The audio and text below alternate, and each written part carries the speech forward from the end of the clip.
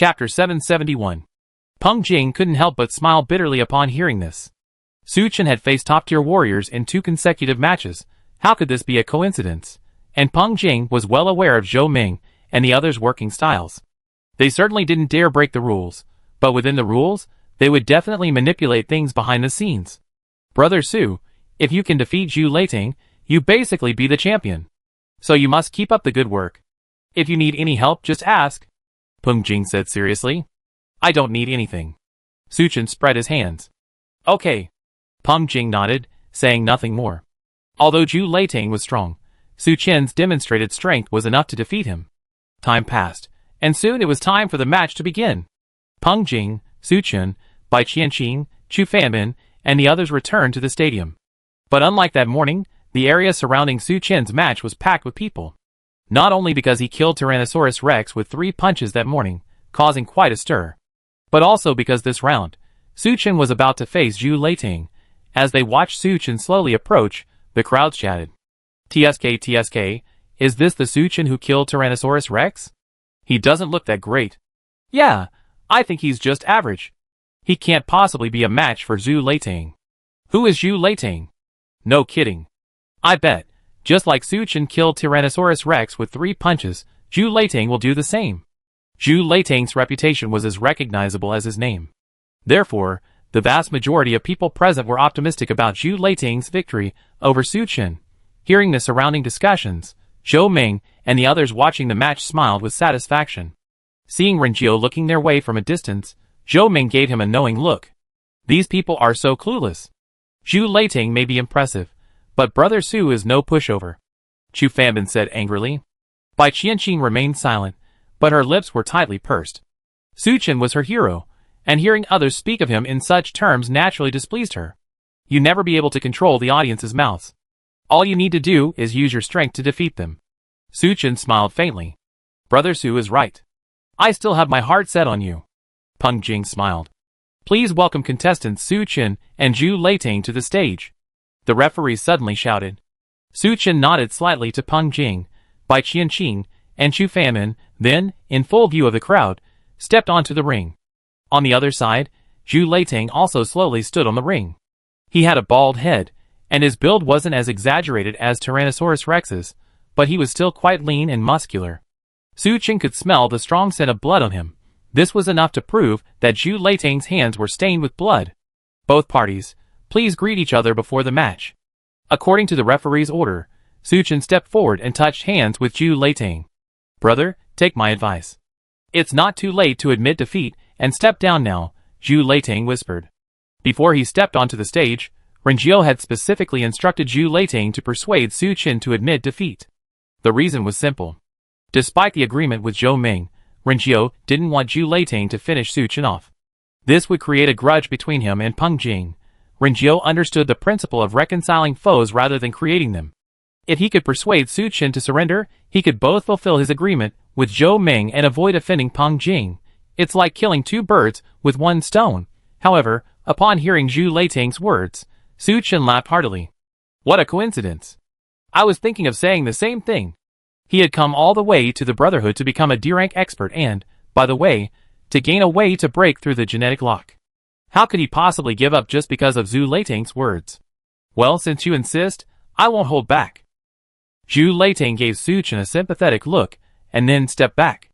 After the 2 men had distanced themselves from each other, the referee waved his hand vigorously. Begin. Zhu Leiting struck first. He drew a golden-backed machete from his back and launched a ferocious attack. Swoosh! The blade, carrying a sharp gust of wind, slashed toward Su Chen's head. It had to be said.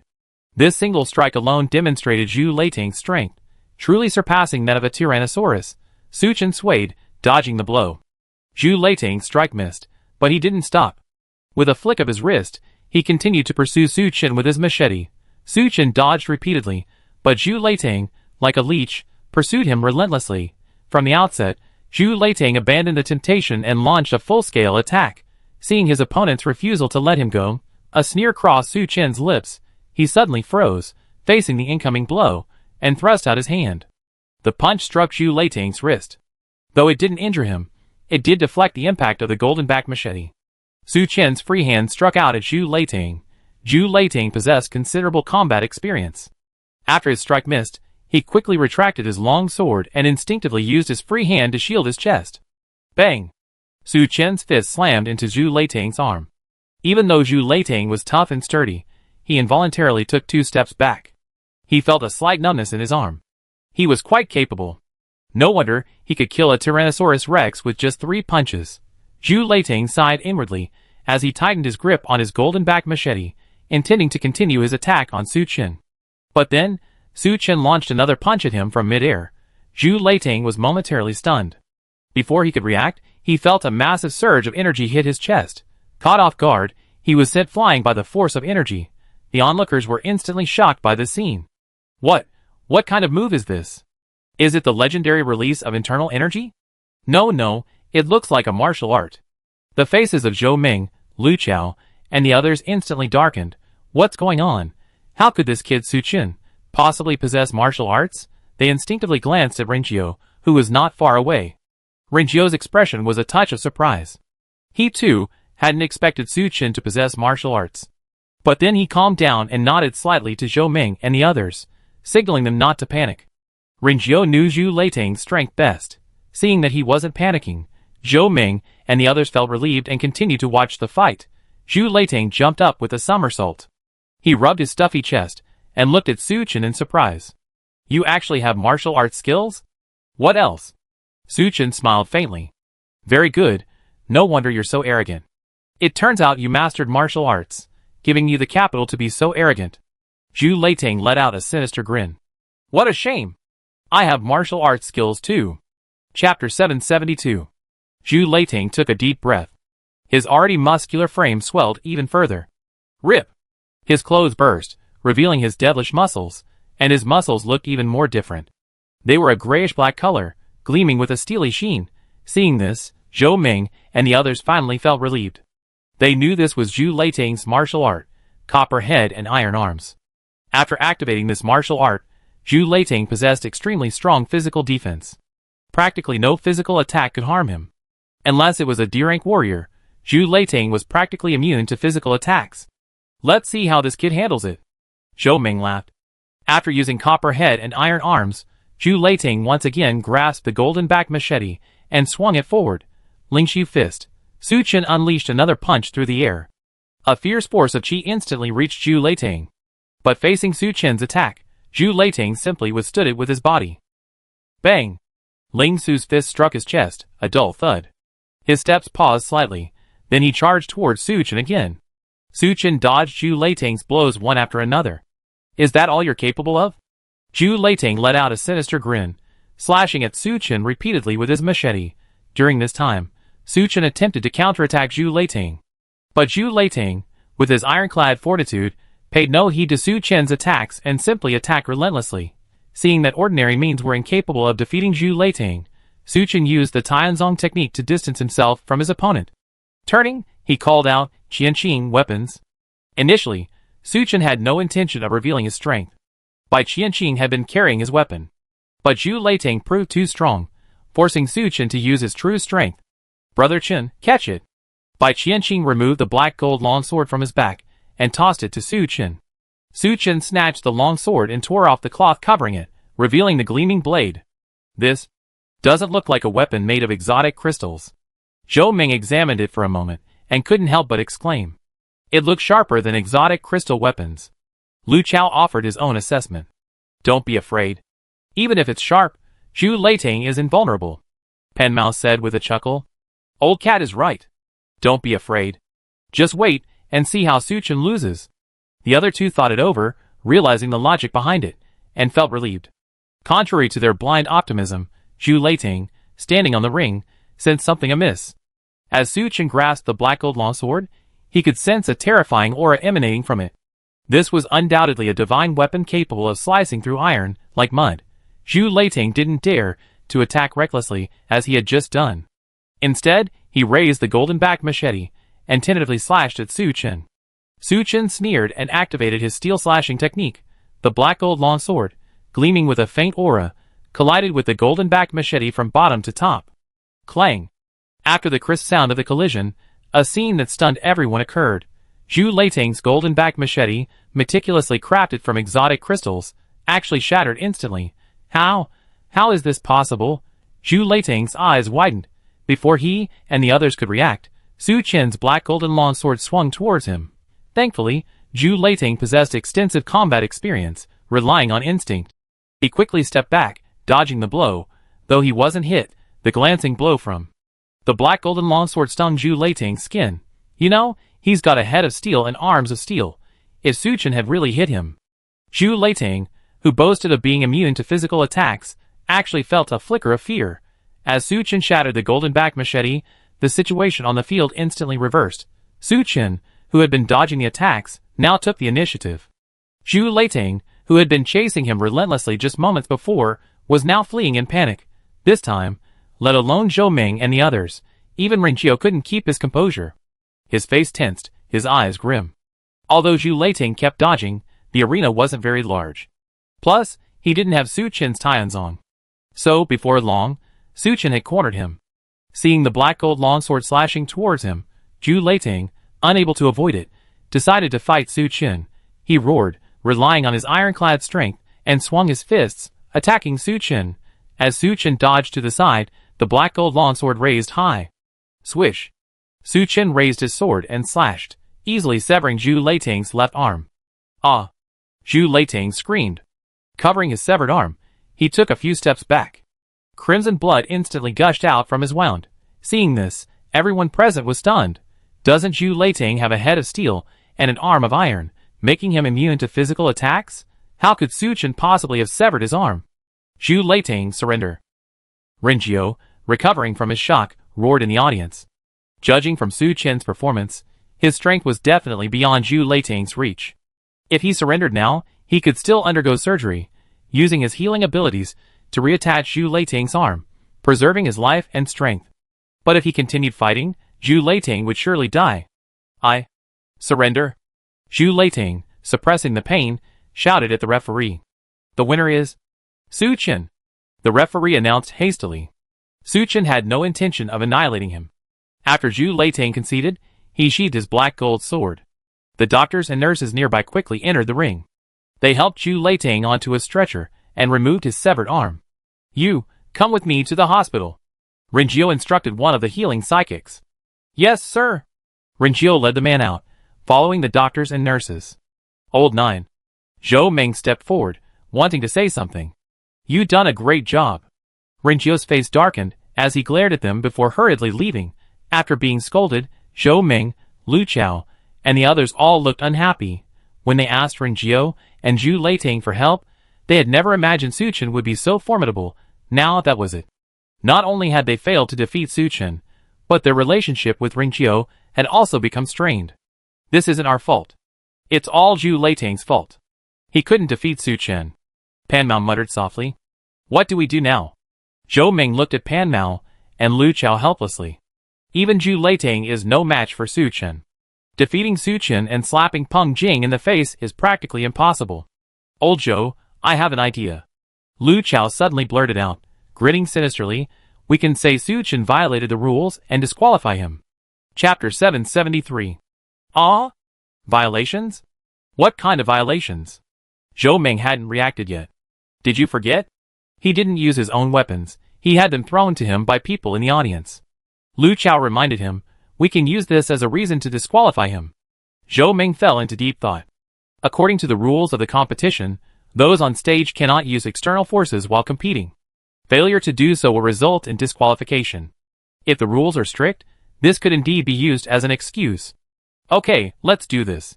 Come with me. Seeing Su Qin steal the show, Zhou Ming couldn't sit still. We couldn't let Su Qin go on like this. Zhou Ming called the organizing committee and headed towards Su Qin. Peng Jing, Chu Fanbin, and others were congratulating Su Qin on his victory. Seeing Zhou Ming and his group approaching, he frowned. Old Zhou, what's up? Sorry, old Peng. Zhou Ming offered a fake smile. Although your subordinate, Su Qin, won, he violated the rules and should be disqualified. What? Peng Jing was stunned for a moment, then angrily asked, you said he violated the rules? I want to ask, which rule exactly? Article 3 and Article 9 of the competition rules state that those on stage cannot use external forces during the competition. Zhou Ming said slowly. When Su Chen was competing, someone in the audience threw a weapon at him. That's equivalent to using external forces. That was my own weapon, so why not? Su Chen retorted. You could have brought your own weapon with you from the start.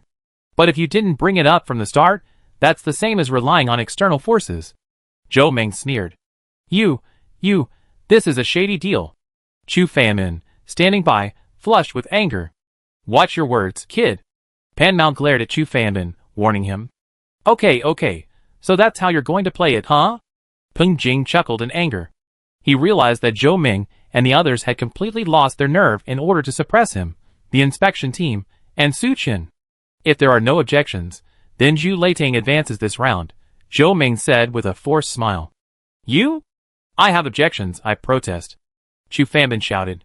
Objections are invalid, protests are invalid. Zhou Ming shrugged. Why? Chu Fanbin's eyes widened. Because I'm the organizer of the tournament. Zhou Ming, Pan Mao, Lu Chao, and the others exchanged glances and laughed arrogantly. This scene brought to mind a line from Shaolin Soccer. The referee, the witnesses, the organizers, the co-organizers, everyone, is my man. How dare you fight me? Peng Jing, Chu Fanmin, Bai Qianqing, and the others all looked furious, but Su Chen remained unmoved. He narrowed his eyes slightly, observing Zhou Ming and his group and the surrounding situation. If all else failed, he planned to subdue Zhou Ming and his men, using their lives as leverage to obtain the gene-locking reagent. But there were too many people around. Zhou Ming and his companions were all D-rank transcendents. Acting rashly would be dangerous. Su Chen temporarily dismissed the idea, deciding to think of a solution later. Su Chen, what are you still standing there for? Get out of here.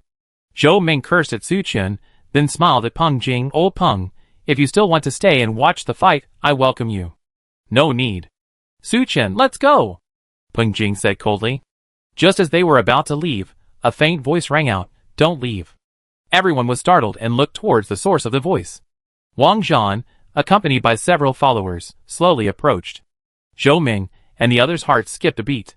President, why are you here? Zhou Ming stepped forward with a smile. If I hadn't come, this brotherhood would probably be yours. Wang Zhan looked at Zhou Ming with a half-smile. Zhou Ming's scalp suddenly tingled, and he forced a smile. President, you're such a joker. Do you really think I don't know what you're up to with Lu Chao, Lao Mao, and the others? Wang Zhan's smile vanished instantly, and he sternly rebuked, Zhou Ming, you disappointed me. Zhou Ming, Lu Chao, and Pan Mao all felt a sinking feeling in their hearts. President, that's not the case. All right, all of you shut up. Wang Zhan glared at them and sneered, it's not enough that you're colluding, but now that Su Chen has won, you're going to resort to any means necessary to disqualify him. You're really capable. It turned out that Wang Zhan had been watching Su Chen's match against Zhu Leitang from the shadows. He only appeared when Zhou Ming was about to disqualify Su Chen. President, we were wrong. Zhou Ming didn't dare to explain further, and quickly admitted his mistake. I deal with you later. Wang Zhan ignored Zhou Ming, and said to Su Chen with a friendly expression, Su Chen, right? Don't take what happened just now to heart. You won this round, so you advance to the next. Old Peng, you found a gem. The situation suddenly reversed. Peng Jing was stunned for a moment before he smiled. The president is wrong. It's our brotherhood that's found a gem. Hearing this, Wang Zhan smiled with satisfaction. Okay, let's continue the tryouts. Everyone, rest if you need to, and compete if you need to. Zhou Ming, Pan Mao, Lu Chao, you three, follow me. The three of them exchanged glances, helplessly following Wang Zhan out of the venue. Haha, Zhou Ming and the others looked so grim just now. As soon as Zhou Ming left, Chu Fanbin couldn't help but burst out laughing. I was thinking about reporting this to the president later. I didn't expect the president to be there and witness the whole thing. Peng Jing chuckled, Su Chen, it seems your strength has impressed the president. Su Chen didn't respond. He looked in the direction Wang Zhan and the others left, a pensive expression on his face. For some reason, he felt that Wang Zhan might have other intentions towards him. After being reprimanded by President Wang Zhan, Lu Chao, feeling sullen, returned to his residence. As soon as he entered, he saw Fang Chuan waiting for him. What's wrong? Is there something? Lu Chao asked unhappily. Brother-in-law, my next round is against Su Chen. Fang Chuan said cautiously. Huh? Lu Chao was stunned. After being warned by Wang Zhan, Zhou Ming no longer dared to manipulate the situation and honestly drew lots. Now that there were less than 20 people left, Fang Chuan happened to be facing Su Chen. Now that the president intends to support Su Chen's rise to power, just surrender, Lu Chao ordered. Huh? But then I won't be in the top 10. Fang Chuan was rather unwilling to accept this. Chapter 774. Are you crazy? Lu Chao looked at his brother-in-law as if he were an idiot. Su Chen had just killed Tyrannosaurus. Even Zhu Leitang was no match for him. He had his arm chopped off and was still in the hospital undergoing surgery. You're still dreaming of making the top 10. If it weren't for Fang Chuan's mother, his own mother-in-law, Lu Chao would have hurled these words, which were highly suggestive of motherhood, back at Fang Chuan. You better give up on that idea, you hear me? Lu Chao warned, unless you want your mother to die young. Got it, brother-in-law. Fang Chuan nodded quickly. If you're alright, you can go back. Lu Chao waved his hand. Fang Chuan said nothing more, and stood up to leave. After he left, Lu Chao remembered that he had forgotten to return the reagents and spiritual artifacts he had given Fang Chuan. Never mind. We were family after all, so I could get the same ones later. Lu Chao shook his head. After leaving Lu Chao's room, Fang Chuan paused. He glanced back, his eyes filled with resentment. The afternoon match soon arrived. After the morning's elimination rounds, only 16 players remained. According to the rules of the competition, the matches had to continue until a final winner was determined. When Su Chen learned that his opponent this round would be Fang Chuan, he smiled. It seems that with the president's warning, Zhou Ming and the others won't dare to act recklessly. Peng Jing sneered. Brother Su, you must help me teach Fang Chuan a lesson. Chu Fanbin looked at Su Chen expectantly. He had previously been suppressed by Fang Chuan, and now that Su Chen was facing Fang Chuan, he hoped that Su Chen could vent his anger. Don't worry, I definitely do it if I get the chance. Su Chen shrugged. But I'm afraid he'll surrender right after he gets on stage. Chu Fanbin was stunned, then remembered that the competition rules allowed for surrender. Damn it! Okay, it's getting late, let's go. Peng Jing greeted Su Chen, Chu Fanbin, Bai Qianqing, and the others, heading towards the stadium. When they entered the stadium, they were startled. Compared to the morning, the stadium was incredibly crowded. Many members of the Brotherhood had rushed over. When Su Chen and the others entered, everyone's gaze turned towards them. Chu Fanbin felt a little uneasy, suddenly becoming the center of attention. Inspector General, why are they staring at us? You're wrong. They're not looking at us, they're looking at Su Chen. Peng Jing chuckled. Tyrannosaurus and Zhu Leitang were both well-known figures in the Brotherhood. But Su Chen fought fiercely, severely injuring both men. Word of his deeds had already spread throughout the Brotherhood. As a result, many people flocked to witness Su Chen's next fight. Under the watchful eyes of the crowd, Su Chen calmly and confidently walked towards the arena. On the rostrum nearby, Zhou Ming, Pan Mao, and others wore rather grim expressions. When Su Chen stood on the ring, Fang Chuan also stood opposite him. Captain Fang, Su Chen said, smiling. Fang Chuan ignored him, his eyes flickering, not daring to meet his gaze. I won't elaborate on the rules of the match, I'm sure you both understand them. If you have no objections, please salute before the match, the referee ordered. Su Chen and the other man walked towards each other, extending their fists and gently touching. Unfortunately, the president reprimanded me, so I don't dare do anything else. Otherwise, I wouldn't have let your brother-in-law face Su Chen. On the podium, Zhou Ming said apologetically to Lu Chao. The original plan was to have Fang Chuan face a weaker competitor, allowing him to advance to the top 10. As for whether he could advance further, that depended on his luck. It's okay, I understand. Lu Chao waved his hand graciously. Chaozi, tell your brother-in-law to surrender after the start, Pan Mao asked. Yes. That's good. Just as Zhou Ming and Lu Chao were talking, the referee announced the start. Not only Lu Chao and the others, but even Peng Jing, Chu Fanbin, and the others expected Fang Chuan to surrender immediately. However, things turned out differently. As soon as the referee finished speaking, Fang Chuan transformed into a shadow and rushed towards Su Chen. The short sword in his hand whistled as it slashed towards Su Chen. Huh?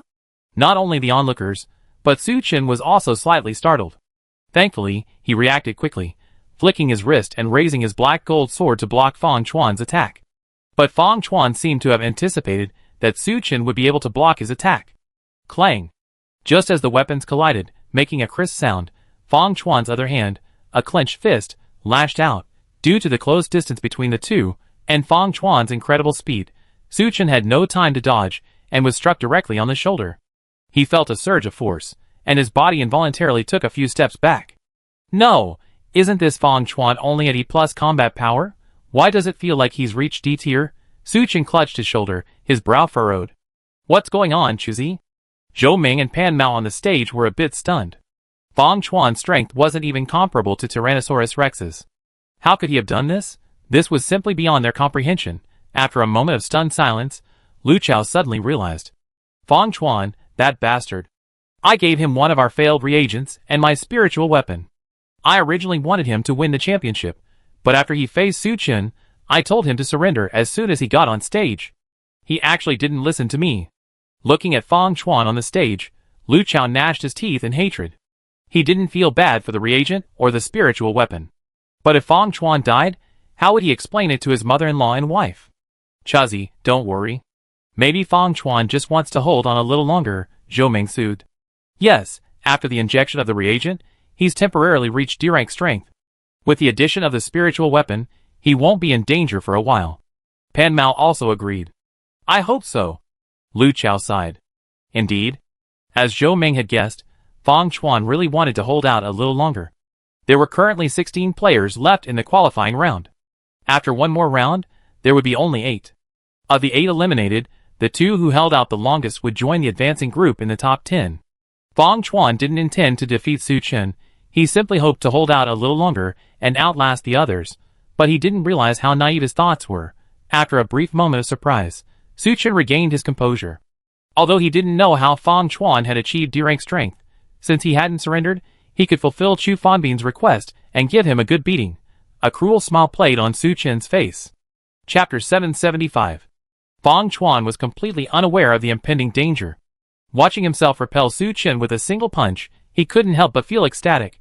You know, even Zhu Leitang and Tyrannosaurus were no match for Su Chen. However, he was able to repel Su Chen.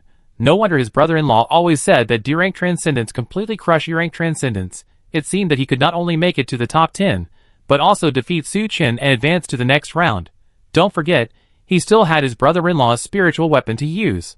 Confident, Fang Chuan changed his previous timidity. He let loose, chasing Su Chen and attacking. It had to be said that D-rank was D-rank. His physical attributes were clearly superior to Su Chen's.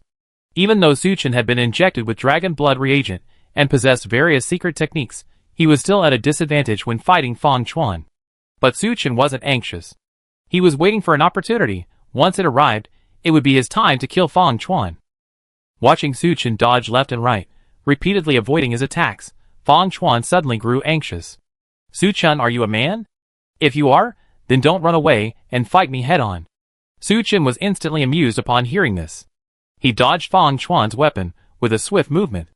To see if I'm a man, let your mother try it. No, your mother is too old. Let your sister do it. Lu Chao, who was not far away, blushed crimson upon hearing Su Chen's words. The others also looked peculiar. You're really courting death. Hearing Su Chen insult his mother and sister, Fang Chuan was furious and anxious.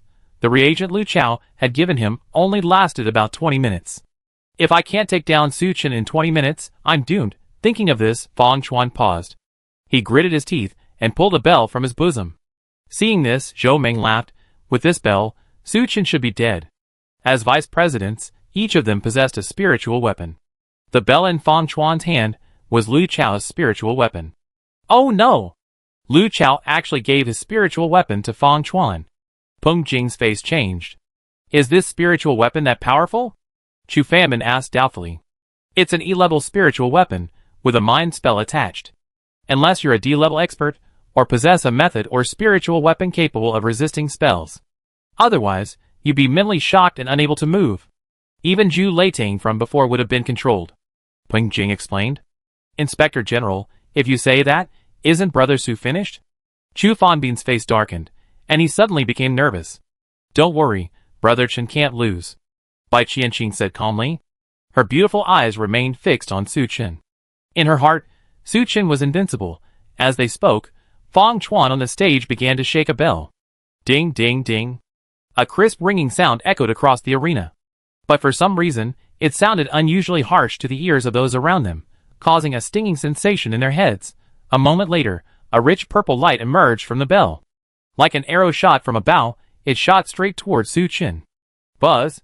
The dog tag necklace on Su Chen's neck heated up, and a white barrier shot out. However, the purple light shattered the white barrier and struck Su Chen. Su Chen's body suddenly froze, then froze in place like a puppet on a string. Fang Chuan burst into a wild laugh. Without hesitation, he lunged at Su Chen, knife in hand. Seeing this, Zhou Ming, Lu Chao, Pan Mao, and the others exchanged smiles, as if celebrating their victory over Su Chen in advance. Peng Jing and Chu Fanbin were terribly anxious. They were eager to admit defeat on Su Chen's behalf. Including the surrounding spectators, they all thought Su Chen was doomed. Only Bai Qianqing remained calm. Fang Chuan approached Su Chen and raised his dagger high. Just as he was about to bring it down, he noticed that Su Chen's previously blank eyes suddenly brightened. Something was wrong.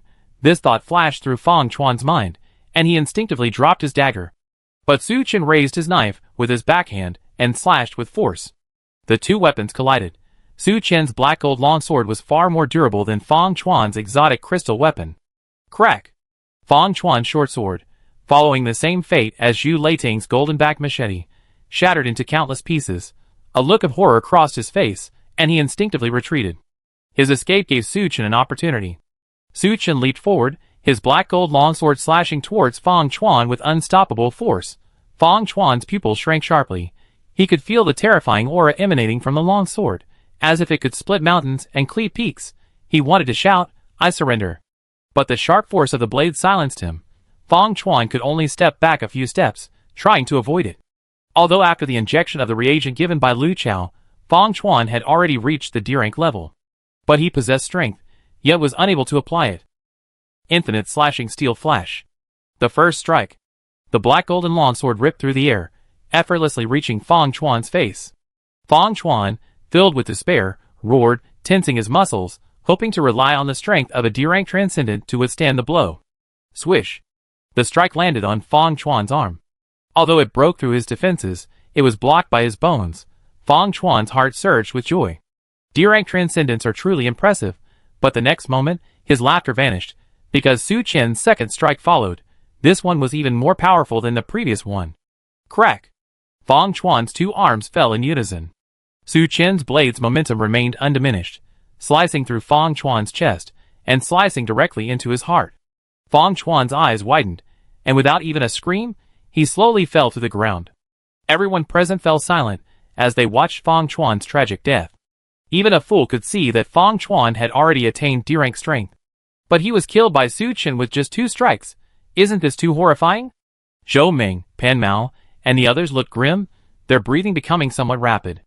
Although Fang Chuan had only temporarily attained D-rank strength through external forces, there was still a significant gap between him and true D-rank masters like them. But D-rank was D-rank. Fang Chuan's easy death by Su Chen meant that he could also kill them. Such a terrifying thought flashed through their minds. Lu Chao clenched his fists, utterly shocked. He had given Fang Chuan the reagents and the spiritual weapon, yet he still managed to be killed so easily by Su Chen. How would he face his wife and mother-in-law when he returned? Su Chen, you bastard, you truly deserve to die. Brother Su Yu. You're so awesome. Chu Fanbin shouted, his expression turning utterly frantic. Chapter 776. Peng Jing remained silent, but his chest heaving revealed his restlessness. As a high-ranking member of the Brotherhood, he had seen many ups and downs. But Su Chen's actions truly refreshed Peng Jing's understanding. No wonder he was so confident. But after the surprise, a trace of worry rose in Peng Jing's heart. Since Su Chen was so powerful, would he still be willing to obey his orders? Watching Su Chen ascend the stage, Peng Jing temporarily suppressed his worries. No matter how powerful Su Chen was, he couldn't possibly defeat the Brotherhood's high-ranking members. All he needed to do was use him and become vice president. After Fang Chuan's stomach was cut open, medical staff rushed onto the stage, attempting to resuscitate him. But his heart had been severed in two by Su Chen. Unless Jesus descended, how could he be saved? Referee, can we announce the winner now? Su Chen tilted his head and looked at the referee. The winner is Su Chen. The referee, regaining his composure, announced the result. Su Chen is awesome. Someone shouted first, but the others followed suit. Su Chen is awesome. Su Chen is awesome. Everyone roared in unison, their passionate voices echoing throughout the stadium. Ever since the apocalypse, faced with harsh weather, terrifying zombies, and powerful monsters, humans have instinctively developed a reverence for the powerful. Especially during the last monster wave, even the Brotherhood, despite its immense power, suffered heavy losses. Thankfully, D-rank transcendents like Wang Zhan stepped forward and killed the leader of the monster army, saving the Brotherhood. This brought everyone in Dragon City's admiration for the powerful to a climax. Watching Su Chen, Zhou Ming, Pan Mao, and Lu Chao steal the show, though reluctant, they could do nothing about it. They knew. After this trial, Su Chen would become a special brother of the Brotherhood. If he achieved significant success in the future, becoming vice president wouldn't be impossible. Su Chen, congratulations. I didn't expect that even Lu Chao, who gave Fang Chuan D-grade reagents and an E-grade spiritual weapon, wouldn't be a match for you. Peng Jing smiled and stepped forward. D-grade reagents? E-grade spiritual weapon? Su Chen was a little surprised. Peng Jing led Su Chen and Chu Fanbin out, explaining in a low voice, at this point, you're definitely the final champion, so there's no need to hide it from you. Our Brotherhood has painstakingly researched and created a gene lock reagent. Once injected, you can break the gene lock and become a D-rank expert. During our research, we failed many times. But there was a surprise. The D-rank reagent Fang Chuan injected. It can temporarily boost the user's strength to D-rank. When the demon army attacked Dragon City, it was thanks to these D-rank reagents that we successfully defended Dragon City. I thought the D-rank reagents were completely consumed. I didn't expect Lu Chao to have another one, which he gave to Fang Chuan. So that's it. Su Chen suddenly understood. As for that E-rank spiritual weapon, its effect is to cast a mental spell. Any expert below E+, who is struck by a spell will be mentally shocked. I didn't expect you, Su Chen, to be able to withstand it. Peng Jing looked at Su Chen in amazement. Maybe I was just lucky. Su Chen smiled faintly. He already had a strong mental power, and a talent for psychic resistance. Add to that the dog tag necklace, which weakened the effects of psychic spells. So, after being struck by the spiritual weapon spell, Su Chen returned to normal in just a second. He pretended to still be stunned, waiting for Fang Chuan to approach before unleashing his killing blow. The group quickly returned to the inspection team. Peng Jing greeted Su Chen and the others, and sat them down in his office. Su Chen, over the past few days, I feel like you become familiar with the inspection team. How about this? From today on, you be the Deputy Inspector General of the inspection team. What do you think? Peng Jing said with a chuckle. Su Chen had been busy participating in the tryouts these days. He had no idea what the inspection team was. Peng Jing said this because he had truly witnessed Su Chen's strength and was intent on winning him over. Okay, I follow the Inspector General's instructions. Su Chen chuckled and nodded. He didn't have a deep understanding of the Brotherhood yet. After the elite selection competition, he had already offended the heads of several other departments. If he wanted to stay safely in the Brotherhood and obtain the method to break the genetic lock, he had to cling to Peng Jing's support. That's good. Peng Jing smiled with satisfaction. It's getting late, Chen, you should go back and rest. Although there won't be many experts next, we can't be careless. Okay, then I be leaving. Su Chen, Bai Qianqing, and Chu Fanbin stood up and left. The night passed in silence. The next day, Su Chen, Peng Jing, and the others arrived at the stadium as usual for the next round of eliminations. After yesterday's fierce competition, only 8 contestants remained. In other words, Su Chen only needed to win 3 more matches to claim the championship. To ensure fairness, the final few matches would be drawn publicly. In the stadium, everyone gathered around the podium, closely watching the staff's movements. The other contestants, in particular, were extremely nervous. They didn't want to draw Su Chen.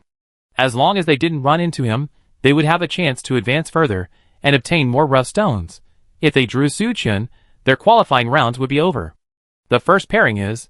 The staff member glanced at the 2 slips of paper in his hand and said into the microphone, Zhang San and Su Chen. Hearing this, the other 6 contestants' faces lit up with joy, but Zhang San, as if he had just heard bad news, turned pale. He slumped back in his chair, muttering to himself with a wry smile, why am I so unlucky? The audience also cast sympathetic glances at him. Of all the other draws, Su Chen had to be drawn. The quarterfinals were quickly drawn, and the match began. Su Chen and his opponent, Zhang San, arrived on the ring. Please greet each other before the match.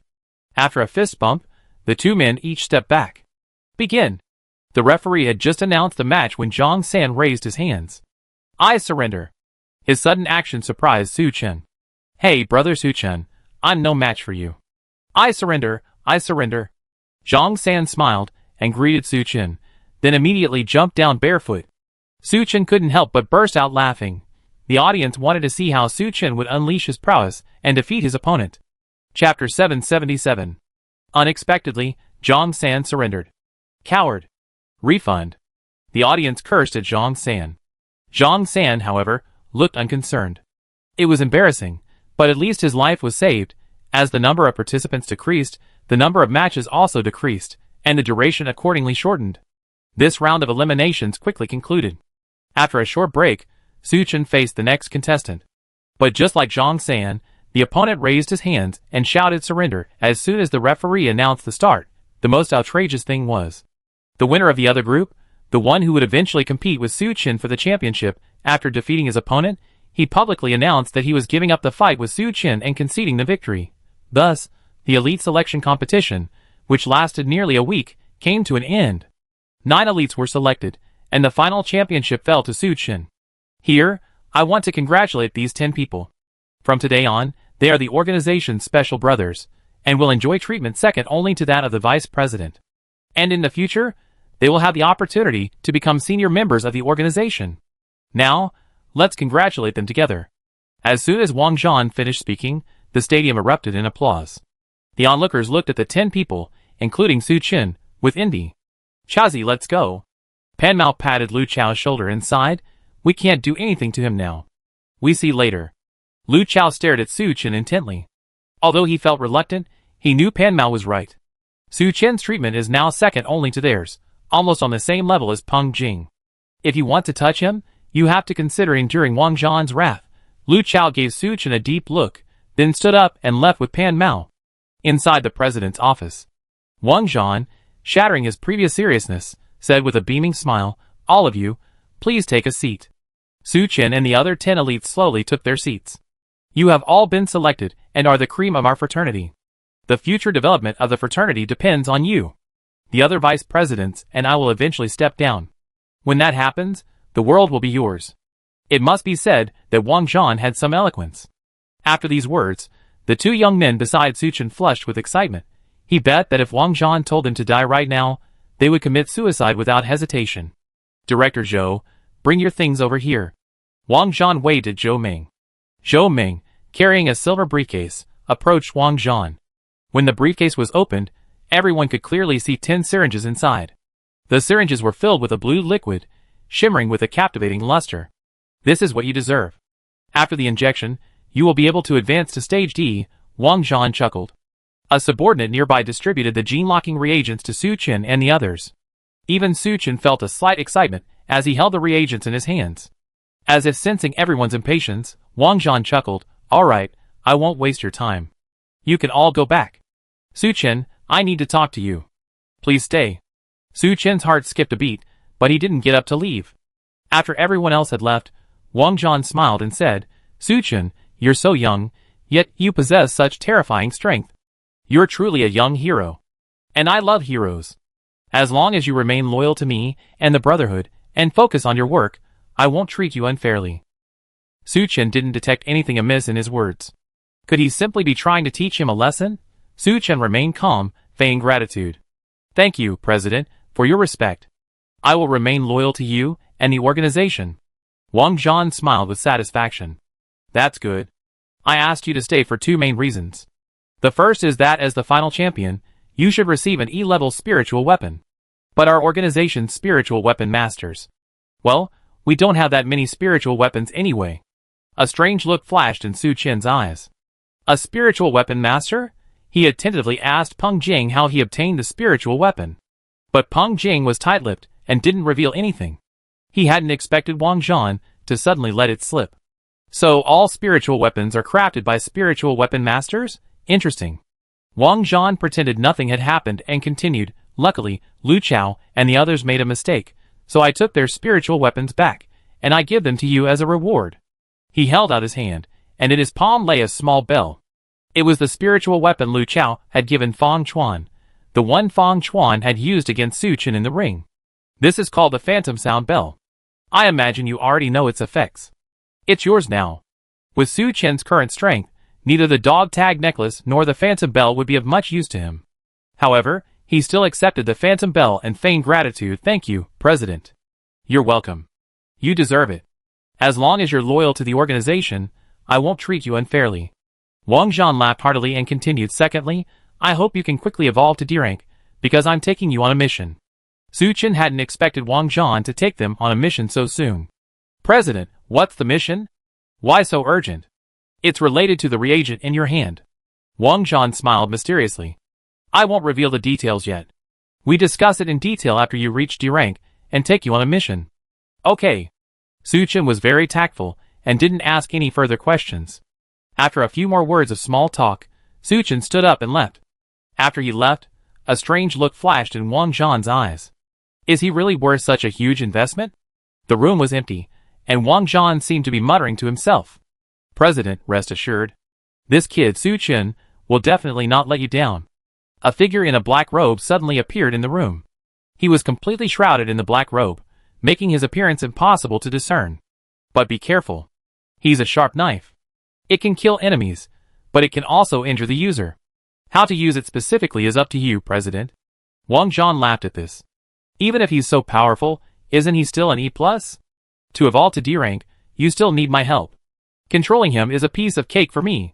Looking at his confident expression, the black-robed figure said nothing, but a hint of regret lingered in his eyes. Chapter 778. After leaving Wang Zhan's office, Su Chen headed straight for his own residence. "Boss, you're back." Hearing the sound of the door opening, Bai Qianqing hurried over to greet Su Chen. Seeing the unconcealed joy on Su Chen's face, Bai Qianqing couldn't help but ask, "Boss, did you get the gene lock reagent?" "Yes." "That's great." Bai Qianqing was also happy for Su Chen. After all, one of their reasons for coming to the Brotherhood was for Su Chen to evolve to rank D. "Qianqing, keep watch for me. Don't let anyone disturb me," Su Chen instructed. "Yes, boss." Bai Qianqing's face darkened as he drew his weapon. Su Chen entered the bedroom, sat cross-legged, and withdrew the light blue gene lock reagent. Scan and test. Gene lock reagent. After injection, it can help Transcendents with E+ combat power break through their genetic locks and advance to rank D. Without hesitation, Su Chen injected the gene lock reagent into his arm. As the light blue liquid disappeared into his arm, Su Chen could feel a chill spreading from his arm to his surroundings. Unlike the violent sensation of the dragon blood reagent injection, the gene lock reagent was less aggressive, but rather cool and gentle. It spread through Su Chen's veins, spreading throughout his body. Suddenly, Su Chen lost control of his body and fell backward. Luckily, he had been sitting cross-legged on the bed. Then, Su Chen felt a flicker of pain radiate through his limbs.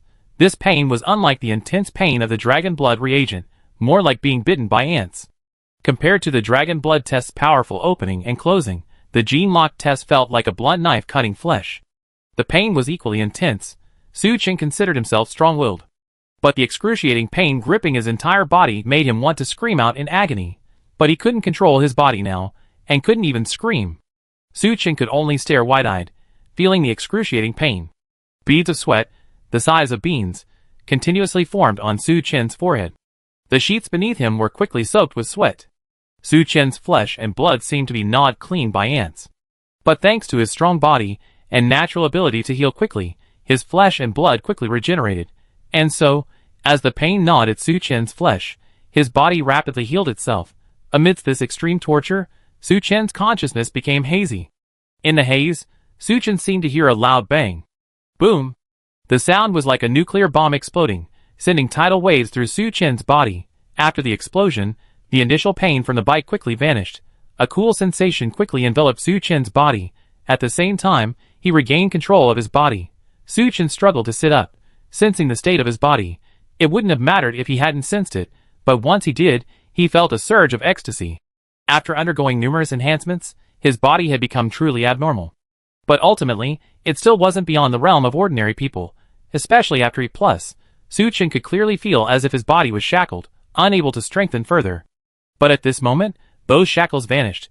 As long as Su Chen was willing, he could continue evolving and improve his strength at any time. Not only that, he could clearly sense the faint energy in the air, though he had been able to do so before. That was only when he was using the qi condensation technique. Now, even without the qi condensation technique, he could sense and absorb external energy. No wonder the people of the Zoo Sanctuary and the Brotherhood's leaders repeatedly emphasized that a D-rank Transcendent would completely crush an E-rank Transcendent. D-rank Transcendents were completely free of the limitations of the flesh and could even absorb energy from the outside world. How could they not crush an E-rank Transcendent? At this moment, Suchin suddenly noticed a layer of black, foul-smelling substance covering his body. He understood. This must be the so-called marrow cleansing and bone cleansing described in online novels. Afterward, the toxins in the body were expelled. Suchin glanced at the soiled sheets and called out weakly, "Qianqing." Hearing his call, Bai Qianqing hurriedly pushed the door open and walked in. Seeing Suchin's appearance, she was startled. "Boss, you help me take a shower." Bai Qianqing, without a hint of disdain, quickly stepped forward, supported Suchin, and walked towards the bathroom. She helped Suchin clean himself thoroughly. When they were done, Bai Qianqing helped Suchin to the sofa. Then she replaced the soiled sheets and pillowcases. By the time Bai Qianqing had finished, Suchin had almost recovered. "Boss, what happened to you just now?" Bai Qianqing said with concern. "It's okay. It's just the successful breakthrough that caused this," Suchin explained with a smile. Hearing this, Bai Qianqing finally felt relieved. Suchin's mind moved, and he called up the system panel. RV level 11. Energy points required for upgrade 30,000. Current energy points 33,755. Vehicle durability 100%. When durability reaches 0, the RV will be scrapped. It can be repaired using energy points. Storage space. Energy store. Enhancement options. Protection function. Scan detection. Rune system. Kung Fu secrets. Chi condensation technique. Soaring void fist. Stairway to the clouds. Body strengthening technique. Steel slash. Infinite sword art. Infinite steel slash. Wind control technique. Talents. Marksmanship. Self-regeneration. Ice and snow control. Electric eyes skill. Lightning control. Toxin resistance. Mental resistance. Underwater breathing. Dragon might. Combat power rating D-. Seeing he had successfully evolved to rank D, Suchin smiled with satisfaction. The hardship he had just endured was worth it. All in all, from leaving the Watcher base to breaking through the genetic lock and reaching rank D, only a week had passed. There was still plenty of time. I could slowly find a way to obtain the formula for the genetic lock reagent from the Brotherhood. As Suchin thought this, his gaze fell on Bai Qianqing, who was standing beside him. At this point, his body had fully recovered. The fire of desire in his heart burned fiercely. He lifted Bai Qianqing up and strode towards the bedroom. Caught off guard, Bai Qianqing jumped in shock. Seeing Suchin's angry face, she instantly became shy. Suddenly, the room was filled with spring. The next morning, Suchin slowly awoke. He saw Bai Qianqing in his arms, her pretty face, a mixture of satisfaction and fatigue. He couldn't help but rub his forehead. Strange. Why had he suddenly felt such a surge of desire last night? But Bai Qianqing had also worked hard. After becoming a D-rank Transcendent, Suchin's body grew stronger and stronger. Chapter 779. Last night, the battle between the two lasted almost until dawn. Only after Bai Qianqing begged for mercy did Suchin end the fight, somewhat unsatisfied. Looks like I have to keep a few more women around me from now on, Suchin thought to himself. He tiptoed to his feet, afraid to disturb Bai Qianqing. Unlike the exhausted Bai Qianqing, Suchin seemed even more energetic. After washing up, Suchin went to the buffet restaurant downstairs for lunch. When the time came, he arrived at the inspection team. "Hello, Deputy Inspector General." "Good morning, Deputy Inspector General." Everyone from the inspection team greeted Suchin respectfully wherever he went. Though Suchin didn't recognize them, they were already familiar with him. After all, Suchin had recently been so successful, winning the elite selection competition. And now, he was the Deputy Inspector General of the inspection team. "Suchin, why are you up so early?" Peng Jing looked at Suchin, startled at first, then smiled. "Congratulations, you successfully reached D rank. The aura emanating from a D rank Transcendent is stronger than that of an E rank Transcendent." So, upon seeing Suchin, Peng Jing could sense that he had already evolved to D rank. This couldn't have been possible without the Inspector General's help. Suchin said modestly, "You're too polite. Your strength is there. Even without me, you can still win the trials." Peng Jing smiled and waved his hand, asking, "What brings you here so early?" "Well, I wanted to take a look around Dragon City, so I came to say hello to the Inspector General," Suchin explained. "It's okay, just go ahead." Despite saying this, Peng Jing was still very pleased with Su Chen's understanding of the rules. Can I bring Chu Fanbin with me? Of course. After exchanging a few pleasantries with Peng Jing, Su Chen stood up and took his leave. He found Chu Fanbin within the inspection team and told him his plan. Chu Fanbin's turnaround was entirely thanks to Su Chen. Not to mention that the position Peng Jing had assigned him was to be Su Chen's assistant.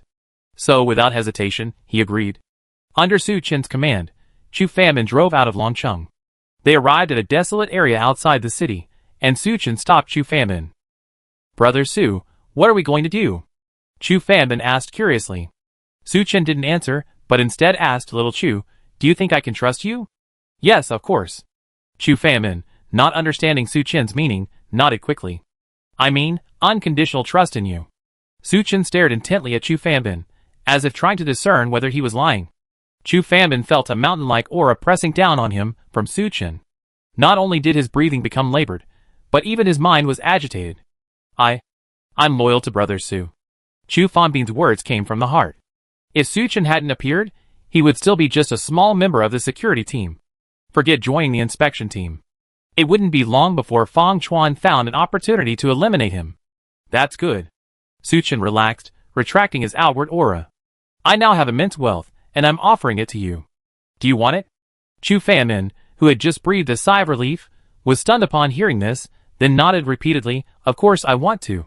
I didn't really join the Brotherhood. I came here for another mission. If you're willing to help me complete my mission, I can take you out of here. When you return with me, your treatment will be no less than what you get in the Brotherhood. Su Chen observed Chu Fanbin's expression as he spoke. If he showed any sign of misbehavior, he would immediately take action and kill him. Huh? Chu Fanbin was stunned. He hadn't expected Su Chen to harbor such ulterior motives. Brother Su, the Brotherhood treats Su Chen so well, why?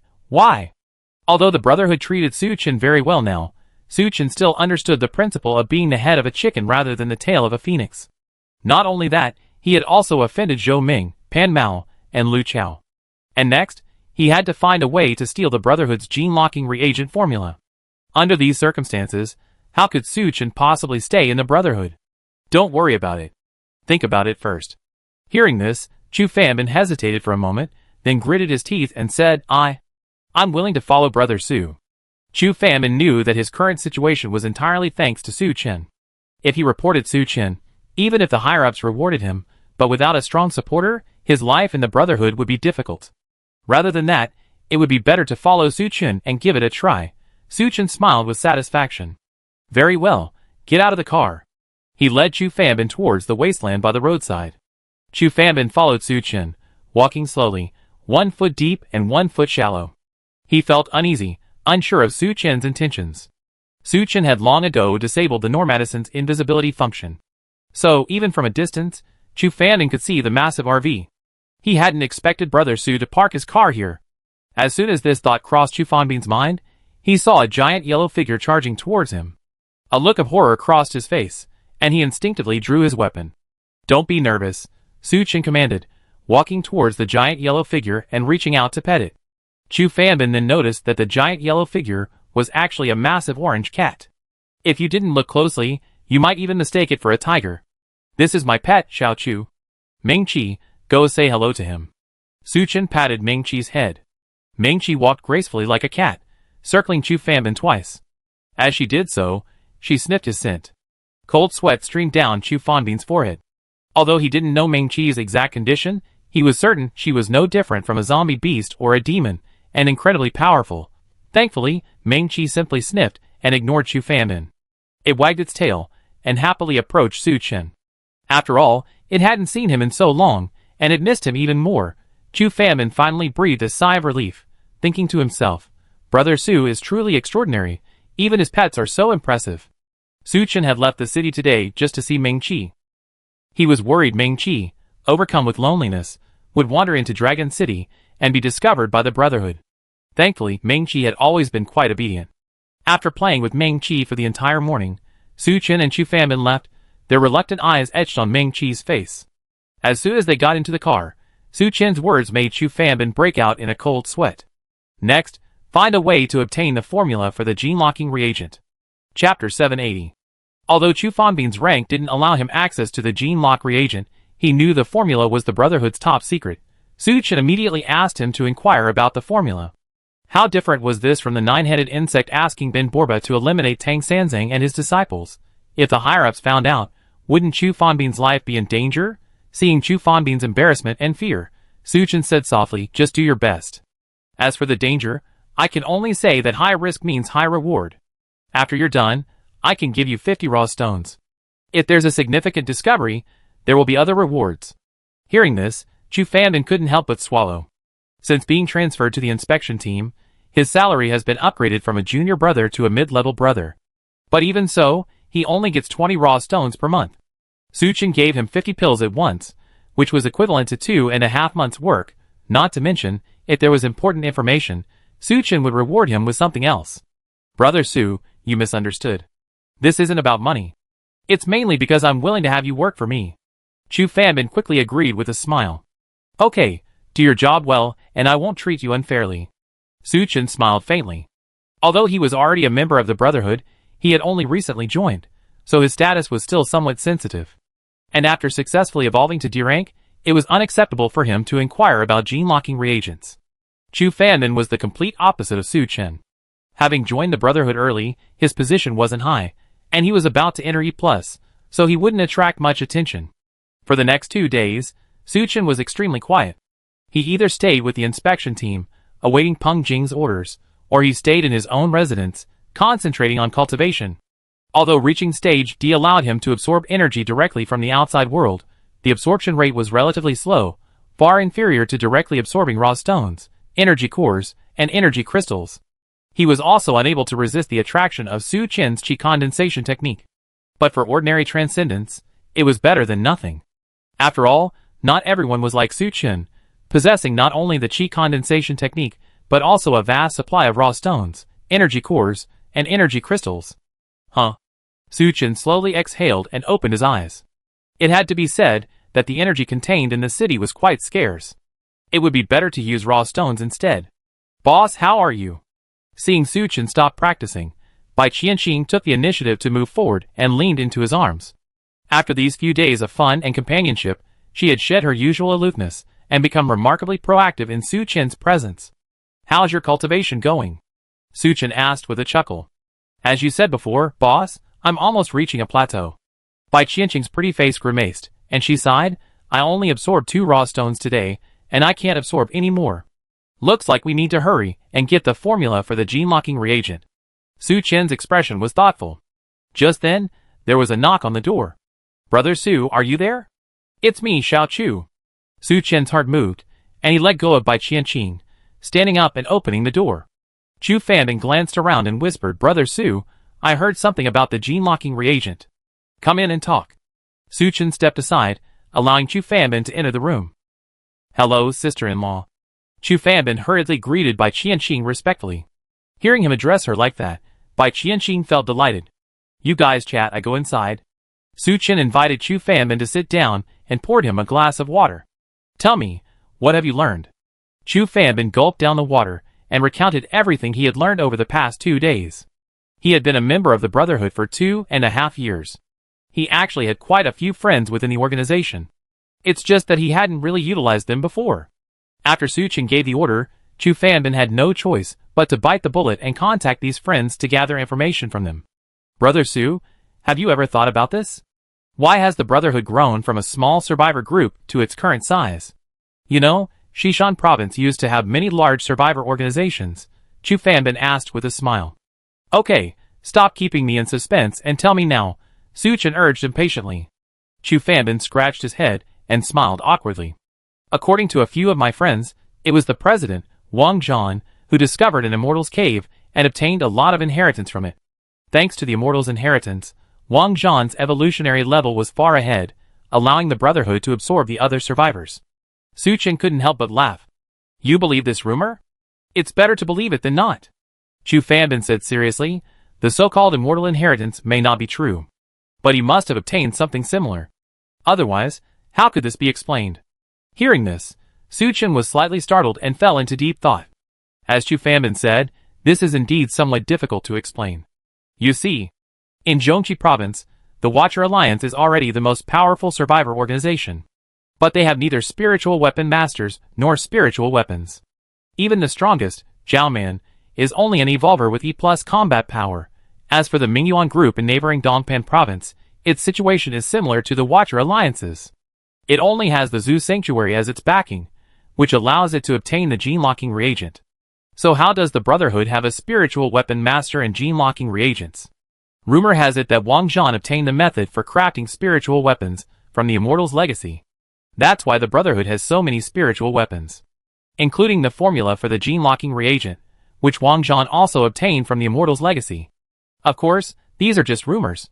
No one knows the specifics, Chu Fanbin added. Go on. Su Chen nodded slightly. Then, there's the gene-locking reagent formula. I can guarantee that this part is 90% reliable. Chu Fanbin said seriously, since Brother Su is raw stone, I'm sure you know where the raw stone mines are, right? Yes, I do. Su Chen nodded. In total, he had personally entered 2 raw stone mines. Currently, within the Brotherhood's territory, there are 4 raw stone mines, 2 large and 2 small. Su Chen was somewhat surprised. I had no idea the Brotherhood actually had 4 raw stone mines. No wonder Wang Zhan was so wealthy and generous, distributing raw stone to the Brotherhood members on time. The caves of the raw stone mines are home to powerful monster swarms. The 4 legions are responsible for clearing out the monsters, while the administrative department is responsible for mining the raw stone. Chapter 781. I have a friend who happens to be a subordinate in the administration department. The night before last, I specifically went to him for a drink, hoping to get some information out of him. After getting drunk, he accidentally let me know. Actually, in addition to the original 4 raw stone mines, the Brotherhood also has a 5th. But for special reasons, this mine has been sealed, so not many people know about it. Logically speaking, the raw stone mines aren't considered top secret.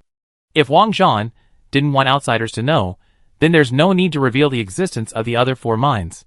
But they only sealed off information about the 5th mine. There's only one possibility. This mine holds a hidden secret. As expected, Chu Fanbin's next words lifted Su Chen's spirits. After discovering the 5th quarry, Wang Zhan dispatched 4 armies to eliminate the monsters within the cave. Then, the administrative department took over and began preliminary exploration of the quarry and preparations for mining. Among them was my friend. However, during the exploration, they discovered another underground passage at the deepest part of the quarry, leading deeper into the earth. Several evolvers and psychics, not taking this passage seriously, rashly entered. Soon, their screams were heard. My friends were terrified and didn't dare to go back inside. They quickly reported the situation to their superiors. The administrative department then sent several more people to investigate the situation.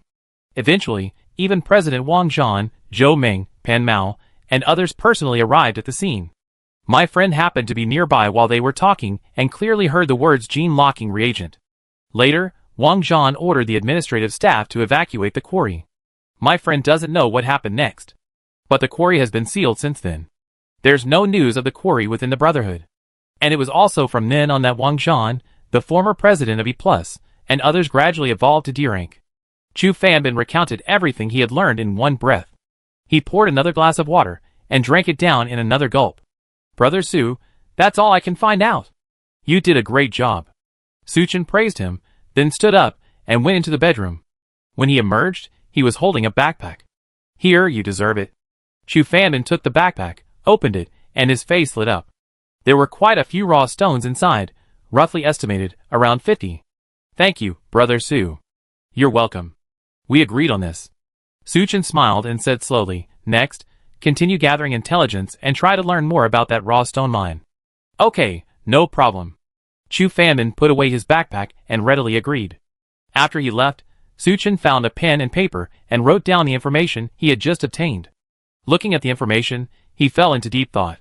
Some things just don't come out of thin air. For example, as Chu Fanbin said, Wang Zhan had received an immortal inheritance. Even if it wasn't an immortal inheritance, it should be something similar. This is how the Brotherhood gained access to spiritual weapon masters and the gene-locking reagent. As for the raw stone mine, it's likely closely related to the gene-locking reagent. It's very likely that the formula for the gene-locking reagent lies hidden beneath the raw stone mine. Su Chen planned to visit the mine. But the problem was, it was sealed. Not many people within the Brotherhood knew about it. Unless Chu Fanbin's friend was captured and severely tortured, Su Chen thought about it and decided not to act rashly. Let's wait for Chu Fan and see if this guy can bring back some more surprises. So Suchin waited another day. But it was clear that Chu Fanbin's abilities were limited. A day later, he came back to Suchin dejectedly, implying that he had found a lot of friends again. But he didn't learn any more about the gene-locking reagent. Just as Suchin was about to ask Chu Fanbin about his friend in the administration department, Wang Zhan's men suddenly found him. Suchin, Deputy Inspector General Su, right? Two burly men, exuding a dangerous aura, stood outside the door, looking at Suchin inquiringly. Yes, it's me. Suchin nodded, but his guard was still high. Thankfully, the other party didn't behave in any unusual way. We're the president's men. The president has asked us to inform Deputy Inspector General Su to come to his office early tomorrow morning. He has a mission for you. Understood. Suchin frowned as he watched them leave. When Wang Zhan presented the championship award, he had mentioned taking Suchin on a mission. I didn't expect it to arrive so soon. Suchin had to put the matter of Chu Fanbin's friend aside for now. The next morning, as Wang Zhan requested, Suchin arrived at his office. Several people were already waiting outside. Suchin glanced around and saw that they were all the top 10 remaining from the elite selection. Among them, he spotted Zhang San, the man he had faced earlier. Upon seeing Suchin, Zhang San quickly smiled and greeted him. Suchin nodded in response. He and Zhang San waited patiently on a bench outside. Not long after, the top 10 evolvers and top 10 psychics selected from the elite selection arrived. Just then, Wang Zhan arrived at the office with a team of his men. He opened the door and welcomed everyone in. Good morning, everyone. Wang Zhan greeted everyone with a smile, then said slowly, Actually, we called you all here today because the organization has a mission for you to complete. Just recently, our organization discovered another quarry. As you're all aware, there are a large number of monsters within the quarry. We gathered everyone here today to eliminate the monsters within and prepare for the upcoming mining. Anyone who participates in this mission will receive a large amount of quarry stone upon completion. And the other vice presidents, and I will be accompanying you to ensure your safety. You can rest assured. Is there anyone unwilling to go? The elites present had all joined the Brotherhood. How could they refuse a mission personally assigned by the president, not to mention that this mission came with a generous reward, and Wang Zhan and the others were also aboard. So no one raised any objections, only Suchin, sitting nearby, let a sneer play across his face. Chapter 782. If he hadn't asked Chu Fanbin to inquire about the information, Suchin might not have given it much thought. But now Suchin was almost certain that Wang Zhan was referring to the 5th Ban Quarry mine. That quarry clearly posed considerable danger, but Wang Zhan hadn't told the truth. There was only one possibility. Wang Zhan had sent Suchin, Zhang San, and the others along because he wanted them to be cannon fodder. Okay, everyone, go back and get ready. We leave this afternoon. Wang Zhan ordered. Everyone stood up and left Wang Zhan's office. Just as Suchin was about to leave with them, Wang Zhan stopped him. Suchin, how are you? You look like your advancement to rank D went smoothly, didn't you? Wang Zhan said with a smile. Thanks to the president, everything went smoothly. Suchin feigned gratitude. That's good. You must perform well in this operation. If you do well, the organization will not treat you unfairly. If Suchin hadn't known Wang Zhan had ulterior motives, he would have been fooled by his cheerful smile. Please rest assured, President. I will work hard. Suchin vowed. After a few more small talk, Suchin left Wang Zhan's office, using the excuse of packing up. He didn't go back directly, but went straight to Chu Fanbin's residence. Chu Fanbin happened to be inside, and was somewhat surprised to see Suchin. Boss Su, what are you doing here? Do you remember the 20 elites selected in this elite selection? If you do, who do you want to ask? Suchin pondered. Among these elites, which ones were originally members of the Brotherhood? Who else has recently joined the Brotherhood? Chu Fanbin hadn't expected Suchin to suddenly ask this. Brother Su, wait a moment. He stood up, hurried into the room, and brought out a stack of documents. After flipping through them for a while, Chu Fanbin finally looked up and said, Besides you, Brother Su, there are 19 other elites. 15 of these 19 elites have recently joined the Brotherhood. After investigating this, Suchin was absolutely certain that Wang Zhan had bad intentions. He could even make a bold guess. Underneath that abandoned or mine was indeed the key to breaking through the genetic lock. But correspondingly, there were also many powerful monsters. Wang Zhan's purpose in holding the elite selection competition was to select suitable cannon fodder, as expected. Those who became leaders weren't easy to deal with, Su Chen shared his suspicions with Chu Fanmin. Upon hearing this, Chu Fanmin was taken aback. Then, what? What should we do? Brother Su, how about you find a way not to go? Su Chen chuckled and shook his head. Not going is impossible. Besides, I'm planning to go with Wang Zhan to find out what's going on, and see if I can get any benefits along the way. Chu Fanmin, surprised by Su Chen's plan, hesitated. But Wang Zhan is a D-rank power, and the vice presidents around him are at least D- power. Brother Su, you just entered D-rank, so you might not be able to defeat them, right? Don't worry, I got it. Su Chen smiled, and patted Chu Fanbin's shoulder. Even when he was at E+ power, he was already capable of battling D-rank monsters like dragons. Now that he's evolved to D-, if things really turn sour, relying on his berserk reagent and infinite/steel flash, killing Wang Zhan and several vice presidents shouldn't be a problem. Besides, Su Chen isn't a fool. He wouldn't have turned against Wang Zhan if he wasn't sure. Also, if your sister-in-law suddenly finds you and asks you to take her away from Dragon City, you must do so. Su Chen recalled something and ordered. Okay. Chu Fanmin agreed immediately. After greeting him, Su Chen returned to his residence and told Bai Qianqing about the mission Wang Zhan had assigned him and the details of his conversation with Chu Fanmin. Boss, you don't plan to take me with you?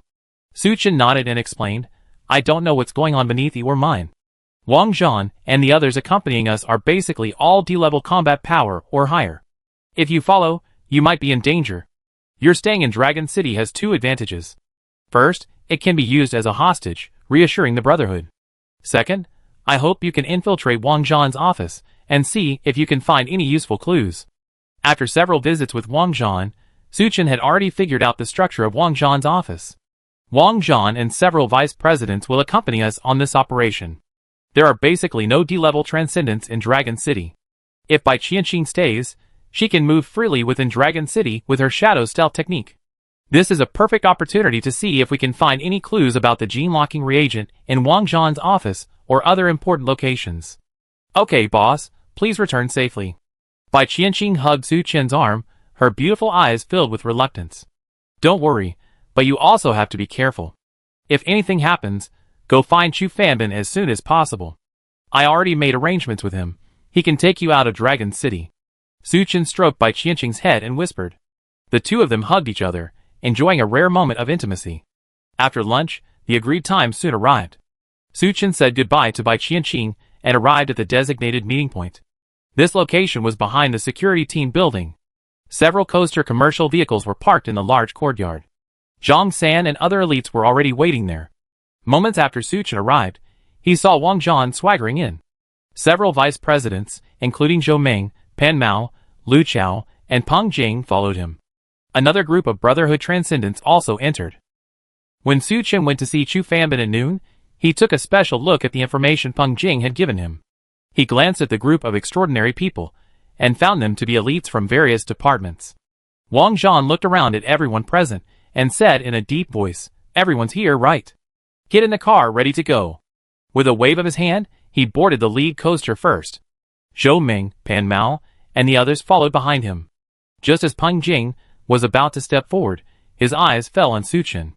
Su Chen, come with us. Although he also wanted to ride in the same car with Wang Zhan and the others to see if he could give more information, Su Chen still feigned surprise. Me? Inspector General? That's not appropriate, right? What's inappropriate? You're the Deputy Inspector General, so you're naturally qualified. Peng Jing chuckled and stepped forward to pull Su Chen along.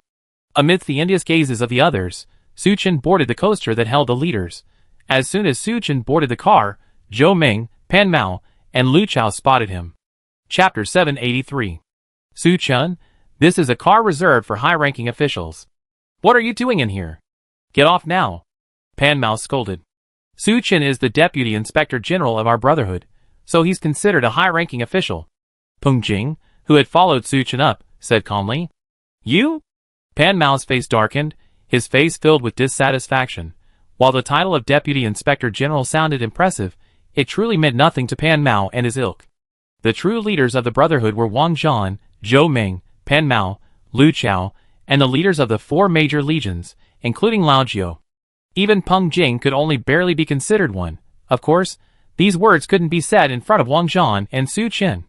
Okay, old Peng has a point. Wang Zhan, who had been resting with his eyes closed in the back, suddenly opened them. Su Chen still has the right to ride in our car. Thank you, President. Su Chen also sat down.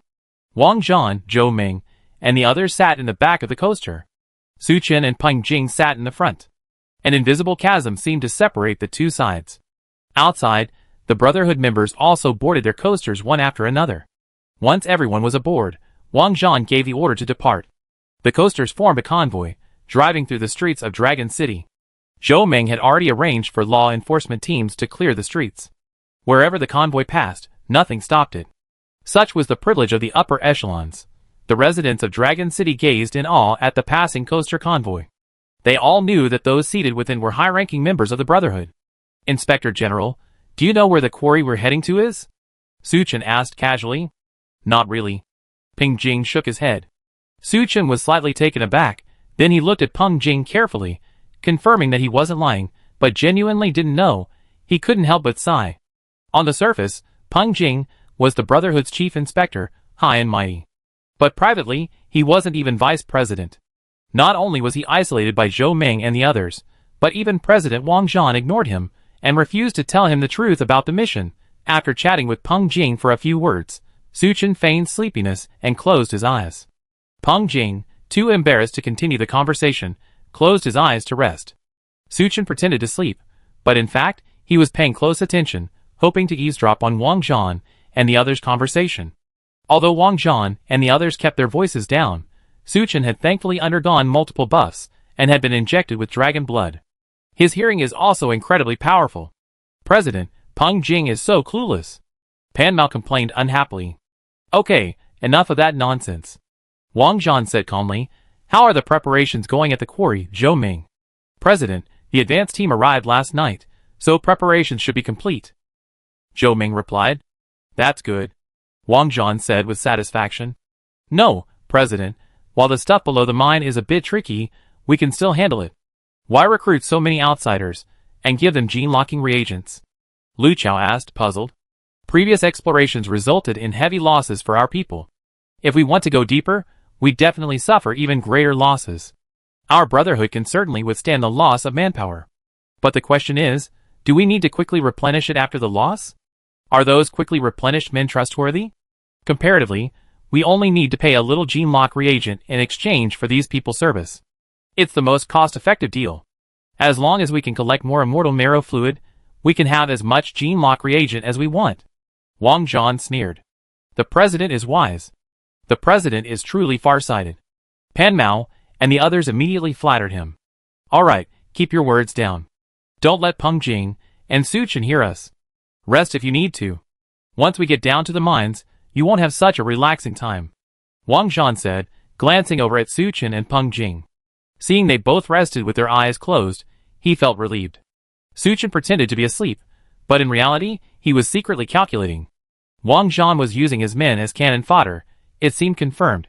The immortal marrow fluid he was talking about was likely one of the ingredients needed for the gene lock reagent. From Wang Zhan's words, this was roughly inferred. The other ingredients needed for the gene lock reagent weren't a big deal. At least, not for the Brotherhood. Only the immortal marrow fluid seemed a bit of a problem. From what he said, the immortal marrow fluid was only found beneath the mine, and there was no danger involved. After Su Chen sorted all this out, he realized that the most important purpose of this trip was to obtain the immortal marrow fluid. The rest of the journey was silent. Everyone leaned back in their chairs to rest. It wasn't until dusk that the convoy stopped at a highway service area. The service area was packed with cars, and the Brotherhood members had already mostly cleaned it up. After a quick dinner, Wang Zhan led everyone toward the back of the service area. The situation was similar to the Nether Spider Cave Su Chen had visited previously.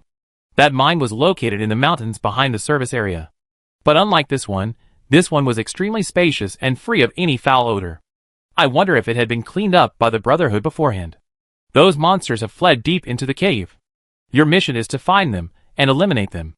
That way, it won't affect the subsequent mining. Rest assured, the others and I will follow you. We take action if necessary. Those who perform well in this mission will receive generous rewards. As for those who perform poorly, their status as special brothers may be revoked. Wang Zhan looked around at the 20 elites present and said solemnly, "From now on, you 20 elites will serve as the advanced team. Su Chen, you will be the captain of the advanced team." Su Chen wasn't surprised to be named captain. The other elites had no complaints either. After all, Su Chen's strength was clear.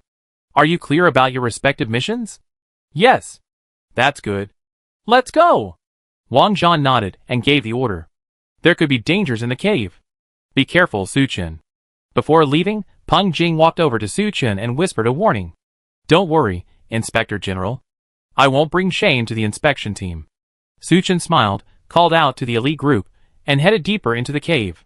Just as Wang Zhan and the others were about to disappear from view, he glanced back. A figure in a black robe suddenly appeared beside Wang Zhan. For some reason, that figure struck Su Chen as familiar. Chapter 784. However, Su Chen didn't think twice and led Zhang San and the others deeper into the cave. Wang Zhan kept his promise. After Su Chen and the others entered, he led the rest of the Brotherhood and followed them. This quarry was similar to the two Su Chen had visited before. The passage twisted and turned, and quarries of varying sizes grew on the walls on both sides. "Strange, something's wrong," Zhang San muttered to himself. "What's wrong, Zhang San?" A companion beside him asked curiously. "Looking at these mines, why do I feel like they've been mined?" Zhang San pointed inside the mine and asked doubtfully, "Didn't the president say this quarry was newly discovered?" "Who knows? Maybe someone else has been here before." The companion smiled indifferently. Su Chen, already aware of the truth, simply observed the surroundings. There were no signs of fighting. It seems, just as Chu Fanbin's friend had said, the danger in the mines lies deeper. The elite advance team followed Su Chen, moving deeper into the mine. As expected, at the end of the mine, a dark passage appeared. Su Chen dropped a burning stick into the hole and discovered that the passage sloped at about a 45-degree angle, leading deep underground. "You guys, go down and check the situation first," Su Chen instructed Zhang San and his companions.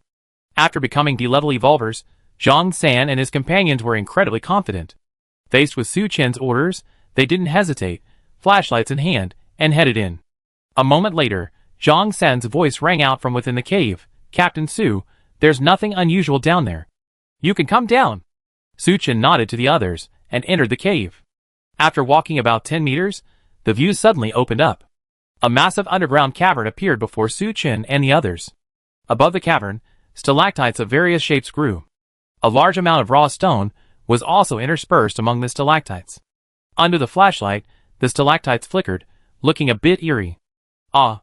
Just then, someone suddenly cried out, "Corpses!" Everyone looked closely, and saw several bodies lying not far away. Su Chen quickly approached and began to examine them. The bodies were in a state of advanced decomposition, some even reduced to bones. It seemed these were the transcendents that Chu Fanbin's friend had mentioned, those who had gone down the cave without permission and were subsequently murdered. But after a closer inspection, Su Chen was puzzled. The bodies looked truly miserable, as if they had been brutally murdered. But their bodies were all intact, with no signs of damage.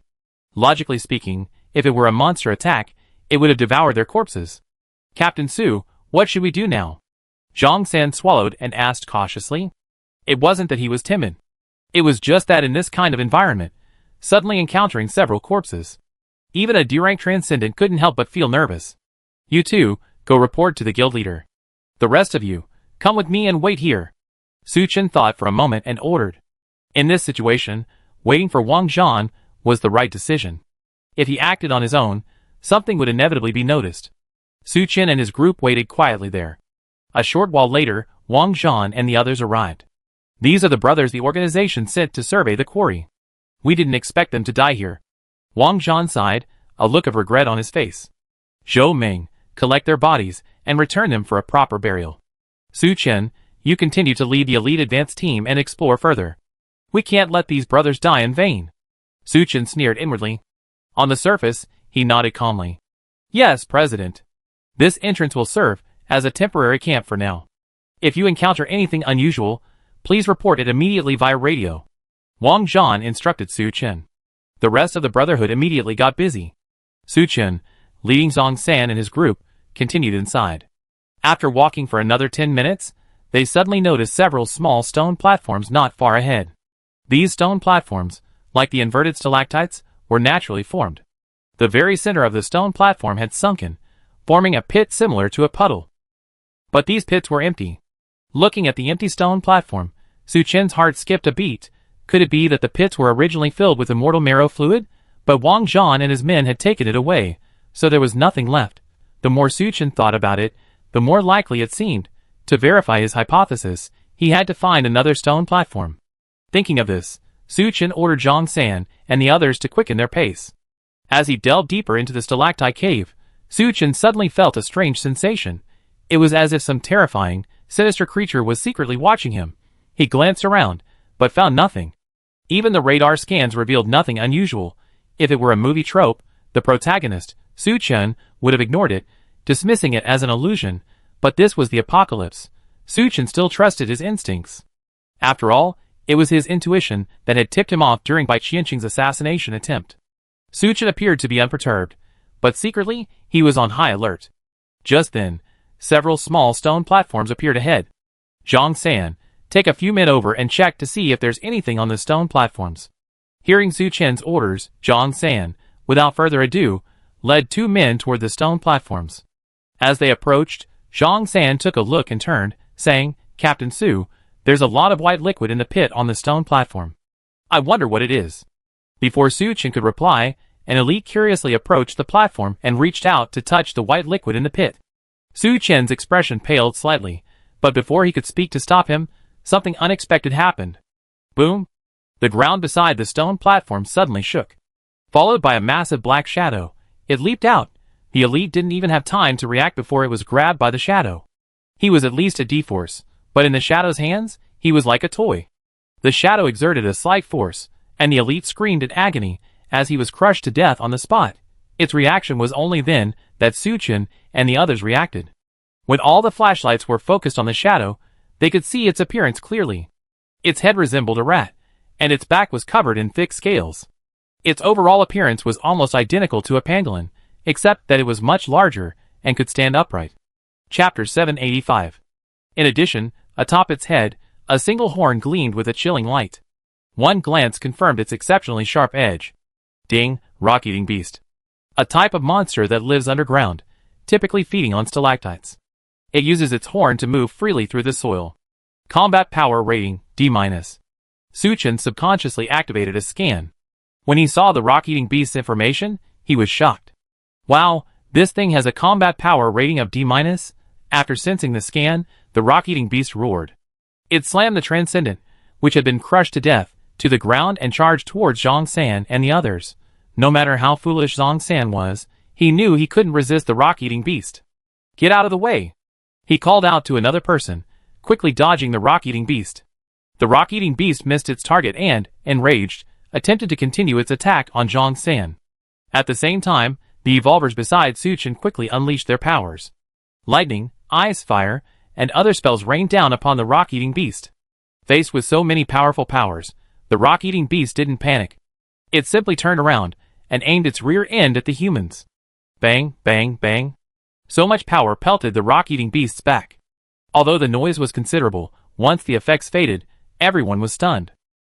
The dark black scales on the rock-eating beast's back remained completely unscathed.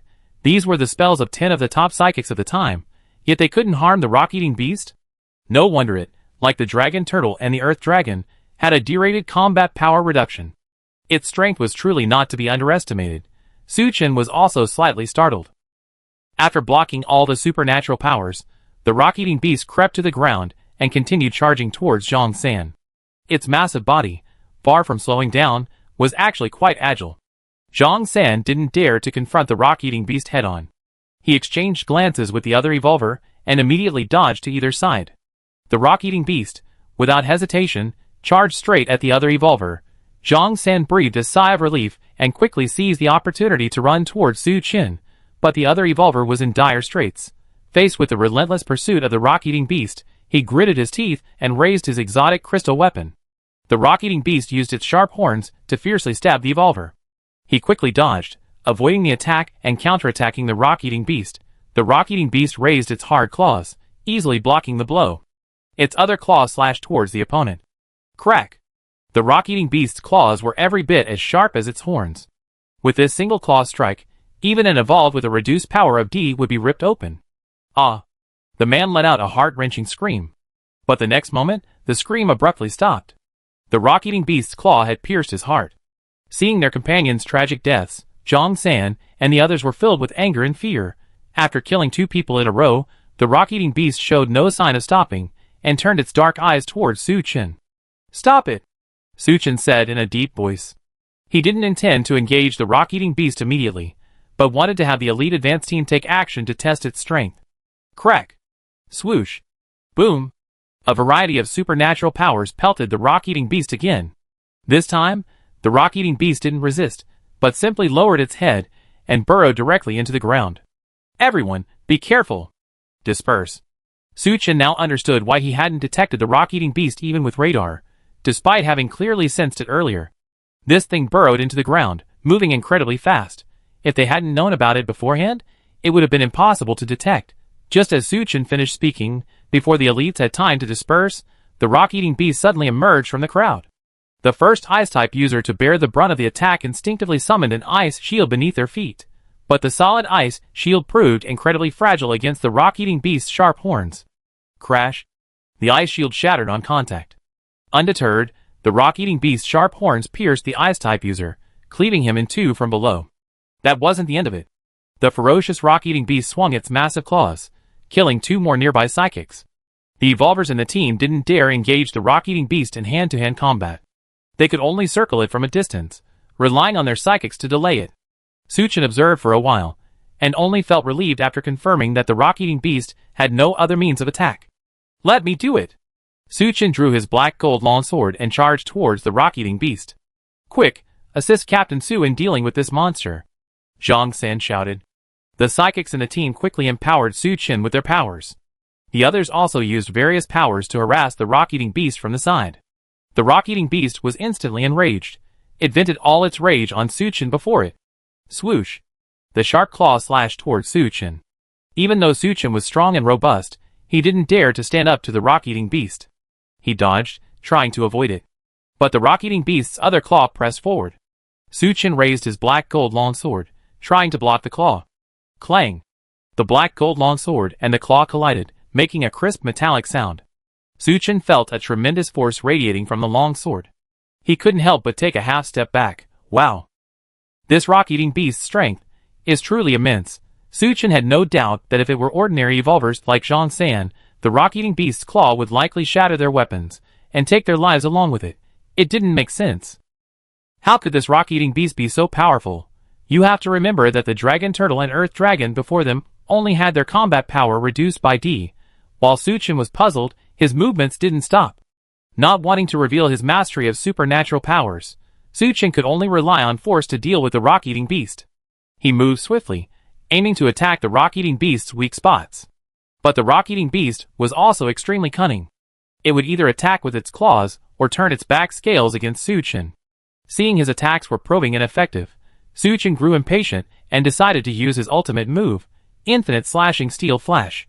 Su Chen took a deep breath, and when he swung his black gold sword again, it was already imbued with a sharp aura. The rock-eating beast instinctively sensed something was amiss. It swung its claws, blocking Su Chen's first strike. Clang! The crisp sound of metal clashing echoed again, even sending up tiny sparks of gold. But then Su Chen's second strike came again. The rock-eating beast had no time to block with its claws, so it turned sideways, attempting to block the blow with its scales. Swish! As the second strike landed, a noticeable crack appeared on the scales on the rock-eating beast's back. Chapter 786. Even a monster as powerful as the dragon turtle, relying on its shell, couldn't withstand the 3 slashes of the Infinite Slashing Steel Flash. Let alone this rock-eating beast. Su Chen's second slash created a gap as he quickly retracted it and launched a third blow. The rock-eating beast could sense the overwhelming momentum of the third slash. It was instantly terrified. Unfortunately, the speed of the Infinite Slashing Steel Flash was simply too fast for it to dodge.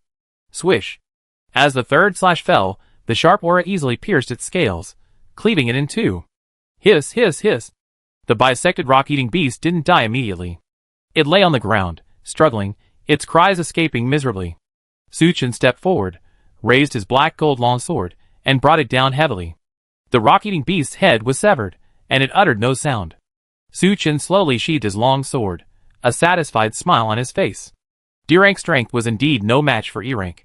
Using the first 3 strikes of his infinite steel flash attack, he couldn't say there was no burden, but only a minimal one. After dispatching the rock-eating beast, Su Chen quickly moved towards the stone platform. As Zhang San had predicted, there was a milky white liquid within the stone platform. But it wasn't turbid, rather, it was remarkably pure. Under the flashlight, it shimmered with a soft luster. Even from a step away, Su Chen could detect a strange fragrance. Not only that, he could sense the energy fluctuations emanating from the liquid. Scan and detect. Immortal marrow fluid. This essence liquid can only be found in rich ore deposits. If absorbed, it can yield a vast amount of energy. It's often absorbed by rock-eating beasts, and is a crucial ingredient in making gene-locking reagents. Su Chen's eyes flashed when he saw the system's information. So this thing is immortal marrow fluid. Just looking at its description, it's quite powerful. It's no wonder the rock-eating beasts are so powerful. After all, guarding immortal marrow fluid every day, perhaps even eating it for a living, how could that not be impressive? Captain Su, what is this? Zhang San's voice came from behind Su Chen. He turned and saw that Zhang San and several others had also approached the stone platform. Their eyes were filled with curiosity and surprise as they gazed at the immortal marrow fluid. As fellow D-rank transcendents, even though their strength was far inferior to Su Chen's, they could all sense that the immortal marrow fluid was an absolute treasure. Su Chen narrowed his eyes, murderous intent already forming in his heart. Immortal marrow fluid is a precious ingredient in making gene-locking reagents, so Su Chen naturally wanted to keep it all for himself. But with Zhang San and his men present, they would definitely report this to the Brotherhood. The most appropriate option was to kill Zhang San and his men directly. Of course, destroying Zhang San and his men wasn't a problem for Su Chen. The trouble was how to explain it to Wang Zhan. Or could he just say the rock-eating beast killed Zhang San and his men? As Su Chen pondered, Wang Zhan's steady voice suddenly rang out from the nearby darkness. Su Chen, Zhang San, how are you? Everyone was startled, looking up in the direction they had come from. They saw countless flashlights beaming in their direction. President. The President and his men are here. Seeing Wang Zhan and his men arrive at the scene, Su Chen frowned slightly, and temporarily abandoned his plans for murder and robbery. While Zhang San and the others went to greet Wang Zhan, he quickly pulled a container from his storage space and removed some of the immortal marrow fluid from the stone pit. Lu Wei, what's going on here? After everyone reunited, Wang Zhan didn't ask Su Chen directly, but instead turned his gaze to Lu Wei, the fire-type psychic in the advanced team. Well, President, we just encountered a powerful monster. Lu Wei recounted the events to Wang Zhan. Su Chen stood aside, silent, a thoughtful expression on his face. He now understood why 4 members of the Brotherhood were part of the elite advanced team. It wasn't just to conceal their presence, but also to keep Wang Zhan informed of the advanced team's situation.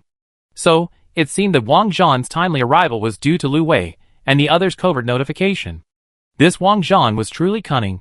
As they listened to Lu Wei's account, Wang Zhan, Raymond, and the others' gazes fell on the corpse of the rock-eating beast before them. Upon seeing the rock-eating beast chopped into 3 pieces, their pupils suddenly shrank, and shock involuntarily crossed their faces. After the Brotherhood members were killed behind the mine, Wang Zhan personally led the team underground. They had previously clashed with rock-eating beasts. However, at that time, the Brotherhood didn't even have a single D-rank transcendent. Facing the rock-eating beasts with reduced D-level combat power, the Brotherhood was no match, suffering numerous casualties.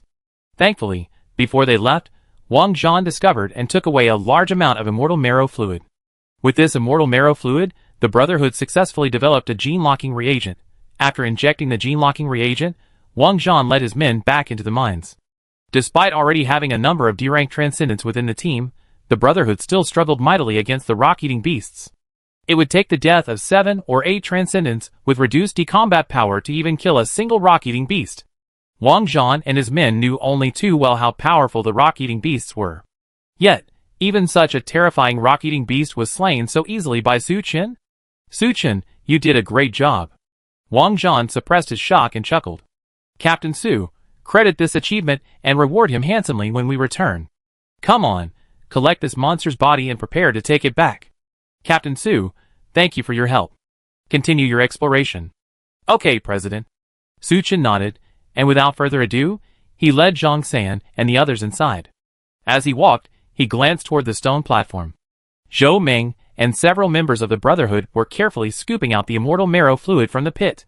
After Su Chen disappeared into the darkness, Pan Mao chuckled, "President, this Su Chen is quite useful. Indeed, without him, this rock-eating beast wouldn't be so easy to kill. By killing this rock-eating beast, we not only obtain a large amount of immortal marrow fluid, but we can also forge several more spiritual weapons." Zhou Ming, Lu Chao, and the others chimed in with a smile. "President, Su Chen has made great contributions. You must reward him generously later." Peng Jing quickly interrupted. "Are you telling me how to do things?" Wang Zhan's face darkened. I wouldn't dare. Peng Jing's face faltered, and he took a few steps back. Wang Zhan snorted, ignoring him, and slowly walked forward with Zhou Ming and the others. "President, what old Peng said actually makes sense." Zhou Ming took a few quick steps, following behind Wang Zhan, and whispered, "Su Chen is still quite useful. If possible, absorbing him into our core wouldn't be impossible." Chapter 787.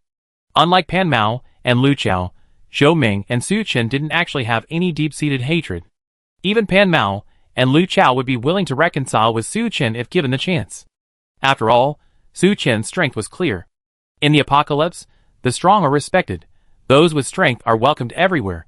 If Su Chen could sincerely join the Brotherhood, it would greatly enhance its strength. But to Zhou Ming's surprise, Wang Zhan didn't agree. He simply glanced at the black-robed figure following him, and said calmly, "I know what's going on." Hearing this, Zhou Ming didn't say anything more. The elite advance team shuttled through the darkness. Compared to before, they only had 15 people left. The atmosphere within the team also grew somewhat silent. "Captain Su, why do I feel something's not right?" Zhang San leaned over to Su Chen and whispered. "What do you mean?" Su Chen walked slowly forward, glancing at him. "I feel the president and the others seem to be treating us as cannon fodder." Zhang San's voice dropped even further. If Su Chen hadn't been so close, and his hearing hadn't been so good, he probably wouldn't have heard it. "Are you just realizing this now?" Su Chen said with a half-smile. Zhang San was stunned for a moment, then suddenly realized. "Captain Su, you knew this all along?" Su Chen smiled, looking at Lu Wei and the others not far away. "Do you really think this so-called elite selection competition is about selecting elites to serve as reserve cadres? Wrong. Wang Zhan and the others are just selecting cannon fodder to explore this or mine. And the Brotherhood had already sent people to explore this or mine. They knew there were rock-eating beasts beneath." Su Chen told Zhang San everything he knew. Zhang San was furious. He had joined the Brotherhood sincerely, but he hadn't expected Wang Zhan to use them as cannon fodder. After his anger subsided, Zhang San quickly calmed down. "Captain Su." "Oh no, Brother Su, we really don't know what to do, so we all wanted to see what you think." Su Chen narrowed his eyes, his lips curled up slightly. This Zhang San is quite clever.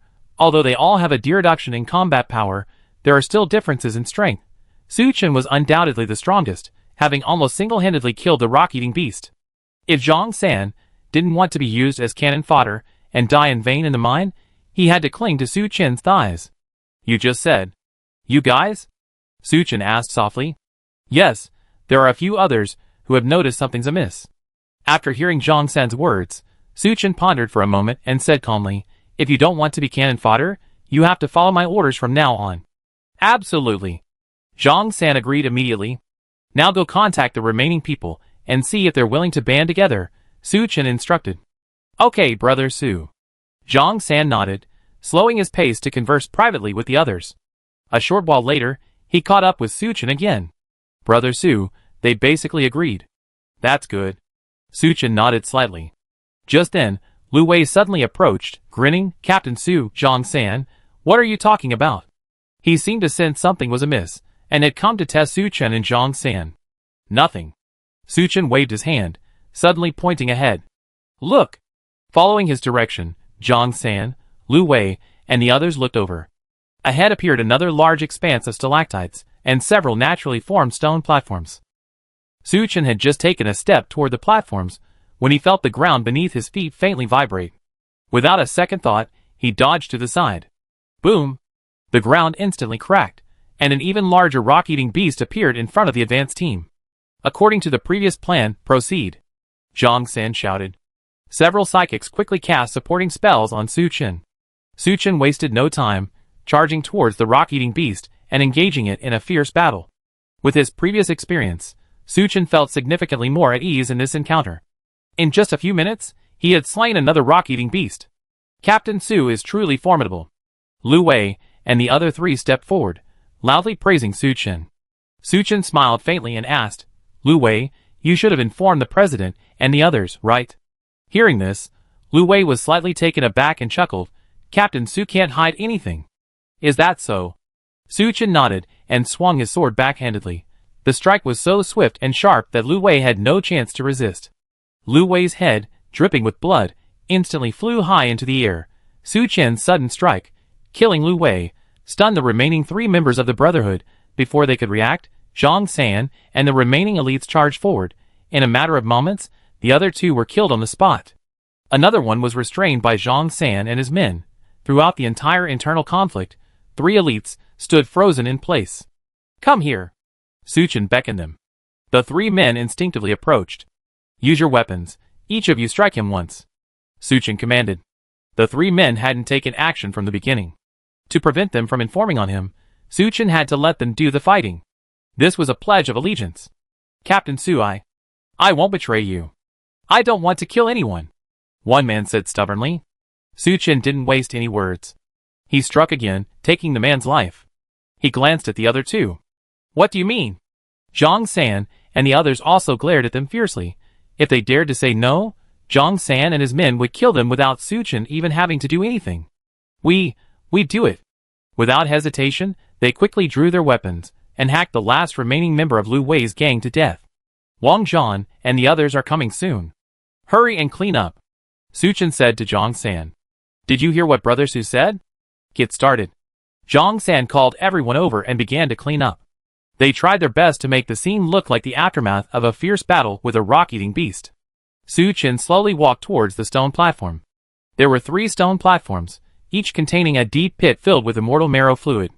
Without hesitation, Suchin took out another container and filled it with all the immortal marrow fluid. When he finished, he looked up and saw Zhang San and the others staring at him. He paused for a moment, then slowly said, "This thing is called immortal marrow fluid, and it's used to make gene-locking reagents." Chapter 788. Immortal marrow fluid? Gene-locking reagent? Zhang San and the others were taken aback. This thing is useless to you, but I need it. Suchin reached into his pocket and pulled out a handful of raw stones. These raw stones will serve as compensation for you. Zhang San and the other elites exchanged glances. After a moment, Zhang San took the lead, accepting the raw stones from Suchin.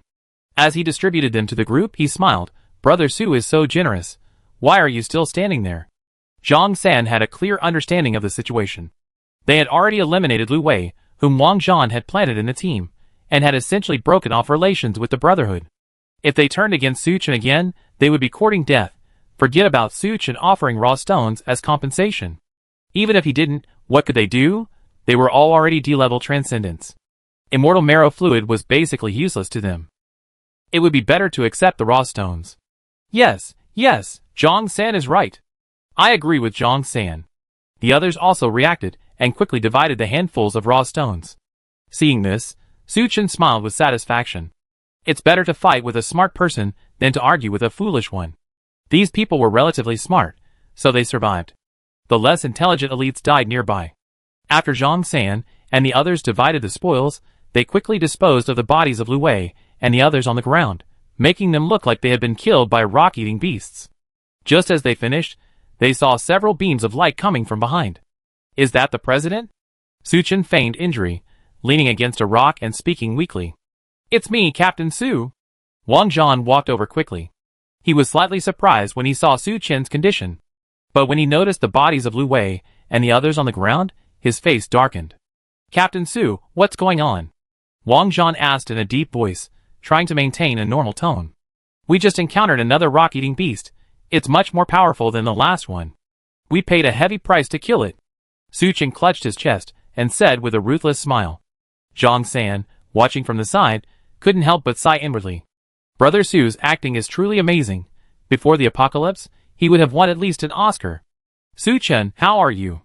Peng Jing hurried forward, asking with concern. I'm injured. Not dead, but it's not a big deal, Suchin said, coughing violently a few times. But I'm afraid we won't be able to deal with the rock-eating beast next. Well then, return to the team and rest. Peng Jing sighed. It's a pity I didn't bring a healer, otherwise I could have treated you. Wang Zhan ignored Peng Jing and Su Chen. He walked quickly forward, his eyes scanning the traces of battle around him, finally arriving at the edge of the stone platform. When he saw the empty pit on the platform, anger flashed across his eyes. He suddenly raised his head and looked at Zhang San, who was not far away. I remember your name is Zhang San, right? Yes, President. Zhang San's heart skipped a beat, but he still stepped forward respectfully. Where's the stuff in here? I don't know, President. Following Su Chen's previous instructions, Zhang San played dumb. After we killed the rock-eating beast, we discovered there was nothing on the stone platform. Perhaps the rock-eating beast drank up all the contents.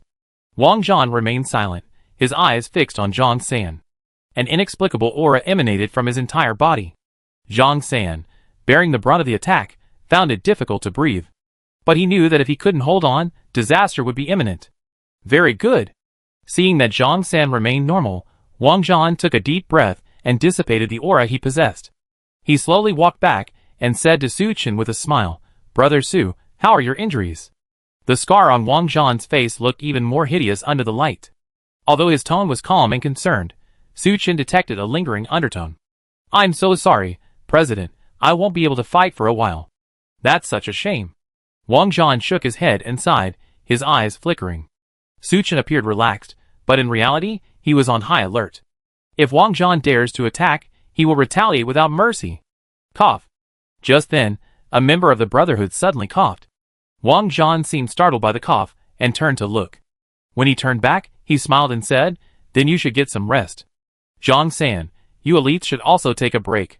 Zhang San felt relieved. That's great. Thank you, President. After this series of fierce battles, only 10 of the original 20 elite advance team remained. Deal with the rock-eating beast's corpse, Wang Zhan ordered. The rest of you follow Captain Su.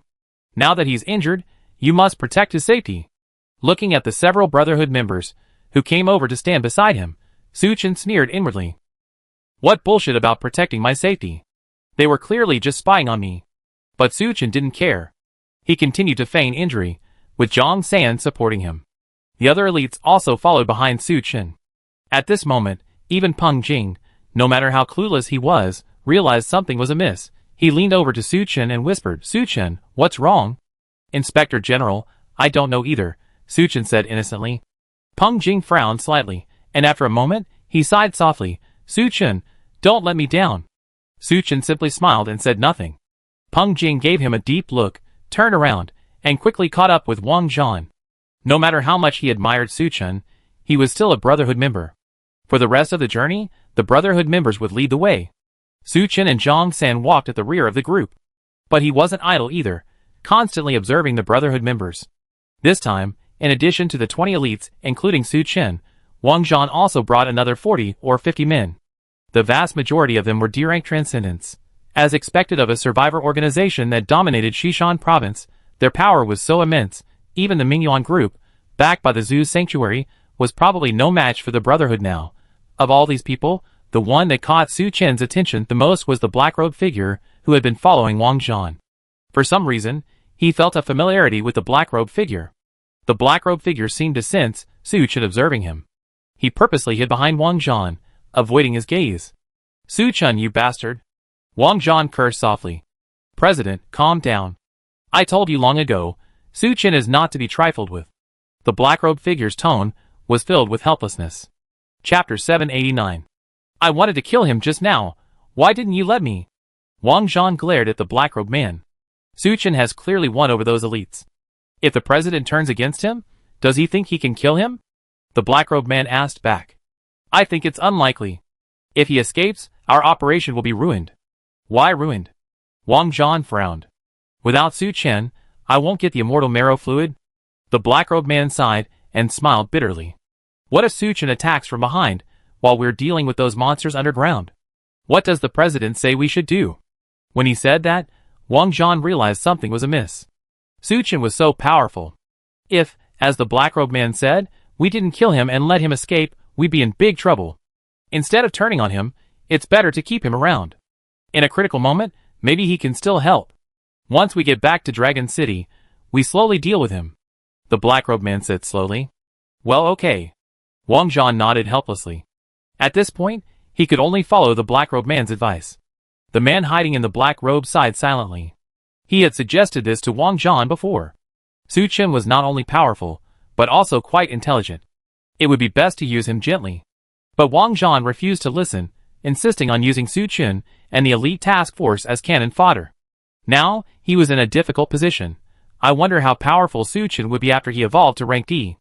But no matter how strong he is, it's not like even so many D-rank transcendents in the Brotherhood can't control him, right? Just as the black-robed man was lost in thought, the Brotherhood member leading the expedition suddenly cried out, President, it's the Rock Eater. As soon as the man finished speaking, the ground shook. Shining his flashlight, a sturdy Rock Eater appeared before the Brotherhood. Don't panic. Ice-type psychics, use your control abilities. Fire and lightning-type psychics, find a way to trap it. Under Wang Zhan's command, the Brotherhood's transcendence immediately sprang into action. Although the Rock Eater, thanks to its scales, was not afraid of psychic powers, the Brotherhood was too numerous, and the Rock Eater was surrounded. No matter how much it dodged and used its scales to defend itself, it was inevitably hit head-on. Hiss, hiss, hiss. The Rock Eater roared angrily, lowered its head, and charged fiercely towards the Brotherhood. Defend against psychic powers. Wang Zhan shouted. The next moment, over a dozen defensive abilities, such as lightning shields, fire shields, and ice shields, appeared out of thin air, blocking the Rock Eater's path. Before the sharp horn, these defensive abilities shattered. But fortunately, they slowed the Rock Eater's speed and weakened its impact. When it reached the Brotherhood, it was no longer as shaky as before. The Evolvers, who had been waiting for a long time, immediately rushed forward. Their weapons greeted the Rock Eater. Ping pong pong slashed down. Most of the attacks landed on the Rock Eater's scales. Only a few struck its weaker, scaleless areas. Even so, the rock-eating beast bore numerous wounds, blood flowing freely. After being wounded, it immediately went into a rampage. It lashed out with its claws, attacking the nearby humans. Before arriving, Wang Zhan had trained his men on how to deal with the rock-eating beast. After each of them attacked, they quickly retreated. But even so, 2 or 3 men were unable to dodge, and were ripped apart by the rock-eating beast's claws. Without time to feel sorry for them, the others retreated, allowing the psychics to continue besieging the rock-eating beast. Thus, the alternating attacks of the evolved and psychics left the rock-eating beast covered in wounds, its steps becoming unsteady. Seeing this, Wang Zhan roared, "Let me do it!" Everyone made way for him. At the same time, the psychics began to channel their various supporting powers into Wang Zhan. Wang Zhan strode towards the rock-eating beast, his body gradually expanding. Is this copper head and iron arms? Su Chen had seen Zhu Leiting use the copper head and iron arms martial art before when they sparred. He hadn't expected Wang Zhan to possess this skill. Wang Zhan's already sturdy frame now resembled a giant. He held a dark shield in his left hand, and a long sword in his right, bravely confronting the rock-eating beast. Hiss! Although severely wounded, the rock-eating beast remained undiminished in its ferocity. Facing Wang Zhan's advancing steps, its heavy claws struck directly. Bang! The rock-eating beast's claws landed on Wang Zhan's shield.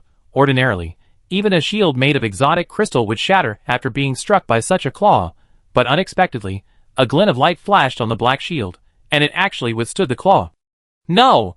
That shield seemed to be a spiritual weapon. Su Chen peered over. Only then did he realize that the shield's surface was covered in scales. Not exactly the same as the scales on the rock-eating beast's back, but similar. A spiritual weapon forged from rock-eating beast scales? Interesting. Even with the black shield, a spiritual weapon, Wang Zhan still took 2 steps back after being struck by the rock-eating beast's claw. Thankfully, it wasn't seriously injured. He roared again, and with lightning speed, his long sword slashed at the rock-eating beast. The rock-eating beast quickly raised its claws to block the blow. Dang! The first strike failed, and Wang Zhan swung again. It had to be said that for a D-level fighter, he did have some skill. The speed of his 2 consecutive strikes was almost comparable to Su Chen's Wuji sword art.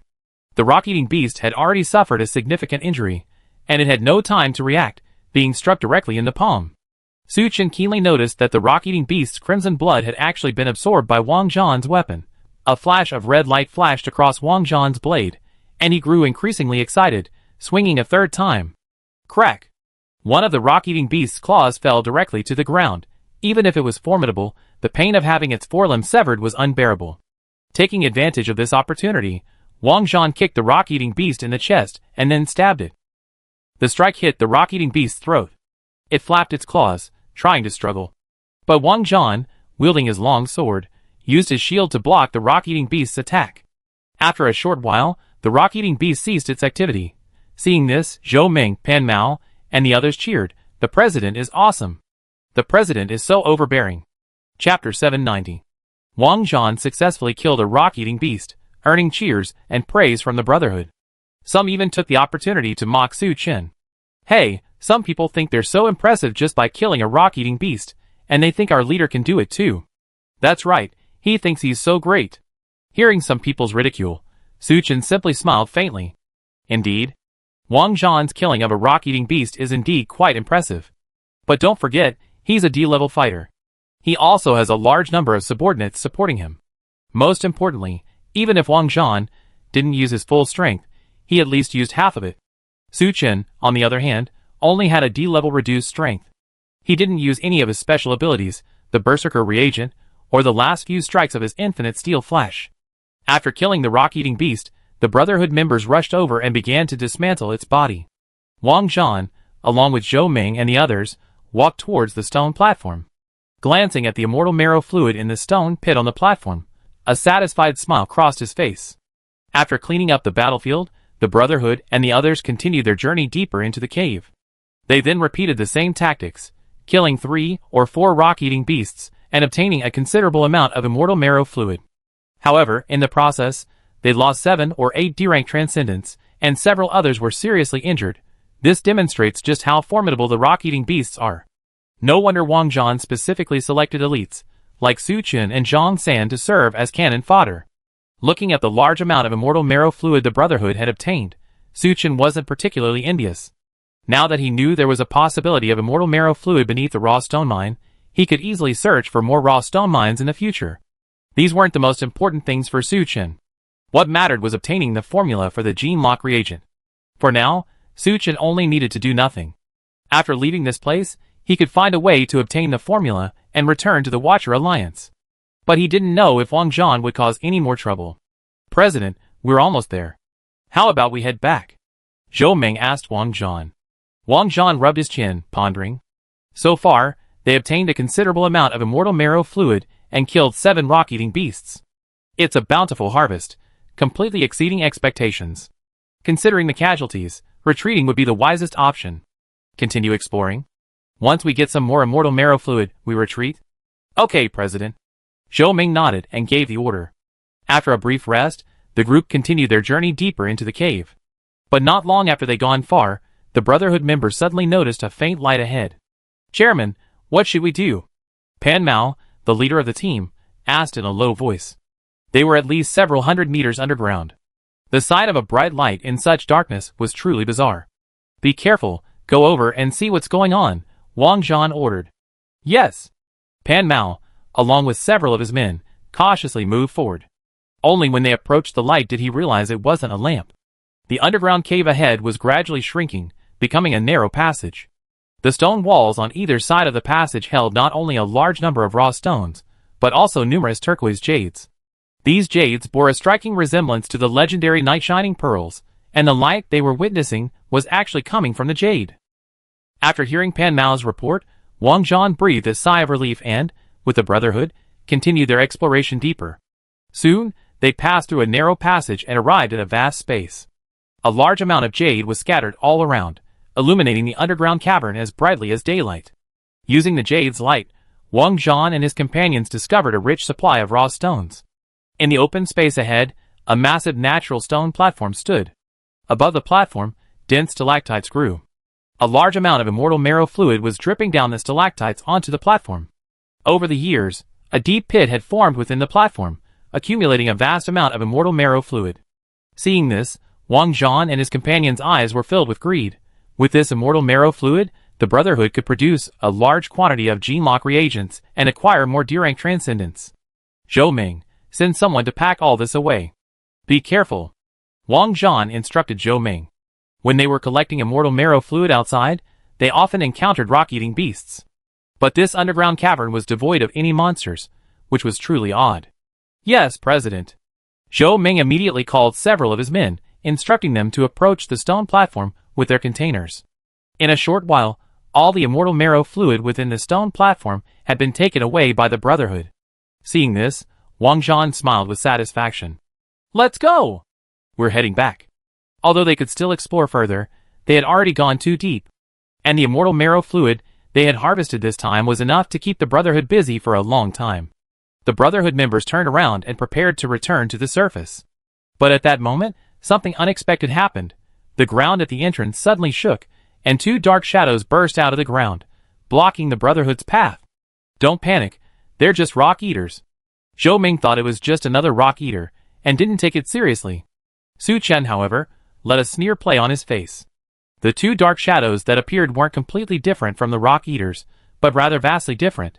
They looked identical, seemingly composed of those gleaming jade stones. But they were soft, bouncy, and as soft as jelly. They had no mouths, and their eyes were black, without pupils, making them look particularly creepy. At this moment, their eyes were fixed intently on the Brotherhood members holding containers of immortal marrow fluid. President, something seems amiss. These two are rock eaters. Pan Mao whispered. Nonsense. He didn't need him to tell Wang Zhan that the two monsters before him weren't rock eaters. But no matter what kind of monster it is, if it blocks the Brotherhood's path, we must destroy it. Go! Get rid of them, Wang Zhan said solemnly.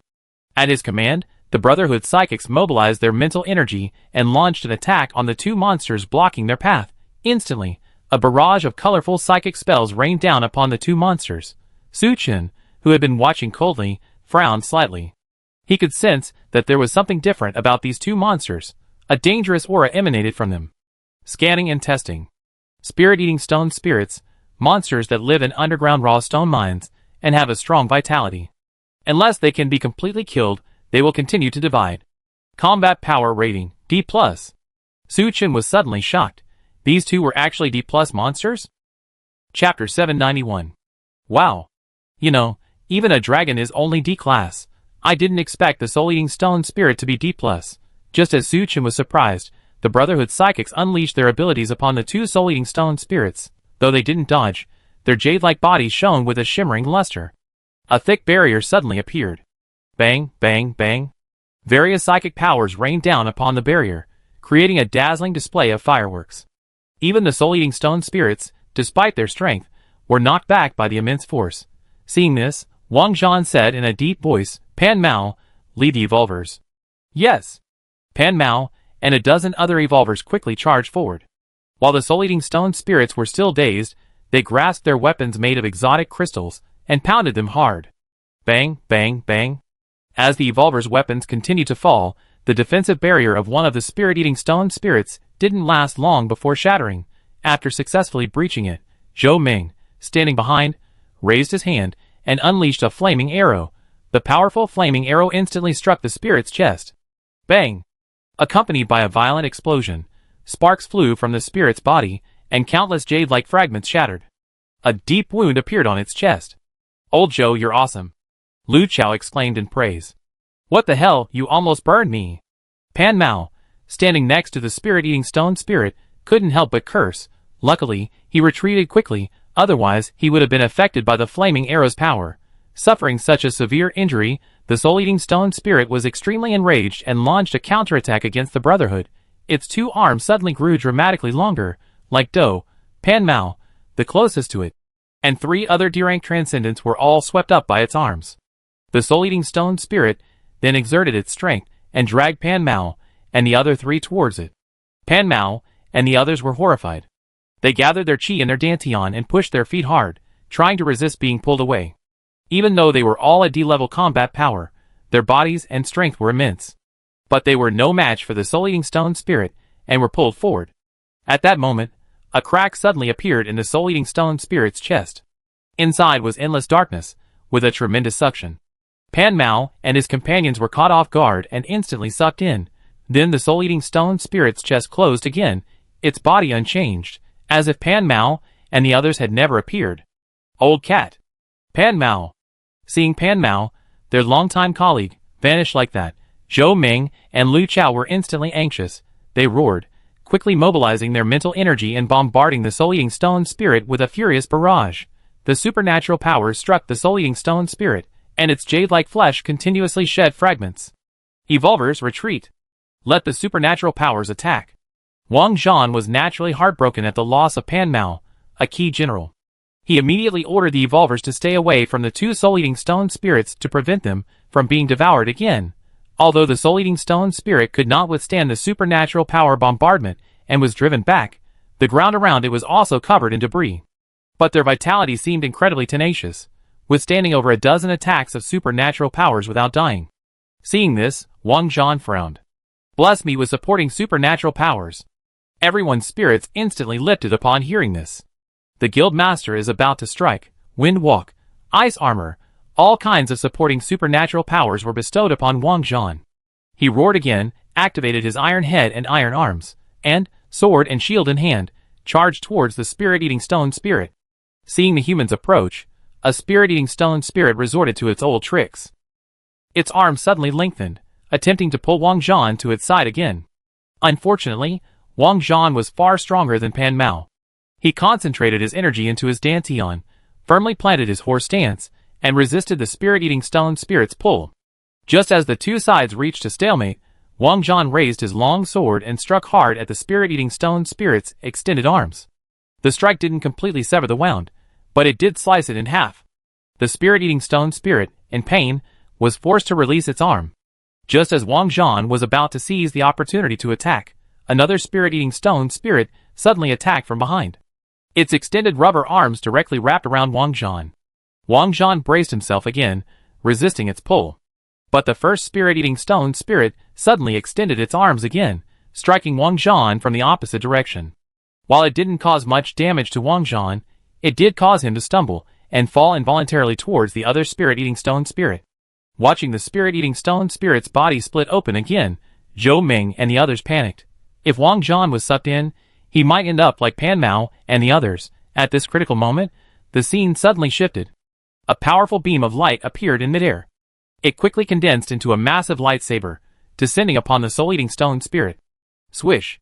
The soul-eating stone spirit had wrapped itself around Wang Zhan's arms, but the lightsaber easily severed them. Seizing the opportunity to break free, Wang Zhan roared and swung his sword at the soul-eating stone spirit. With a single crack, the soul-eating stone spirit's head flew high into the air. Its body fell heavily to the ground. President, you are incredible. Seeing Wang Zhan escape death and, incidentally, take down a soul-eating stone spirit, the Brotherhood cheered. The lightsaber's power had been wielded by the black-robed figure, who had previously stood beside Wang Zhan. He was using a light-based power, and thinking back to the familiar feeling he had given them. Could he be? Su Chen frowned slightly. After dispatching one soul-eating stone spirit, Wang Zhan didn't have time to celebrate his survival. He pointed his long sword at the remaining soul-eating stone spirit. Take care of this one too. Just as the Brotherhood prepared to continue besieging the final soul-eating stone spirit, the situation on the battlefield suddenly changed. The corpse of the recently slain soul-eating stone spirit suddenly began to wriggle. This scene stunned Wang Zhan and the others. They didn't continue attacking the soul-eating stone spirit, but instead stared blankly at the wriggling corpse. It split into two clumps of plasticine-like matter. Once it had completely stabilized, it transformed into two soul-eating stone spirits. The Brotherhood was stunned. What was going on? Wasn't this soul-eating stone spirit already dispatched? How did it come back to life and split into two? But now wasn't the time to dwell on this. They were already struggling to deal with just two soul-eating stone spirits. Now there are three of them. How can we fight them? Retreat! Wang Zhan gave the order without hesitation. But the spirit-eating stone spirit blocked the way back, forcing the Brotherhood to flee deep underground. Chapter 792. Although the soul-eating stone spirit was formidable, its movement speed was not particularly fast. With everyone's full-scale escape, they quickly made their way to the depths of the cave, leaving the soul-eating stone spirit far behind. Only after confirming that the soul-eating stone spirit would not be able to catch up for a while did everyone plop down on the ground, gasping for breath. Looking at the Brotherhood members around him, Wang Zhan couldn't help but feel a pang of heartache. Originally, there were 40 or 50 people, but now only about 30 remained. Several of them were also seriously injured. President, that thing just now was too terrifying. Lu Chao approached Wang Zhan, his brow furrowed with lingering fear. Wang Zhan remained silent, but his brow furrowed. To be honest, the soul-eating stone spirit wasn't particularly powerful. If everyone's strength was combined, they could definitely defeat it. But the problem was, it could actually disintegrate after death. Who could withstand that? That's why Wang Zhan acted decisively and ordered a retreat. But before Wang Zhan could figure out how to kill the spirit-eating stone spirit, a new problem arose. Zhou Meng approached him, his face grim, and said, "President, our supplies are lost." Huh? Wang Zhan's heart sank. When he ordered the retreat, the Brotherhood members responsible for carrying the supplies panicked and left them behind. Now, all they had was some drinking water. If they didn't find a way, even if they didn't die from the spirit-eating stone spirit, they would starve to death deep underground. Wang Zhan frowned, racking his brains for a way out. But the spirit-eating stone spirit was guarding the entrance. How could they leave without killing it? Just as he was at his wit's end, a figure in a black robe slowly approached. "President, I think you should go and discuss this with Su Chen." Wang Zhan raised an eyebrow. Before he could finish, Lu Chao beside him said in disapproval that Su Chen isn't putting in any effort, and yet you still need to discuss this with him? Also, who exactly are you? Chaozi, don't be rude. Wang Zhan scolded. This is Ding Bin, the leader of the Zhongqi province worship sect. He and Su Chen have a grudge. Indeed. The figure in the black robe was none other than Ding Bin, the leader of the worship sect, who held an irreconcilable grudge against Su Chen. Hunted by Su Chen, he was practically cornered. Ding Bin had no choice but to head west, into Xishan province. Just before Su Chen joined the Brotherhood, Ding Bin had a chance encounter with Wang Zhan, gained his respect, and joined the Brotherhood. But with his previous experience, Ding Bin didn't dare to be so high profile, remaining close to Wang Zhan. After learning Ding Bin's identity, Zhou Meng, Lu Chao, and the others' hostility dissipated considerably. We can't handle those monsters, so Su Chen has a solution? Lu Chao asked skeptically. Others might not, but Su Chen is not only powerful but also intelligent. Perhaps he has a solution. Ding Bin paused, then said seriously, if he doesn't, we might die here. Although his tone was firm, everyone was skeptical. But with no good ideas at the moment, they could only turn to Wang Zhan, awaiting his decision. Peng Jing, go get Su Chen. Even then, Zhang San approached Su Chen, smiling wryly, and said, Brother Su, can we escape? I think so, Su Chen said calmly. During the previous battle, he was still surprised that the Soul-Eating Stone Spirit, with a combat power rating of D+, had been so easily defeated by Wang Zhan and his men. When he saw the Soul-Eating Stone Spirit split into two, becoming three, Su Chen suddenly understood. The scan revealed that the Soul-Eating Stone Spirit could split infinitely. No wonder it possessed a combat power of D+. If it could continue to split infinitely, how many people could possibly be its match? Brother Su, if we escape, can we stand up to you? Zhang San looked at Su Chen expectantly. He knew very well. If they really left the underground mine and returned to the surface, Wang Zhan would most likely deal with them. Rather than staying with the Brotherhood and being dealt with, it would be better to follow Su Chen. We talk about it after we escape. Su Chen smiled. Just then, he saw Peng Jing walking towards him. Su Chen. Inspector General, what's going on? The President asked me to invite you over. Peng Jing's eyes were filled with complexities as he spoke. Su Chen's heart skipped a beat. Could something have happened? Okay, I'll be right there. Brother Su, let's go with you. Zhang San and several other elites also stood up. Now, they and Su Chen share a common destiny. If anything happened to Su Chen, it would be difficult for them to escape safely. All right. Peng Jing said nothing, simply nodded. Su Chen, leading the elite advance team, followed Peng Jing and arrived before President Wang Zhan and the others. Should I call you Su Chen, or Speaker Su of the Watcher Alliance? Wang Zhan's expression was intriguing as he gazed at Su Chen before him. Zhang San and the others standing nearby were stunned upon hearing Wang Zhan's words. Xishan Province borders Zhongqi Province. Although travel between the two provinces is infrequent due to the apocalyptic disaster, one has heard that the largest survivor organization in Zhongqi Province is the Watcher Alliance. Su Chen is actually the leader of the Watcher Alliance? No wonder he's so powerful, but as the leader of the Watcher Alliance, why would he join the Brotherhood? After hearing Wang Zhan reveal his identity, Su Chen was stunned for a moment, then relieved. He smiled softly, and looked at the black-robed figure beside Wang Zhan. Master Ding, long time no see. I didn't expect you to be so secretive now. From the beginning, Su Chen felt the black-robed figure was extremely familiar. When the black-robed figure used his light-based ability just now, Su Chen instantly thought of Ding Bin, who had escaped earlier. Now Wang Zhan knew his identity again. Then the man in the black robe must be Dingbin, as expected. Seeing Suchin recognize him, Dingbin simply took off his hat. After last meeting, I didn't expect Speaker Su to still be so charming. Dingbin complimented him, but his eyes held a gleam of resentment. If it weren't for Suchin, how could the god-worshipping cult have been destroyed? He could still be the leader, enjoying the thrill of calling the shots, but now, he could only join the Brotherhood and serve as Wang Zhan's subordinate. I deeply regret not killing you back then. I just didn't expect you to escape to Xishan province and join the Brotherhood. Suchin smiled faintly. Suchin, you concealed your identity and joined our Brotherhood. What on earth do you want to do? Zhou Ming scolded. Alright, stop wasting time with him. Let's arrest him first. Lu Chao said viciously. If you want to capture Brother Su, you have to get past us first. Zhang San and the others, seeing the situation was dire, immediately threw themselves in front of Suchin. Chapter 793. Wow, Zhang San is a good guy. He's really capable when things get tough. Suchin sighed inwardly.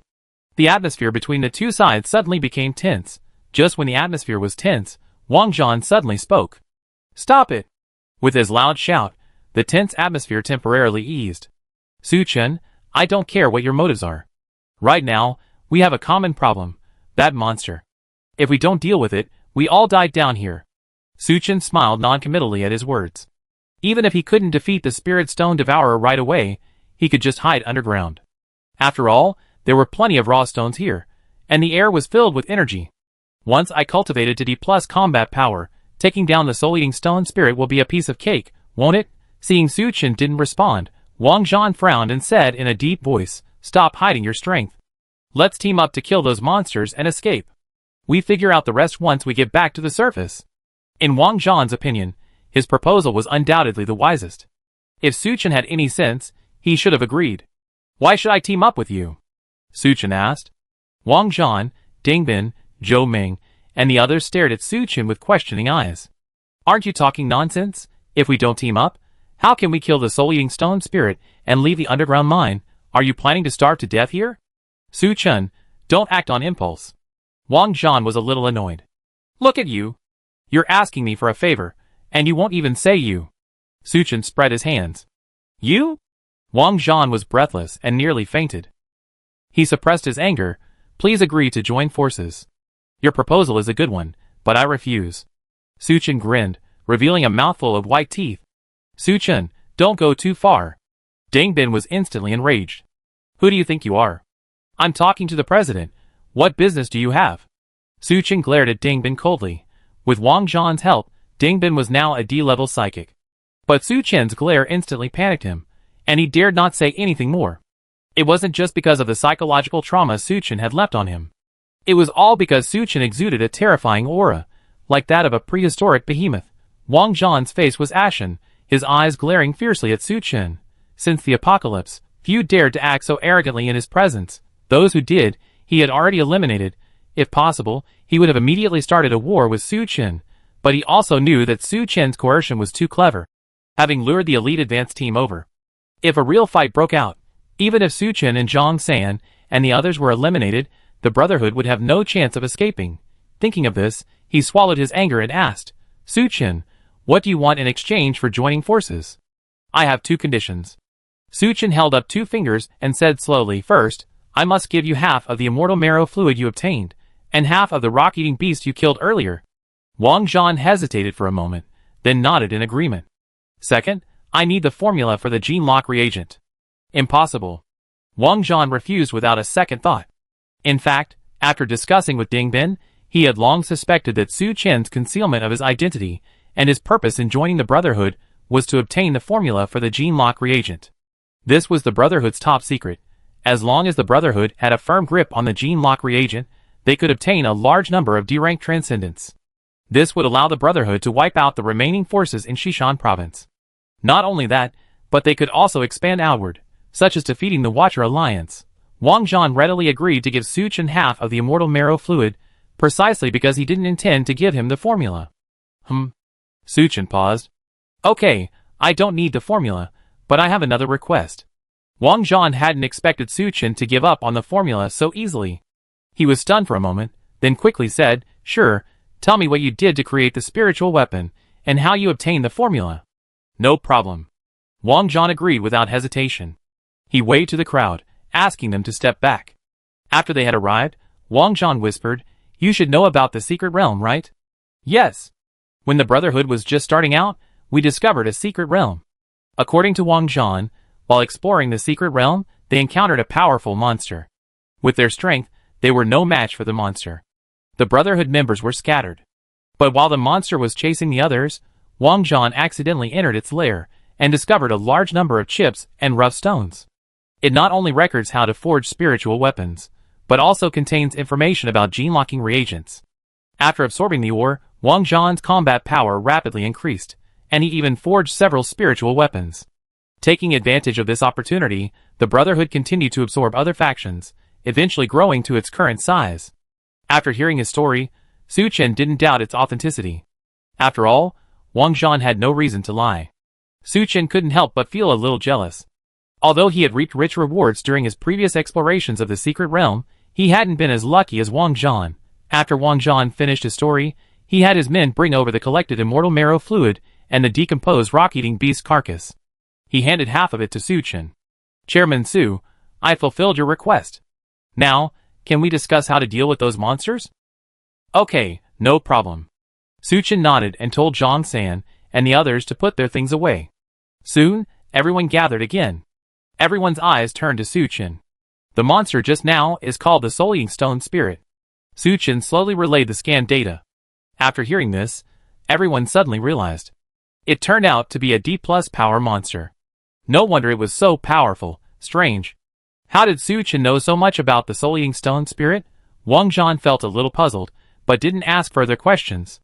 After all, the most urgent task was to kill the Soul-Eating Stone Spirit. Based on its characteristics, if we can kill them simultaneously within a short period of time, we can completely destroy it. Su Chen explained his plan. "How long is this short period of time?" Dangbin asked, frowning. "I just observed that it begins to disintegrate about 30 seconds after death. So we have to kill 3 spirit-eating stone spirits within 30 seconds. Everyone gasped upon hearing this, let alone 3. Even a single spirit-eating stone spirit would be incredibly difficult to kill in 30 seconds. Chapter 794.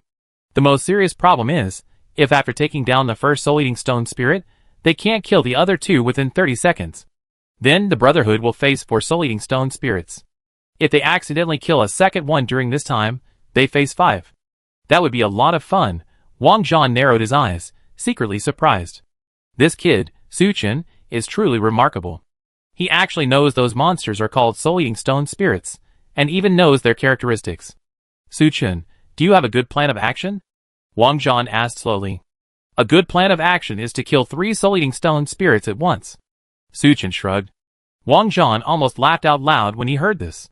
He also knew this was the best plan. The problem was they didn't have the ability. Su Chen seemed to see Wang Zhan's intention and smiled faintly. "I can kill 2 spirit-eating stone spirits in a short time." At this, everyone was stunned for a moment, then couldn't help but chuckle. Even Wang Zhan, the Brotherhood's strongest warrior, would have difficulty killing a spirit-eating stone spirit in a short time without help. No matter how powerful Su Chen was, he couldn't kill 2 at once. "Su Chen, we know you're powerful, but you said it yourself, that's a D+ monster. If you can't kill 2 in a short time, then aren't we all doomed?" Zhou Ming sneered. "If you don't believe me, then what are your thoughts?" Su Chen posed the difficult question to Zhou Ming. Speechless, Zhou Ming looked to Wang Zhan for help. This matter concerns the safety of the Brotherhood, and they've been having some unpleasantness with Su Chen. Wang Zhan pondered for a long time before saying in a deep voice, "Why don't you lay out your detailed plan of action? First, focus on the first soul-eating stone spirit. Leave the other 2 to me and the advanced team. After you take out the first one, come and assist me. Kill the next 2 within 30 seconds. Although the soul-eating stone spirit is a D+ monster, its true strength is likely D-level. As for its defense, it's definitely inferior to the dragon Su Chen had previously slain. If Su Chen unleashed the first 6 strikes of infinite slashing steel flash, he would slay even 3, let alone 2, of the soul-eating stone spirits. But only if the 3 soul-eating stone spirits stood still and didn't run around. However, if he did that, Su Chen would be unable to withstand the negative effects of infinite slashing steel flash and would inevitably become weakened. Given his relationships with Wang Zhan, Dangbin, and the others, he was afraid they would immediately turn hostile. So, after careful consideration, Su Chen proposed taking care of 2 of the creatures himself, leaving Wang Zhan and the others to handle the other. Wang Zhan whispered to Zhou Ming and the others. Su Chen, on the other hand, wore a nonchalant expression, his arms folded across his chest, awaiting Wang Zhan's final decision. After a moment's deliberation, Wang Zhan finally looked at Su Chen and said, "Okay, as you say. Happy cooperation?" Su Chen walked towards Wang Zhan, smiling and extending his hand. Happy cooperation. Wang Zhan didn't think twice and shook hands with Su Chen. Just as the 2 were about to separate, Su Chen suddenly grabbed Ding Bin, who was standing beside Wang Zhan. Before Ding Bin could react, Su Chen yanked him toward him. Then, in full view of everyone, he grabbed Ding Bin's ear and yanked it hard. Ah! Ding Bin screamed miserably as Su Chen ripped his ear off. You lunatic. Ding Bin's face turned pale, and he clutched his ear, taking a few steps back with a thump. Su Chen dropped Ding Bin's ear, took out a handkerchief, and wiped the blood from his hands. I'm only removing one of your ears today to give the president some face. Otherwise, I chop you off immediately. The hatred between Su Chen and Ding Bin was quite deep. Ding Bin's assassination of Bai Qianqing's father alone was enough for Su Chen to kill him and avenge Bai Qianqing. It was only because of the current situation that Su Chen couldn't act immediately. But crippling one of his ears as a punishment was fine. Su Chen, you want to start a fight, right? Although he wasn't familiar with Ding Bin, he was highly regarded by President Wang Zhan.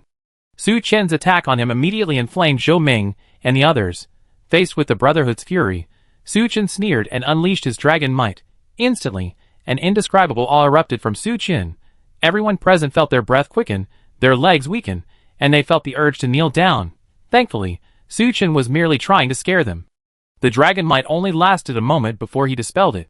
Even so, everyone's faces turned pale, their backs covered in sweat. They exchanged bewilderment. What just happened? Alright, everyone, get ready. We'd be ready to leave in half an hour. Wang Zhan suddenly spoke expressionlessly. Su Chen smiled and left with Zhang San and the others. President, you have to stand up for me. Ding Bin clutched his wound, a mournful expression on his face, blood oozing from between his fingers. Wang Zhan was also seething with anger. Su Chen had dealt with Ding Bin right in front of him, completely disregarding him. But he still needed Su Chen's help, so he couldn't turn his back on him. So, he could only vent his anger on Ding Bin. Pick up your ears. Pick up your ears. Just as everyone was resting and preparing for battle, Peng Jing suddenly approached Su Chen. Su Chen, you've been hiding this from me for so long. Peng Jing sighed, a hint of resentment in his tone towards Su Chen. Inspector General, I had no choice. Peng Jing must have appreciated him, which was why he took such good care of him. Su Chen still felt a certain guilt. If we kill the spirit-eating stone spirit, you must escape after you get out, Peng Jing whispered. Given the president's personality, he never let you go. Su Chen was stunned. He hadn't expected Peng Jing to still side with him even at this point. Don't get me wrong, I'm just trying to build a good relationship with you, Peng Jing said with a wry smile. His position in the Brotherhood was already somewhat awkward.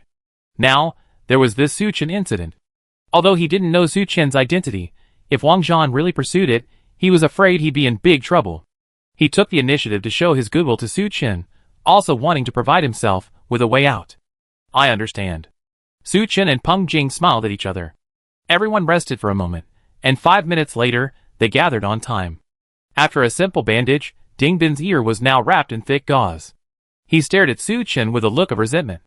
Su Chen pretended not to notice, and said to Wang Zhan, Chairman, are we ready to go?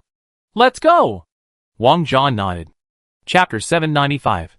Both parties temporarily gathered together, and headed in the direction they had come from.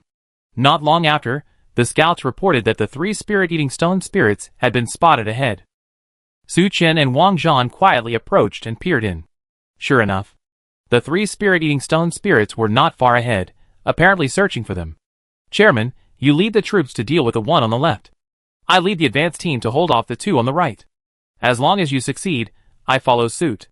We take care of the 2 within 30 seconds. What do you think? Su Chen lowered his voice and discussed the details of the operation with Wang Zhan. Okay, no problem. Wang Zhan agreed decisively. He then waved, signaling Zhou Ming and the others to approach. With everything ready, the Brotherhood took the lead. Flame Cage.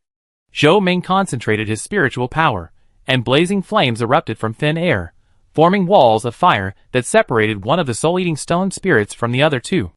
Thunder chain.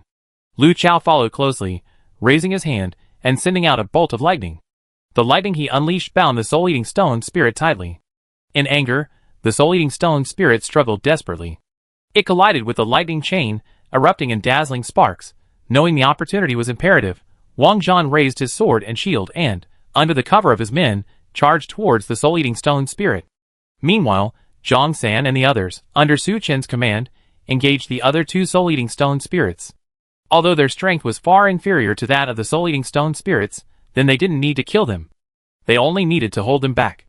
And with Su Chen on hand, providing support. No longer needing to hide his strength, Su Chen unleashed his full force. He used various ice and lightning abilities in turn, firmly controlling the two spirit-eating stone spirits. Zhang San and the others watched in amazement, secretly rejoicing. I hadn't expected Big Brother Su to be so impressive, cultivating both evolvers and psychics, even on the other side, with his previous battle experience and the fact that he only had to deal with one spirit-eating stone spirit, Dingbin didn't need to hide. Thus, Wang Zhan quickly defeated the spirit-eating stone spirit. Crack! Wang Zhan easily decapitated the spirit-eating stone spirit and turned to roar, Su Chen. After receiving the signal, Su Chen did not hold back. His eyes focused, and he immediately grasped the two black gold swords. At this moment, a chilling, frosty fighting spirit emanated from him. Throughout the previous battle, the two spirit-eating stone spirits had been controlled by Su Chen and Zhang San, and the others through their psychic abilities. This allowed Su Chen to draw his sword and attack the two monsters. A fluctuating aura instantly appeared on the tip of his blade. Infinite slashing steel flash. First strike. Second strike. Two consecutive strikes slashed at one of the spirit-eating stone spirits. Though it didn't kill it immediately, it was driven back. Large chunks of jade shavings were chopped off its jade-like body. Clearly aware of Su Chen's power, the spirit-eating stone spirit quickly retreated a few steps, calling for help from its companions. Seeing this, the companions suddenly stretched out their arms and whizzed towards Su Chen. Su Chen turned around and swung his third strike at the other spirit-eating stone spirit. Swish!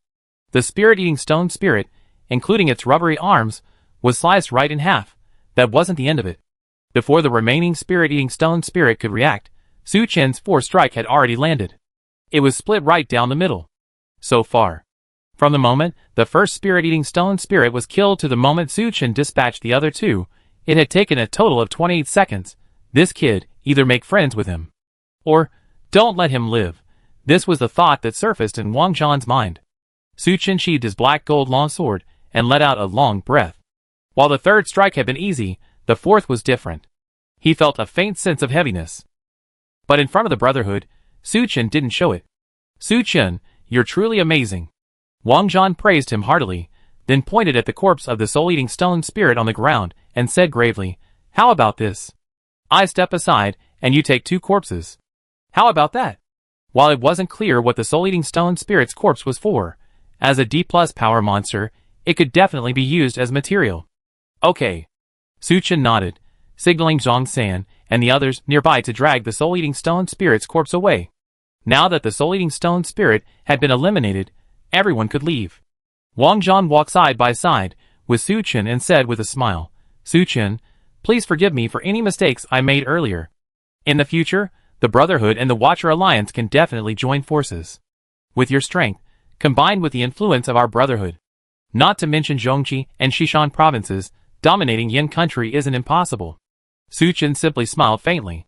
President, you're right, but the prerequisite for cooperation is that you hand over the formula for the gene-locking reagent to me. Wang Zhan's face sank slightly upon hearing this. Well, we discussed this in detail later. Su Chen said nothing more.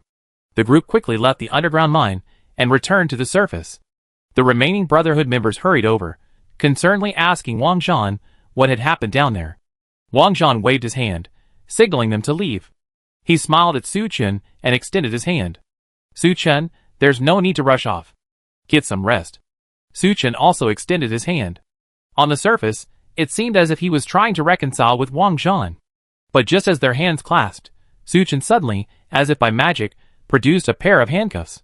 Before Wang Zhan could react, his hands were cuffed. Su Chen, what do you want? Let go of our president.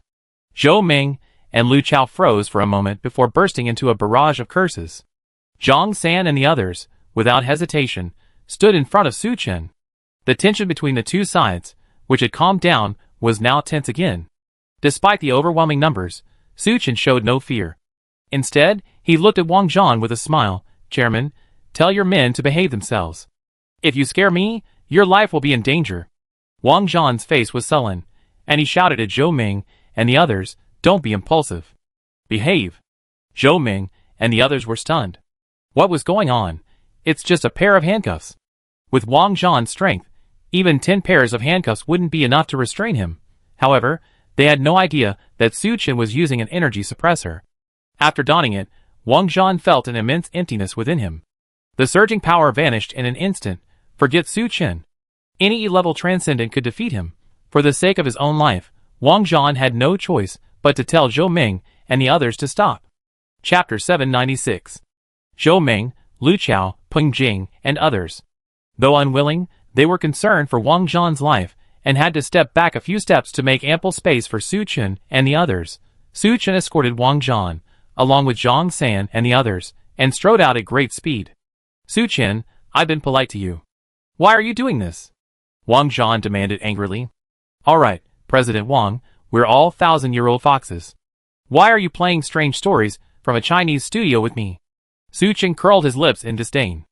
"I have only one request. The formula for the gene-locking reagent in exchange for your life." While they were talking, Su Chen and his group had already evacuated the mine and reached the parking area outside. "If I give you the formula for the gene-locking reagent, will you let me go?" Wang Zhan stared at Su Chen and asked gravely. "Of course." Su Chen smiled. "We don't have any deep hatred, so why should I kill you?" Wang Zhan was silent for a moment before slowly saying, "Okay, but I don't have the formula with me. It's still in Dragon City." "Then choose someone and have them retrieve it. Afterward, we agree on a location to conduct the transaction." "Okay." Wang Zhan nodded and shouted to Zhou Ming, who was not far away, "Return to Dragon City immediately and bring the formula for the gene-locking reagent. Just give Su Chen the formula, and he won't kill me." Hearing this, Zhou Ming, Lu Chao, and the others were stunned. But seeing Wang Zhan being captured, they reluctantly agreed. Su Chen and the others carried Wang Zhan into a coaster. Under the gaze of the Brotherhood, they drove away. "Hello, Qianqing?" As soon as he got in the car, Su Chen picked up his communicator and contacted Bai Qianqing. "Go find Chu Fanbin right now, and have him take you out of Dragon City." "Okay, boss." Bai Qianqing nodded in agreement without further questioning. Su Chen finally felt relieved. He had previously told Chu Fanbin that with his abilities, getting Bai Qianqing out of Dragon City shouldn't be a problem. As for leaving Dragon City, Bai Qianqing could enter Normadison and reunite with him. Su Chen looked up and found Wang Zhan still staring at him. He couldn't help but smile. "President Wang, you can't blame me. Blame you for your lack of sincerity." If Wang Zhan had agreed to share the formula for the gene-locking reagent, Su Chen would naturally not have taken action. But he didn't. Adding to the unpleasantness between the two, for the future of the Watcher Alliance, Su Chen had no choice but to act preemptively, apprehending Wang Zhan and holding him hostage. Watching Su Chen and the others coaster leave, Zhou Ming, Lu Chao, and the others were furious. "Peng Jing, it's all your fault." With nowhere to vent his anger, Lu Chao glared at Peng Jing. "How can you blame me for this?" Peng Jing was also furious. "If you hadn't been helping Su Chen, we would have killed him the moment he started causing trouble in the office." Lu Chao shouted in dissatisfaction. "I've been following the rules from beginning to end," Peng Jing said coldly. "Besides, I don't even know Su Chen's background." "What if you do know? Maybe you did it on purpose." Lu Chao sneered. "Alright, both of you, just keep quiet. The most urgent thing now is to rescue the president." Zhou Ming quickly stepped forward and stopped the two men. "Director Zhou is right. It's all Su Chen's fault for being so cunning and such a jerk." Wonder Ding Bin echoed indignantly. "Humph, wait until we rescue the president and see who's finished." Lu Chao uttered these harsh words, ignoring Peng Jing. The Brotherhood members didn't hesitate and immediately returned to their coasters, roaring towards Longcheng. It was already the next morning when they arrived. Zhou Ming didn't immediately go to retrieve the formula for the gene-locking reagent. Instead, he sent someone to notify the 4 legions. He also ordered the capture of Bai Qianqing. However, Bai Qianqing, who had already received the news, had left Longcheng the previous night. With her, disappeared Chu Fanmin, now a member of the inspectorate. Zhou Ming, having come up empty-handed, was livid and gnashed his teeth. "Inspector Peng, look at the people you brought out," Lu Chao said sarcastically. Knowing he was in the wrong, Peng Jing said nothing, but he sighed silently inwardly. He knew that if he rescued Wang Zhan, his future would be bleak. Just then, Lao Jiao and several others from the 4 legions arrived at the conference room. After learning what had happened, they were shocked. The look Lao Jiao and the others gave Peng Jing also changed. But as Zhou Ming had said, the most important thing now was to rescue Wang Zhan. "Do you have any good ideas?" Lao Jiao asked gravely. "Of course, we can use the formula for the gene-locking reagent to exchange for the president's safety." Zhou Ming smiled wryly. "The problem is, what if Su Chen still refuses to release the president after he gets the stuff?"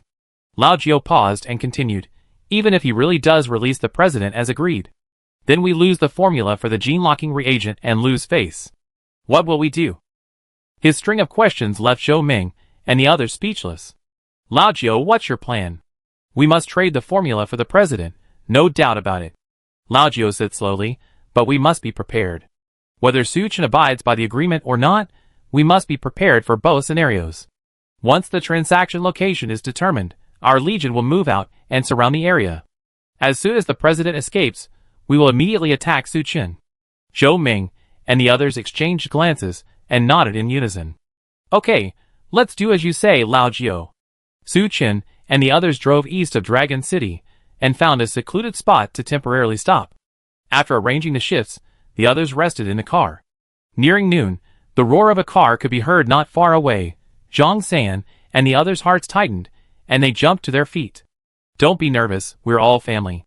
Su Chen waved his hand and stepped out of the coaster. As expected, a moment later, the massive Normadison appeared before them. Seeing such a luxurious RV, Wang Zhan, Zhang San, and the others were startled. As soon as the Normadison stopped, the door opened and a yellow figure rushed out. If not Ming Qi, who else could it be? Su Chen touched Ming Qi and looked at Bai Qianqing and Chu Fanbin, who followed. "Boss!" Bai Qianqing simply called out, saying nothing more, but her beautiful eyes were filled with longing. Su Chen nodded slightly and looked at Chu Fanbin. "Little Chu, thank you for your hard work." "Brother Su, what happened?" Chu Fanbin hadn't finished speaking when he saw Wang Zhan, bound in handcuffs, and his eyes widened. Chapter 797. Wow! In Chu Fanbin's eyes, Brotherhood President Wang Zhan was a formidable figure, and now he's been captured by Su Chen. "Brother Su. He's truly awesome." Su Chen briefly explained the situation to Chu Fanbin. "Here's the situation. If you're willing, you can join the Watchers with me." "Of course I do." Chu Fanbin agreed without a second thought. Besides, he had already become a traitor to the Brotherhood by helping Bai Qianqing escape Dragon City. If he went back, the Brotherhood wouldn't forgive him. "That's good." Su Chen nodded and looked at everyone. "Wait until the Brotherhood brings the formula for the gene-locking reagent, and then we leave. President Wang, your men won't break their promise, will they?" "No, you can be sure of that." Wang Zhan remained confident in his men. Time passed by. After a quick lunch, everyone went to rest. Su Chen returned to Nomadison and embraced Bai Qianqing affectionately. "By the way, boss, I actually went to Wang Zhan's office last night." Did you find anything?" "Yes." Bai Qianqing pulled a document from his pocket. "It says something about weapon forging. I don't know if it's true." Su Chen took the document, flipped through a few pages, and was immediately surprised. This document seemed to describe how to forge spiritual weapons. If I'm not mistaken, it should be related to Wang Zhan's sword. As the president, Wang Zhan was quite impressive. His weapons were all carried by his attendants. After defeating the spirit-eating stone spirit, Wang Zhan handed his weapons and shield to his followers. This made Su Chen somewhat regretful. But unexpectedly, Bai Qianqing had obtained the documents recording the creation of spiritual weapons from Wang Zhan's office. "Qianqing, you're amazing." Su Chen smiled and hugged Bai Qianqing tightly, whispering, "How do you want me to thank you?" Feeling his breath against her ear, Bai Qianqing felt her whole body soften, and her legs involuntarily clamped together. "Boss, this is what I'm supposed to do." Looking at Bai Qianqing, who looked ready to be exploited, Su Chen, his wolfish nature aroused. Just as he was about to devour her, a rapid sound rang out, ding ding. Su Chen frowned, realizing it was Wang Zhan's communicator ringing. Zhou Ming and the others must have prepared something for the trade. Su Chen could only suppress his fury. "Hello. Su Chen, this is Zhou Ming." Zhou Ming's voice came hard from the other end of the line. The items are ready. What's the time and location for the transaction? Okay, then tomorrow morning at 9 a.m., east of Longcheng. After both parties agreed, they hung up. I leave now. After knowing the time and location, Lao Jiao didn't hesitate and told the other 3 Legion commanders to get up and leave. In less than an hour, the massive convoy departed Longcheng. Watching the grand spectacle, the residents of Longcheng whispered to each other, speculating about the Brotherhood's actions. As night fell, Zhou Ming, Lao Jiao, and the others arrived at the location Suchen had mentioned. It was a gas station on the national highway, surrounded by a desolate landscape. They first launched several drones equipped with night vision capabilities to patrol a 5-kilometer radius. After finding no trace of Suchen and the others, the Brotherhood quickly found a secluded location and set up camp. Afterward, Zhou Ming, Lao Jiao, and other senior leaders convened a meeting to make pre-war deployments. After ensuring there were no problems, the Brotherhood members each took action. After everything was ready, everyone remained in their positions, quietly awaiting the appointed time. Unnoticed, daylight rose, and it quickly reached 9 in the morning. Zhou Ming, who had been waiting at the gas station, was growing impatient. Just as he was about to urge Suchen to come, Lao Jiao's voice suddenly rang through the communicator beside him. There's movement from the north. A giant RV and a coaster are approaching the gas station. That coaster is the one Suchen and his team drove away yesterday. Be careful. Zhou Ming, Lu Chao, and the others were instantly alerted upon hearing this. Not long after, the Normatis and Old Nine had mentioned arrived at the gas station, one behind the other. Seeing this, Zhou Ming and the others immediately became alert. The doors of the 2 cars opened, and Suchen, accompanied by Zhang San and his companions, emerged. Suchen, where is our president? Zhou Ming demanded in a deep voice. Hand over the things first, and we talk about your president later. Suchen folded his arms and said calmly. Zhou Ming gritted his teeth, pulled out a chip, and tossed it to Suchen from a distance of several meters. This is the formula for the gene-locking reagent. Release our president. Suchen ignored him, took a look at the chip, and sneered. Do you think I'm a 3-year-old? Zhou Ming, Lu Chao, and the others were shocked. That's right. This chip wasn't the formula for the gene-locking reagent, but a forgery. Regardless of whether Suchen would abide by the agreement, the Brotherhood was unwilling to hand over the formula. That would threaten the Brotherhood's rule, so Zhou Ming secretly had a forged chip made. Although it contained the formula, it was fabricated. Without making it, it was impossible to tell the real thing from the fake. No, how did that Suchen know that? Zhou Ming and the others had no idea that Suchen possessed a system. As soon as he received the chip, he scanned it, but there was no response. Suchen was certain that Zhou Ming and the others were deliberately fooling him. Since you're not sincere in your cooperation, let's go to war. As Suchen spoke, he slowly retreated. No, Suchen, don't be impulsive. Zhou Ming hurriedly stopped Suchen, pulled out another chip, and tossed it to him. This time, the skim returned a response. Gene lock reagent formula. Follow the formula to create the gene lock reagent. After injecting this into a transcendent with Peaky plus combat power, they can break free from the shackles of the gene lock and evolve to stage D. Suchen's eyes flashed. He finally had it. With this thing, everyone in the Overwatch Alliance can break free from the gene lock and advance to stage D. Suchen, this is real. Seeing Suchen remain silent, Zhou Ming shouted, release our president. Suchen pocketed the chip and said slowly, this is indeed true, but your president can't be released just yet. Zhou Ming froze, then exclaimed, you're a dishonest person. Didn't we agree that if I gave you the formula, you release our president? That's true, but who told you to set up an ambush nearby? Suchen said with a smile. Chapter 798. Zhou Ming and the others were shocked. The ambush by the 4 legions wasn't perfect, but it was certainly quite secretive. How did this kid Suchen know about this? I came here with all sincerity to make a deal with you, but look at you. Suchen shook his head with regret. You're offering fake formulas and ambushing me. How could I possibly leave without holding the president hostage? Zhou Ming was speechless, unsure how to make a decision. Old Zhou let him go, and our men will follow him. The most important thing is the president's life. Old Nine's voice came through the headset. This made Zhou Ming determined. Okay, Suchen, we let you go. But I'm warning you, don't play any tricks. Don't worry about that. I'm only asking for the formula. Suchen smiled and told Zhang San and the others to retreat to Normatis and Cosnery. Seeing their car start, Zhou Ming and the others didn't dare to delay and jumped in, following behind. At the same time, the four legions, hidden in the shadows, emerged. The vast convoy converged, following behind Normadison and Coaster. From the sky, it looked as if they were Su Chen's army. After driving for an unknown amount of time, Normadison and Coaster suddenly slowed down and finally stopped. The Brotherhood's convoy immediately fanned out, surrounding the two vehicles. Su Chen, carrying Wang Zhan, slowly emerged from the Normadison. Looking at the haggard President Wang Zhan, Zhou Ming and the others wished they could tear Su Chen into pieces. Su Chen, can you release our president now? Zhou Ming shouted. No hurry, wait a moment. Su Chen waved back. Nomad-Ison and Coaster started up again, slowly heading forward. Zhou Ming had no intention of pursuing them. After all, his goal was to rescue President Wang Zhan and capture Su Chen. After a while, Su Chen, figuring the time was almost up, loosened his grip. Alright, I give you your president back.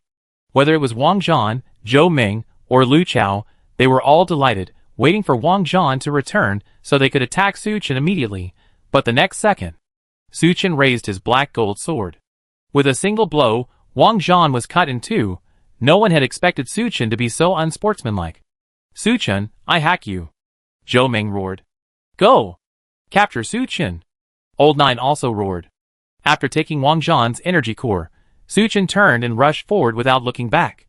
Although he was only riding on a number 11 bus, his speed wasn't much slower than the other buses. After running a few hundred meters, Su Chen saw a yellow figure rushing towards him. It was Ming Qi, who had been waiting for him for a long time. As the two of them approached, Su Chen leaped onto Ming Qi's back.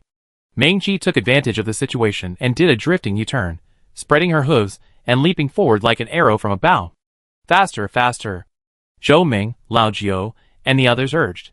The drivers of every car floored the accelerator. All the cars roared like wild beasts. Instantly, thick dust billowed across the road. Su Chen stole the formula for the gene-locking reagent and killed President Wang Zhan. If he were to escape easily, what would become of the Brotherhood's reputation? But just as the Brotherhood's convoy had pursued them for a few kilometers, something unexpected happened. Boom! Crack, crack! The sky suddenly shifted, and all sorts of supernatural powers rained down on the Brotherhood's convoy. Not good. Old Nine's expression changed, and he picked up the intercom. Stop! Prepare supernatural defense. The Brotherhood's convoy immediately stopped. The supernatural users inside jumped out and began to mobilize their mental energy. Although the members of the four legions had fought side by side for a long time and were experienced, they were able to block most of the supernatural spells. But more than a dozen vehicles, along with the people inside, were reduced to charcoal. It was only then that Zhou Ming, Old Nine, and the others realized that a large convoy had appeared not far away. The attack had just been launched by those very people. Who are they? Zhou Ming couldn't help but growl. They must be from the Watchers. Old Nine glanced at their location and said viciously that Su Chen deliberately positioned himself east to lure us here. What do we do now, Old Nine? Looking at the Watchers, whose numbers were no less than his own, Lu Chao frowned. What are you afraid of? Let's fight them. Old Nine said angrily, the Watchers don't have gene-locking reagents, so they can't possibly have D-rank transcendence. We're far superior. But after hearing his words, Zhou Ming, Lu Chao, Peng Jing, and even the other three Legion commanders all looked hesitant. It's just as Lao Jiao said. The Watcher Alliance has no D-rank transcendence, while the Brotherhood still has nearly 50. In terms of combat power, the Brotherhood has the advantage. But the problem is, 50 plus D-rank transcendence. On a battlefield with thousands of people, they don't really have much to offer. If it really comes down to a bloody fight, the Brotherhood will definitely win, but it might also come at a heavy price. Now that Wang Zhan has been killed, that's an indisputable fact. It's simply not worth sacrificing the Brotherhood's entire fortune over a petty dispute. You have to remember that there are still many opposing forces within Xishan province. What do you mean? When no one answered on the intercom, Lao Jiao froze for a moment and angrily asked, the president has been so kind to us, and this is how you repay him. Lao Jiao, you can't say that. The other side has a lot of people. We can't be impulsive, Zhou Ming advised. Yes, we need to take a long-term view. Retreat first, and then we come back and make a plan to deal with Su Chen. The others echoed. You ungrateful bastards. Old Nine was trembling with anger. That's not right. If you want to fight, just do it yourself. The The others immediately hung up on Old Nine and ordered their men to retreat. With their retreat, Old Nine's legion was the only one left in the Brotherhood. Looking at the mighty convoy across from them, Old Nine felt incredibly angry, but there was nothing he could do. Retreat. Retreat, Lei Ting, Old Nine said weakly to Zhu Lei Ting. Zhu Lei Ting glanced at his legion commander sympathetically, then ordered a retreat. Seeing the Brotherhood retreat, Su Chen breathed a sigh of relief. He had no intention of actually starting a war with the Brotherhood. After all, the Overwatch Alliance was far inferior to the Brotherhood. Su Chen hoped the Brotherhood would withdraw on their own. He rode Meng Qi and leisurely reunited with Chu Fanbin, Zhang San, and the others. Chapter 799. Brother Su, you really did kill Wang Zhan. Chu Fanbin looked at Su Chen with admiration. Of course. If he doesn't die, we have a rough time. Su Chen sneered. Wang Zhan had been forced to take the formula for the gene lock reagent, a large amount of immortal marrow fluid, and the corpses of the rock-eating beast and the spirit-eating stone spirit. Given his character, he wouldn't let such a loss go unnoticed. If he escaped, he would definitely organize a brotherhood and wage war against the Watcher Alliance. If they contacted the Mingyuan group, the Watcher Alliance would be attacked from both sides. So he had to die. Su Chen had dealt with the Brotherhood's vice presidents before. He knew very well that when Wang Zhan was in power, these vice presidents were loyal. But once Wang Zhan was gone, these people would inevitably fight for power. There's no time to deal with the Watchers in such a short time. Boss! Just then, Zhao Man's voice rang out from a distance. Su Chen looked up and saw Zhao Man, Luo Xiaotian, Xiang Mingming, and the others hurriedly approaching. We dispatched immediately after receiving your message. Luckily, we made it in time. Seeing Su Chen safe and sound, Zhao Man breathed a sigh of relief. Boss, who's that over there? The Brotherhood from Xishan province. We can't stay here for long. Let's head back. Su Chen called out. Fearing a counterattack from the Brotherhood, everyone returned to their vehicles and headed towards Zhongji province. After a long journey, they finally arrived back at the Watchers. Su Chen didn't have time to rest before gathering everyone. First, he wanted to share his experiences with the Brotherhood over the past 2 weeks. Secondly, they also wanted to understand the recent situation of the Overwatch Alliance. After listening to Su Chen's story, Zhao Man and the others couldn't help but marvel. They hadn't expected his life to be so tortuous. Even more surprisingly, Su Chen had actually obtained the formula for the gene lock reagent. With this formula, we can all evolve to rank D. Wang Yin said radiantly. Hey, this is all thanks to Brother Chen. Without him, none of us would have thought. Ding Di quickly interrupted. Yes, thanks to Brother Su. Boss, you're awesome. Everyone showered Su Chen with gratitude. Okay, don't worry. Su Chen smiled and waved his hand. Although we have the formula, we still need to slowly prepare the necessary materials. He paused, then asked, Captain Zhao, how many people in the Alliance have reached a bottleneck right now? Almost 200, Zhao Man replied. So many? Su Chen was a little surprised. This is all thanks to you, boss. Zhao Man smiled. Before the monster frenzy, there were many monsters. But not everyone received energy crystals and energy cores every time they went hunting. Now, the number of monsters has decreased, but everyone can receive raw stones based on their level. This has greatly accelerated everyone's evolution. It seems I need to speed up the production of gene-locking reagents. If I had 200 D-rank transcendents, even if the Mingyuan group and the Brotherhood attacked from both sides, the Watcher Alliance wouldn't be intimidated. Su Chen thought for a moment and asked, has the Mingyuan group been making any moves lately? No major ones, but they've been expanding westward. They've taken over a lot of our territory. Before leaving, Su Chen reminded Zhao Man. If Mingyuan group actively seeks trouble, avoid conflict unless absolutely necessary. At this point, Mingyuan group's gene-locking reagent likely hasn't been mass-produced yet. Otherwise, with Fan Depia's personality, he would have come knocking long ago. I understand. Everyone, keep a low profile for now. Once we produce the gene-locking reagent, it will be our time to shine. Su Chen smiled and adjourned the meeting. However, he didn't rush back.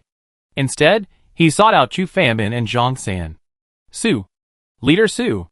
Compared to before, the others were noticeably more restrained when they met Su Chen again. Although they had long known that Su Chen was the leader of a faction, but none of them had anticipated the sheer size of the Overwatch League. Even if it wasn't as large as the Brotherhood, it was no less impressive. Alright, from now on, when you meet me in private, just call me by my given name. Su Chen smiled faintly. No matter what happened before, Once you join the Overwatch League, we're family. Chu Fanmin, Zhang San, and the others felt a warm glow in their hearts and nodded vigorously.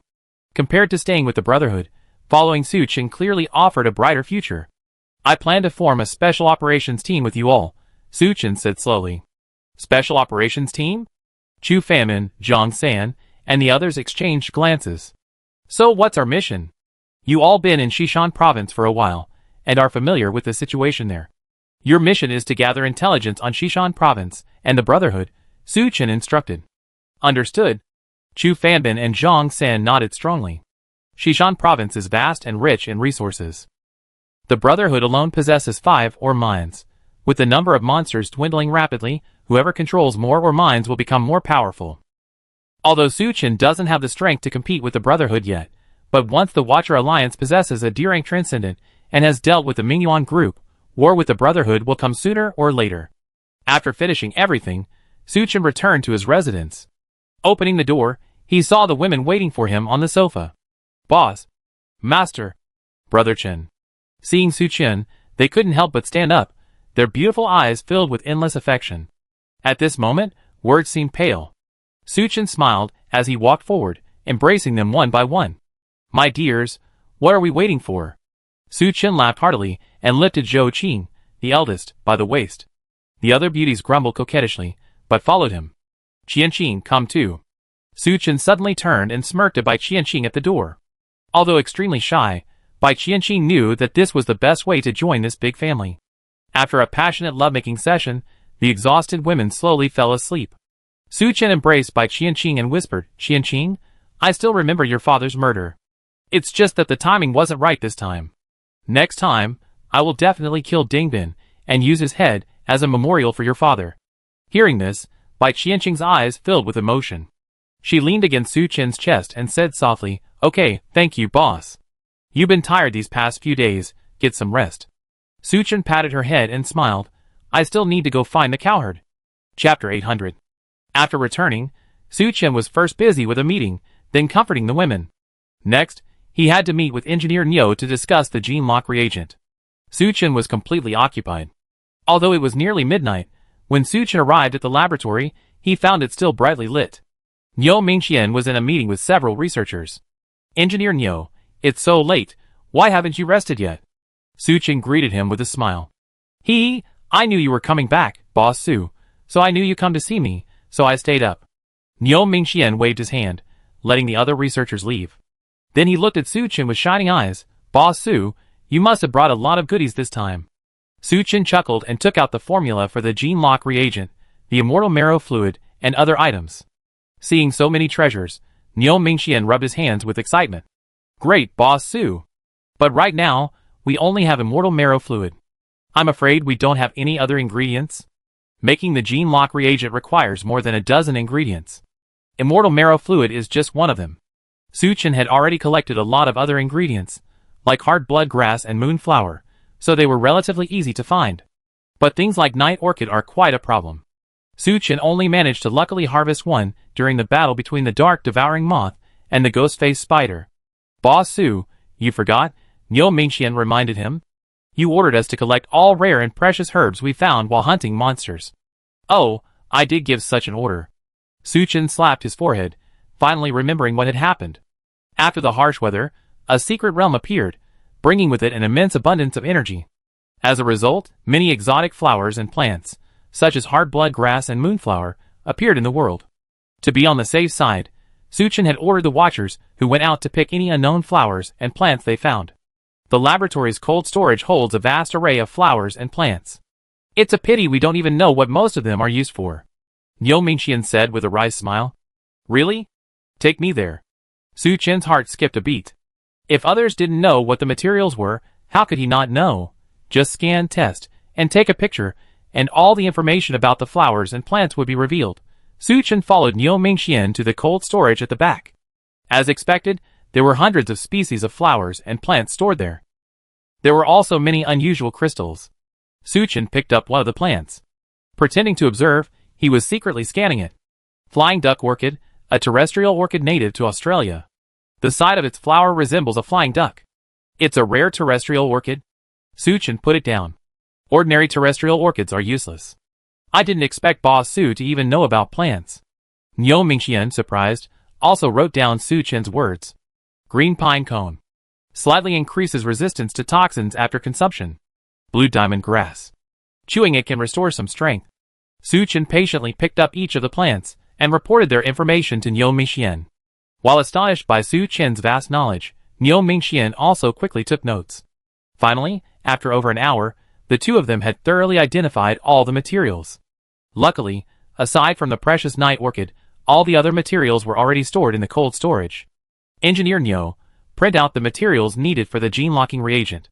Tomorrow, have the members of the base go out and search for these materials, Su Chen instructed. Although most of the materials were already in the cold storage, the quantities were limited and wouldn't meet the needs for mass production of the gene-locking reagent. Continue the search outside. In addition, Engineer Niu, you and your team should also try to see if you can cultivate these materials indoors. No problem. Niu Mingxian agreed immediately. Just as Su Chen was about to leave, Niu Mingxian, as if remembering something, hurriedly called out to Su Chen.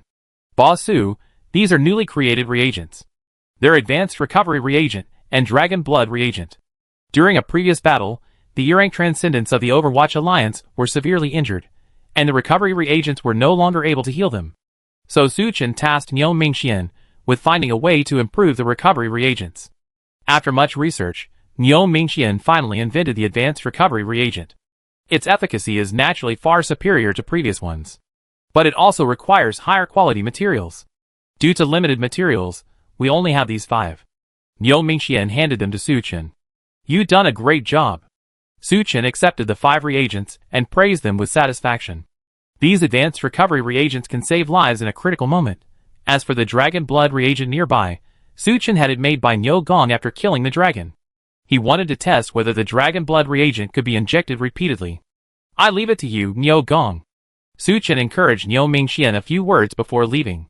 It was getting dark, and Sun Jiansheng wasn't a mad scientist like Niu Mingxian. He was probably already asleep by this time. Su Chen planned to visit him tomorrow to see how the armor he had crafted was going. He also asked him if he could craft a spiritual weapon. When Su Chen returned to his residence, the exhausted women were already soundly asleep. Looking at their beautiful faces, he smiled with satisfaction and pride. Without disturbing them, Su Chen found an empty bed and lay down. He touched Ming Qi beside the bed, took out the dragon blood reagent, and injected himself. When the dragon blood reagent entered his body, although there was still a burning sensation, it was extremely mild compared to the last time. Su Chen could totally bear it. After the discomfort subsided, he closed his eyes slightly and felt it.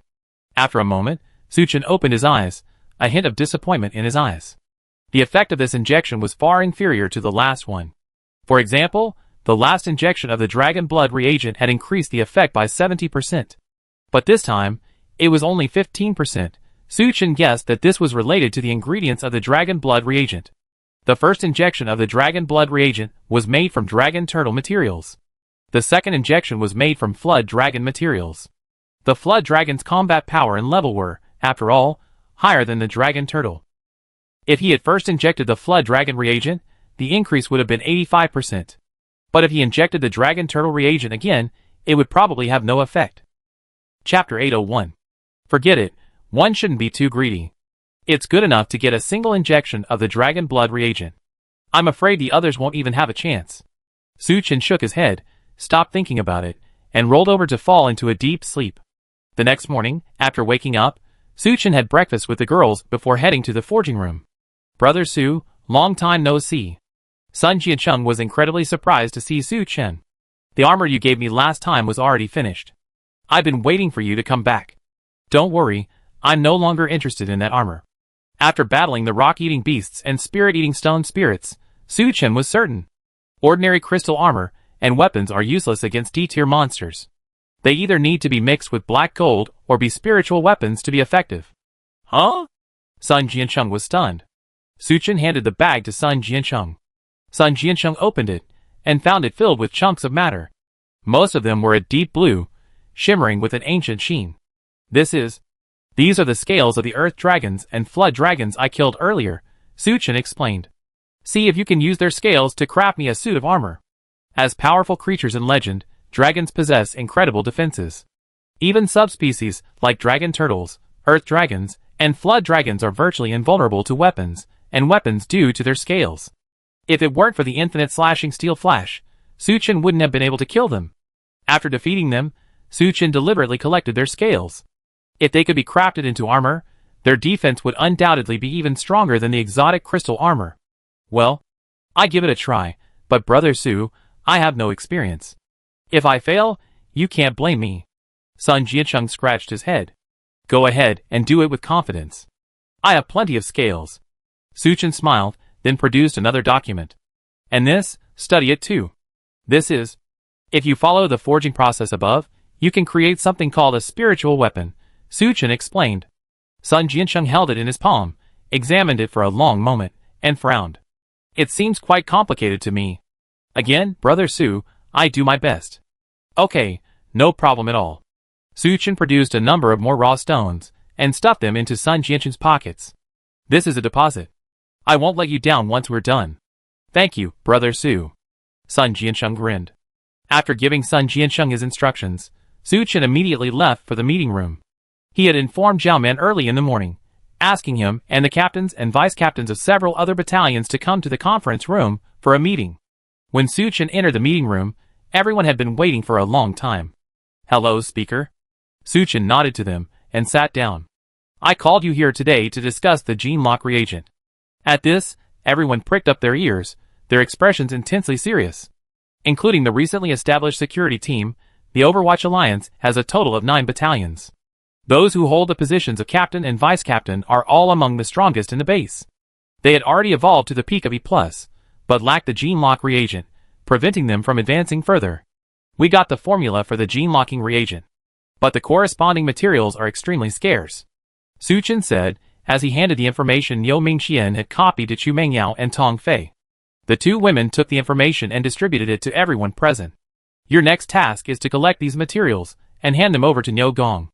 As long as we gather enough materials quickly, we can advance to D rank faster. Do you understand? Suchin looked around at everyone present. Understood. Everyone clenched the information in their hands and nodded vigorously. That's good. Go! Suchin waved his hand, dismissing the meeting.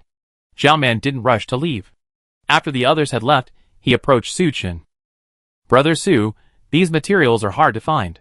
I'm afraid we can't collect them in large quantities in a short period of time. I'm worried Mingyuan Group will get there before us. Zhao Man's concerns were not unfounded. After all, the Mingyuan Group acted faster than them, and they had the backing of the Zoo's sanctuary. Suchin pondered for a moment, then shook his head. I don't think so. Seeing Zhao Man's surprised expression, Suchin smiled and explained, You see, I long ago ordered our people to collect rare flowers and plants when they go out hunting monsters. But after so long, the amount collected isn't very large. The Mingyuan Group probably acted even later than we did. Zhao Man pondered carefully, and felt that Suchin's words made sense. That's good. I go down and inform my subordinates. Suchin nodded slightly. After Zhao Man left, he had a thought. Although he wasn't sure if Mingyuan Group's gene-locking reagents were the same type as the Brotherhood's. But the materials needed by both groups should be similar. Since the Mingyuan Group is searching for materials, I could easily follow them and kill and rob them. Thinking of this, Suchin took out his communicator. Meanwhile, inside the Mingyuan Group's base, Gu Ping, receiving Suchin's message, sighed slightly.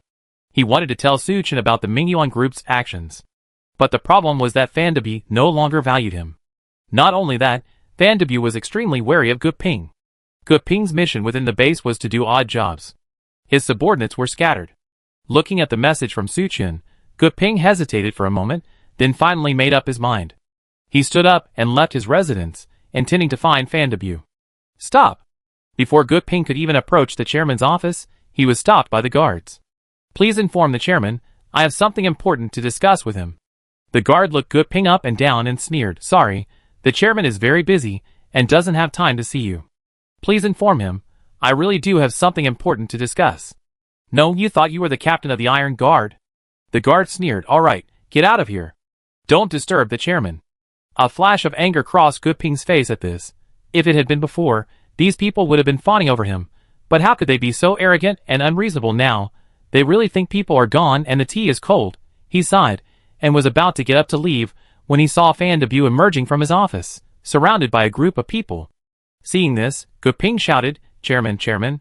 You old bastard!" The guard, fearing Gu Ping would disturb Fan W, quickly shoot him into a corner, but Gu Ping's loud voice still caught Fan W's attention. Chapter 802. Isn't this our dear Captain Gu Ping? Fan W approached with a smile. Although his face was smiling, beneath it lay a veil of disdain and condescension. "Chairman, can you please speak with me for a moment?" Gu Ping whispered. "You all go ahead. I'd like to hear what Captain Gu has to say." Fan W waved to the people around him. After everyone else had left, Gu Ping, with a slightly ingratiating smile, said, "Chairman, I was ignorant before. Now I thought it through. Only by following you, Chairman, can we survive the apocalypse. Only you can ensure the continued development of Mingyuan Group." Hearing this, a flicker of surprise crossed Fan W's face. "Oh, is this still Captain Gu? Why are you even flattering me?" Gu Ping suppressed his discomfort and said with an ingratiating smile, "I hope the chairman will have mercy and guide me." As Fan W studied Gu Ping, he pondered. He had originally planned to ignore Gu Ping for a while. When the rest of the Mingyuan group had forgotten about him, he would then kill him. However, Fan W had been so busy with the gene lock reagent that he had forgotten about Gu Ping himself. Unlike other transcendents at peak E+ power, who were just waiting for the gene lock reagent, Gu Ping had only just broken through to E+ due to a lack of sufficient raw stones and energy crystal cores. Even with the gene lock reagent, he couldn't break through. To Fan W, Gu Ping was practically useless. But considering his status, if he truly and sincerely surrendered, it would strengthen the legitimacy of Fan W's rise to power. Thinking of this, Fan W smiled graciously. "Captain Gu, you're too kind. With your status and position, how could the group forget you? How about this? You join the field team and start as a team leader. If you do well, I definitely promote you." Hearing this, Gu Ping was delighted and hurriedly said, "Thank you, Chairman. You should report to the field team quickly. I'm leaving too." Fan W waved his hand, ignoring Gu Ping, and walked outside. Soon, he arrived outside the building and got into the Cadillac at the entrance. "Biao, why are you so slow?" As soon as Fan W got into the car, he heard Jack complain. Looking closely, he saw Jack sitting there, with a naked woman kneeling before him. Judging from the woman's hairstyle and figure, she wasn't the Zhanya from before. "Don't mention it. I just ran into Gu Ping." Fan W briefly recounted what had happened. "You haven't finished him yet?" "No, I figured he was a veteran of the group. If he was really willing to work with us, giving him a chance wouldn't be a bad idea." Fan W didn't think Gu Ping had any ulterior motives. After all, everyone has a survival instinct. Seeing he was isolated within the group, he might not survive. It was only natural for Gu Ping to change his personality and actively move closer. "All right then." Jack didn't ask any further. Seeing Fan W staring at the woman in front of him, he couldn't help but smile. "The woman you just replaced, what? You want to try her too? Come back later." Fan W said perfunctorily, "Where's Zhanya? I'm tired of her. I gave her to those holy guards." Jack's words were a casual understatement. Fan W couldn't help but feel a pang of regret. Zhanya's figure and appearance were truly exceptional. If she could have been brought into Jack's room, that would have been perfect. It was a shame she fell into Jack's hands and became a toy. But despite his regrets, Fan W had no intention of using the company car for personal purposes. As the two of them were talking, the Cadillac started up and drove away from Mingyuan Group. More than a dozen other cars followed closely behind them. "Biao, you're too slow. It's been so long, and you only produced 10 reagents." Jack's tone was faintly dissatisfied. "It's not that I'm stalling, it's just that the necessary materials are incredibly difficult to find." Fan W explained with a wry smile. After so much time had passed, they had only managed to produce 10 gene lock reagents. Including the sanctuary guards, there were over 20 D-rank transcendents in total. Fan W felt that 20 D-rank transcendents were sufficient to deal with the Watcher Alliance. After all, the gap between D-rank and E-rank was enormous. However, Jack rejected Fan W's proposal. During the last monster frenzy, Mingyuan Group only managed to survive thanks to the 20 D-rank guards sent from the sanctuary. But the Watcher Alliance, on the other hand, managed to hold out even without D-rank transcendents. This was sufficient proof of the Watcher Alliance's strength. So, Jack demanded that Fan W must have 100 D-rank transcendents before he could declare war on the Watcher Alliance. This put Fan W in a difficult position. Most of the materials needed for the gene lock reagents were extremely difficult to find. Fortunately, the zoo's sanctuary provided information on these materials. The Mingyuan Group managed to collect quite a bit. only the rarest night orchid, whose habits even the zoo's sanctuary was unclear. Thus, after so long, the Mingyuan group had only found one. I know it's difficult, but the Watchers won't care about you, Jack said calmly. With Su Chen's intelligence, he'd definitely be aware of the existence of the genetic lock. He'd definitely try every possible way to break it. If he develops it first, we'd be in trouble. Hearing this, Van de Beau smiled disapprovingly. Jack, I think you're being a little overly concerned. The genetic lock reagent was developed by the Sanctuary at a tremendous expense of manpower and resources. Even if Su Chen is as wise as Zhuge Liang, even if it's bright, it's impossible to get the gene-locking reagent. Jack shook his head. That being said, we still have to hurry. I know, we're going to find the night orchid. Van de Beau said with a grin, do you remember the energy detector you gave me? My men took that device and scanned the world. And they actually found a spot with particularly large energy fluctuations. I think where there are large energy fluctuations, there might be night orchids. Jack nodded and said nothing more. The Cadillac drove steadily along the highway, the other cars following closely behind. In the last SUV, Guping leaned against the corner, pretending to be asleep. He secretly took out his communicator and sent a message to Su Chen. I infiltrated Van de Beau's team and am currently out on a mission.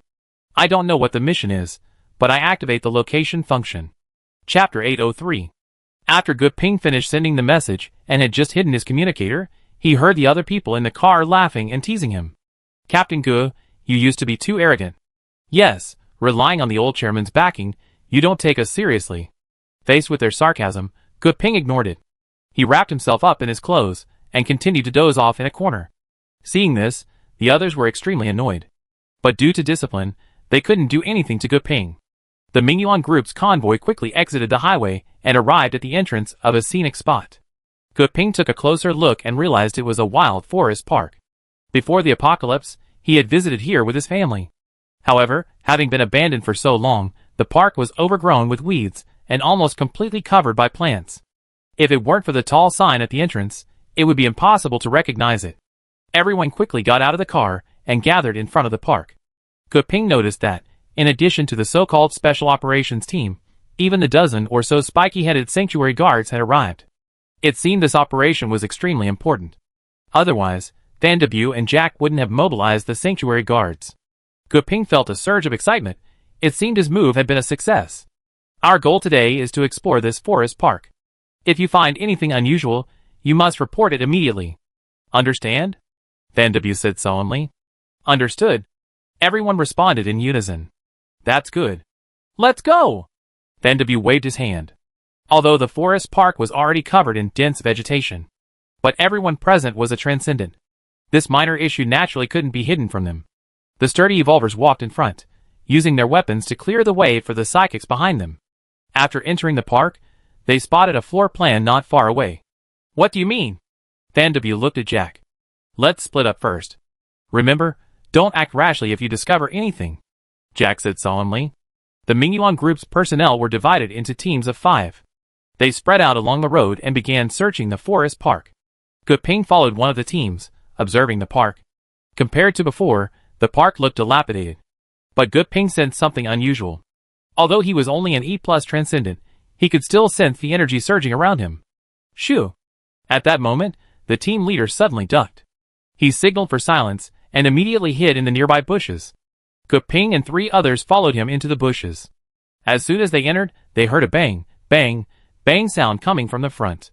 The sound was extremely dull, as if some enormous creature was approaching. As the sound grew closer, Guping and the others spotted several massive figures through the brush. Their eyes widened in shock. If Guping was not mistaken, these were the rhinos originally kept in the forest park, but now, these rhinos had swelled to twice their original size. Rhinos are already enormous, and now they looked more like a small mountain. Not only that, they had also begun walking upright.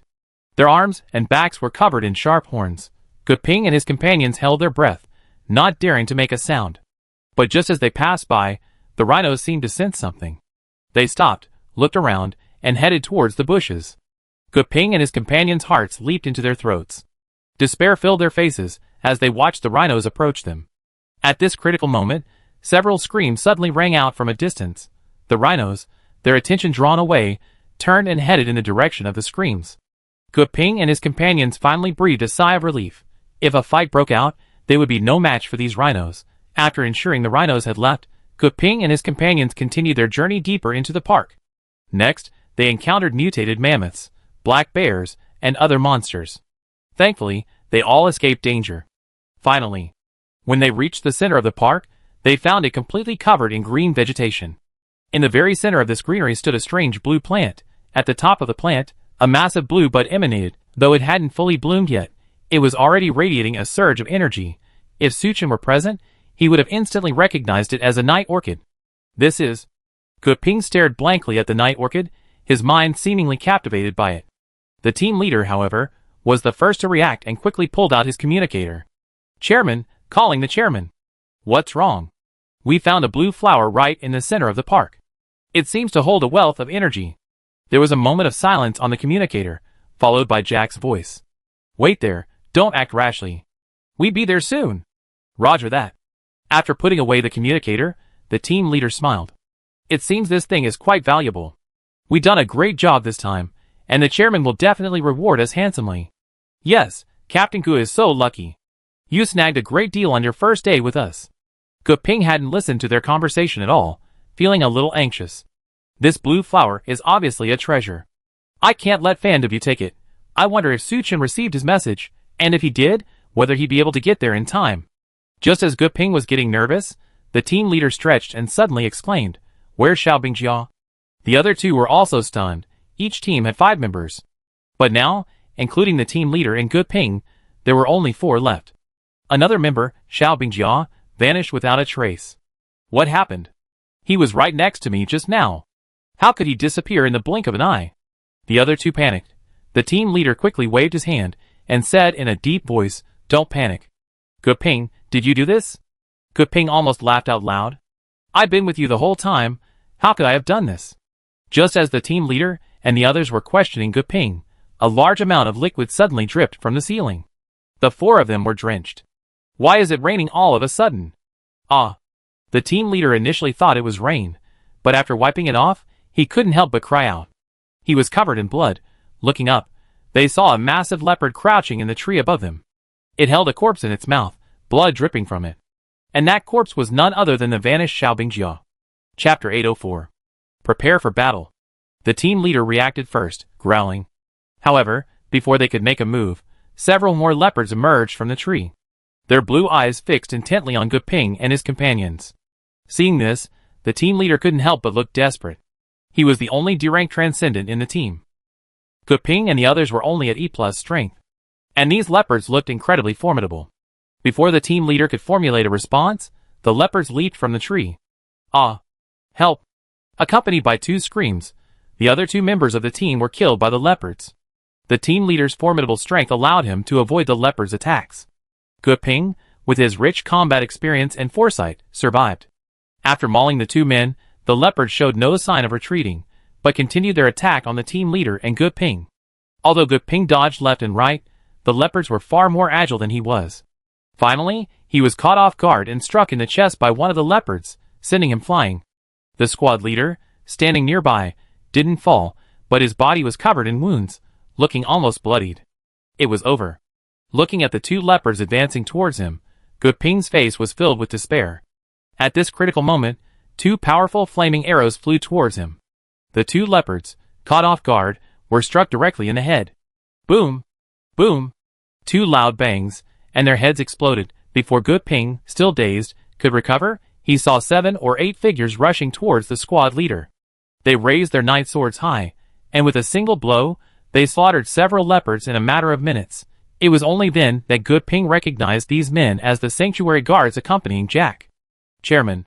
The captain, having narrowly escaped death, saw Fandabu and Jack and the others approaching and quickly saluted respectfully. Fandabu, Jack, and the others looked somewhat distressed.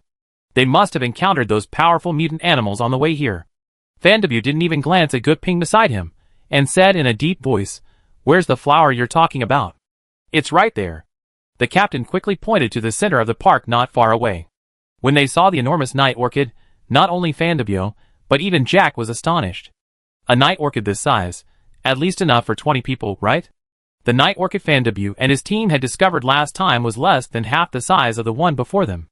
Even so, 10 gene-locking reagents had been produced. Impossible.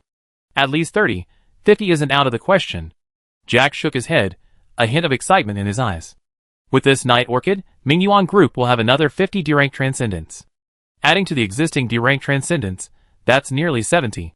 If they find another Night Orchid, they'd be close to 100.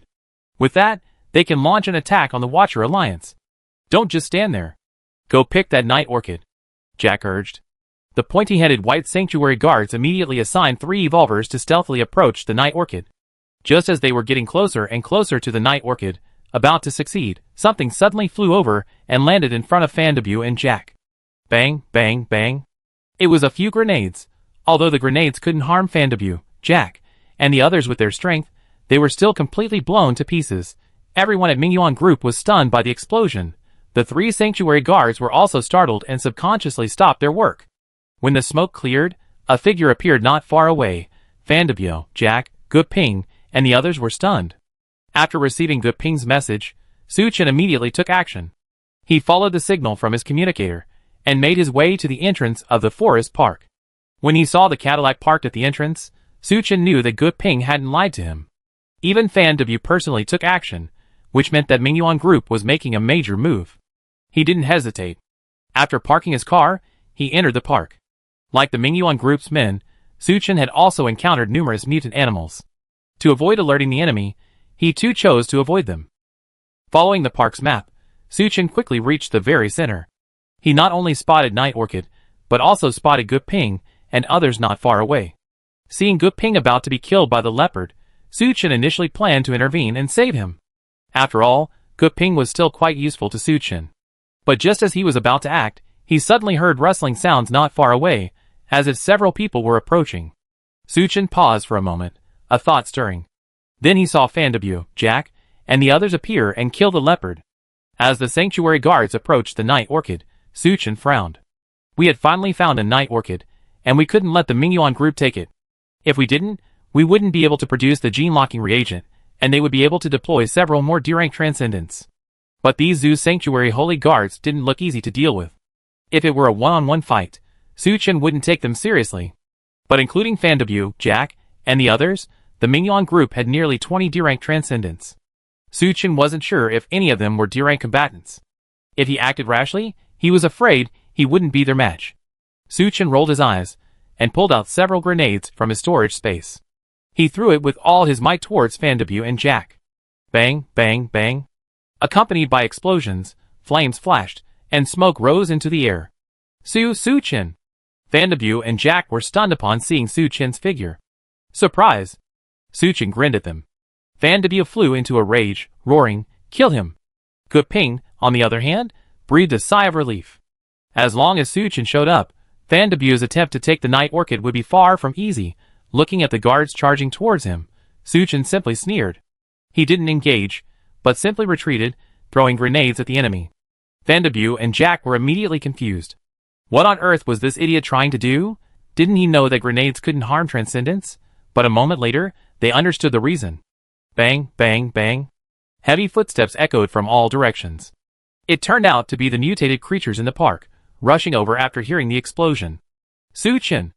Fandabu, targeted by several chimpanzees, immediately erupted in curses. These mutants were mostly D-tier. Chapter 805. Although these mutant animals weren't particularly strong compared to D-rank monsters, if a fight broke out, Fandabu could easily kill one. The problem was, there were simply too many of them. Suchin paid no heed to Fandabu's insults. After seeing this enormous Night Orchid, he understood why the forest park had become like this. The reason was simple. The Night Orchid contained abundant energy and radiated it. The original wildlife in the forest park had mutated under the influence of the Night Orchid. Not only that, Suchin also discovered numerous precious medicinal herbs within the park, such as hard blood grass and moonflower. Naturally, these mutated wildlife would guard the Night Orchid, much like the dark devouring moth and ghost-faced spider had done before. If anything happened to Yilanhua, they would definitely come rushing over. That's why Suchin had to create some noise. Swish, swish, swish. Suchin ducked, dodging the venom of a giant python. At this moment, his surroundings were in turmoil. All manner of mutated animals were charging towards Yilanhua. Not to mention Suchin, even the members of the Mingyuan Group were surrounded by mutated animals. The 3 sanctuary guards closest to Yilan Hua, seeing the situation was dire, hurried their pace, intending to pick up Yilan Hua and flee. But how could Su Chen give them the chance?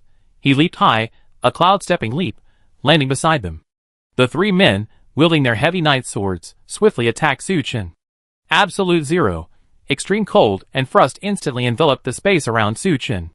The sanctuary guard's movement slowed to a crawl. Su Chen drew his black golden long sword and slashed at one of them. Under the effects of absolute zero, the man had no time to dodge. But the sanctuary guard was worthy of being a sanctuary guard. He suddenly roared, and a dazzling white light erupted from his body. Su Chen's attack landed on the white light as if it were hitting solid rock. What was this? Su Chen was stunned. At the same time, the other 2 sanctuary guards also erupted in white light. Under the influence of the white light, they regained their speed and slashed at Su Chen in unison. Su Chen frowned, and with the help of the Tianzong, he soared once more. After dodging the attacks of the 3, he landed next to Yilan Hua. Stop him! Seeing this, Vanderby roared. But it was too late. Su Chen reached out, plucked the night orchid, and placed it in his storage space. With the night orchid's disappearance, the surrounding energy fluctuations instantly decreased significantly. Sensing this change, the mutant animals suddenly became frantic. Not only did they relentlessly pursue the Mingyuan group members, they also engaged in a frenzied battle with other mutants. Catch Su Chen. I want him dead. Vanderby roared in exasperation. The zoo sanctuary's men immediately surrounded Su Chen. Unfortunately, the surroundings were in chaos, and they couldn't get close to him for a while.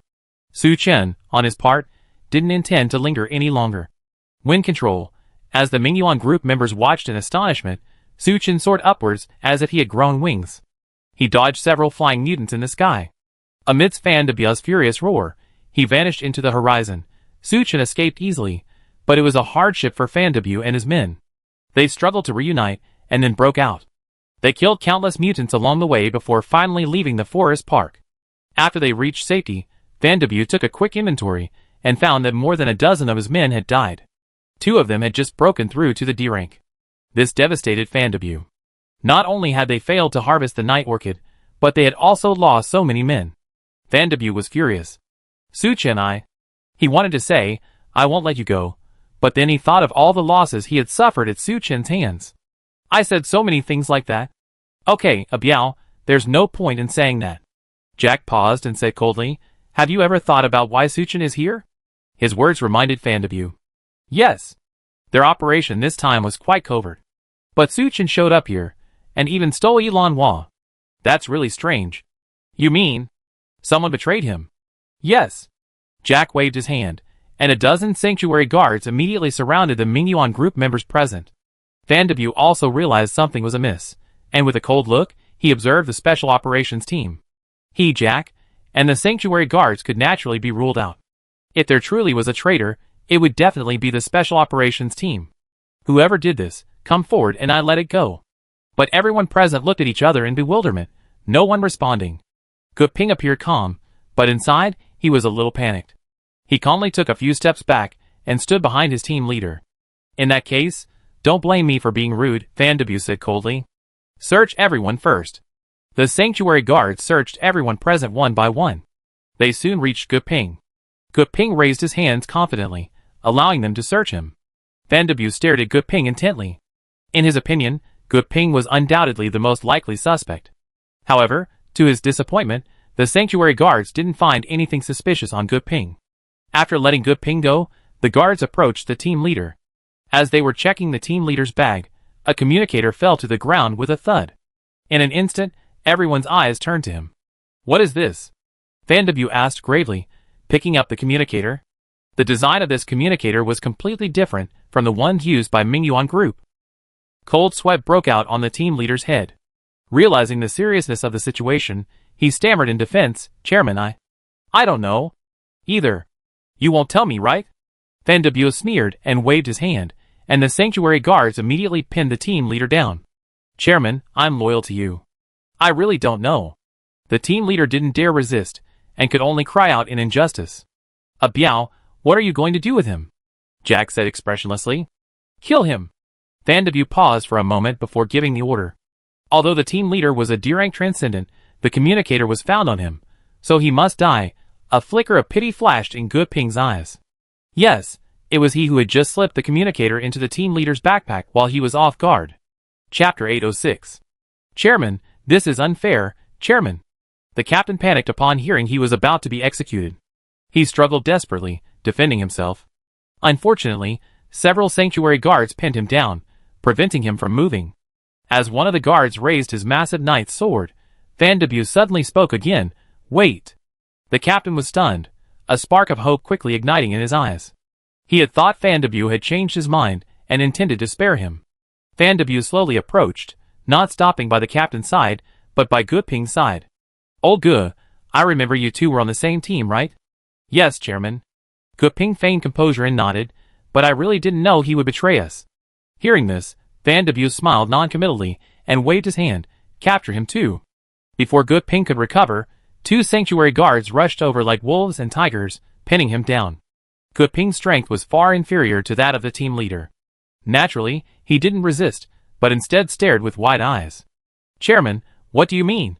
Since you're on the same team as him, you're also a suspect. Just kill him. Van de Beau sneered. In his heart, he didn't believe the team leader would betray Mingyuan Group. But the evidence was there, and whether the team leader did it or not, he was doomed. Since Gu Ping was working with the team leader, he was clearly more suspicious than the team leader. Preferring to kill the innocent rather than let him go, that was Van de Beau's style. So he planned to execute both Gu Ping and the team leader. You're killing people at will. Aren't you afraid of public outrage? Public outrage? Van de Beau laughed heartily, gazing at everyone present. If anyone disagrees, I kill them too. Wherever his gaze passed, everyone lowered their heads, not daring to meet his gaze. Gu Ping had never imagined Van de Beau could be so cruel and ruthless. But he was also a man of integrity, and had no intention of begging for mercy. Van de Beau, you've done so many evil things. One day, retribution will come to you. He paused, then sneered, one more thing. Jack, your sidekick, I heard him call the zoo sanctuary a while ago. He said that after you destroy the Watchers, they kill you and appoint an obedient agent. At these words, Jack's face paled slightly. Bullshit! Biao, he's trying to sow discord between us. Van de Beau waved his hand and chuckled. Don't worry, Jack. Our relationship is self-evident. How could I possibly believe him? Believe it or not, Biao, you're on your own. After saying this, Gu Ping fell silent. In front of everyone, the guards of the zoo sanctuary brutally murdered Gu Ping and the team leader and took their energy crystals. Anyone who dares to betray the group in the future will suffer the same fate as them. After threatening everyone, Van de Beau ordered the car to leave. Biao Yilanhua is lost, so let's just look for her. After getting in the car, seeing Van de Beau looking glum, Jack smiled and consoled him. It's not that I feel bad for Yilanhua, but I'm worried about Su Chen's motive for stealing her. Van de Beau explained. You mean, Su Chen stole the night orchid to create the gene-locking reagent? Yes, that's what I'm worried about. Hearing this, Jack couldn't help but laugh. How is that possible? The sanctuary spent so much money and manpower to develop the gene-locking reagent. Su Chen and the others want to develop it in such a short time. That's impossible. If you ask me, he's simply trying to ruin our plans. Van de Beau frowned slightly. Jack, don't be so overconfident. Have you forgotten when we wanted to develop nuclear bombs? This brought back bad memories for Jack, and his face darkened. Enough, Biao. This thing is different from a nuclear bomb. I said Su Chen can't do it, and he just can't do it. Seeing his stubbornness, Van de Beau hesitated and said nothing more. Okay, Biao, now you should focus on finding more night orchids. Do you understand? Okay. Van de Beau nodded. Jack smiled, contentedly, and began to play with the woman beside him. Van de Beau didn't bother to look, instead gazing out the car window. He suddenly remembered Gu Ping's dying words. Admittedly, Gu Ping might have intended to alienate Jack from him. But he was a man of integrity, so it was possible he wasn't lying. He had even thought about using the Sanctuary of Zeus to prosper, and then destroying it. There was no guarantee Jack wouldn't have had the same thought. Jack had been quite dissatisfied with many of his previous actions, and they had even clashed. It seemed he needed to plan ahead and make early plans. Su Chen used wind control to escape the battlefield and reach the park's edge. He immediately retrieved a car and fled. This trip not only secured the Night Orchid, but also disrupted the Mingyuan Group's plan, killing two birds with one stone. By the time Su Chen returned to the Watcher base, it was already evening. He had just parked the car when Zhao Men, having received the news, rushed over. Brother Su. Seeing Zhao Man's smug expression, Suchin smiled. Brother Zhao, you're so happy. Did you find the night orchid? Hee hee, keep it a secret. Zhao Man grinned, but his expression betrayed him. Brother Zhao, you're still keeping it a secret. Suchin couldn't help but laugh. I have something to do with Niu Gong. Brother Su, would you like to come with me? Okay, I have something to do with him too. The two chatted as they arrived at Niu Mingxuan's laboratory. Boss Su. Captain Zhao. Niu Mingxian greeted them with a smile. We found a night orchid while out today. Zhao Man smiled as he opened the suitcase he had been carrying. A crystal-clear night orchid, resembling a work of art, appeared before Niu Mingxian. Although Suchin had given Niu Mingxian one before, and had successfully produced a high-level breakthrough reagent, Niu Mingxian was still somewhat dazed upon seeing such a precious night orchid again. It's truly a good thing. Niu Mingxian muttered to himself, one night orchid like this can probably produce about 10 gene-locking reagents. 10? Zhao Man was a little disappointed, then rubbed his hands together and looked at Suchin. Brother Su, this was found by our first team. Can we take a couple more? Sure, no problem. Suchin agreed generously. Great. Zhao Man's expression lit up with excitement. Anyone who wants to evolve to stage D naturally has an advantage. Boss Su, don't you have any goodies this time? Niu Mingxian asked expectantly. Chapter 807. Of course I have treasures. Suchin smiled faintly and took out the night orchid he had harvested from the forest park and placed it on the lab table. When Niu Mingxian and Zhao Man saw it, their eyes widened. Nothing else. It was simply because the night orchid Suchin had brought out was just too big. The night orchid Zhao Man had found was almost twice the size of a typical rose. And yet, the one Suchin had found was as big as a winter melon. Zhao Man swallowed. Brother Su, yours is too big. You know, everything about me is big. Suchin laughed. I suspect you're driving, but I have no proof. Zhao Man was at a loss for words. Okay, Engineer Niu, this night orchid should be enough for about 50 people, right? Suchin looked at Niu Mingxian. Niu Mingxian thought for a moment and nodded. Based on the formula for the gene-locking reagent, it should be enough for about 50 people. Including the night orchid that Zhao Man found, the Watcher Alliance now boasts 60 D-rank transcendents. With such strength, it's comparable to the Brotherhood. Brother Zhao, select reliable personnel from the various teams. Once Engineer Niu has produced the gene-locking reagent, you distribute it. Suchin said to Zhao Man. Okay, no problem at all. Zhao Man agreed without hesitation. After finishing all this, Suchin returned to Normadison. Ever since he began searching for a way to break the gene lock, Suchin had been constantly busy. Today, he finally had a chance to rest. Suchin leaned back on his bed, caressing Ming Qi beside him. Suddenly, a thought struck him, and he opened his system panel. RV level 11. Energy points required to upgrade 30,000. Current energy points 233,456. Vehicle durability 100%. When durability reaches 0, the RV will be scrapped. It can be repaired using energy points. Storage space. Energy store. Enhancement options. Protection function. Scan detection. Rune system. Kung Fu secrets. Qi condensation technique. Soaring void fist. Stairway to the clouds. Body strengthening technique. Steel slash. Infinite sword art. Infinite steel slash. Wind control technique. Talents. Marksmanship. Self-regeneration. Control of ice and snow. Electric ice skill. Lightning control. Toxin resistance. Mental resistance. Underwater breathing. Dragon might. Combat power rating D-. Suchin absorbs a sufficient amount of raw stones every day, and he also possesses the Qi condensation technique. So his energy accumulated quite quickly. If it were before, with over 200,000 energy points, Suchin would have been grinning from ear to ear. But after looking at the energy points needed for the next upgrade, he couldn't smile. Forget it, I upgrade the RV system myself. Ding, RV system upgraded successfully, now at level 12. RV space increased. Ding, RV system upgraded successfully, now at level 13. The variety of items redeemable in the energy shop has increased. Ding, RV system upgraded successfully, now at level 14. The variety of items redeemable in the energy shop has increased. Suchin upgraded the RV 3 levels in a row. When he saw the system log, he was slightly stunned. To him, the energy shop was rather useless. After all, the items available for exchange are all daily necessities. These items are very important to other survivors. But Suchin doesn't need them at all, because the supplies in his storage space are more than he can use up in his lifetime. Let me see what goodies the energy shop has added. Suchin opened it and was immediately surprised.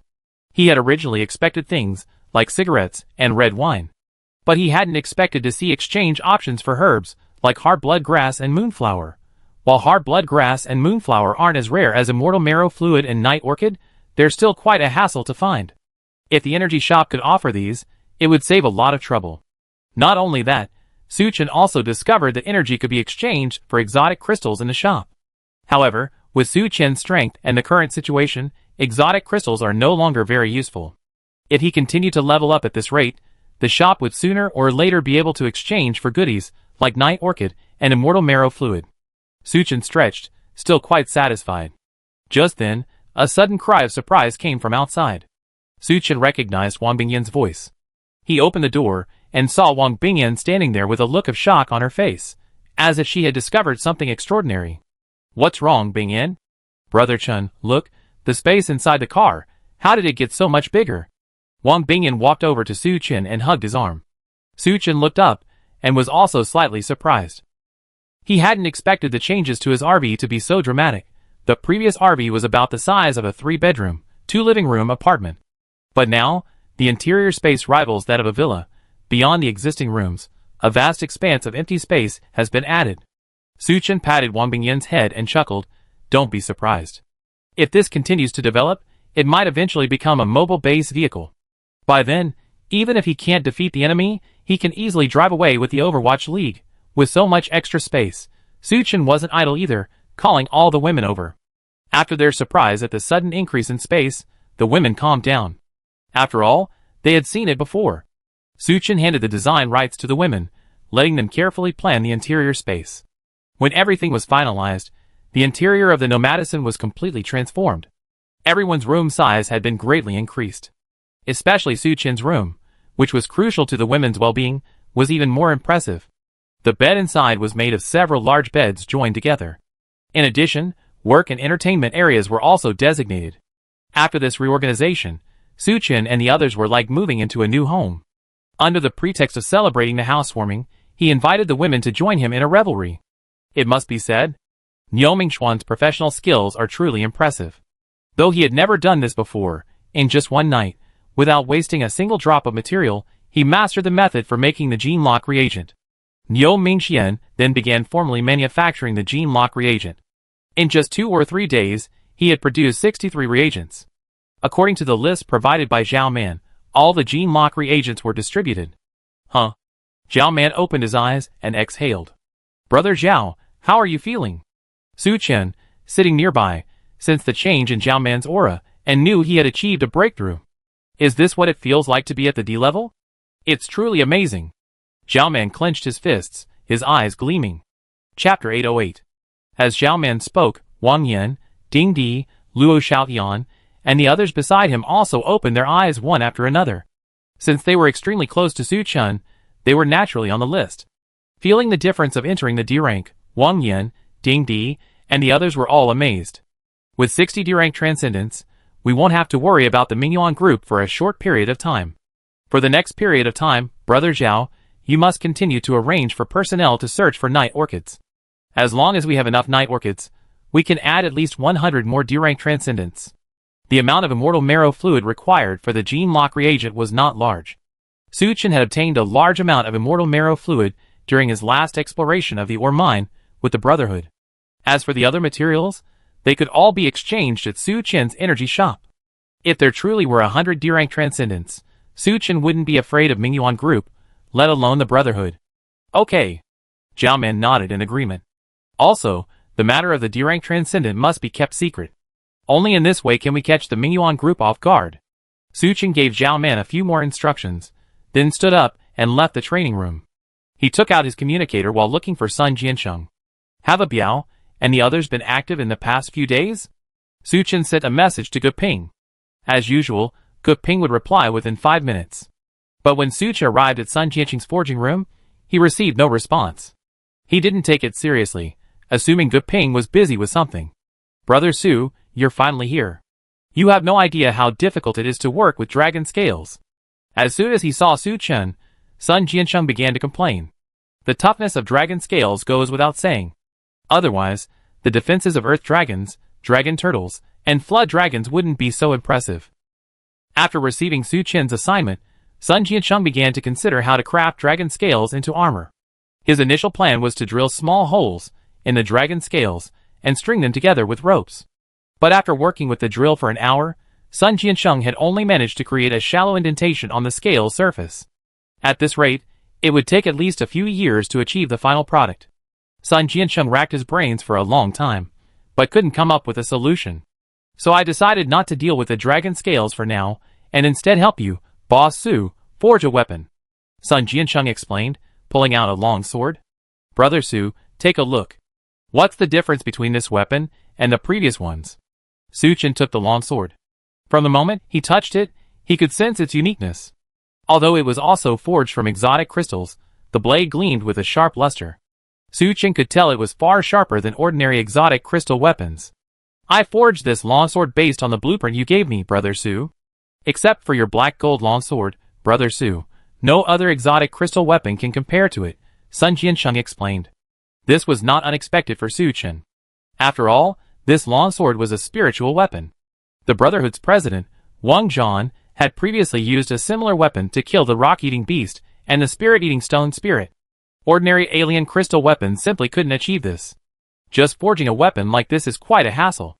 The temperature, the materials, even the time of forging, it all has to be done in the early morning. Sun Jiancheng said with a wry smile. Thank you for your hard work, Jiancheng. Su Chen could imagine the difficult circumstances Sun Jiancheng had gone through to forge such a weapon. After obtaining this long sword, an idea struck me. So why can't I make tools using the same method for forging weapons? Sun Jiancheng chuckled. After witnessing the power of spiritual tools, he came up with a way to deal with dragon scales. Following the same process, Sun Jiancheng crafted a tool worthy of being a spiritual weapon.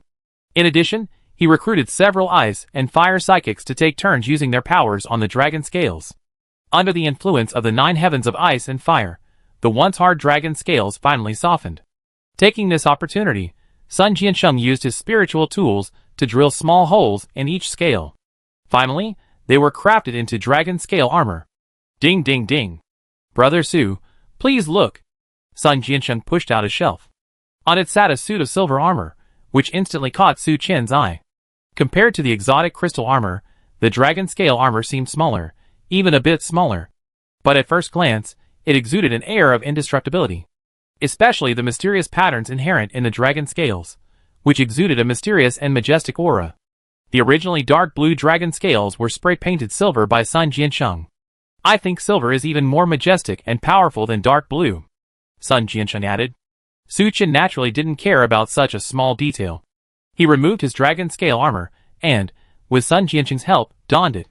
Compared to his previous exotic crystal armor, it fitted more snugly and allowed for greater freedom of movement. As for its defensive power, needless to say. After learning the entire process, Su Chen couldn't help but exclaim, Jiancheng, you're a real talent. Sun Jiancheng was an expert at crafting weapons and armor. Niu Mingxian excelled in scientific research and the production of various reagents. Their importance to Su Chen was self-evident. Even if Su Chen was offered 100 gene-locking reagents, he wouldn't trade them. I'm not really a talent, just a bit of a quirk. It's mainly because you, Brother Su, trust me and have provided me with so many good things.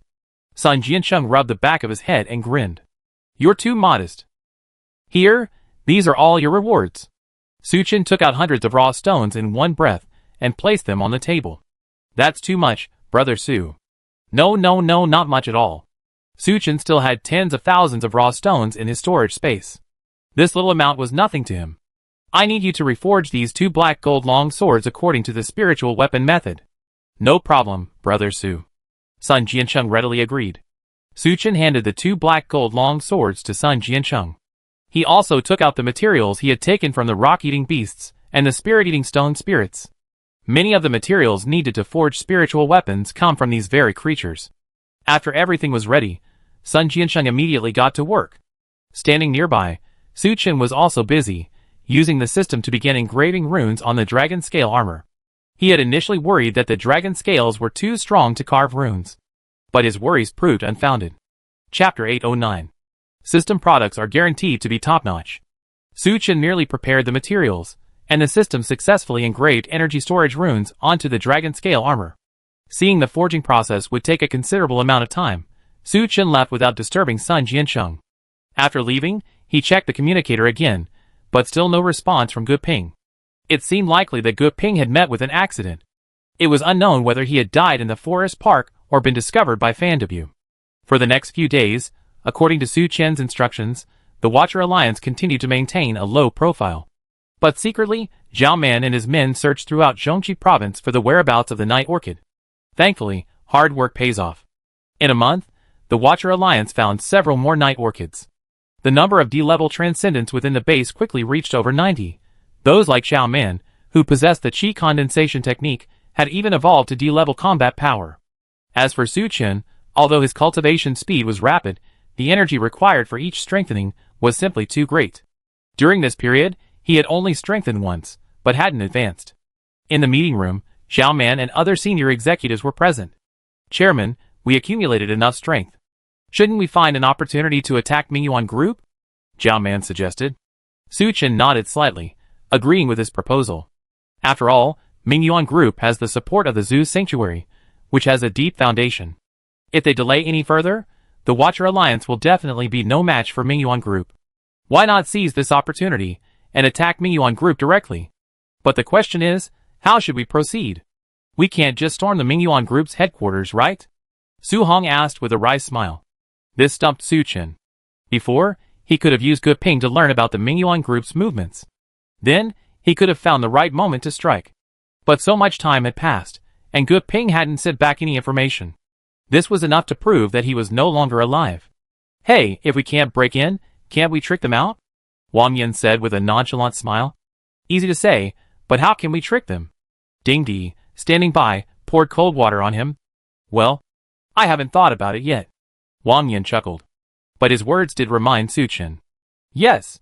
Ambush Mingyuan Group by force isn't very realistic. We could think of a way to lure Fan W and the others out and kill them. At this point, a bold idea surfaced in Su Chen's mind. Captain Zhao, from today on, you go spread the word. Su Chen leaned over to Zhao Man and whispered a few words. Zhao Man's eyes lit up, and he nodded. Okay, I arrange it right away. Mingyuan Group. In a basement laboratory. Fan W and Jack watched the staff busying around through the glass window. Once this batch of gene-locking reagents is produced, we have 120 D-class transcendents. Fan W's face lit up with joy as he spoke of this.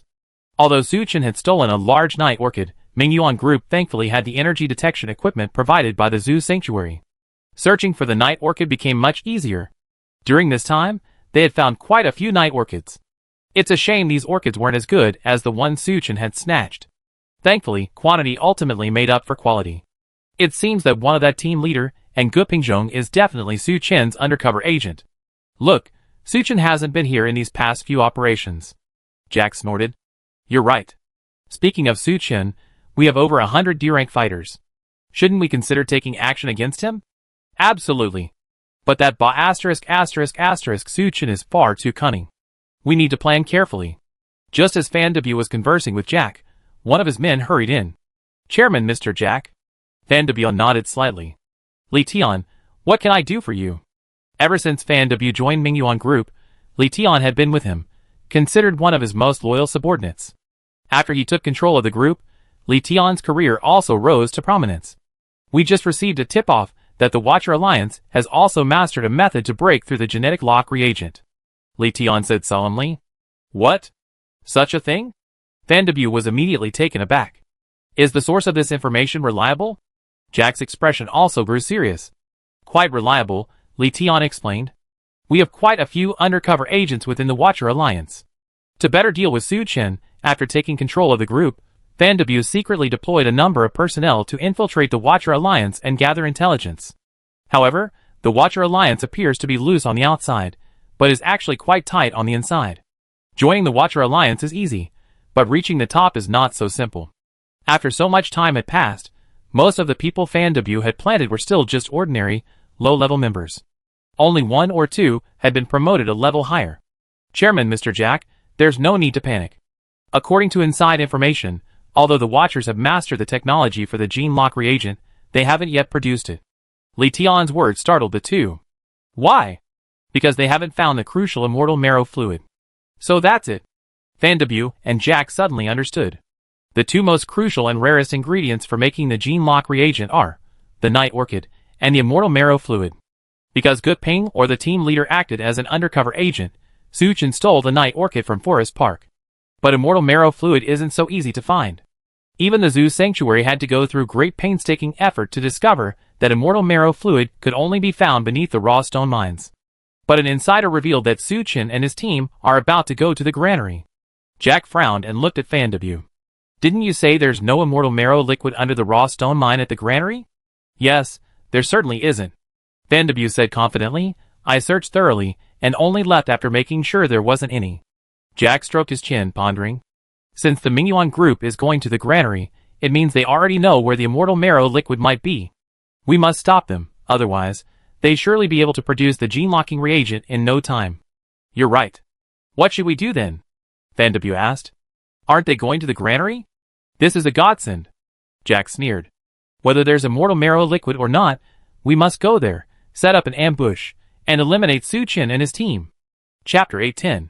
There's no time to lose. After receiving word from the Watcher Alliance that they were about to go to the granary to search for the immortal marrow fluid, the Mingyuan group sprang into action. Not only were the guards of the zoo sanctuary dispatched, but also all of the group's D-rank transcendents and E+ peak transcendents. Fan Debut and Jack had a single goal, to kill Su Chen and destroy the Watcher Alliance. Soon, the Mingyuan group's armed forces were assembled. One car after another departed the Mingyuan group base, heading majestically towards the granary. In a nearby jungle, a figure lurked in a treetop, observing all this. He pulled out his communicator and whispered, "The rabbit has left its nest. The rabbit has left its nest." Over. Far away in Yuqing, Xiao Man at the Watcher base quickly received the news. He hurried to Su Chen's office and said excitedly, "Brother Su, that scoundrel Fan Debut has been fooled." "That's great." Su Chen's eyes flashed with a gleam. Everyone gather in the conference room. Su Chen had long anticipated that he could plant an undercover agent within the Mingyuan group. Fan Debut could naturally send someone to infiltrate the Watcher Alliance and gather intelligence. So he deliberately had Xiao Man spread the news that the Watcher Alliance was about to go to the granary to search for the immortal marrow fluid. Su Chen's goal was simple, to lure the Mingyuan group's men out and kill them.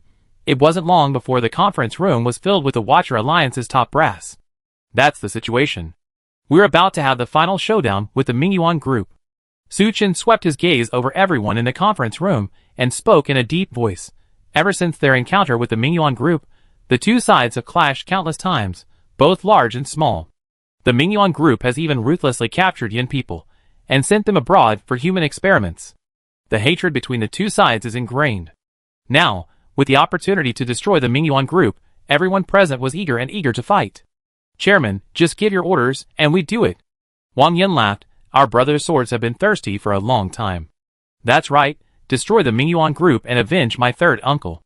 Once we eliminate them, we can rest easy." The others echoed. "All captains, listen." Su Chen looked at Xiao Man and said sternly, "Please give your orders, Chairman." Xiao Man, Luo Xiaotian, Xiang Mingming, and the others stood up with serious expressions. From now on, the base enters level 1 combat readiness. Signal blocking is activated. No one is allowed to enter or leave at will. Except for the security battalion, the logistics team, and the security team, all combat personnel from the other 6 battalions must assemble and prepare for battle. Su Chen methodically issued combat orders. "Yes, command." The 9 battalion leaders responded in unison. "All right, action." Su Chen waved his hand. With the order for level 1 combat readiness passed down, the vast Watcher Alliance base immediately entered a state of alert. Inside the security battalion's office, a man stood on the 2nd floor, observing the situation on the street outside through the window. His expression was solemn as he watched the military vehicles drive by. "Brother Liu, this is bad." The door behind Brother Liu opened, and a panicked young man rushed in. "Shut up." Startled, Brother Liu glared at him. "Close the door." Okay. The young man quickly closed the door, leaned over to Brother Liu, and whispered, "The base has been put on level 1 combat readiness. No one is allowed in or out. Not only that, but the signal is blocked. I feel something's amiss." The Watchers don't look like they're going to the granary to search for the immortal marrow liquid. They look more like they're going to war. Brother Lu frowned, saying nothing. Yes. He and this young man were the spies planted by the Mingyuan group within the Watchers. The Watchers' management was relatively strict. Despite Brother Lu's outstanding performance, he wasn't able to join the 6th Battalion and could only join the Security Battalion. It was Brother Lu who secretly relayed the news of the Watchers' search for the immortal marrow liquid back to the Mingyuan group. This is troublesome. We need to find a way to notify the chairman and the others, Brother Lu said slowly. But the problem is, with the first level of combat readiness, what should we do? The young man said with a wry smile. As the two were discussing countermeasures, there was a sudden knock on the door. Who? Brother Lu asked warily. It's me, Zhao Yang. A deep voice came from outside. Unlike other evolvers and psychics, Zhao Yang possessed only one rampage skill, and using it would cause him to drop in level. Thankfully, Zhao Yang was intelligent and adept at dealing with people, so Su Chen appointed him captain of the security brigade. Although his future wasn't promising, as long as the Watcher Alliance remained standing, he would have no worries about food and clothing. It's Captain Zhao. Brother Lu felt relieved and hurried over to open the door. Behind Zhao Yang stood several other tall, muscular men with fierce eyes. Brother Lu sensed something was amiss. Captain Zhao, what's going on? Well, these guys want to see you, Zhao Yang said, shifting to the side. At that moment, several muscular men pounced and pinned Brother Lu to the ground. With a click, an energy suppressor was placed on Brother Lu's hand. The young man in the room froze for a moment, then turned and tried to escape through the window. Unfortunately, he wasn't quick enough. Two burly men swiftly advanced, forcibly dragged him down, and also placed energy suppressors on him. Captain Zhao, what do you mean by that? Brother Lu struggled desperately, staring up at Zhao Yang. I can tell you what he means. A slow voice echoed from behind. Brother Lu and the young man looked over. Upon seeing Su Chen, they were stunned for a moment, then their eyes flashed with shock and fear. Take them away. Su Chen waved his hand. Several large men carried Brother Lu and the young man and turned to leave. Boss Su, this is my fault. Zhao Yang nervously apologized to Su Chen. He had never imagined there would be two traitors within the security brigade. If Su Chen were to investigate, he'd be justified in dismissing him. Fortunately, they didn't cause any major trouble. Su Chen smiled and patted Zhao Yang's shoulder. Don't worry. Our people already knew about them, but they could still be used, so we didn't arrest them right away. Alright, it's okay. Don't worry. I go back and interrogate these two. Thank you, Boss Su. Zhao Yang's face was instantly filled with gratitude. In the interrogation room, Brother Lu sat behind the desk, several interrogators staring at him. Chapter 8:11. Alright, tell the truth. Wang Yan slammed his hand on the table, impatient. What are you talking about? I don't understand what you're talking about. Brother Lu was still playing dumb. Son of a bitch, the guy next to me is a psychic. If that doesn't work, have him use his powers on you? I guarantee you'd be left wishing you were dead. Wang Yan threatened. Brother Lu's heart skipped a beat, and he couldn't help but feel a little nervous. Just then, the door to the interrogation room opened, and Su Chen slowly walked in. Wang Yan quickly stood up and offered him a seat. After Su Chen sat down, he said calmly, Master Lu, right? Since we invited you here today, it means we already have information about you. Su Chen tossed a stack of files in front of Brother Lu. Master Lu instinctively flipped through a few pages, a cold sweat breaking out. This document records every action he and his men have taken since joining the Overwatch Alliance. You now have two options. The first is to cooperate with us. All your past crimes will be forgiven, and you can continue to serve in the Overwatch Alliance. The second option is that they will torture you severely. Su Chen pointed at Wang Yan and Ding Di standing nearby. Wang Yan and Ding Di clenched their fists, their faces grim and sly grins on their faces. Lu De hesitated for a moment, then finally said, I am willing to cooperate with your actions. Since Su Chen already knew their details, the information they passed back to Mingyuan Group was probably false. Even if they returned to Mingyuan Group, Fan Debu would probably not let them go. Rather than this, why not just choose to defect? Excellent. Su Chen nodded with satisfaction. Ian, old Ding, get him in the car. Yes, Boss Su. Wang Yan and Ding Di carried Lu De out. Outside the interrogation room, Zhao Man and the others had been waiting for a long time. Lu De has agreed to cooperate with us. Captain Zhao, let's get ready to go. Su Chen led the way out. Zhao Man, Luo Xiaotian, and the others followed him like a star-studded circle. Outside, a long convoy of cars was parked. Suchin boarded the lead car, and as it started, the convoy slowly drove away from the base grain depot. After a long journey, the Mingyuan group arrived safely. Vandebu left all matters to Li Tian and discussed with Jack how to deal with Suchin. Do you think we should fight on the surface, or wait until they're underground? Let's wait until they're underground. Jack sneered. If we fight on the surface, what if Suchin realizes he's no match and scatters as soon as the fight begins? That would be quite troublesome. Okay, we do as you say. Vandebu nodded, but his expression seemed a little strange. Jack noticed and asked with a smile, Biao, what's wrong with you? Hey, I'm a little uneasy. Vandebu sighed. We have 120 D-class transcendence on our side. Even if Suchin has obtained the gene lock reagent, he only have a few dozen at most. Not to mention, we're operating with a calculated mindset, so we have the upper hand. What's bothering you? Jack looked at Vandebu with a puzzled expression. But the more this goes on, the more uneasy I feel. That Suchin kid seems as cunning as a loach. I won't be able to rest easy unless I see him dead with my own eyes. Repeatedly failing at Suchin's hands had become a demon in Vandebu's heart. Haha, don't worry, this time Suchin will be utterly annihilated. Jack consoled him. Vandebu nodded. Then I contact the undercover agent planet in the Watchers Alliance to see if there's any activity from Suchin. He left the tent and found Li Tian. Through Li Tian, Vandebu successfully contacted Lu De. Hello Lu De? This is Chairman Vandebu. Hello Chairman. Lu De's respectful voice echoed from the other end of the communicator. Anything unusual happening over there in the Watchers Alliance? Vandebu asked. Reporting to the chairman, everything is normal with the Watchers. Their leader, Suchin, has just left the base with his men and appears to be heading to the granary. Hearing Lu De's words, Vandebu's heart swelled. Excellent. You did a great job this time. After we destroy the Watchers, I won't treat you unfairly. Thank you, Chairman. Lu De hurriedly thanked him. After the communication was severed, Vandebu's initial uneasiness dissipated considerably. He immediately ordered Li Tian to begin preparing an ambush on Suchin.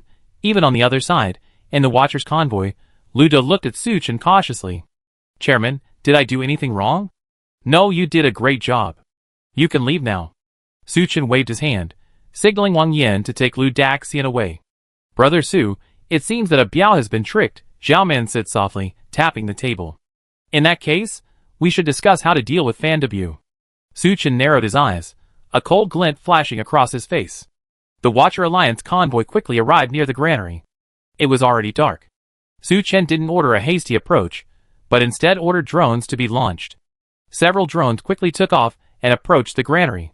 However, after an hour or two of searching, the drones still couldn't find any trace of the Mingyuan group. Could they be here yet? Wang Yan asked doubtfully.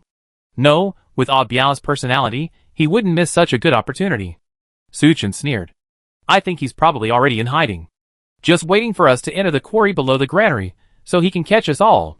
So what do we do now? Zhao Man looked at Suchin inquiringly. In that case, let's use their strategy against them. Let's send some of our men into the quarry first. As long as Biao and his men follow them in, the rest of us can follow and attack from both sides. Suchin slammed the table and said solemnly. Okay. No problem. The others nodded in agreement. Mingyuan group's camp. Vandebu was fast asleep in his tent, cuddling a young woman. Just then, Li Tian's voice rang out from outside, Chairman, Chairman. Vandebu slowly opened his eyes, glanced at the sky, and frowned. It's so late. What's going on? Our sentries report they spotted a Watchers Alliance convoy. Hearing this, Vandebu perked up. He jumped up, put on his clothes, and headed outside. Li Tian led Vandebu to the combat command vehicle. The screen inside displayed the situation at the granary. Chapter 8:12. Through the night vision screen, Vandebu could clearly see more than a dozen vehicles parked inside the granary. Followed by dozens of people, they alighted from the vehicles. Leading the group was none other than Suchin, leader of the Watchers. Suchin gathered the Watchers together, gave them a few instructions, and with a wave of his hand, led them towards the former Nightmare's lair. Vandebu was delighted. Just then, the car door opened again, and Jack, adjusting his clothes, entered. Did you hear Suchin and the others are here? Yes, they're about to go underground. Vandebu pointed at the monitor screen and said with a smile. Then what are you still standing there for? Send someone in quickly, Jack urged. Hey, don't rush. What if Suchin has a backup plan? Fan W waved his hand calmly. Wait until they get deeper, then we can follow them. We still have time. Okay, I follow your lead. Jack nodded, saying nothing more. Time ticked by, and Suchin and the others had already been inside for almost 10 minutes. Fan W checked his watch and said to Li Tian, let's get going. Yes. Li Tian replied and hurried off. Fan W beckoned Jack and prepared to get out of the car. Just as he opened the car door, he suddenly froze in place. What's wrong? Jack asked curiously. I don't know why, but I have a bad feeling. Fan W glanced around and whispered. Just a moment ago, he had felt a sense of unease, as if some great danger lay ahead. That's enough, Abayo. Why are you so dazed now? Hearing Fan W's words, Jack was instantly amused. Better safe than sorry. Fan W grabbed Jack and said seriously, if nothing unexpected happens, Li Tian and his men will be able to eliminate Suchin. It doesn't matter whether we go or not. But if something unexpected happens, we can stay outside and provide support at any time, or retreat in time. If it were anyone else, Fan W would definitely not be so hesitant. But the problem was, his enemy was Suchin. Fan W still trusted his intuition. Looking at Fan W's serious expression, Jack thought for a moment, and felt that what he said made sense. Alright then. We stay outside and take charge. Fan W breathed a sigh of relief, and gave Li Tian the order over the intercom. Roger. Li Tian, accompanied by his men, who had been preparing for a long time, rushed to the granary. Watching Li Tian and the others follow the watchers into the cave, Fan W and Jack, who were in the car, crossed their legs, awaiting the good news. Once we defeat Suchin, there won't be any significant organizations left in Zhongji province, and we can easily take it down. Once we take Zhongji province, I ask the sanctuary to reward you. Oh! What kind of reward? For example, martial arts skills, spiritual weapons, anything is possible. Hearing Jack's introduction, Fan W was immediately overjoyed. He raised his glass, cheers to our victory. Cheers! Just as the two of them were celebrating prematurely, the subordinate, who was monitoring them suddenly said in a panic, Chairman, something's wrong. Huh? Fan W was slightly startled and leaned closer to the monitor. The screen showed that more than a dozen vehicles had parked at the granary. A large group of people disembarked from the vehicles and, without stopping, headed straight for the Dark Nightmare's lair. Seeing this, Fan W's heart sank. These people seemed quite familiar with the granary. They were most likely Suchin's men, but why didn't they move with Suchin, instead following the Mingyuan group's men into the underground cave? Could this be another of Suchin's schemes? Fan W felt a chill run down his spine and immediately exclaimed, Hurry! Hurry! Get Li Tian back! Are you crazy? Jack hurriedly stopped Fan W. This is definitely Suchin's scheme. We've fallen for it. Fan W growled. Jack was no fool, of course he guessed this. However, he wasn't as panicked as Fan W. Instead, he said in a deep voice, even if we fall in for a trap, so what? We have over 100 D-rank transcendents. Jack, you don't know Suchin. Fan W smiled wryly. It doesn't matter which of them, Guping or the team leader, is the traitor. Suchin definitely knew we had a D-rank transcendent. But he chose to set a trap to target us. Then there's only one possibility. Suchin has already created the gene-locking reagent. That's impossible. Jack denied it flatly. You think too highly of Suchin. I know it's hard to believe.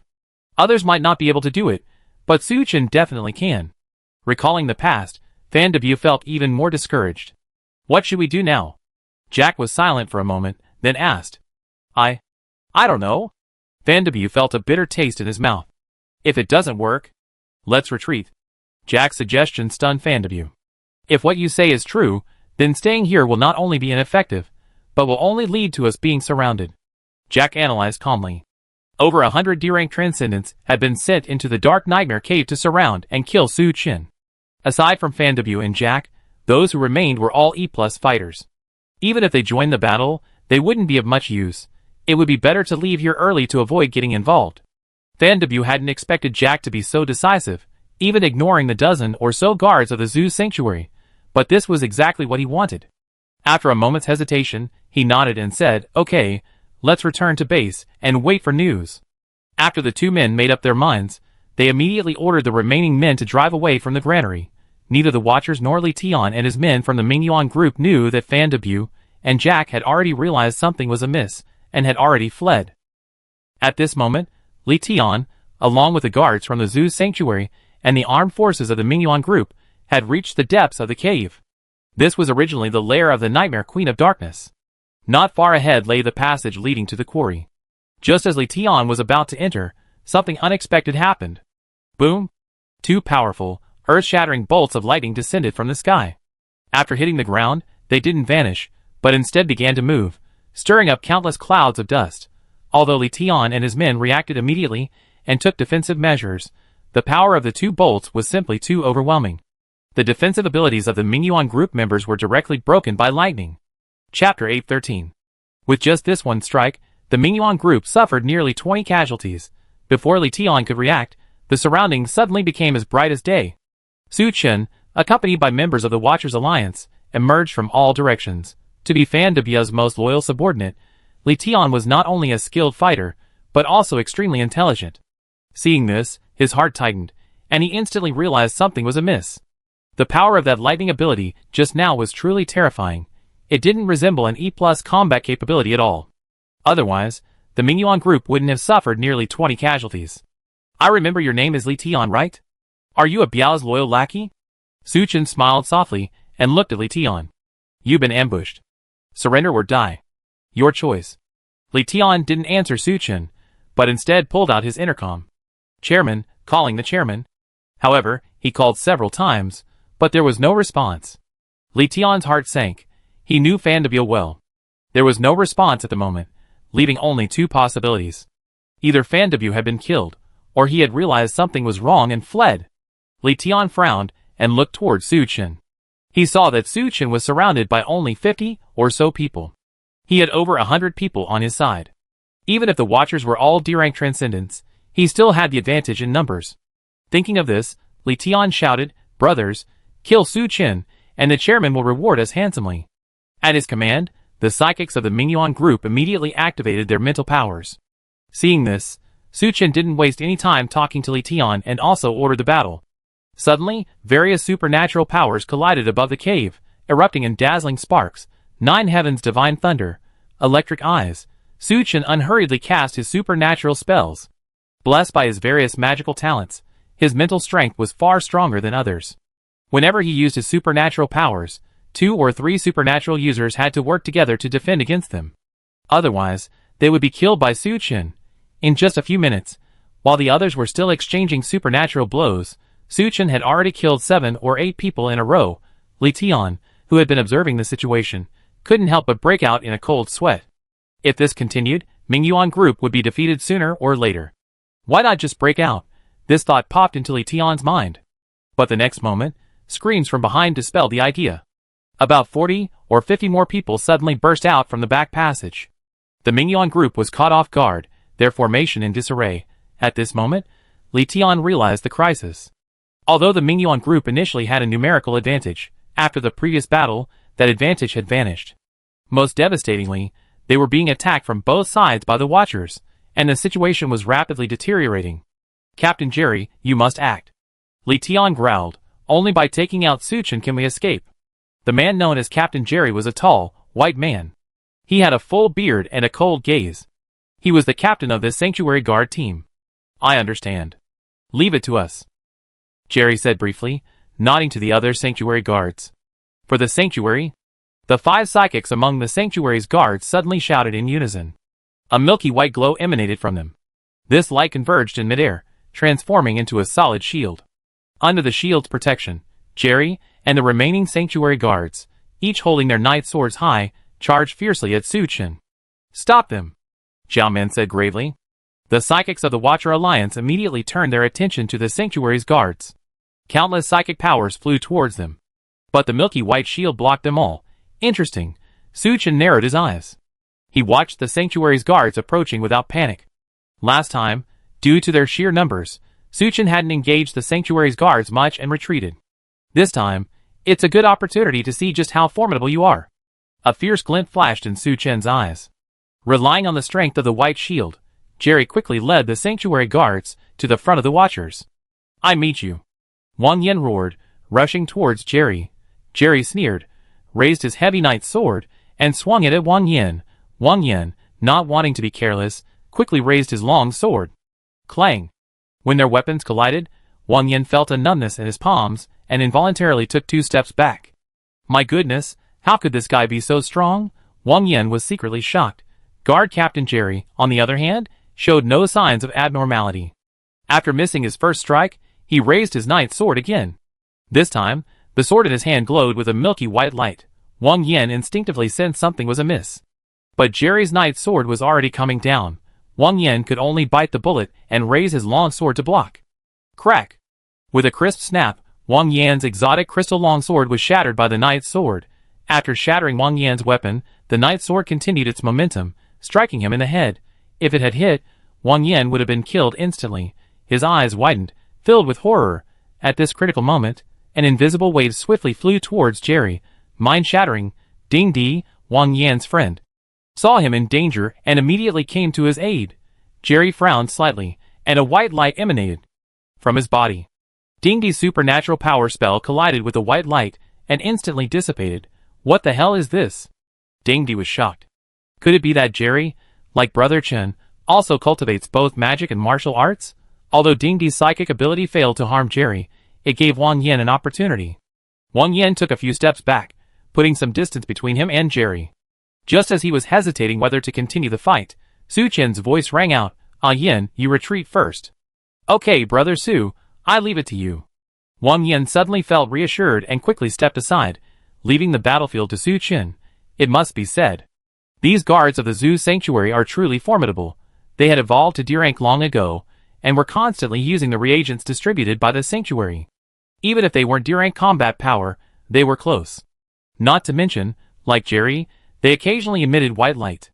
The Watchers, having only recently reached D rank, suffered a terrible setback against them. They were only barely holding on thanks to their numerical superiority. Captain Jerry looked Su Chen up and down and said calmly, "Are you Su Chen?" Chapter 814.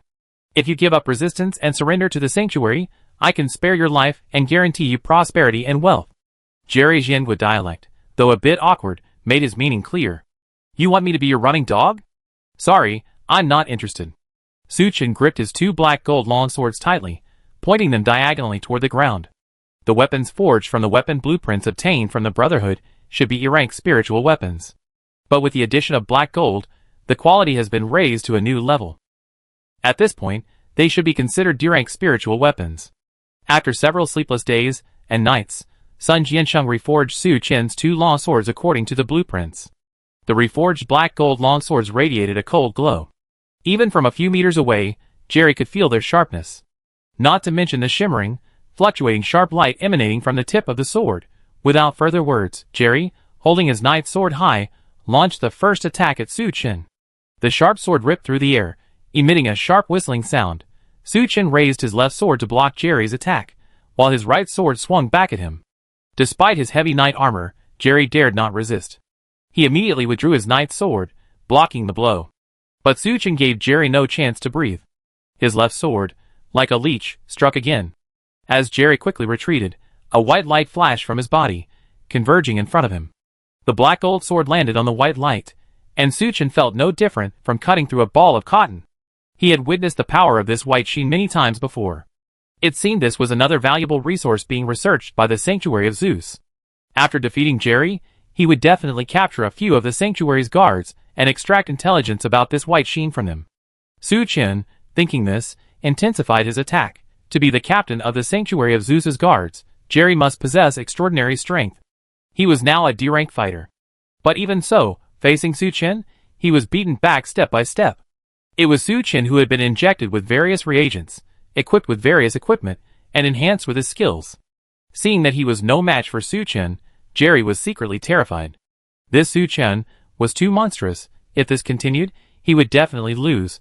Thinking of this, Jerry dared not hide his strength. He took a deep breath, his eyes instantly becoming resolute. At that moment, the white sheen emanated from him once again. This time, the white light didn't dissipate, but enveloped Jerry. He rushed toward Su Chen like a warrior of light. Enhanced by the white light, Jerry's speed became even faster. Xiao Man, Wang Yan, and the others around him couldn't even make out his form. Only Su Chen kept his eyes fixed on Jerry. The knight's sword in Jerry's hand was also enveloped in white light. With scorching heat, it slashed fiercely at Su Chen. But to Jerry's surprise, Suchin didn't react at all. Could it be that his speed was too great for Suchin to keep up? This thought crossed Jerry's mind, and the force of his Night Sword's impact increased a bit. But at that moment, he suddenly caught a glimpse of a mocking smile on Suchin's face. What did this smile mean? The next moment, Jerry understood. His eyes flashed, and a suit of silver armor, as if by magic, enveloped Suchin's body. Dang! A crisp clash echoed as the Night Sword landed on Suchin's shoulder. Suchin's body swayed slightly. But other than that, no damage was done to him. How could this be possible? Jerry was stunned. His strike was so powerful that even solid granite would be shattered to pieces. How could Suchin be safe? Even his own infinite/steel flash required 3 strikes to barely break the dragon scales. No matter how powerful your strike was, could it compare to infinite/steel flash? Whispering while Jerry was dazed, Suchin launched a counterattack. Infinite/steel flash. First strike, swish, the black gold longsword descended upon Jerry. Despite being blocked by the white sheen, the immense force still forced him back several steps. Not only that, after bearing the blow, the white sheen dimmed considerably, even beginning to flicker. Jerry was horrified, even considering taking this opportunity to retreat. But Suchin's second strike was already approaching. Jerry gritted his teeth, and with the conviction of certain death, he raised his knight's sword. Crack! The black gold longsword directly severed the knight's sword and landed on Jerry's shoulder. With this strike, the dim white sheen was completely extinguished. Jerry's arm was also severed by Suchin. The intense pain blinded him, and he fell to his knees.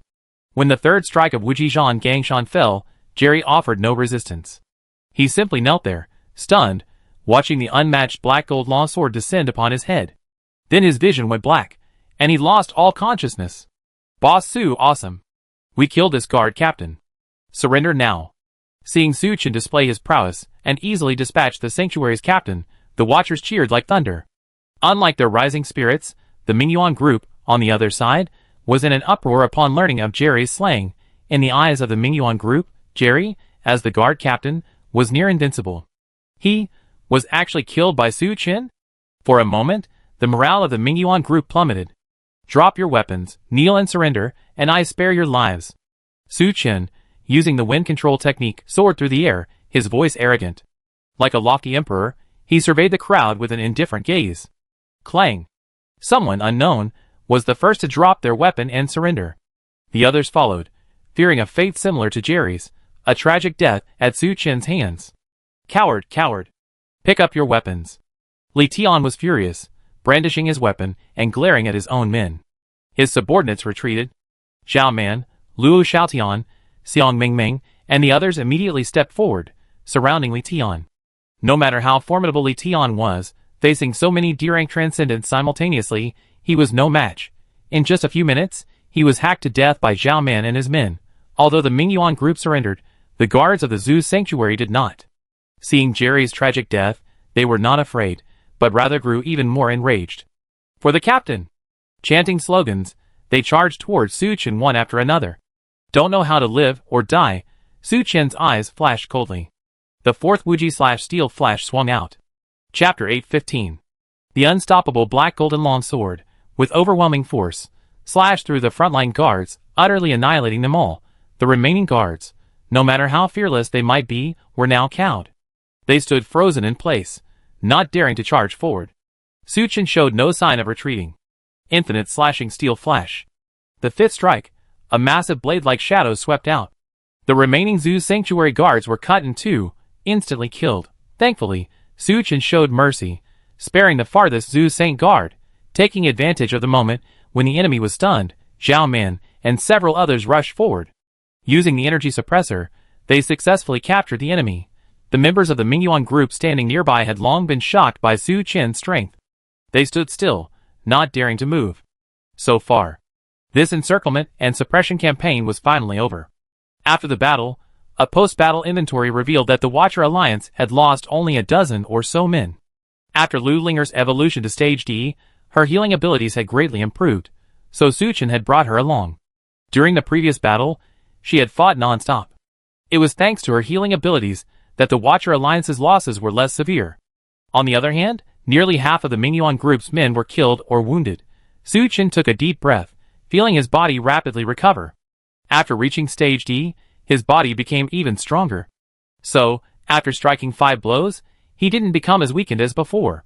Coupled with his natural regeneration ability, he had recovered in a short while. Where are your chairman Fan W and Jack from the Sanctuary of Zeus?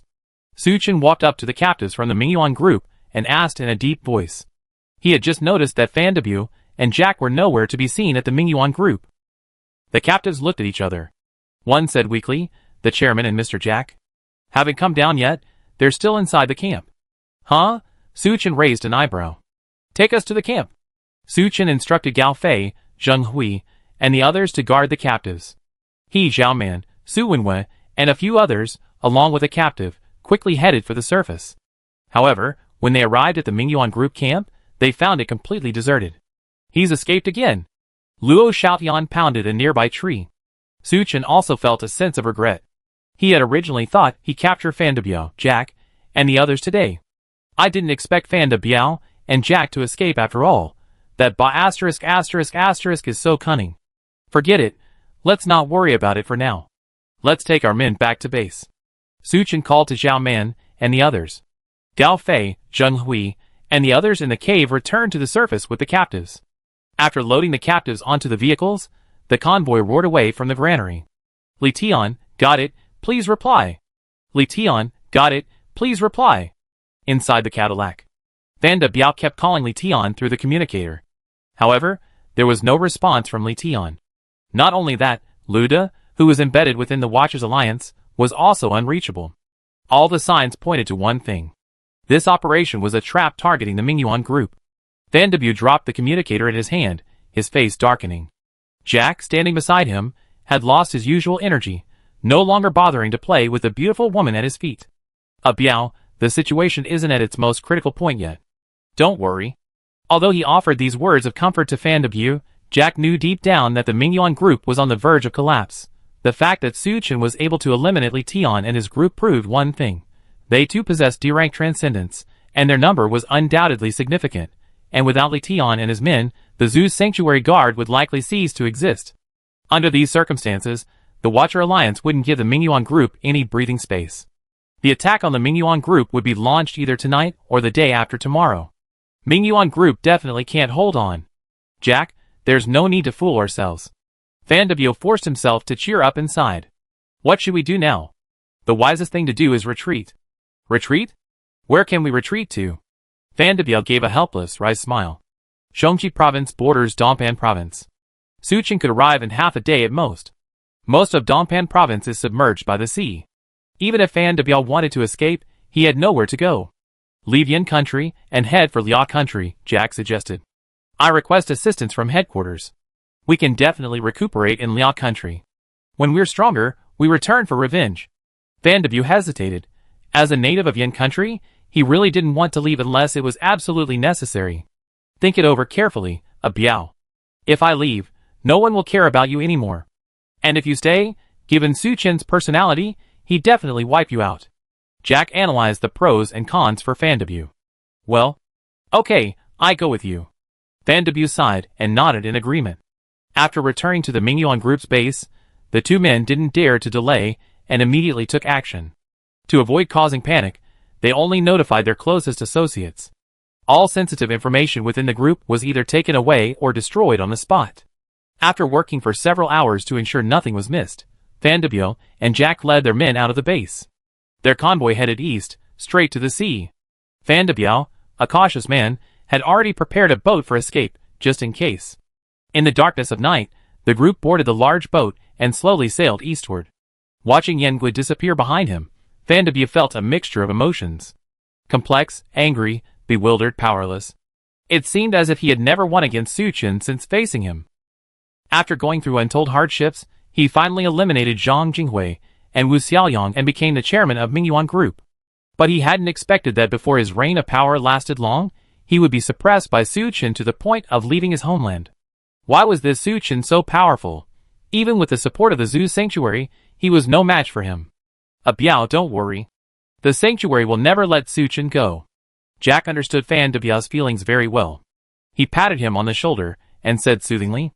Fan W nodded and said nothing more. Under the darkness, their ship disappeared into the distant sea. Suchin and his group returned to the Watcher Alliance base. Captain Su. Su Chen waved to Su Hong, the logistics team leader, who had greeted them. Please give your instructions, speaker. Su Hong walked over quickly. Chapter 816. Take all these people to jail. Everyone else, get in the car and join me in attacking the Mingyuan group, Su Chen said solemnly. Ah? Zhao Man was startled. Chairman, it's getting late. Should we rest for the night? If we rest, do you think we still have a chance of capturing Fan Debiu? Su Chen asked. Zhao Man put himself in Fan Debiu's shoes, thought for a moment, then shook his head. Given Fan Debiu's cunning nature, he would surely not sit back and wait for death in the Mingyuan group base after knowing that Li Tian and the others had been annihilated. So we must strike decisively. The Mingyuan group is no longer just a facade, it's a piece of fat meat. We just need to eat it up. After hearing Su Chen's words, Zhao Man said nothing more and immediately ordered everyone back into the car. The Watcher Alliance convoy set off again, disappearing into the vast darkness. In addition to the original main force, Su Chen also brought with him a number of E-rank transcendents. After all, the Mingyuan group was so large, it still had quite a few members. After the attack, Su Chen would need manpower to control those individuals.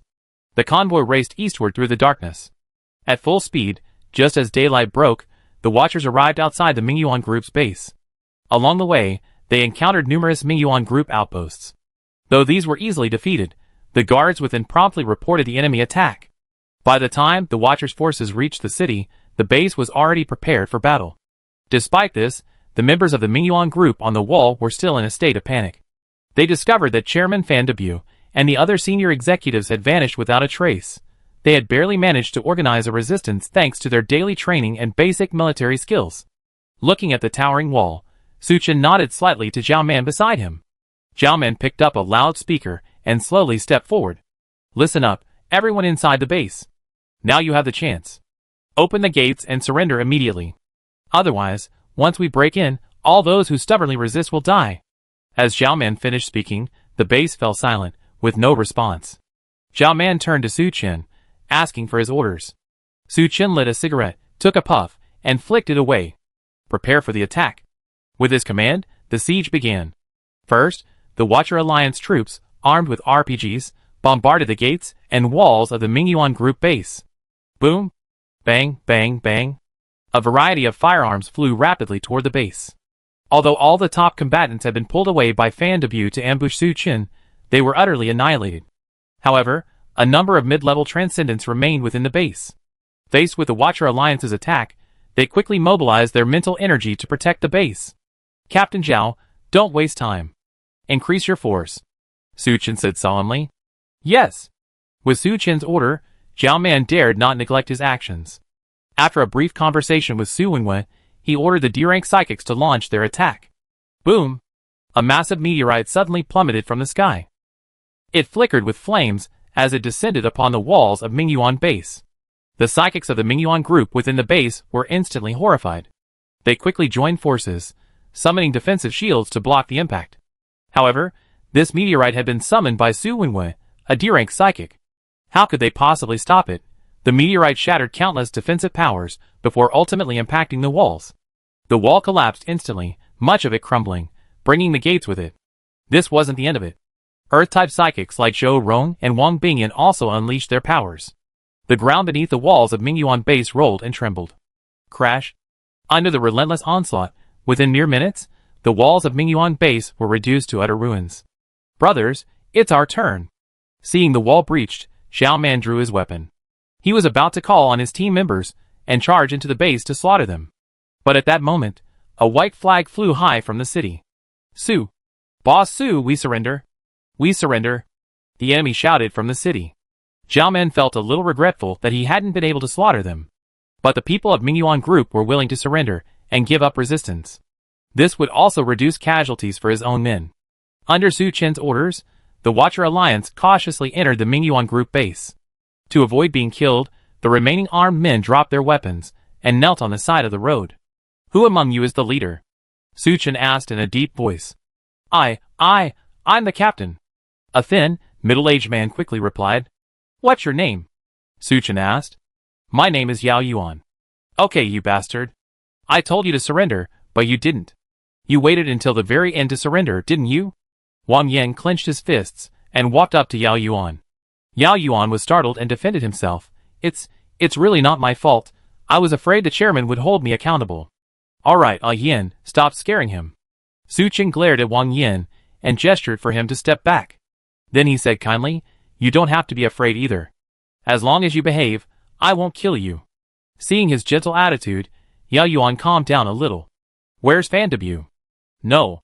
I don't know. After receiving the news of your arrival, I sent people to the chairman's residence, but unfortunately, he wasn't there. Su Chen frowned slightly. Did this guy escape again? Captain Su. Here. Hearing Su Chen call him, Su Hong hurried over. After settling the prisoners Su Chen had sent earlier, he and the logistics team followed Su Chen. I leave these people to you. Let's go find Fan Debu's whereabouts. Yes, Speaker. After giving his orders, Su Chen looked at Yao Yuan. Lead the way. Yao Yuan walked ahead, with Su Chen, Zhao Man, and the others following behind. Soon they crossed the streets and reached the deepest part of the base. The core of the Mingyuan Group base was the luxurious bunker built by Zhang Jinghui before the apocalypse. After replacing Zhang Jinghui, Fan Debu naturally claimed this luxurious bunker for himself. After passing through the upper buildings, Su Chen and his group entered the bunker. Upon seeing the scene inside the bunker, Zhao Man, Wang Yin, and the others were instantly amazed. Even Su Chen was slightly startled. The bunker's interior was so lavishly decorated, it was practically indistinguishable from the presidential suite of a 5-star hotel in his previous life. Chapter 817. Not only are all the necessary facilities complete, but during construction, consideration was given to the potential mental impact of long-term underground living. Numerous windows were also built, offering breathtaking views. Of course, these views aren't real, but rather 3D holographic projections. If desired, they can be modified at any time through the system. You can experience spring, summer, autumn, and winter in a single day. It can even adjust the temperature, wind direction, and snowfall to simulate a realistic climate. Rich people really know how to enjoy themselves. Wang Yin couldn't help but curse. If you want, you can live here from now on. Su Chen smiled. Forget it, I'm not particularly interested. I just enjoy being with you, Brother Su. Wang Yin quickly waved his hand. The others followed Yao Yuan deeper into the bunker. The bunker looked like it had been recently ransacked, and everything was in disarray. Did anyone rob this place before we came in? Su Chen frowned. I swear on my life, no one did. Yao Yuan hurriedly explained. Whether it was Zhang Jinghui or Fan Debu, they both held high prestige within the Mingyuan Group. All members of the Mingyuan Group were quite afraid of them. If they weren't sure Fan Debu was truly dead, no one would dare to trespass into the bunker. Soon, the group arrived at Fan Debu's residence. Compared to the outside, it was even more magnificent. For example, the bathroom alone took up nearly 300 square meters. Most of the interior furnishings were made of gold. However, Su Chen and the others searched everywhere, and as Yao Yuan had predicted, there was no sign of Fan Debu. You bastard, you're running too fast. Wang Yin cursed. Su Chen was naturally disappointed. He hadn't expected that after all his efforts, he'd still be a step behind. Okay, everyone, don't be discouraged.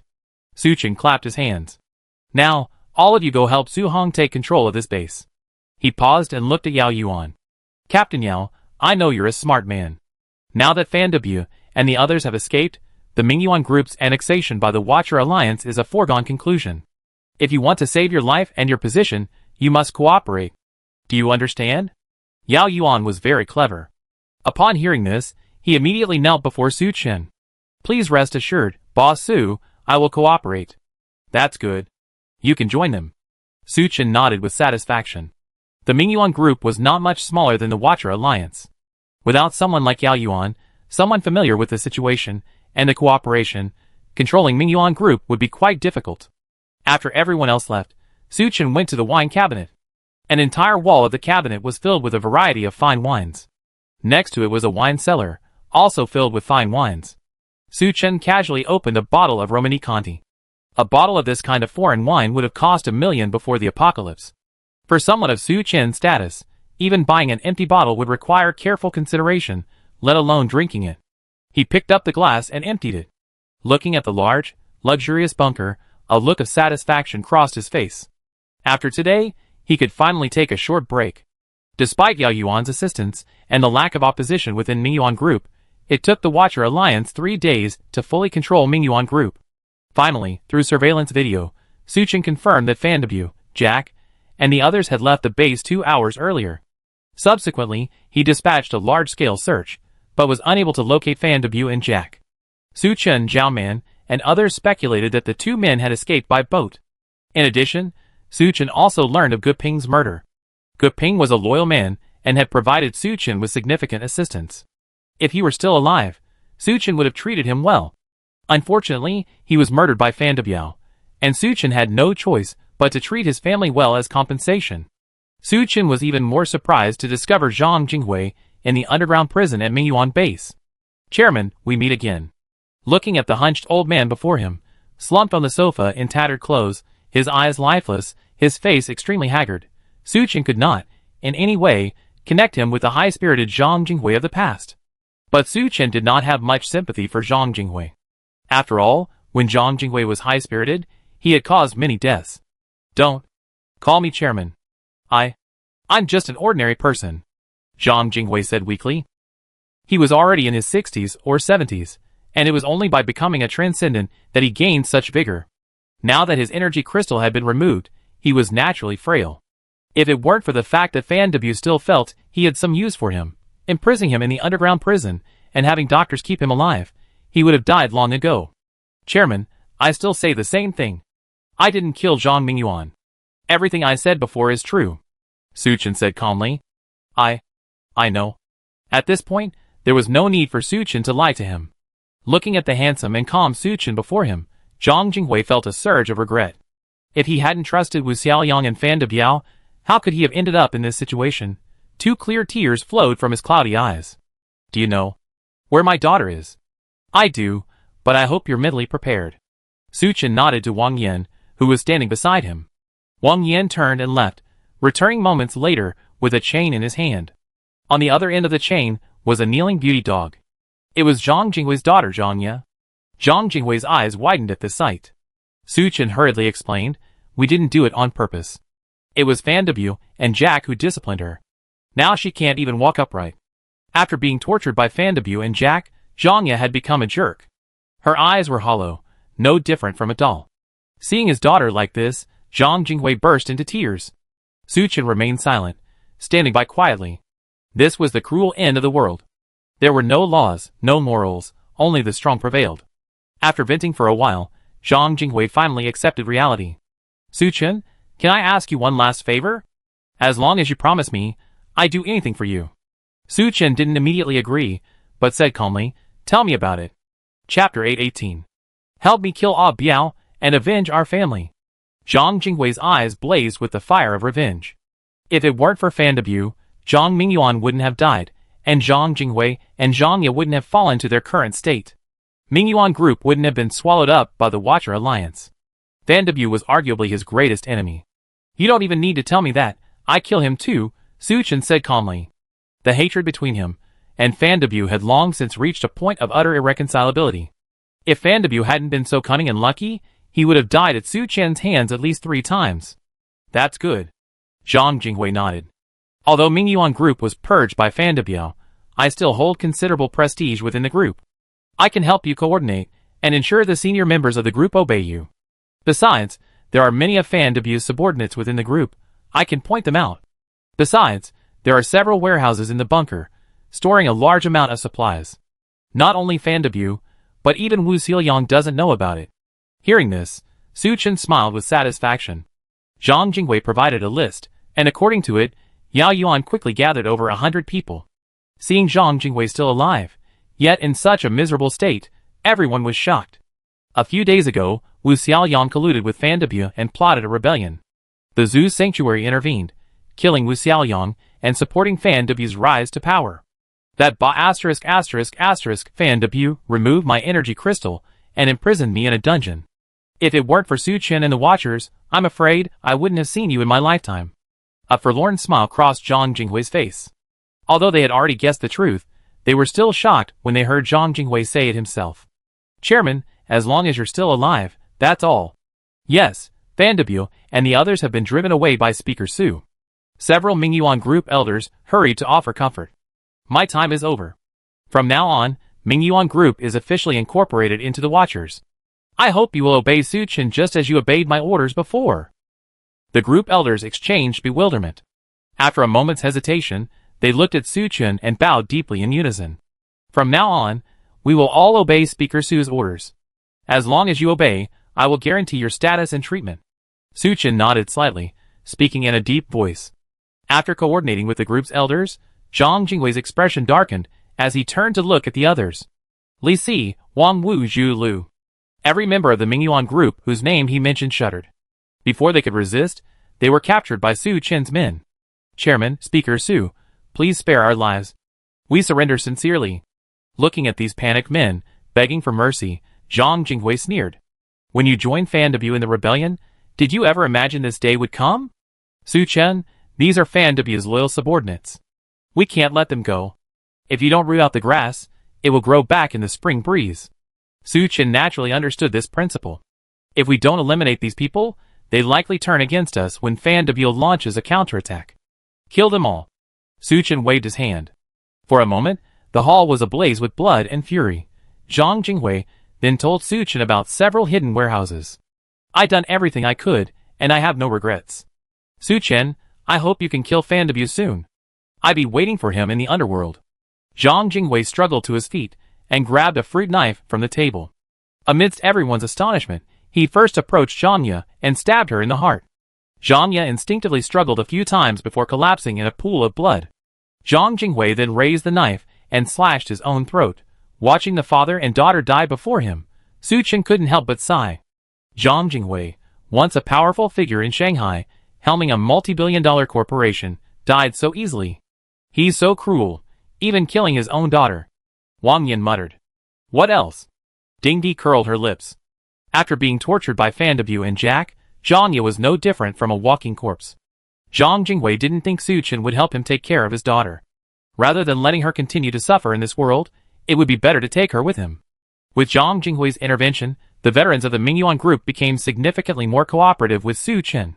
After eliminating all of Zhang Jingwei's former loyal followers, the Mingyuan group had essentially been completely absorbed by the Watcher Alliance. Zhao Man and others suggested that Su Chen destroy the base and relocate all members of the group to the Watcher base. But after some thought, Su Chen rejected the proposal. After all, Mingyuan group had a population of tens of thousands. The Watcher Alliance's base couldn't accommodate that many people. Su Chen chose to use Mingyuan group as a branch base for the Watchers. He appointed Gao Fei as the leader of the branch base, and Yao Yuan as his deputy. After handling everything, Su Chen left behind sufficient armed forces and returned to the Watcher Alliance with the others. As soon as Su Chen stepped out of the car, he was greeted with a warm welcome. "Boss, you're awesome. Boss, you're so awesome. Chairman Su is amazing." The crowd surrounded Su Chen, their eyes and expressions filled with admiration for him. "Su Chen, you really didn't disappoint." Li Kunlun, in his wheelchair, was pushed forward. Behind him were Wang Kai, Yang Xingdong, and others. Li Kunlun looked at Su Chen with a look of satisfaction. Since he abdicated and handed over the throne to Su Chen has led the Watcher Alliance, first destroying the alliance of leaders, led by the god-worship cult, and then successfully resisting the monster surge. He even annexed the mighty Mingyuan group, backed by the sanctuary of Zeus.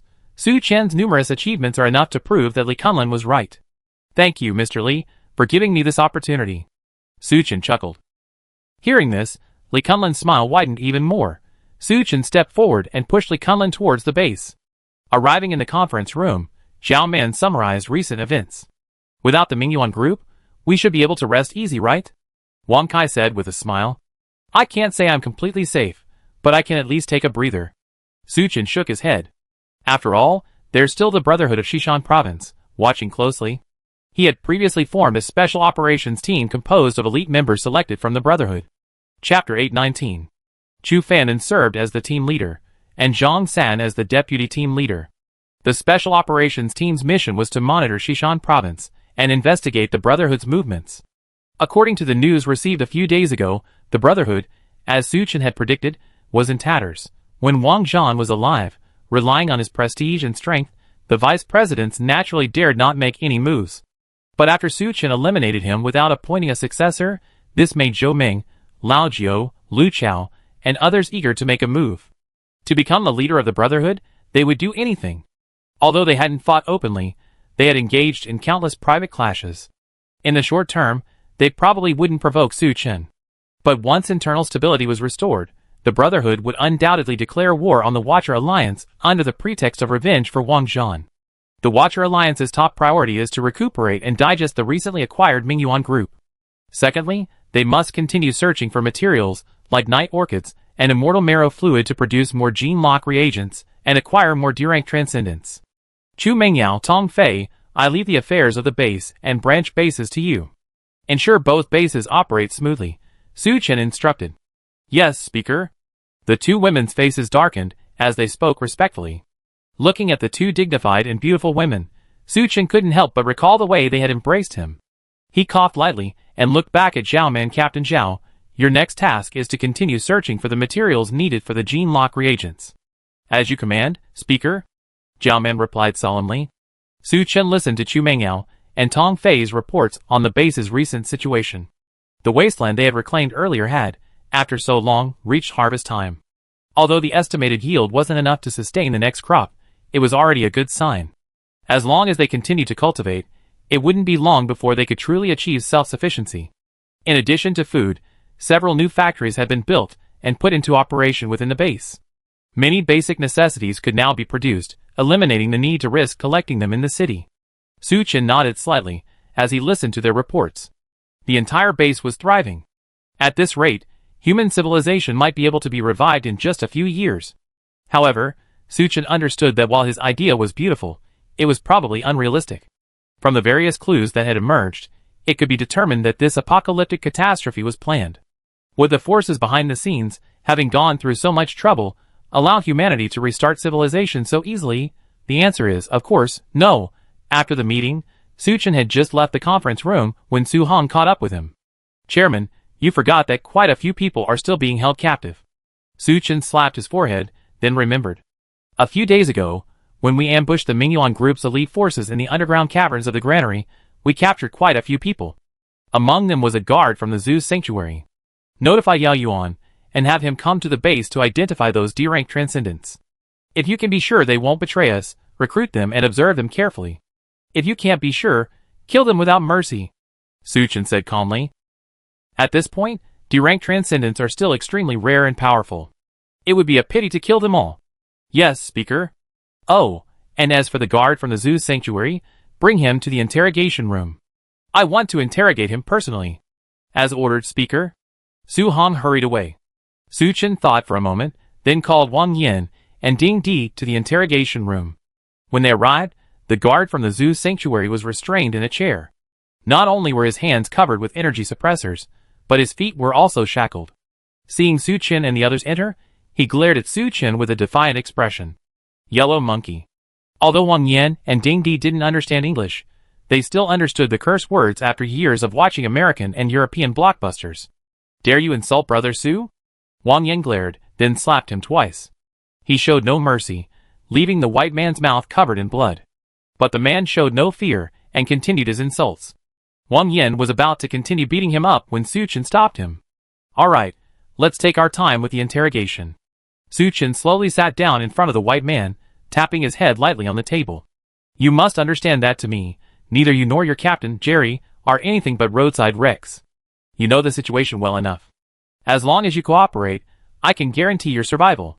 Su Chen spoke in English throughout, so the white man naturally understood. He grinned, revealing bloody teeth. You lowly bunch of yellow monkeys, you still want me to cooperate with you? Are you worthy? Isn't it just torture? Come on, I'm not afraid of pain. On the contrary, I enjoy it. Su Chen nodded slightly after hearing this. You're a tough guy indeed. But the pain I'm about to inflict on you isn't physical. He snapped his fingers, pointing to Ding Di standing nearby. He's a D-rank psychic. If you refuse to cooperate, he show you what it means to be worse than dead. The white man's expression changed slightly upon learning Ding Di's identity. As a sanctuary guard, he'd been trained in torture. Even the most brutal interrogation wouldn't faze him. But if Su Chen used a psychic against him, who knows what would happen? The white man's eyes flickered, and he suddenly opened his mouth. Fortunately, Su Chen noticed it in time and, with lightning speed, reached out and grabbed his chin. Try to bite your tongue to commit suicide? That won't be easy. Su Chen sneered and dislodged the white man's jaw. With his jaw dislocated, the white man was temporarily unable to speak, and his breathing became labored. Saliva dripped from his mouth and all over him. He stared at Suchin intently, his eyes filled with resentment. I didn't expect these guards of the Zoo Sanctuary to be so strong-willed. Wang Yan glanced at Ding Di beside him and asked, "Aren't you proficient in psychic powers? Why don't you think of a way to help Brother Su?" "I already thought of it. Why are you rushing me?" Ding Di curled her lips and smiled at Suchin. "Brother Chun, I have a mind control trick that can make him confess honestly. But after using it, he'd become an idiot." Suchin thought for a moment and nodded. "So be it." This guard's will was so strong that there was no point in keeping him. It would be better to get some information from him. Chapter 820. Watching Ding Di stand up and approach him, a flash of fear flashed across the white man's eyes. "Get away from me." Before he could finish his words, Ding Di used her supernatural power to control his mind. The white man's eyes instantly became dull and empty. "Tell me your name and identity," Suchin asked in a deep voice in a foreign language. "James, a member of the 2nd Squad of the 3rd Battalion, guarding the Zoo Sanctuary." The white man James answered mechanically. "Are all the guards like you?" "Yes." "How many are there in total?" "About 1,000. Hearing this number, not only Wang Yan and Ding Di, but even Suchin gasped. 1,000 sanctuary guards. What does that even mean? That's 1,000 D-rank transcendents, with strength comparable to James. You have to know. Even after absorbing the Mingyuan group, the entire Watcher Alliance only has a little over 100 members. The power of the Zoo Sanctuary is simply too terrifying. Luckily, this is the apocalypse. Yin Nation and Lifeng Nation are tens of thousands of kilometers apart, with the Pacific Ocean between them. Otherwise, the Zoo Sanctuary would only need to send the Guard Corps. Mingyuan Group, Watcher Alliance, Brotherhood, all must bow down to the Zoo Sanctuary. Suchin suppressed his shock and continued, "Besides the Guard Corps, what other armed forces do you have?" "As far as I know, there's also the Elite Knights. But I'm not sure about the others." "How strong are the Elite Knights?" "I don't know. My level and strength don't allow me to compete with the Elite Knights." Suchin's brows furrowed, his expression becoming extremely solemn. Although James's strength wasn't as great as his own, or even Captain Jerry's, in a one-on-one situation, there were few in the Overwatch League who could defeat him. The fact that he couldn't even make the Elite Knights proved that the Elite Knights' overall strength was still above the guards. The power of the Zoo Sanctuary was incredibly vast. Suchin let out a long breath and continued his inquiry. "How did you join the Zoo Sanctuary?" "I was a former Marine, and after retiring, the relevant authorities found me. After signing a confidentiality agreement, I joined the Zoo Sanctuary. After becoming a guard, they put me through rigorous training and injected me with various reagents." Listening to James's account of his experiences, Suchin couldn't help but grumble inwardly. Injections? The bodybuilding world is constantly plagued by tragic news? No wonder James and the other Zoo Sanctuary guards have such pointed heads. Thanks to various reagents, guards like James possess G+ combat power before the apocalypse. Subsequently, they steadily increased their evolutionary level by hunting zombies and monsters. However, his rank within the Zoo Sanctuary was not high. Suchin was unable to extract even the most important information from him. After a moment's pause, Suchin asked, "What's that white light you emit during battle?" "We call it Do-Chi," James replied. Suchin's eyes flashed. "Do-Chi? Tell me more." "After we evolve to D-rank, the Sanctuary will provide us with Do-Chi cultivation techniques. Following the techniques, we can cultivate Do-Chi. This Do-Chi not only defends against attacks and reduces damage. It can also be concentrated on weapons and fists, increasing their lethality." After hearing James's answer, Suchin suddenly understood. So that's how it is. No wonder his attacks were so easily blocked by the guards of the Zoo Sanctuary. "Do you still remember the Do-Chi cultivation method?" Suchin pressed. "Yes." "Then write it down quickly." "Yes, but to cultivate Do-Chi, you must use a Do-Chi catalyst." "Do you know the formula for the Do-Chi catalyst?" "No." Suchin's face lit up with disappointment upon hearing this. But this was understandable. James's position in the Zoo Sanctuary was at the very bottom. It was normal for him not to know the catalyst's formula. It would have been abnormal if he had known. Suchin even began to doubt the formula he given. "Alright, then write down the Do-Chi cultivation method." Suchin waved at Wang Yan. Wang Yan took the paper and pen and handed it to James. In a short while, James had scribbled a dense mass of words on the paper. Suchin glanced at it and felt a little dizzy. Although he knew foreign languages, it was limited to everyday conversation. James's writing was full of technical terms. Suchin put the paper away, intending to find someone fluent in foreign languages or some information to continue his research. He then continued to ask James other questions. Unfortunately, James's knowledge was limited, and he'd basically said everything he could. Suchin repeated his questioning several times, ensuring James's answers were consistent and without any problems, before nodding to Ding Di. As Ding Di removed his mental control, James' body swayed, but his eyes and expression remained unchanged. At this point, his brain had been destroyed by Ding Di, leaving him indistinguishable from a vegetative state. Kill him and take the energy crystal. Suchin waved his hand. Wang Yin, accompanied by several guards, carried James out. Suchin left the interrogation room and returned to his quarters. He leaned back on the sofa, exhaled a long breath, and began to digest the information he had obtained from James. Before the apocalypse, the Zoo's sanctuary had already begun research on human evolution. Now, its strength is truly terrifying. Luckily, the Zoo's sanctuary couldn't defeat them for a while. Otherwise, Suchin would have simply fled without a second thought. Even so, Suchin felt a deep sense of crisis. A man without long-term planning will inevitably face immediate worries. Currently, Suchin faced threats from the Shishan Province Brotherhood and the potential for retaliation from the Zoo's sanctuary. He had both long-term and immediate concerns, but he had Madison. If he couldn't defeat them, could he still run? Suchin calmed down and took out the Do-Chi cultivation method James had written down. Although he didn't have the corresponding Do-Chi catalyst, it didn't stop him from studying it. Suchin found a dictionary and, while looking it up, he deduced the meaning of the entire cultivation method. Soon, he had a pretty good grasp of it. Niu Mingxian and the Overwatch League had both previously studied evolution. Combining their research with Suchin's own understanding, evolution meant possessing more energy or life factors. Relying on energy, one could increase physical strength and mental power. Chapter 821. The energy absorbed by the evolver condenses into an energy crystal. The energy crystal is located in the abdomen, what the ancient Yin nation called the Dantian. The evolver's exceptional physical strength and power, as well as the psychic's formidable mental power, all rely on it. Once the energy crystal is removed, they are essentially no different from ordinary people.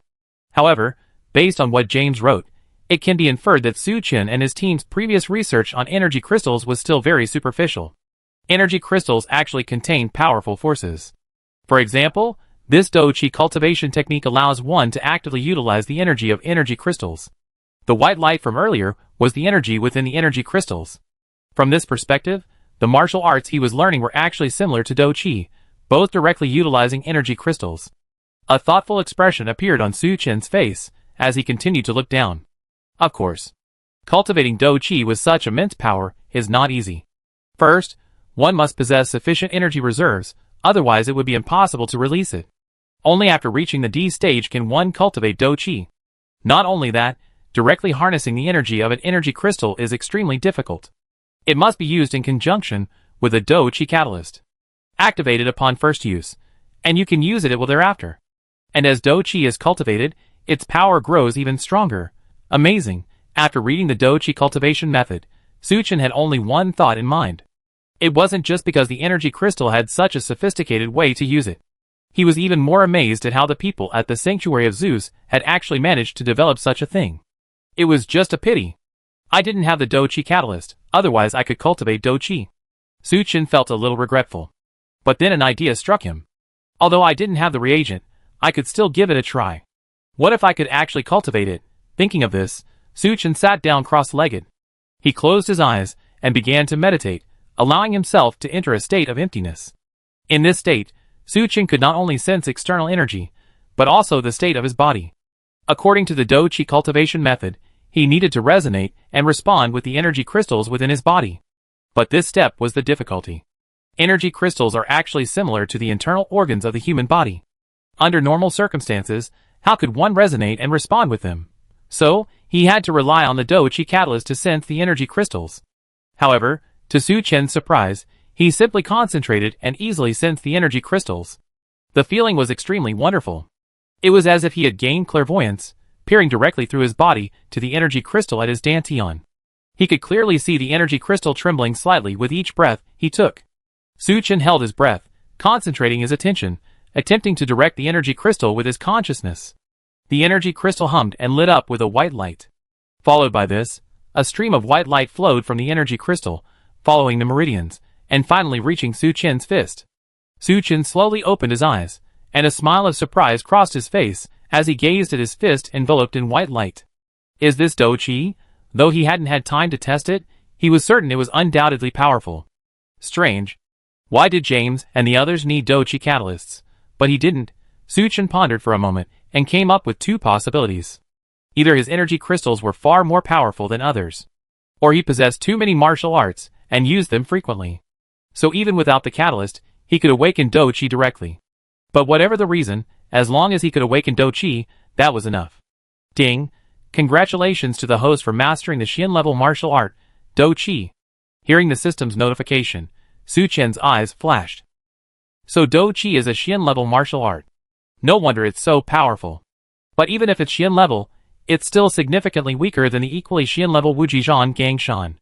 It's just that, relatively speaking, it's more versatile, capable of both attack and defense. Not bad. Su Chen was quite satisfied with this. In the following period, the Overwatch League entered a period of rapid development. The Mingyuan group was gradually and thoroughly absorbed, officially becoming a thing of the past. On the farms outside the base, Zhou Rong, Wang Bingyan, and other Earth-type psychics worked tirelessly to cultivate wasteland. In at most 6 months, the crops grown from the reclaimed wasteland would be enough to meet the needs of the populations of both bases. Factory construction also began intensively within the base. The machinery and equipment that Su Chen had previously stored in storage were now being put to use. With these factories operational, a steady stream of supplies was being produced. The standard of living within the base also soared. The entire Watcher Alliance was thriving. In addition, following Su Chen's instructions, Zhao Man also organized a large number of personnel to conduct a vigorous search for night orchids. Discovering just one flower would yield at least 7 or 8 gene-locking reagents. The Watcher Alliance would also gain a corresponding number of D-rank transcendents. After just over a month, the Watcher Alliance already had nearly 200 D-rank transcendents. Huh? Su Chen slowly opened his eyes and took a deep breath. He had just absorbed today's raw stone and practiced the chi condensation technique for a while. He glanced at his energy level and found it was sufficient for the next enhancement. Intensify. Ding! Host enhancement successful. Current combat power rating, D. Finally evolved. Su Chen breathed a sigh of relief. Compared to others, Su Chen required a vast amount of energy points each time he enhanced his body. And it took almost 3 enhancements to complete the evolution. Zhao Man broke through the gene lock and reached D-rank much later than Su Chen. But thanks to the chi condensation technique, he advanced from D-rank to D-rank early on. Others like Luo Xiaotian, Xiang Mingming, and others also gradually advanced to D-rank combat power. Su Chen, on the other hand, had just caught up with them after so long. But correspondingly, Su Chen's strength was naturally far superior to the others. Meow. Noticing Su Chen's training session, Mingqi approached with a cat-like gait and rubbed against him. I've forgotten about you. Su Chen patted Mingqi's head and chuckled. Mingqi had also reached E+ combat power early on. It seemed, like humans, it was restricted by the gene lock. When the next batch of gene lock reagents is produced, I leave one for you so you can also evolve to D level. Su Chen was still eager to see how Mingqi, a descendant of a zombie beast, would change after reaching D level. Meow meow meow. Hearing Su Chen's words, Mingqi's cat-like eyes lit up, and she licked Su Chen several times. Just then, the communicator on the table suddenly began to buzz rapidly. Chapter 822. Brother Su. Zhao Man's voice came from the other end of the communicator, sounding a little tired. Brother Zhao, have you encountered any difficult problems? Su Chen asked with a smile. Yes, we found a fairly large night orchid, but it's not easy to handle. You need to come and see the details, Zhao Man explained. Okay, I'd be right there. The people accompanying Zhao Man on the mission were all D-rank transcendents, and there were quite a few of them. The monsters guarding the night orchid were unlikely to be their match. So Su Chen was still a little puzzled. After hanging up the communicator, Su Chen said goodbye to the other women and drove the Normatisan out of the base. The coordinates Zhao Man had sent were within Dongpan province. It was still quite a distance from the Watcher Alliance's branch base. It took Su Chen almost a day to reach his destination and meet Zhao Man. When Zhao Man and Su Chen arrived near the night orchid, he finally understood why Zhao Man had asked him to come forward. It was simply because before them lay a fairly large lake. In the center of the lake lay a small island. It wasn't very large, only about 10 square meters. From the shore, Su Chen and the others could see the entire island in full view. There was indeed a wild orchid on the island, and it was quite large, about 2/3 the size of the one in the forest park. The only problem was that there were 5 or 6 large crocodiles lying on the island. Unlike ordinary crocodiles, these were clearly mutants. Their limbs had become flexible and strong, and they could even stand upright. The scales on their backs sprouted numerous short spines, flashing with sharp, cold light. At this moment, these mutant crocodiles were lazily basking in the sun on the island. They seemed oblivious to the humans less than 100 meters away. These crocodiles aren't particularly strong, only possessing a derated combat power. But the problem is, they're underwater, and we can't get through. At first, when we weren't aware, a few of us swam over, but then... Zhao Man sighed, his eyes filled with self-blame. Have you tried other methods? Like using your supernatural powers to form an ice wall? Su Chen looked around and asked softly. We did, but everything was destroyed by these crocodiles, Zhao Man explained with a wry smile. Su Chen suddenly realized. It seemed he had to do it himself.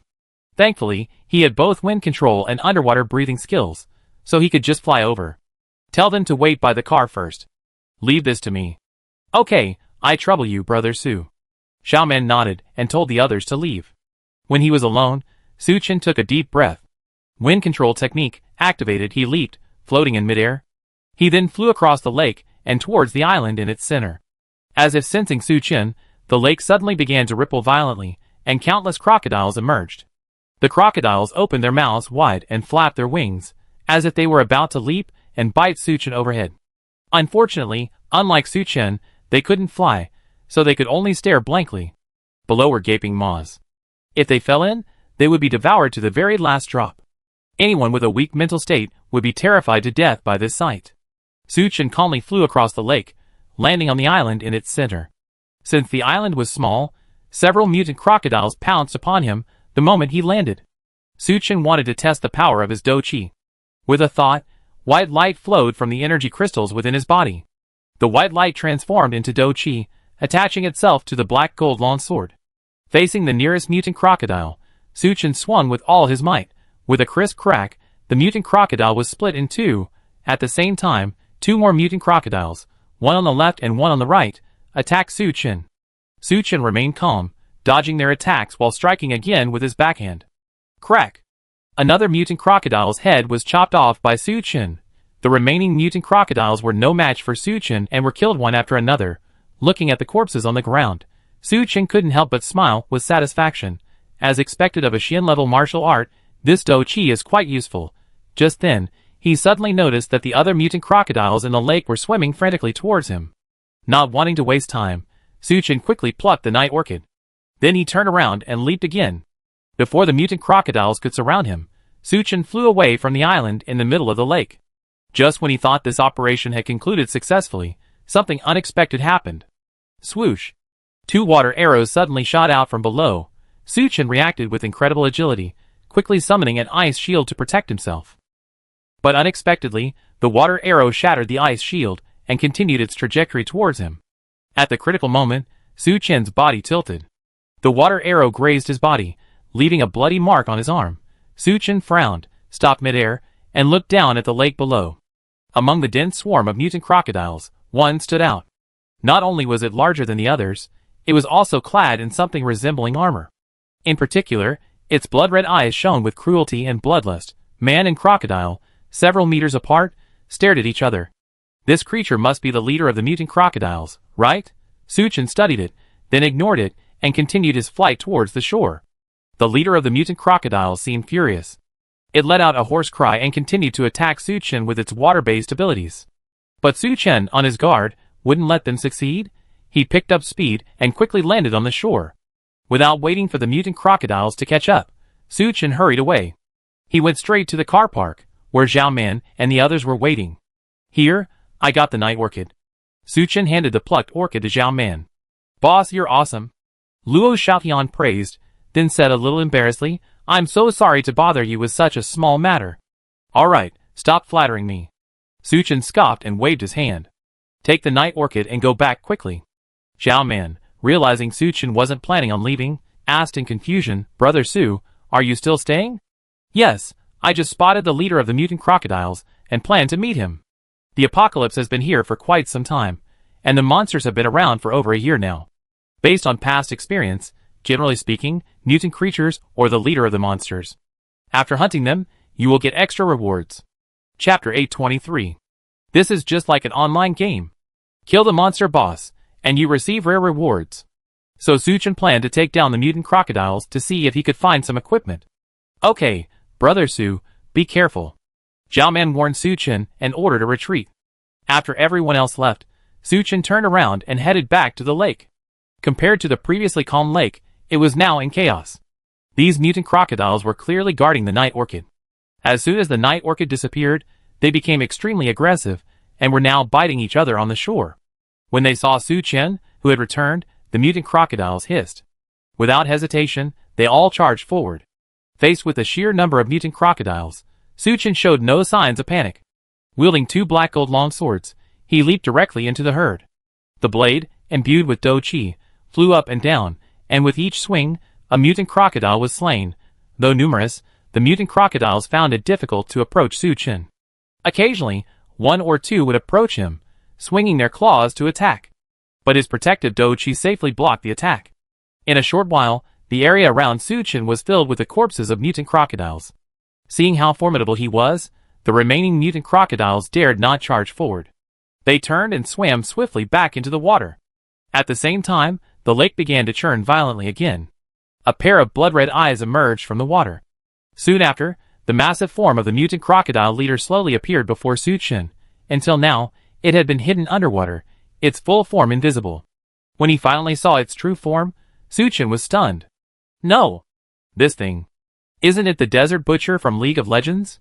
Suchin had played top solo for 10,000 games, and had even reached the Supreme Champion title on the Zon stage. He could tell at a glance that the mutant crocodile leader before him wasn't exactly the same as the Desert Butcher. It was an exact replica. The only difference was the weapon it held, which looked like it was forged from the bones of some giant beast. Scan. Ding. The Sea Butcher? The leader of the mutant crocodile clan, immensely powerful due to his long-term absorption of the night orchid's energy. Excellent in physical attacks, and also proficient in some water-based abilities. Combat rating, D+. Wow. I'm the Desert Butcher, and you're going to take on the Angry Sea Butcher, right? Suchin scanned successfully enraged the Angry Sea Butcher. With a sudden effort, it leaped from the lake. Its massive body descended towards Suchin. Its speed was so great that anyone else would have had no time to dodge. Suchin exerted force on his feet and dodged to the side, avoiding the Angry Sea Butcher. Bang! With a loud bang, the Angry Sea Butcher landed heavily on the shore. A large crater was pounded into the ground beneath its feet. Missing its strike, the Angry Sea Butcher swiftly swung his scimitar and stabbed at Suchin. Dang! Suchin raised his black gold long sword and blocked the Angry Sea Butcher's attack. But it must be said that the Angry Sea Butcher's strength was truly terrifying. Although he blocked the attack and sustained no damage, Suchin involuntarily took several steps back. The Angry Sea Butcher raised his scimitar and swung it in a circle. To Suchin's surprise, the scimitar swing was accompanied by a turquoise-colored blade of air. It felt to Suchin like a flash of steel. Thankfully, he reacted quickly and summoned his Do Chi. But even so, Suchin felt a tightness in his chest, and was knocked back several steps by the Angry Sea Butcher's air blade. As expected of a D+ monster, your strength is truly formidable, but unfortunately, you're still no match for me. Suchin gripped his two black gold long swords tightly, channeling his Do Chi continuously. A milky white sheen emanated from the blades of the two swords. With a low roar, he charged towards the Angry Sea Butcher. Hiss! The Angry Sea Butcher let out a hoarse cry, his scimitar lashing out at Suchin several times. Suchin took them all, and took the opportunity to close in on the Angry Sea Butcher and launch a counterattack. Swish! The long sword, imbued with Do Chi, slashed towards the Angry Sea Butcher's waist. Normally, a monster as massive as the Angry Sea Butcher, no matter how formidable, would be somewhat sluggish in its movements. However, just as Suchin's long sword was about to strike the Angry Sea Butcher, its massive body suddenly twisted like a slippery loach. In a split second, it had distanced itself from Suchin. Suchin's strike naturally missed. Interesting. Suchin, far from discouraged, narrowed his eyes, his lips curling slightly upward. After the previous exchange, he had almost grasped the strength of the Angry Sea Butcher and decided not to continue the fight. Absolute zero. Su Chen suddenly activated his ice power, enveloping himself. Then, with a leap of the clouds, he dodged and reached the angry Sea Butcher's side. Just as the angry Sea Butcher thought he had escaped Su Chen, he was struck back. Two long, shimmering black gold swords, one in front and one behind, attacked the angry Sea Butcher. The angry Sea Butcher, not wanting to be careless, quickly swung his scimitar, attempting to unleash another aquamarine air blade to block Su Chen's attack. But the critical factor was the absolute zero surrounding Su Chen, which significantly slowed the angry Sea Butcher's speed. It was a fraction too slow, only able to block Su Chen's second strike. The first strike pierced its abdomen. Hiss! The angry Sea Butcher screamed in pain. The black gold swords were already incredibly sharp, imbued with fighting spirit. It easily broke through the angry Sea Butcher's scales, creating a half-meter-long gash. Green blood instantly gushed from the wound. In a rage, the angry Sea Butcher abandoned its weapon and clawed at Su Chen. Su Chen dodged the angry Sea Butcher's attack with a front flip, landing behind it. The black gold longsword was raised high again and brought down heavily. Crack! The angry Sea Butcher's thick tail was severed by Su Chen. Hiss, hiss, hiss! The angry Sea Butcher let out a deafening scream. It hunched over and took a few steps forward. Green blood splattered all over the ground. After suffering 2 consecutive wounds, the angry Sea Butcher seemed to realize that it was no match for Su Chen. It endured the pain and twisted its body again, quickly breaking away from Su Chen and reaching the shore. Splash! The angry Sea Butcher dove directly into the water, disappearing before Su Chen's eyes. How could Su Chen let such a cooked duck escape? He followed the angry Sea Butcher's trail and leaped into the lake. Chapter 824. Underwater breathing activated. Su Chen's mind moved, and he immediately felt as if he had transformed into a fish. Although his mouth remained closed, the pores of his skin were open, continuously absorbing oxygen from the water. Of course, his mental strength was also slowly depleting. Su Chen estimated that it would last him about an hour. Without hesitation, he immediately began searching for the angry Sea Butcher. The lake water was still relatively clear, and with the help of the sunlight, Su Chen spotted the angry Sea Butcher at a glance. It was swaying its remaining half-tail as it swam deeper into the water. Su Chen exerted force with his arms and chased after the angry Sea Butcher. However, there were still a large number of mutant crocodiles in the lake. As if they had received orders from the angry Sea Butcher, they attacked him in unison upon seeing Su Chen suddenly appear. Su Chen drew out his black gold longsword and engaged the horde of mutant crocodiles. It must be said that there's a significant difference between fighting on land and underwater. Su Chen could clearly feel his movements becoming somewhat sluggish. In contrast, the mutant crocodiles were much more agile. While they weren't strong enough to harm Su Chen, they did cause him considerable trouble. By the time Su Chen had finished dealing with the mutant crocodiles, the angry Sea Butcher had long since vanished. Su Chen stored the corpses of the mutant crocodiles in his storage space. Then he swam towards the depths of the lake. The lake was quite deep, and when Su Chen reached the bottom, it was quite dim. He took out his underwater flashlight and began searching for the angry Sea Butcher. Unfortunately, after searching the entire lakebed, he couldn't find any trace of the other party. Su Chen frowned. At that moment, he suddenly noticed a faint green tint in the water. It must be the blood from the angry Sea Butcher's wound. Following the trail of blood, Su Chen quickly tracked to a large patch of waterweed, where he discovered a dark hole. Without hesitation, he plunged into the black hole. It led to a long passage, and Su Chen swam cautiously forward. An unknown amount of time passed. If it weren't for the clear sight of green blood in the water, he would have thought he was lost at the bottom of the sea. Just then, Su Chen felt his head lighten as he came into contact with air. Looking up, he realized he had arrived at a vast cave. The cave ceiling was covered with a number of shimmering stones. The light from these stones allowed Su Chen to clearly see that the majority of the cave was underwater. Only a small clearing lay a short distance ahead. The clearing was littered with skeletons and bloodstains. The angry Sea Butcher, whom Su Chen had been pursuing, lay sprawled on the ground, licking his wounds. Su Chen stopped breathing underwater and leaped towards the angry Sea Butcher. With him came 2 sharp black gold swords.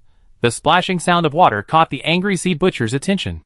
It looked up and saw Su Chen charging at it, instantly filled with shock and anger.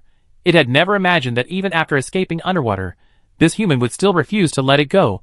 The angry Sea Butcher clapped its claws. As if drawn to the water, the nearby lake water immediately converged, forming a water shield in the air. Su Chen's 2 slashes landed on the water shield. Swish! Although the shield had been broken, its power was significantly weakened. The angry sea butcher raised his scimitar to block Su Chen's attack. Su Chen retracted his weapon and struck 2 more slashes. Critically wounded, the angry sea butcher was completely unable to withstand the attack and retreated repeatedly. The landmass was not large, and in a short moment, the angry sea butcher had retreated into the water. Seeing it was no match for Su Chen, it swung its scimitar repeatedly in anger. The successive blows were powerful and devastating. Even Su Chen was forced to retreat a few steps to avoid the attack. After gaining a rare moment of respite, the angry sea butcher did not flee. It plunged its scimitar into the ground. Then, with a sudden thud of energy, hiss, hiss, hiss. Accompanied by a surge of energy, the angry sea butcher's size doubled again. Not only that, a vast mass of black vapor enveloped him, swirling rapidly.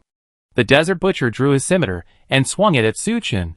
Compared to before, the transformed desert butcher was noticeably faster.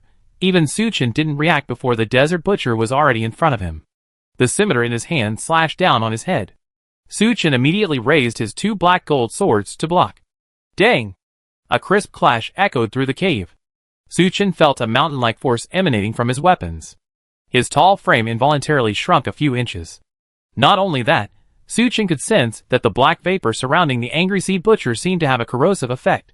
His skin felt a dull pain from the black vapor. He was just about to use his Do Chi to defend himself when the black vapor suddenly gathered in the air, forming a sharp water arrow. Swish!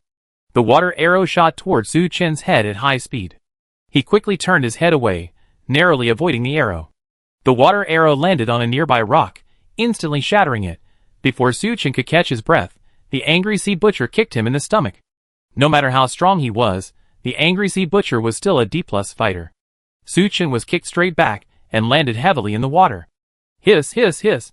Seeing that he had the upper hand, the angry sea butcher let out an excited cry. Not intending to let Su Chen go, it chased him into the sea. Su Chen felt excruciating pain in his internal organs after the kick, and his ribs felt as if they were about to break. Thankfully, he'd been injected with dragon blood reagent and possessed the gift of self-regeneration. In the blink of an eye, he recovered. Even clay figures can be fiery, let alone Su Chen. Facing the pursuing angry sea butcher, Su Chen's heart surged with rage. Infinite Slash, Steel Flash, activated. Su Chen gripped his 2 black gold long swords tightly, swinging them at the angry sea butcher one after another. Even underwater, the imposing power of Infinite Slash, Steel Flash, startled the angry sea butcher. It dared not delay, wrapping black mist around its scimitars, blocking 2 blows. But that wasn't the end. Su Chen's 3rd and 4th strikes followed in quick succession. The terrifying force stirred the lake water as it struck the angry sea butcher again. This time, the angry sea butcher was completely defeated. It dared not engage in direct confrontation, instead swinging its scimitar continuously, sending streams of black vapor towards Su Chen from a distance of several meters. These black vapors collided with the black golden longsword, causing the water below to boil. Feeling it was no match for its opponent, the angry sea butcher attempted to flee. It turned around and twisted its body again, attempting to escape. Chapter 825. But how could Su Chen let it slip away like that? His mind flowed, mobilizing his mental energy and unleashing his ice-based abilities. The lake water in the direction of the angry sea butcher's escape froze into ice. It crashed headfirst into it, shattering the ice, but it also left itself reeling. Su Chen seized this opportunity and quickly approached the angry sea butcher. A thundering electric field, with Su Chen at the center, a massive amount of lightning power poured out, snaking like serpents of electricity. Water conducts electricity. The angry sea butcher, who was closest to Su Chen, was instantly struck by the shock. Su Chen seized the opportunity and unleashed his infinite slashing steel flash. The 5th strike, a gigantic, blade-like shadow effortlessly split the lake water and landed on the angry sea butcher. It didn't even have time to struggle before the black gold longsword sliced its upper body in 2, leaving only its lower half still attached. It had to be said. The angry sea butcher's D+ combat power was no pushover. Though he was ultimately slain by Su Chen, he still managed to withstand the first 4 blows. The 5th blow failed to cleave it in 2.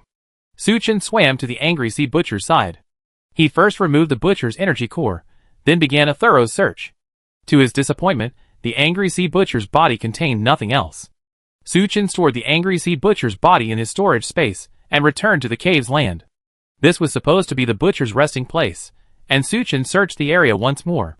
But there was nothing but leftover bones. What a waste of time. Suchin cursed inwardly. Although the angry sea butcher's body could be used as material, absorbing its energy crystal core could yield a significant amount of energy. But after all this effort, with nothing to show for it, how could Suchin be happy? He sat on the shore to rest for a while, and when he felt his strength had mostly recovered, he prepared to leave.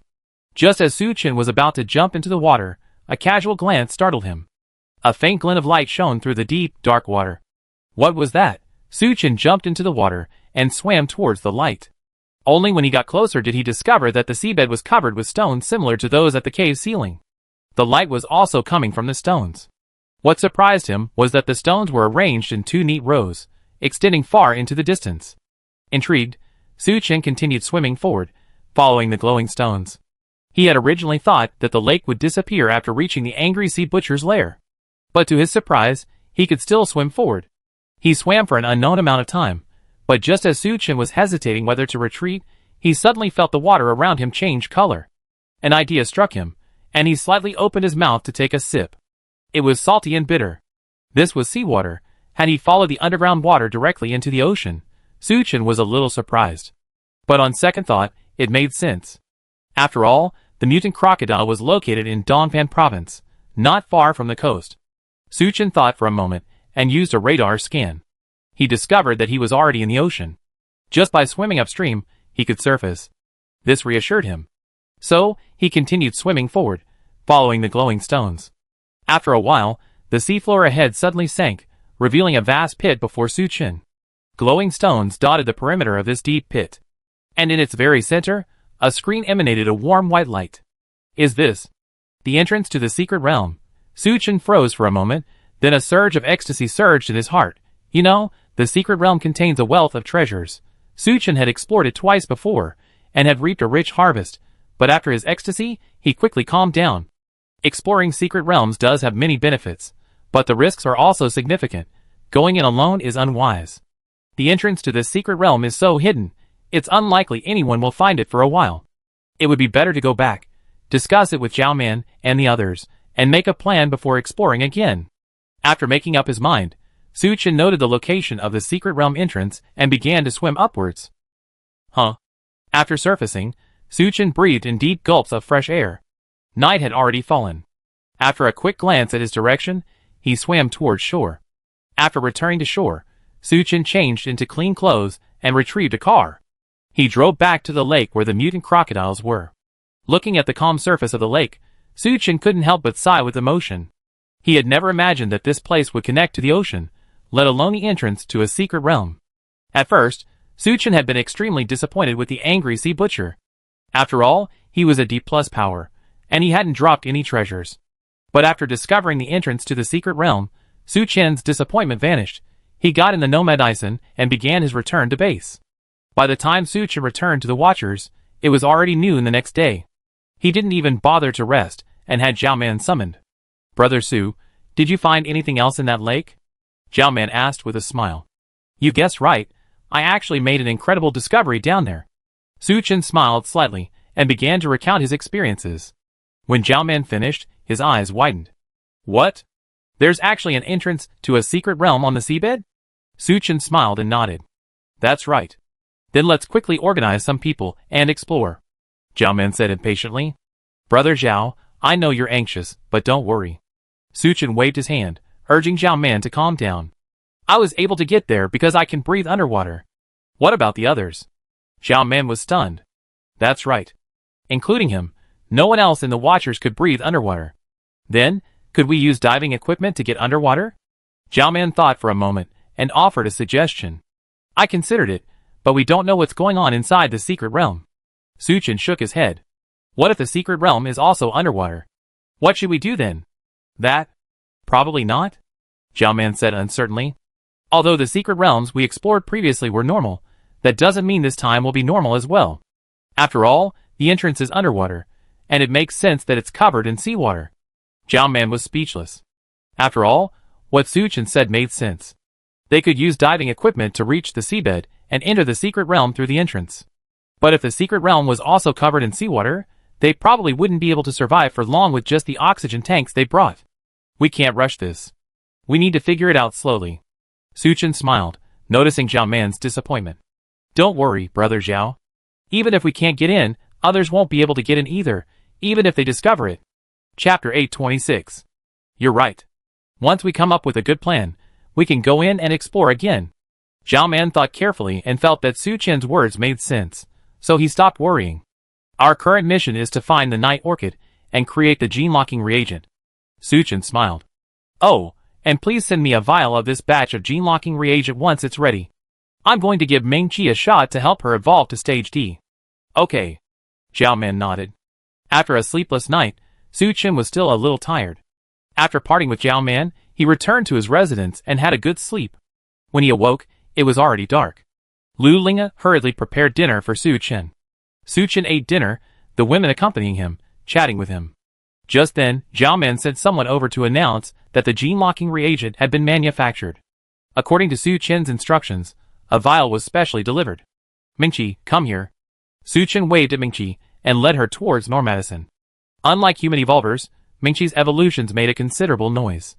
For safety reasons, Su Chen decided to bring her into the RV and inject her with the gene-locking reagent. After several expansions, the RV was now spacious. Su Chen had specially partitioned off nearly 200 square meters for training. Aside from a few dummies and sandbags stacked in a corner, the rest of the room was empty.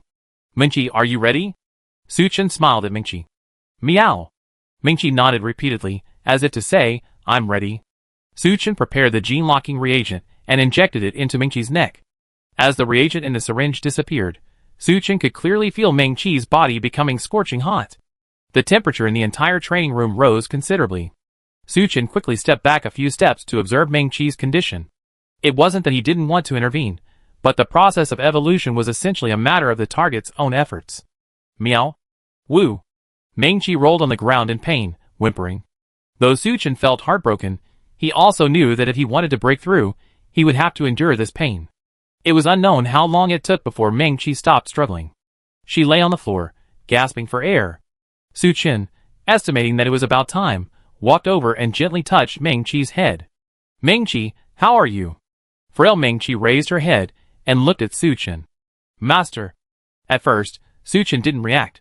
But the next moment, his pupils suddenly constricted, and as he stroked Ming Qi's hand, he froze in midair. What did you call me? Master. Ming Qi repeated. Although the accent was extremely stiff, it was still clear that it was calling Master. Su Chen couldn't believe his ears. Although some of the monsters he had encountered before, such as the dragon, could speak human language, they were high-level monsters after all, so it was still acceptable. I hadn't expected Ming Qi to be able to speak after evolving to rank D. But this is the apocalyptic world, and all creatures, including humans, are constantly evolving. It was understandable that Ming Qi could speak human language. After a brief moment of surprise, Su Chen accepted this fact. Ming Qi, how are you feeling? Did you evolve successfully? I feel very tired, but I evolved to rank D. Ming Qi's voice was a little deep, but one could tell she was excited. That's good. Su Chen stroked Ming Qi's head, feeling quite satisfied. Be it a monster or a zombie, their combat power at the same level is superior to that of a human. Now that Ming Qi has reached rank D, she can help Su Chen even better. Su Chen took out a few raw stones and tossed them to Ming Qi. Ming Qi swallowed them all with a flick of her tongue. After digesting them, Ming Qi looked noticeably better. Su Chen returned to his residence with her. Boss! Brother Chen. After greeting Su Chen, the women all looked at Ming Qi. How's Ming Qi? Has she evolved? Lin Yingying asked with concern. Well, you should just ask her directly. Su Chen smiled mysteriously. Ask it directly? The women were slightly stunned. Yingying. Mistress, I evolved. Compared to a moment ago, Ming Qi's speech was noticeably more fluent. After hearing it speak, the women were petrified, almost unable to believe their ears. What's going on? Ming Qi actually spoke? Oh my god! How is this possible? After the shock, the women became excited. They rushed over, surrounding Ming Qi and chattering about what was going on. Poor Ming Qi had only just learned to speak, and faced with their questions, she didn't know who to answer. Alright, Ming Qi just finished evolving and is still weak. Just let her go. Su Chen smiled, and came to Ming Qi's rescue. The women then reluctantly let her go. Hee, now that Ming Qi has learned to speak, we have company from now on. Who says not? Let's teach her how to play mahjong. Listening to the women's chatter, Su Chen suddenly seemed to remember something. He hurried over to Ming Qi's side, and lifted one of her legs. Under Mingqi's puzzled gaze, Suchin took a quick look and finally felt relieved. His memory was indeed correct. Mingqi was a female cat. Otherwise, it would have felt a little strange to have her accompanying the women. But then again, Mingqi had learned to speak after entering Stage D. If she continued to evolve, could she possibly transform into a humanoid form, becoming a Catwoman? Thinking of the sexy and alluring Catwoman in film and television, Suchin couldn't help but stare at Mingqi a few more times. For some reason, Mingqi felt a chill on her back. She subconsciously moved away from Suchin and toward the other women. Seeing this, Suchin couldn't help but laugh. She was so hungry she even missed her cat. As Suchin was chatting with the women, the communicator on his waist suddenly vibrated. He pulled it out and saw it was a message from Chu Fanbin. "Boss Su, I returned to base.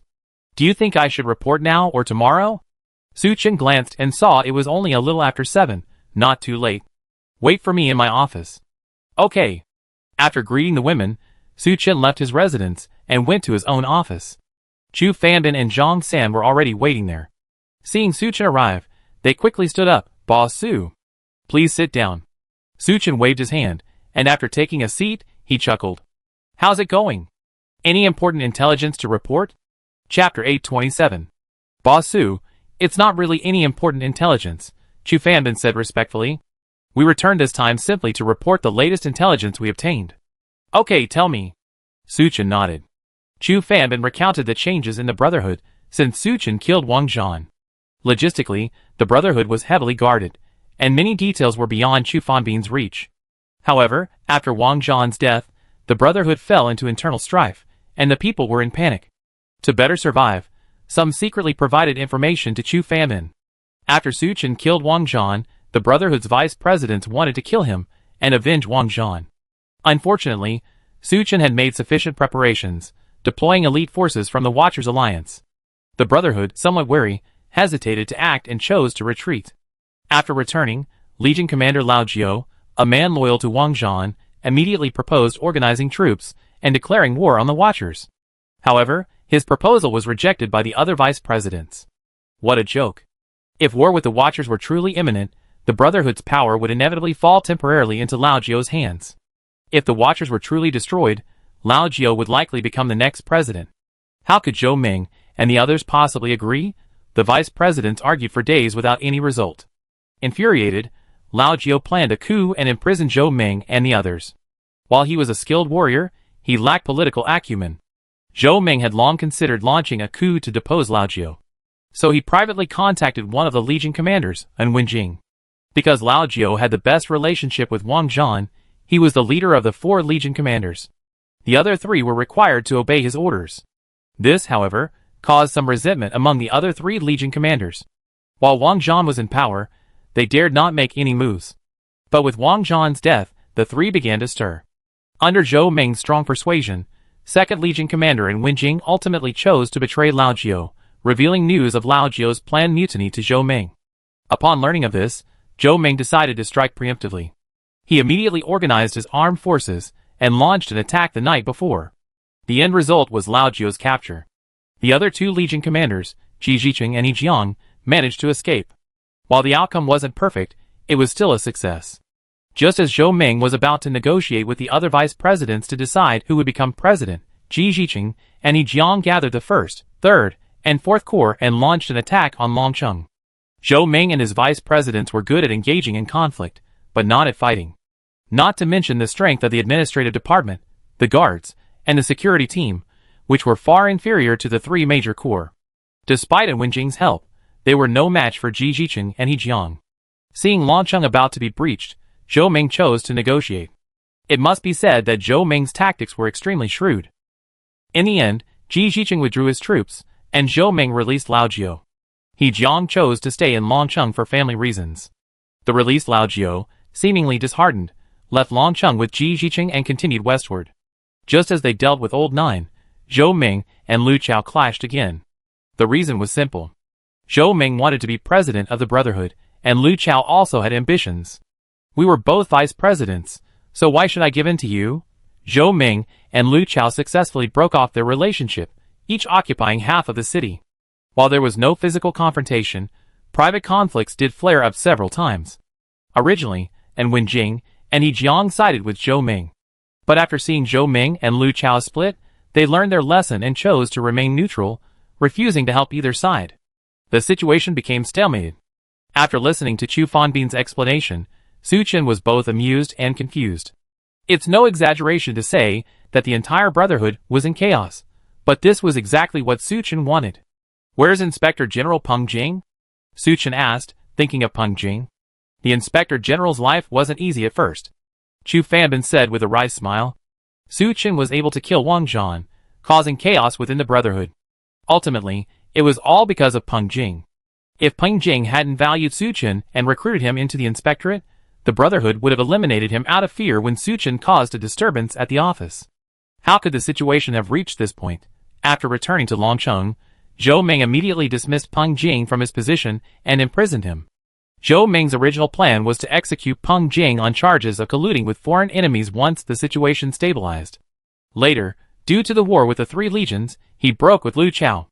Zhou Ming, considering Peng Jing's previous position as Inspector General, held considerable influence within the Brotherhood. So, he released Peng Jing and promoted him to Vice President. That's good. Su Chen breathed a sigh of relief. Peng Jing had been quite kind to him, and if he were to die, he'd feel a bit guilty. Oh, by the way, there are 2 more things I need to report to Boss Su. Chu Fanbin, as if remembering something, quickly added, "First, after leaving Dragon City, Old Nine seems to have formed a partnership with the survivors further west. My friends in Dragon City told me all this, but I'm not entirely sure of the details." Su Chen nodded and asked, "What's the second thing?" The Brotherhood discovered 3 more mines, but they haven't been able to mine them yet. Hearing this, Su Chen's heart skipped a beat. Including the ore mine with the rock-eating beast and the spirit stone essence, the Brotherhood already had 5 ore mines. With 3 more discovered, that brings the total to 8. In comparison, the Watcher Alliance only had 4 after absorbing the Mingyuan group. After the monster frenzy, the number of monsters decreased dramatically. Even if a D-rank transcendent could absorb the energy of heaven and earth on their own, their cultivation speed wouldn't be very fast. Therefore, human transcendents have a huge demand for raw stone. At present, whoever controls enough raw stone mines will become more powerful. Su Chen extended a finger and tapped the table lightly. After a moment's hesitation, he said calmly, "Xiao Chu." "Yes, Boss Su, please give your instructions. Starting today, collect information on the Brotherhood's combat power." Chu Fanbin's heart skipped a beat when he heard this. He understood that Boss Su was about to take action against the Brotherhood. Yes, Su Chen did think so. Now that the Brotherhood is fragmented, it's the perfect time to strike. Destroy them, seize the raw stone mines, and nip any future danger in the bud. That's the wisest option. Got it, Boss Su. Chu Fanbin nodded heavily. After Su Chen gave a few more instructions, Chu Fanbin took Zhang San and turned to leave Su Chen's office. Chapter 828. Dragon City. Administrative Office Meeting Room. Director, last night, several psychics attacked our forward post. We lost several men and were forced to retreat several hundred meters. Although I didn't see them clearly, I can confirm they were Lu Chao's men. A subordinate was reporting the situation to Zhou Ming, director of the administrative office. Lu Chao, that bastard. Zhou Ming's face darkened, and he couldn't help but curse in public. A few days ago, he and Lu Chao had reached an agreement. Both sides would temporarily cease hostilities and resolve the issue through negotiation. But he hadn't expected that Lu Chao, while ostensibly negotiating, to secretly launch a sneak attack. What's the situation with Wenjing and He Jiang? Zhou Ming glanced at the other person. As you instructed, I sent them quite a few valuable gifts. Although they accepted the gifts, they didn't explicitly say they would help you deal with Lu Chao. They just said they consider it. Hearing his subordinate's response, Zhou Ming couldn't help but curse inwardly, what old foxes. There's one more thing I need to tell you, Director. Peng Jing, who had been sitting silently by the side, suddenly spoke up. In the past week, there have been 13 riots in the territory we control. Although they were quickly quelled, they also caused considerable damage. Lu Chao had a good relationship with Pan Mao. After Pan Mao's death, Lu Chao smoothly took over his law enforcement team. This was also why he was able to simultaneously compete with Zhou Ming's administrative department and Peng Jing's inspection team. Without law enforcers to maintain order, Peng Jing's inspection team had to double as law enforcement. As the Brotherhood clashed, chaos ensued within Dragon City, with riots occurring every now and then. These rioters deserve to die. Zhou Ming gritted his teeth. Vice President Peng, all the riders caught should be hanged in the streets as an example to others. Yes, Chief. Peng Jing nodded in agreement. Dragon City's current chaos is inextricably linked to that Su Qin. Once I gain control of the situation, I definitely take action against the Watchers. Zhou Ming placed all the blame on Su Qin. Hearing this, a flicker of embarrassment crossed Peng Jing's face. Zhou Ming, seeing this, quickly consoled him. Old Peng, I'm not saying anything about you. Don't take it personally. You were also deceived by that Su Qin back then. Peng Jing smiled awkwardly and said nothing more. In the middle of a meeting, one of his men suddenly rushed in. Director, Lu Chao said someone here to negotiate with you. Negotiation? Zhou Ming's face was filled with suspicion. He had just negotiated with Lu Chao yesterday, but the two sides had made no progress. So they agreed to resume negotiations in 3 days. Why, just 1 day later, was Lu Chao demanding negotiations again? Director, I have a feeling Lu Chao has ulterior motives. They had already suffered several losses at Lu Chao's hands, so Peng Jing was particularly wary. Zhou Ming's face shifted from gloomy to bright. He had always wanted to end the conflict with Lu Chao as soon as possible. After all, any further delay would only drain the Brotherhood's resources. Let's talk to him and see what he's up to. Let's just get ready. Hearing this, Peng Jing gave up his insistence. Alright, I have someone arrange it right away. A wasteland in Dragon City. It was barren, no place to hide. This was where Zhou Ming and Lu Chao had previously negotiated. After noon, Zhou Ming arrived with his men. Lu Chao had been waiting with his men for a long time. Well, Chizi, what have you thought about this? As Zhou Ming approached, he said impatiently, first, give me your full support for the presidency. After I'm done, I support you as the next president. According to his usual routine, Lu Chao would have simply offered Zhou Ming some sarcastic remarks. However, to the surprise of Zhou Ming and Peng Jing, Lu Chao said bitterly, let's put the presidency issue aside for now. I called you here today for something else. What could be more important than electing the president? Zhou Ming said disapprovingly. For example, if the Overwatch League attacks? Lu Chao said in a deep voice. Zhou Ming was stunned for a moment. Peng Jing, standing beside him, also felt a jolt of emotion. Su Qin attacked? What's going on? Chizi, tell me. Zhou Ming urged. Lu Chao lit a cigarette, his face grim. Do you know that stone mine in the east? Of course. Zhou Ming nodded. The so-called stone mine was one of several raw stone mines owned by the Brotherhood. It was located in the east of Xishan province, and was named after the abundance of stone nearby. After the Brotherhood's internal strife, Lu Chao sent men to seize the stone mine and 2 other raw stone mines. I just received news that the Watcher Alliance, led by Su Qin, has captured the stone mine. Zhou Ming gasped at Lu Chao's words. With monsters dwindling these days, the significance of raw stone mines to any faction is self-evident. Whoever controls the raw stone mines will be able to continue evolving and attain immense power. Su Qin is taking advantage of the situation. Zhou Ming cursed fiercely, then continued, Chaozi, how do you want to resolve this? How do I want to resolve this? Kill him, of course. Lu Chao sneered, but with our own strength, we're no match for the Watcher Alliance. That's why I asked you to come here today to discuss this. Zhou Ming instantly understood Lu Chao's intention. He didn't speak immediately, but instead mentally planned how he could seize this opportunity to force Lu Chao to surrender. How do you want to discuss this? It's simple. Let's join forces and take down Su Qin. Haha, why should I join forces with you? Zhou Ming folded his arms over his chest, a face full of sarcasm. The Overwatch Alliance occupies your war, mine, not mine.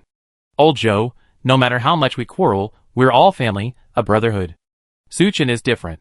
He's an outsider, and he even killed the president. Lu Chao, having changed his aggressive tone from the past few days, offered gentle persuasion. If you want me to help you deal with Su Qin, it's not impossible.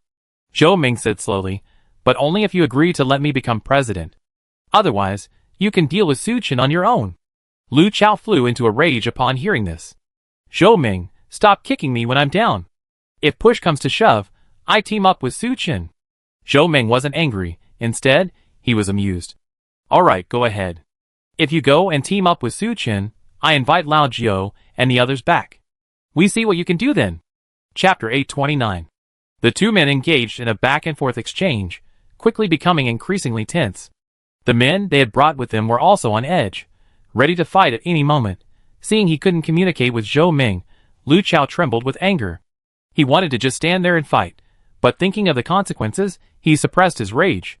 Old Peng, you should know the seriousness of this. Please persuade him for me. Hearing Lu Chao mention him, Peng Jing hesitated for a moment before whispering, Director, what Lu Chao said makes sense. We must deal with Su Chen first. He paused, then turned to Lu Chao. Chaozi, after all, you need our help now. You have to give in, right? Zhou Ming and Lu Chao hadn't originally intended to quarrel. With Peng Jing's persuasion, the atmosphere between them eased. Old Zhou, I have a suggestion. What do you think? Lu Chao said slowly. Tell me about it.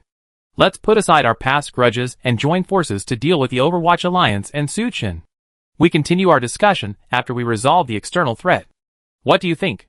Lu Chao offered his proposal. Zhou Ming couldn't help but burst out laughing. Chaozi, you're really making a big deal. If you do as you say, you get a huge advantage. Lu Chao frowned. This Zhou Ming is truly stubborn, but after a moment's thought, he said gravely, how about this? Let's treat this fight against Su Chen as a competition. How does it work? Zhou Ming peeked. It's simple. Whoever contributes the most and achieves the greatest merit will become president. Lu Chao suggested again. That's easy for you to say.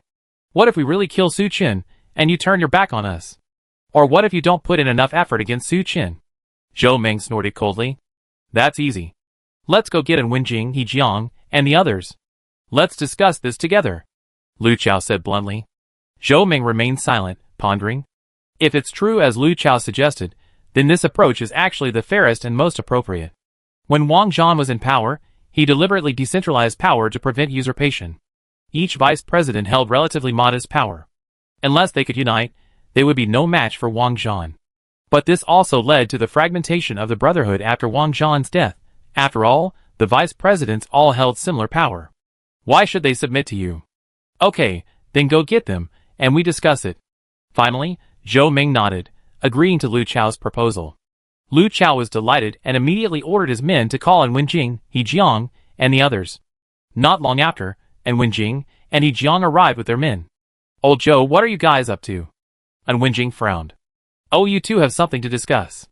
There's no need to resort to violence. He Jiang said hypocritically. You two are worrying too much. We're not going to resort to violence. Lu Chao chuckled and explained, I asked you all here today because Old Zhou and I have come up with a peaceful solution. And Wenjing and He Jiang exchanged glances. Tell me about it. Lu Chao then recounted his plan. This agreement isn't limited to just the two of us, it includes you too. The four of us are both contestants and referees. Anyone who hesitates or backstabs an ally will be punished by the other three. Finally, the four of us will fairly and impartially choose the president. What do you think? Zhou Ming's heart sank. If we were to go by pure strength, he was definitely inferior to the two legion commanders. Why did that Lu Chao drag An Wenjing and He Jiang into this? After hearing Lu Chao's suggestion, An Wenjing and He Jiang clearly piqued their interest. Given the opportunity, who wouldn't want to be president? I agree. What about you, old He? He Jiang paused for a moment, then smiled. I agree too, but I have one more request. What request? Lu Chao asked. Let old Peng join in. Everyone was stunned, their eyes fixed on Peng Jing. Peng Jing himself was stunned. Although Zhou Ming had already appointed Peng Jing as vice president, his strength was no match for the others. Even if he joined the agreement, he was unlikely to be the final winner. He Jiang only wanted him to join to avoid a tie. Old Peng is fair and impartial. He definitely wouldn't play dirty, He Jiang said with a smile. I agree. I agree too. Zhou Ming and An Wenjing thought about it, and nodded in agreement. I agree too. Zhou Ming readily agreed. In his opinion, Peng Jing was one of his own, and joining would be a win-win situation. And so, Peng Jing unwittingly joined the competition for the position of guild president. The two sides talked for a while, and seeing that it was getting late, they each dispersed. Old Peng, I think highly of you, which is why I released you and appointed you vice president. Don't let me down, old brother. Before parting, Zhou Ming patted Peng Jing's shoulder meaningfully. Peng Jing walked towards his residence, heavy-hearted, partly because of the open and covert infighting among Zhou Ming and the others, partly because of the pressure from Su Chen and the Watchers Alliance. Under immense pressure, he pushed open the door, completely unaware of the unexpected guest on the sofa. It wasn't until the other person spoke that Peng Jing realized what was happening. Inspector General, long time no see. Peng Jing was startled. Subconsciously, he tensed his back muscles and gripped his weapon. But when he saw the person sitting on the sofa, he muttered, Su Chen? Yes. The person who appeared at his home was none other than Su Chen.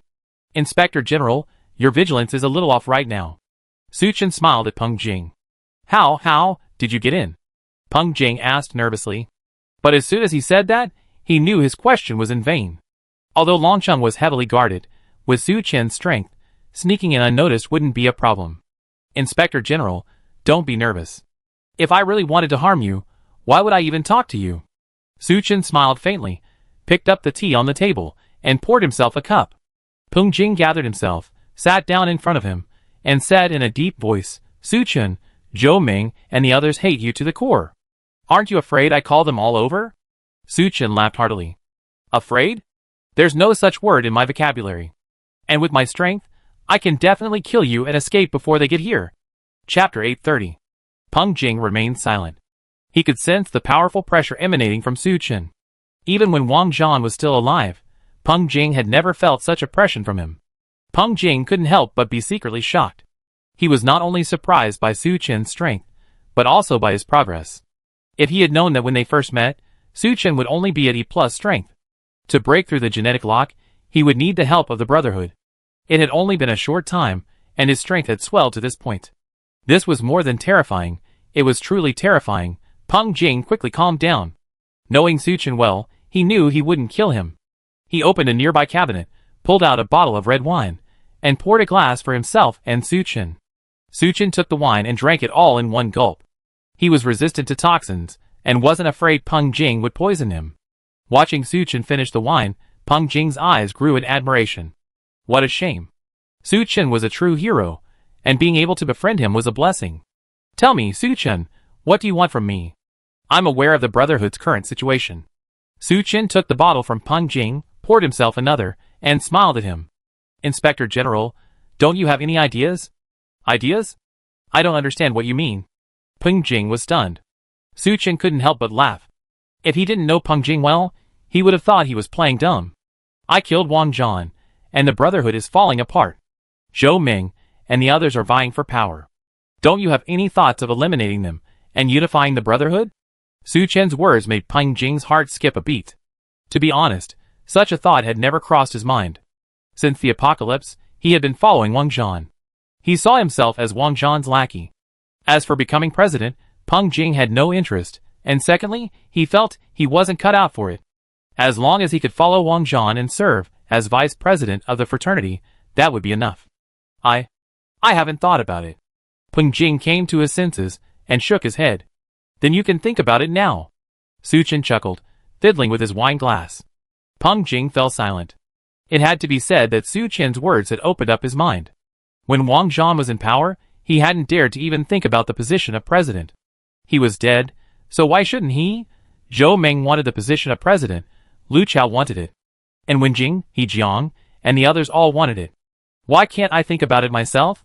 Peng Jing was silent for a long time, then smiled bitterly and said, my strength is far inferior to Zhou Ming's. What if I support you? Su Chen interrupted Peng Jing. Peng Jing stared at Su Chen blankly. With Su Chen's strong support, he really could become president. Why me? I owe you a favor, and secondly, if you become president, it would be beneficial to me. Su Chen said frankly. I already let Wang Zhan down, but I can't let the rest of the Brotherhood down again. Peng Jing sighed, speaking with some difficulty. Su Chen smiled and said nothing more. He patted Peng Jing on the shoulder, stood up, and dropped a communicator. Put this away, so we can keep in touch. Su Chen then stood up and left Peng Jing's residence. Downstairs, Chu Fandan was hiding in the bushes, observing the surroundings with a furtive look. Seeing Su Chen coming down, he hurried forward. Boss Su, how's it going? He hasn't agreed. The Inspector General is just too blindly loyal, Chu Fandan said with some regret. Su Chen smiled. Don't worry, I think he agree. Why are you so sure, Boss Su? The reason is simple. His attitude isn't firm. If it were, the Dragon City law enforcement team would probably have already appeared. Su Chen smiled faintly. From their previous conversation, he had sensed that Peng Jing was tempted. After all, how many people could resist the temptation of power, If Peng Jing could truly resist, he wouldn't have thought of relying on Su Chen to climb to the position of vice president. What he had to do next was to add fuel to Peng Jing's fire. "Boss Su, where are we going now?" "Leaving Dragon City?" Chu Fanbin asked. He was primarily concerned about Su Chen's safety, and didn't want to stay in Dragon City any longer. "Let's get out of the city first." Su Chen, taking care of Chu Fanbin, left Peng Jing's residence. They reached a secluded walled area. While the guards were patrolling, Su Chen lifted Chu Fanbin and leaped into the air. Soon, the two of them left the city and returned to the wilderness outside. Su Chen's Nomad Dyson had activated its cloaking function. As he approached, the cloaking function automatically deactivated. "You enter from here." Su Chen pointed to the small door on the side of the car. After the last upgrade, he had created a side room. It was simple, with only one bedroom and one living room, separated from the main space of the RV. But it still had all the necessary amenities. Su Chen was using it as a temporary residence. For example, tonight, he could let Chu Fanbin stay temporarily. After Chu Fanbin went in, Su Chen returned to the RV. Zhou Qing was busy at her computer, while the other women were busy with their own tasks. "Boss, you're back." Zhou Qing hurriedly greeted Su Chen. Su Chen nodded and asked, "What's the situation now?" "I hacked into their server, and am monitoring their communications," Zhou Qing smiled. Yes, Su Chen had ventured into Dragon City today. Not only to persuade Peng Jing, but also to eavesdrop on Dragon City's communications. Aside from the initial display of her computer skills during the capture of the microbase, she hadn't used them otherwise. Su Chen was about to go to war with the Brotherhood, and Zhou Qing had a perfect opportunity to demonstrate her abilities. She had crafted a device capable of hacking into the enemy's communication system. Su Chen, armed with the device, infiltrated Dragon City and successfully installed it. "Boss, to be frank, I now control all of Dragon City's communications. And I can even eavesdrop." Hearing Zhou Qing's words, Su Chen's heart leaped with joy.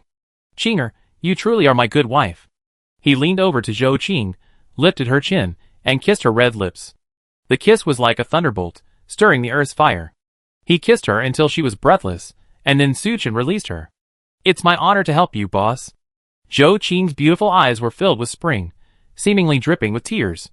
Naturally, Zhou Qing, already over 35, should have grown increasingly haggard. But it was unclear whether it was because of her transcendental status, or the care Su Chen had given her. Chapter 831. Zhou Qing, far from being worn out, actually became even more charming. While maintaining her mature charm, she also possessed a touch of youthful beauty. "I reward you handsomely tonight." Su Chen smiled wickedly, removing his wet hand. Zhou Qing smiled sweetly and said softly, "Thank you, boss." Watching the two flirting, the other women blushed. "Okay, Qinger, let's get down to business first. See if you can find any high-ranking members of the Brotherhood and eavesdrop on them," Su Chen instructed.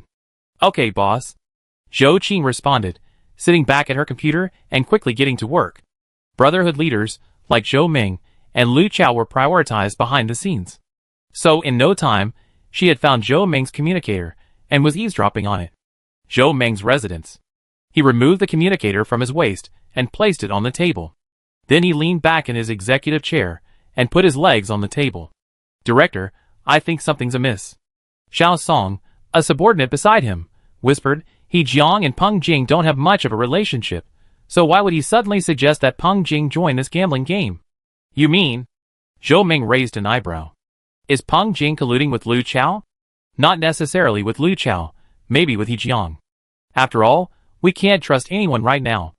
After hearing Xiao Song's words, Zhou Ming's expression darkened. As Xiao Song said, it wasn't impossible for Peng Jing to be colluding with He Jiang. After all, he had previously arrested Peng Jing and imprisoned him. It was only natural for him to harbor resentment. If He Jiang offered him generous terms, he might actually defect. Zhou Ming knew full well that the apocalypse was a massive werewolf. Anyone could defect. The only person he could trust was himself. Xiao Song, from now on, send someone to keep an eye on Peng Jing. If that **** truly dares to harbor second thoughts, kill him immediately. Zhou Ming said gravely. What if he doesn't? If not? Zhou Ming's face flickered with a sinister grin. Then wait until I become president, and then I get rid of him. President, you're wise. Xiao Song quickly flattered him. It was like someone offering a pillow just when you were sleepy. Su Chen listened to Zhou Ming and Xiao Song's conversation and felt a surge of joy. Chinger, did you record that last part? Yes. That's good. Suchin smiled with satisfaction. With this recording, why worry about Peng Jing's betrayal? The night ended in silence. When Peng Jing woke up the next day, he was still preoccupied. To be honest, Suchin's proposal was quite appealing to him. But he couldn't get over his own hurdle. As soon as Peng Jing finished washing up, he saw Suchin in his living room again. He was startled. Suchin, why are you here again? I'm really not interested in your proposal. Suchin smiled faintly. Inspector General, don't be so quick to reject me. I have a recording here. It's not too late to listen to it first. As Peng Jing looked doubtful, Suchin opened the recording. From now on, send someone to keep an eye on Peng Jing. Wait until I become president, and then I get rid of him. By the time the recording finished, Peng Jing's face had turned a dark green. He never imagined that, despite his unwavering resolve and his refusal to betray the Brotherhood, Zhou Ming was actually considering eliminating him. There aren't many good people in the Brotherhood. You're thinking about them, yet they're still trying to eliminate you. Which path to take? It's up to you, Inspector General. Suchin smiled and said nothing more. Peng Jing remained silent for a long time before slowly saying, Boss Su, how do you want me to cooperate? Hearing his change of address, Suchin understood that he had changed his mind. It's simple. We just need to put on a show. Suchin chuckled and told Peng Jing his idea. Peng Jing paused, then nodded. All right, let's do as you say, Boss Su. Launch an operations meeting room. The vice presidents, having put aside their past grudges, gathered here. After 2 days of exploration, we can confirm that there are only about 50 people at the stone mine. Originally, they had over 100 people, but half left yesterday. They must have transported all the raw stone they had mined. Lu Chao slowly explained the situation. It seems that Suchin, that bastard, knows he's no match for us, otherwise he wouldn't be so anxious to transport the raw stone. And Wenjing sneered.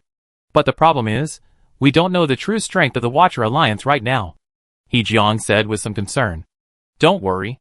How long has Suchin been obtaining the formula for the gene lock reagent? Even if he has the immortal marrow fluid, the other ingredients aren't so easy to find. So, I estimate he only has 50, or at most 80, D-rank transcendence. Under normal circumstances, Zhou Ming's judgment would have been flawless. Unfortunately, he encountered Suchin, and common sense didn't apply. If that's the case, then we have no problem dealing with Suchin, and Wenjing said with a sinister grin. And we have to hurry and prevent Suchin from becoming too powerful. Not counting the elite selected earlier, the Brotherhood originally had 60 or 70 D-rank transcendence. When Suchin accompanied them on their exploration of the ore mine, the Brotherhood obtained a significant amount of immortal marrow fluid. Later, there were nearly 150 D-rank transcendence. Unfortunately, Lao Jiao and Ji Jiqing left in anger, taking 40 with them. Even so, the Brotherhood still had over 100 D-ranks. Add to that their martial arts and spiritual weapons, and they shouldn't have any trouble dealing with the Watcher Alliance. Then the question arises, who will deal with Suchin first? Zhou Ming said slowly. At this, the vice presidents fell silent. Although they appeared to be collaborating on the surface, they secretly harbored ulterior motives. It's okay to let them beat the down, but it's not okay to let them bite the bullet. They were also worried that if they won, they would be making things difficult for others. Just as they were silent, pretending to be knowledgeable, Peng Jing suddenly said calmly, Since none of you want to go, then I go. Everyone was stunned by this. They hadn't expected Peng Jing to take the initiative. Since old Peng is willing, I have no objection. I have no objection either. And Wenjing and He Jiang smiled and nodded in agreement. Lu Chao glanced at Zhou Ming and said with a fake smile, I agree too, but it depends on old Zhou's opinion. Of course I agree with both hands. Zhou Ming's fake smile was a lie, but he was cursing in his heart. What exactly was Peng Jing trying to do? Could it be that, as Zhao Song said, Peng Jing was colluding with He Jiang? Chapter 832. In Zhou Ming's eyes, Peng Jing was now his subordinate. The people under him were his people. If he made any decision, he should have consulted with him. Now, Peng Jing hadn't even bothered to ask him before taking the initiative to deal with Suchin. This made Zhou Ming feel betrayed. More importantly, the vice presidents had agreed that whoever made the greatest contribution in the battle against the Watchers would be the president. The others would then have to support him as president. With Peng Jing being so proactive, could he also become president? You can't judge a person by their appearance. Zhou Ming smiled, but a murderous intent lay within him. Just then Zhao Song, standing beside him, suddenly gave Zhou Ming a look. Before Zhou Ming could react, Zhao Song laughed and shouted, "Director, we can't let the Inspector General deal with Su Chen alone. How about this? The administrative department also dispatches troops to support the Inspector General." Zhou Ming frowned slightly, feeling a little unhappy. But remembering the look Zhao Song had just given him, he could only force a smile. "You're right. We do as you say." After briefly discussing their action plan, the few of them turned and left. Upon returning to the office, Zhou Ming felt a little annoyed. "Zhao Song, what do you mean? Are you the same as Peng Jing?" "Director, calm down." Zhao Song consoled him with a smile. "I'm trying to help you deal with Peng Jing." "What do you mean?" Zhou Ming raised an eyebrow and looked at Zhao Song suspiciously. "Director, listen to me." Zhao Song analyzed the situation slowly. There are only two possible scenarios for Peng Jing to face Su Chen. In the first scenario, he can defeat Su Chen, but it will be a Pyrrhic victory. In this situation, Director, if we send more people to support Peng Jing, we can not only share the credit, but we might even be able to seize the opportunity to absorb Peng Jing's remaining forces. But if someone else is responsible for supporting Peng Jing, we won't have any chance. Zhou Ming was delighted and nodded quickly. "Yes, you're right. What about the other scenario?" "The other scenario is that he can't defeat Su Chen and needs support." Zhao Songyin smiled. "If someone else supports Peng Jing, then Peng Jing can achieve great success and even owe them a favor. But if we support him, it's entirely possible. Let Peng Jing die by standing by and doing nothing." Zhou Ming's face shifted. "That's not good. Lu Chao and the others, and I already had an agreement." "What are Lu Chao and the others?" "Peng Jing only became vice president by clinging to your influence. He's so arrogant now, we must definitely punish him." Zhao Song sneered. "If Peng Jing hadn't colluded with the others, you could have eliminated him, and Lu Chao and the others wouldn't have stood up for him. But if Peng Jing had colluded with them, then we must eliminate him, lest he become a threat." Zhao Song's well-reasoned analysis turned Zhou Ming's anger into joy. "Great, Zhao Song. I never thought you'd be my brain trust. Don't worry, when I become president, I definitely promote you to vice president." Zhao Song quickly expressed his gratitude. "Then I congratulate you in advance." The two exchanged a smile, their words saying everything. After the various factions reached a reconciliation, Longcheng fell into a rare tranquility. However, early this morning, dozens of military vehicles formed a long convoy and left Longcheng. The residents of Longcheng lining the road looked on in awe, wondering what the Brotherhood's leadership was planning. Although the agreement was for Peng Jing to lead the inspection team to attack Su Chen and recapture the stone mine, Zhao Song, along with the administrative staff, provided support. As for Lu Chao and Wen Jing and Yi Jiang, they watched from the rear. However, for safety's sake, they all brought their own teams. Considering the possibility that Su Chen might arrange a retreat to inquire about Longqing's situation. So, after leaving the city, the Brotherhood's convoy increased its speed and drove towards the stone mine. By noon, they were less than 5 kilometers away. "Now it's up to Chief Inspector Peng. You lead the attack, and I have Zhao Song assist you." Zhou Ming looked at Peng Jing with a forced smile. "If you can retake the stone mine, it'd be a great achievement. Don't even mention me, the other vice presidents will applaud you." Peng Jing's face was as gloomy as water as he nodded. "Rest assured, everyone. I will definitely retake the stone mine." He strode into his car and, with the inspection team, quickly headed for the stone mine. Watching the inspection team's vehicle disappear into the horizon, a sinister smile flashed across Zhou Ming's face. Lu Chao and Wen Jing and Yi Jiang noticed Zhou Ming's expression. "Hey, I don't think Zhou Ming has any good intentions," Lu Chao whispered. "I didn't expect even Peng Jing, the good guy, to develop ambitions. This time, Zhou Ming wants to take advantage of the situation and eliminate him," and Wen Jing analyzed. "That's perfect. We can eliminate a competitor and deplete Zhou Ming's power. We can also take advantage of this opportunity to attack Zhou Ming." He Jiang laughed. "Old He, did you think of this ahead of time, and that's why you suggested letting Peng Jing join?" Lu Chao looked at He Jiang in surprise. "Yes, that's right. Not bad, Old He, you're quite cunning now." No, compared to you, I'm still far behind."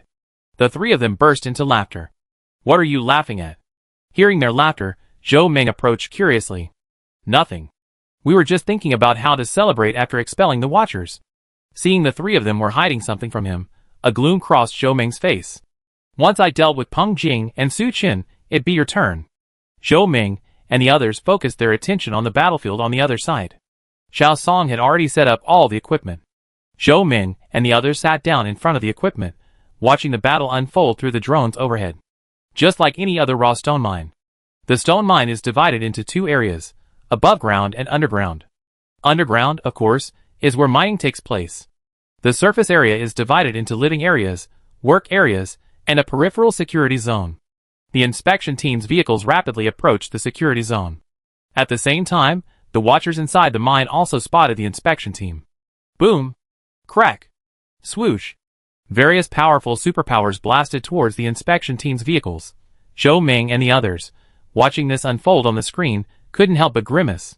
Suchen had indeed created the gene-locking reagent. Otherwise, these superpowers wouldn't be so powerful. Thankfully, Peng Jing had anticipated this and directed his men to summon defensive superpowers to block the attack. When the two sides were sufficiently close, the inspection team's vehicles immediately stopped. Chapter 833. A group of evolvers jumped out of the car.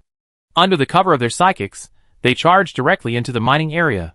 The D-level evolvers on both sides engaged in a fierce battle, the scene undeniably spectacular. The various psychics collided, creating a massive shockwave that sent clouds of dust billowing into the air. The drone's camera was obscured by the dust, making it difficult to see clearly. I'm afraid it won't be clear for a while. Lu Chao smiled and said to Zhou Ming with a hint of sarcasm, Old Zhou, why don't you send someone to support Peng Jing? No rush, I think Peng Jing can hold on for a while. Zhou Ming laughed. However, at this moment, He Jiang, staring at the screen, suddenly said with a strange expression, something's wrong. Look! Everyone ignored him, assuming Peng Jing was about to collapse. But when they saw the situation on the screen, they were stunned. The members of the Watchers Alliance inside the stone mine were seen retreating to the rear.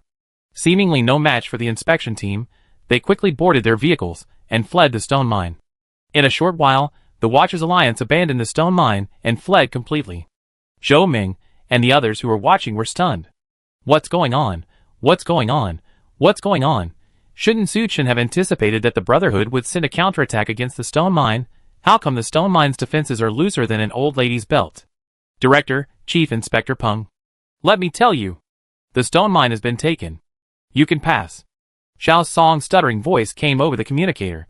He, who was in charge of the response, didn't seem to expect Peng Jing to have taken the stone mine so quickly. Remember, it hadn't even been half an hour in total. A dead silence fell. After a moment, Zhou Ming came to his senses. Got it, we be there. The men exchanged glances, then, without further ado, got in the car and headed for the stone mine. As soon as the car entered the mining area, before it even stopped, Zhou Ming and the others jumped out and began to survey the surroundings. The area was in shambles, with numerous bodies lying on the ground. The scene indicated a fierce battle. Vice Presidents, I have fulfilled my mission and recaptured the raw stone mine. A dusty Peng Jing came over to greet Zhou Ming and the others. Well, old Peng, you did a great job. Zhou Ming praised with a dry laugh. I didn't expect you to be so formidable, old Peng. Even the Watchers are no match for you.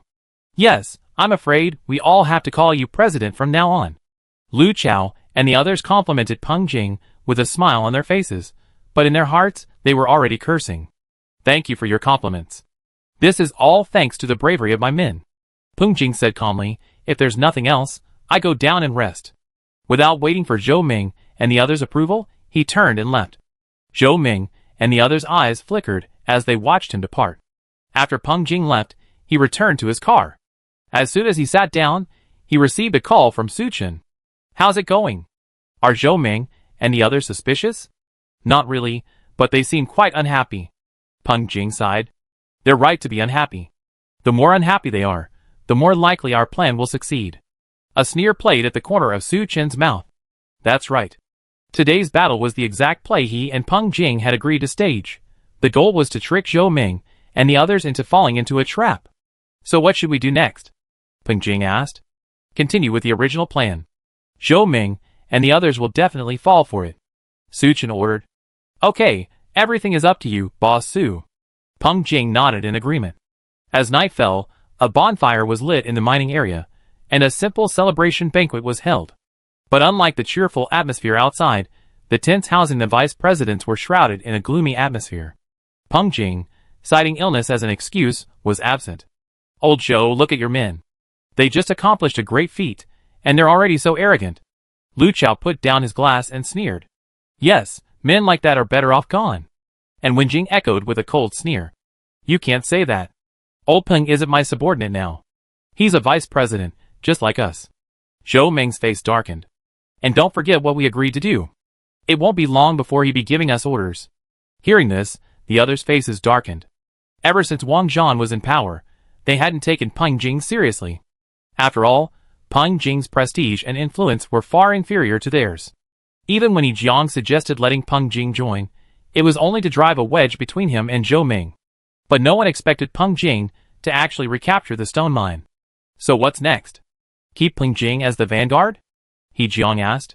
Don't rush. Let's analyze why Peng Jing was able to retake the stone mine. Lu Chao analyzed slowly.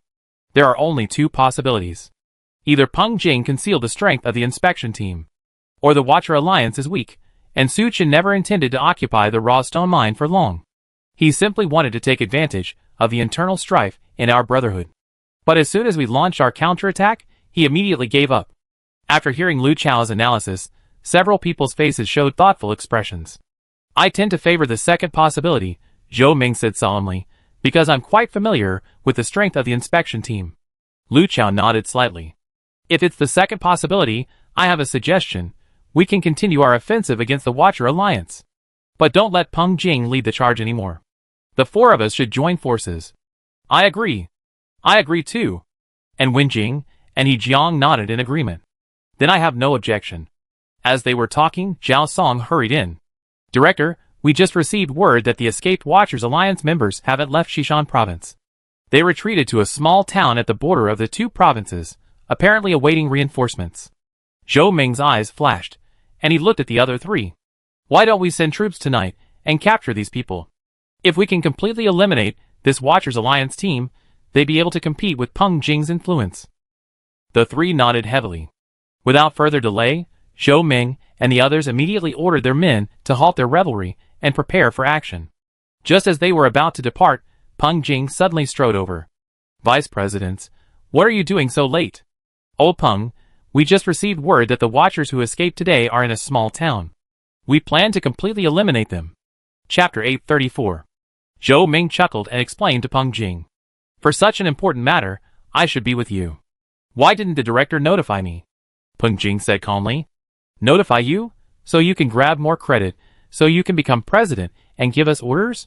Zhou Ming and the others exchanged glances, and Lu Chao said with a smile, Director Zhou didn't tell you because he thought you'd been fighting all day and needed some rest.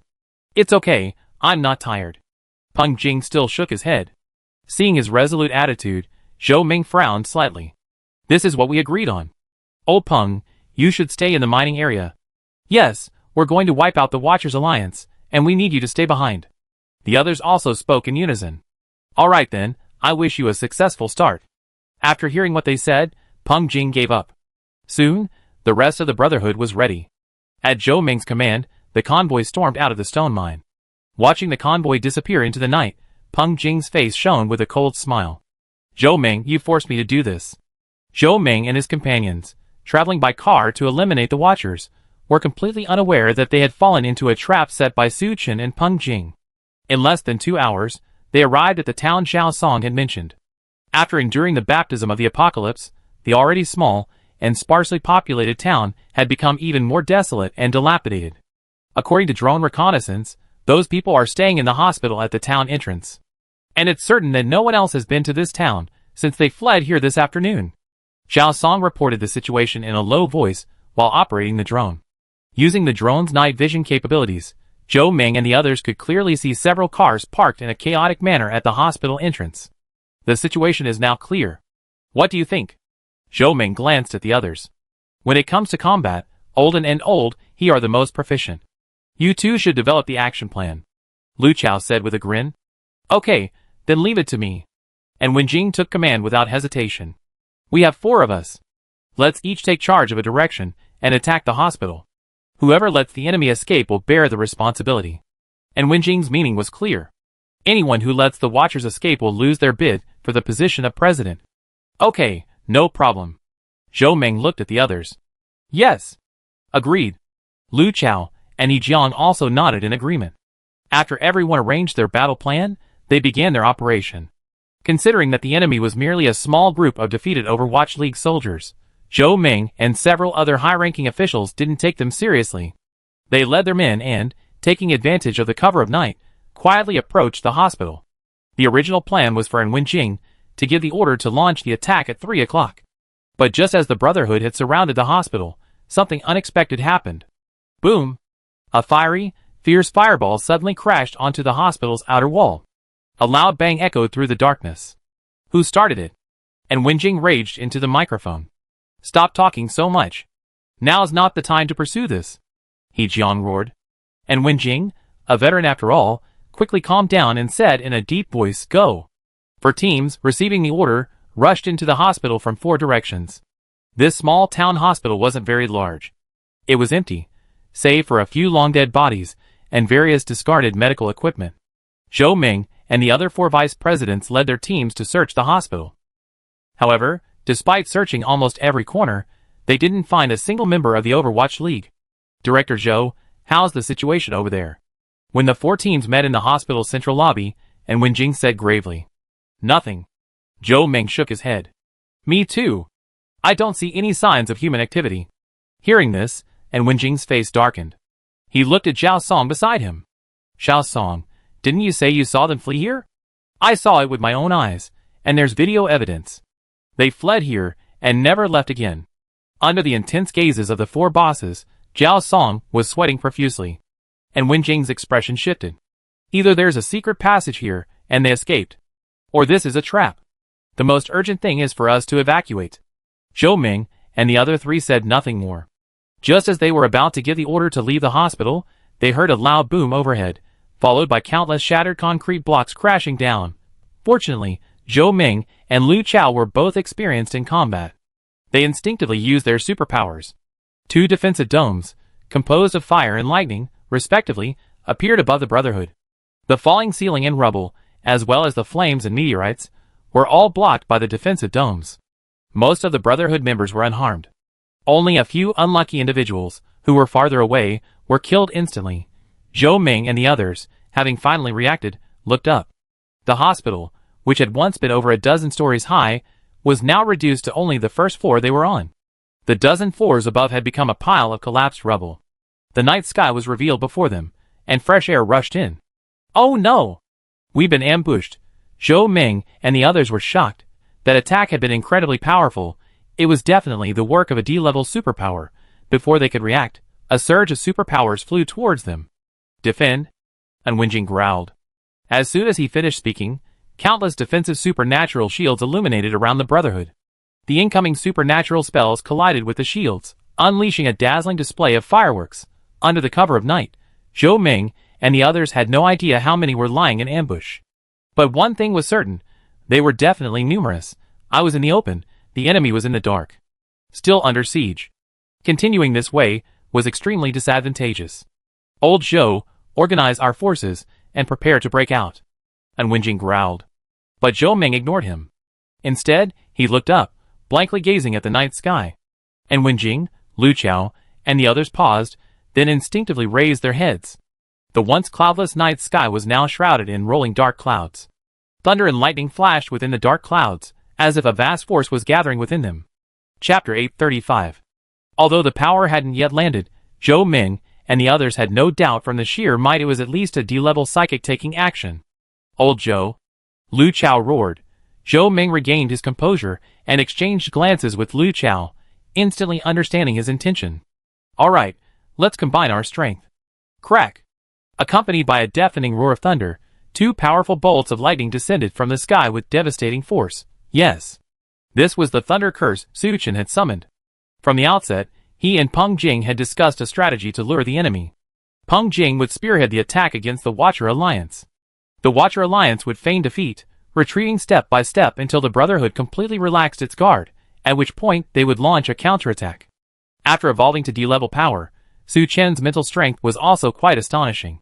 It's no exaggeration to say that the lightning power he unleashed was absolutely irresistible to any psychic of his level, but the development of events was beyond Su Chen's expectations.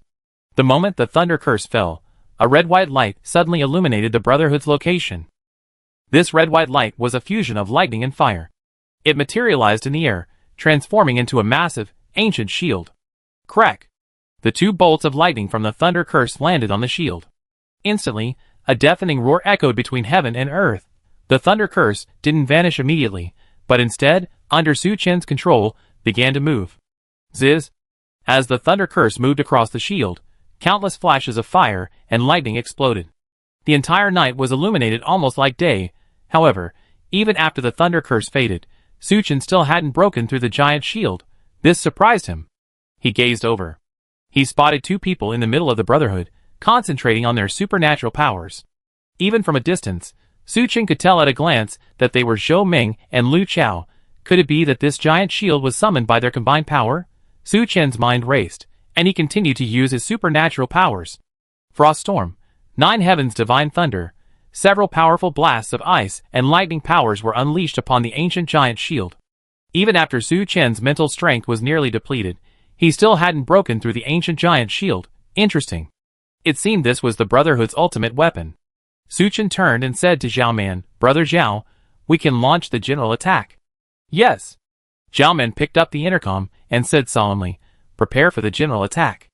Elsewhere, after Su Chen stopped attacking, Zhou Ming and Lu Chao breathed a sigh of relief.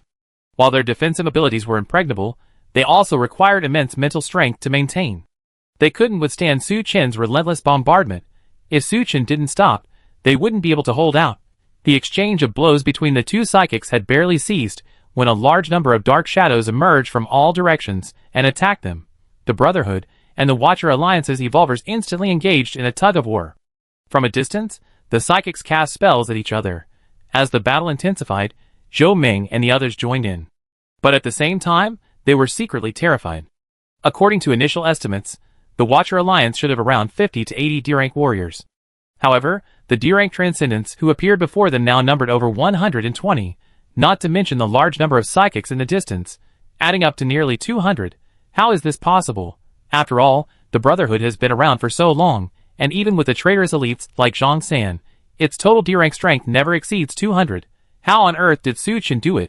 Zhou Ming and the others would never have guessed that a significant number of these warriors had joined after the Watcher Alliance absorbed the Mingyuan group. Thankfully, these D-rank Transcendents of the Brotherhood were quite powerful.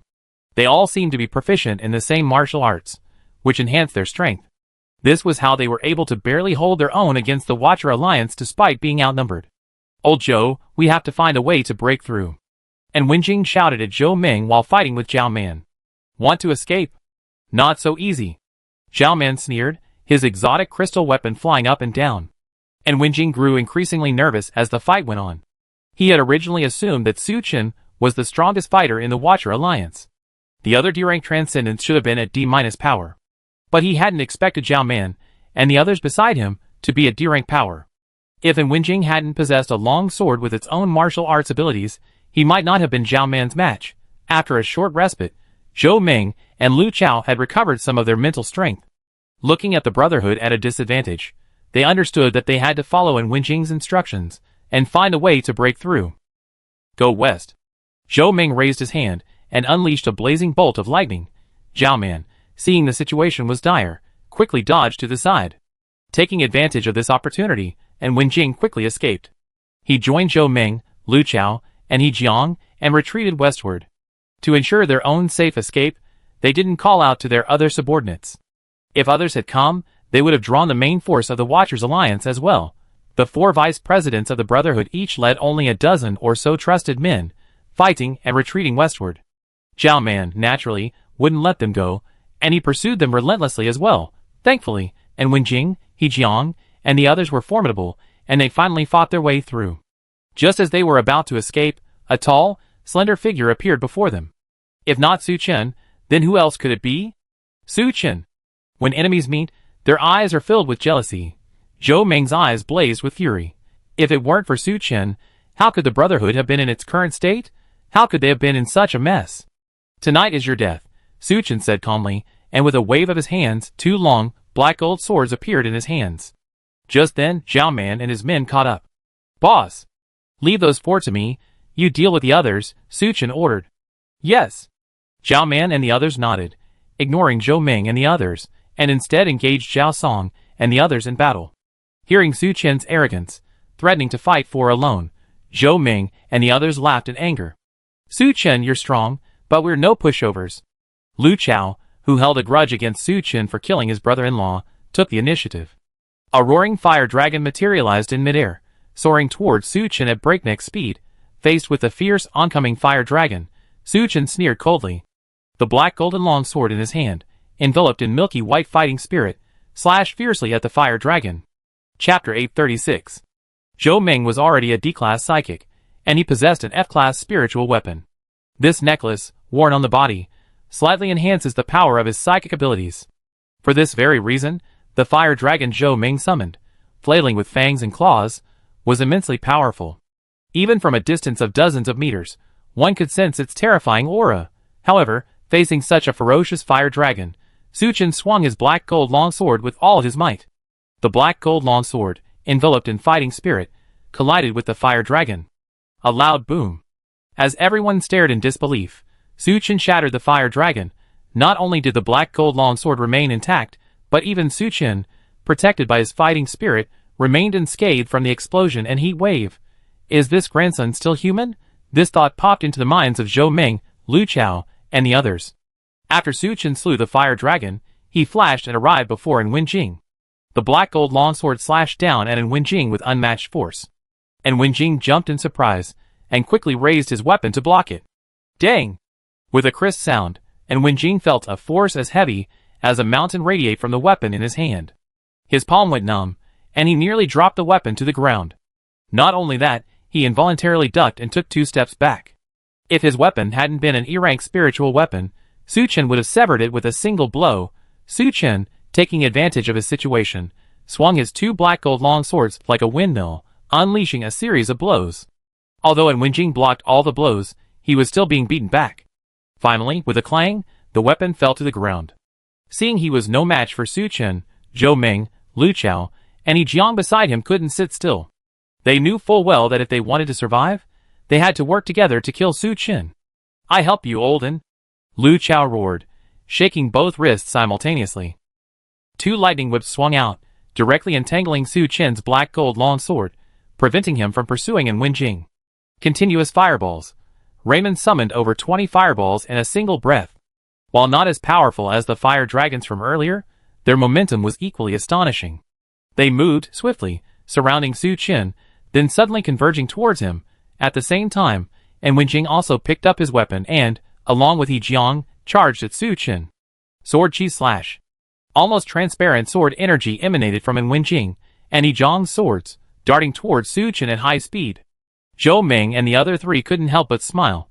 It looked like Su Qian was doomed today, but the next moment, the smiles on their faces froze. Zzz. 2 thick bolts of lightning shot out from Su Qian's eye sockets, interrupting Lu Chao's lightning whip.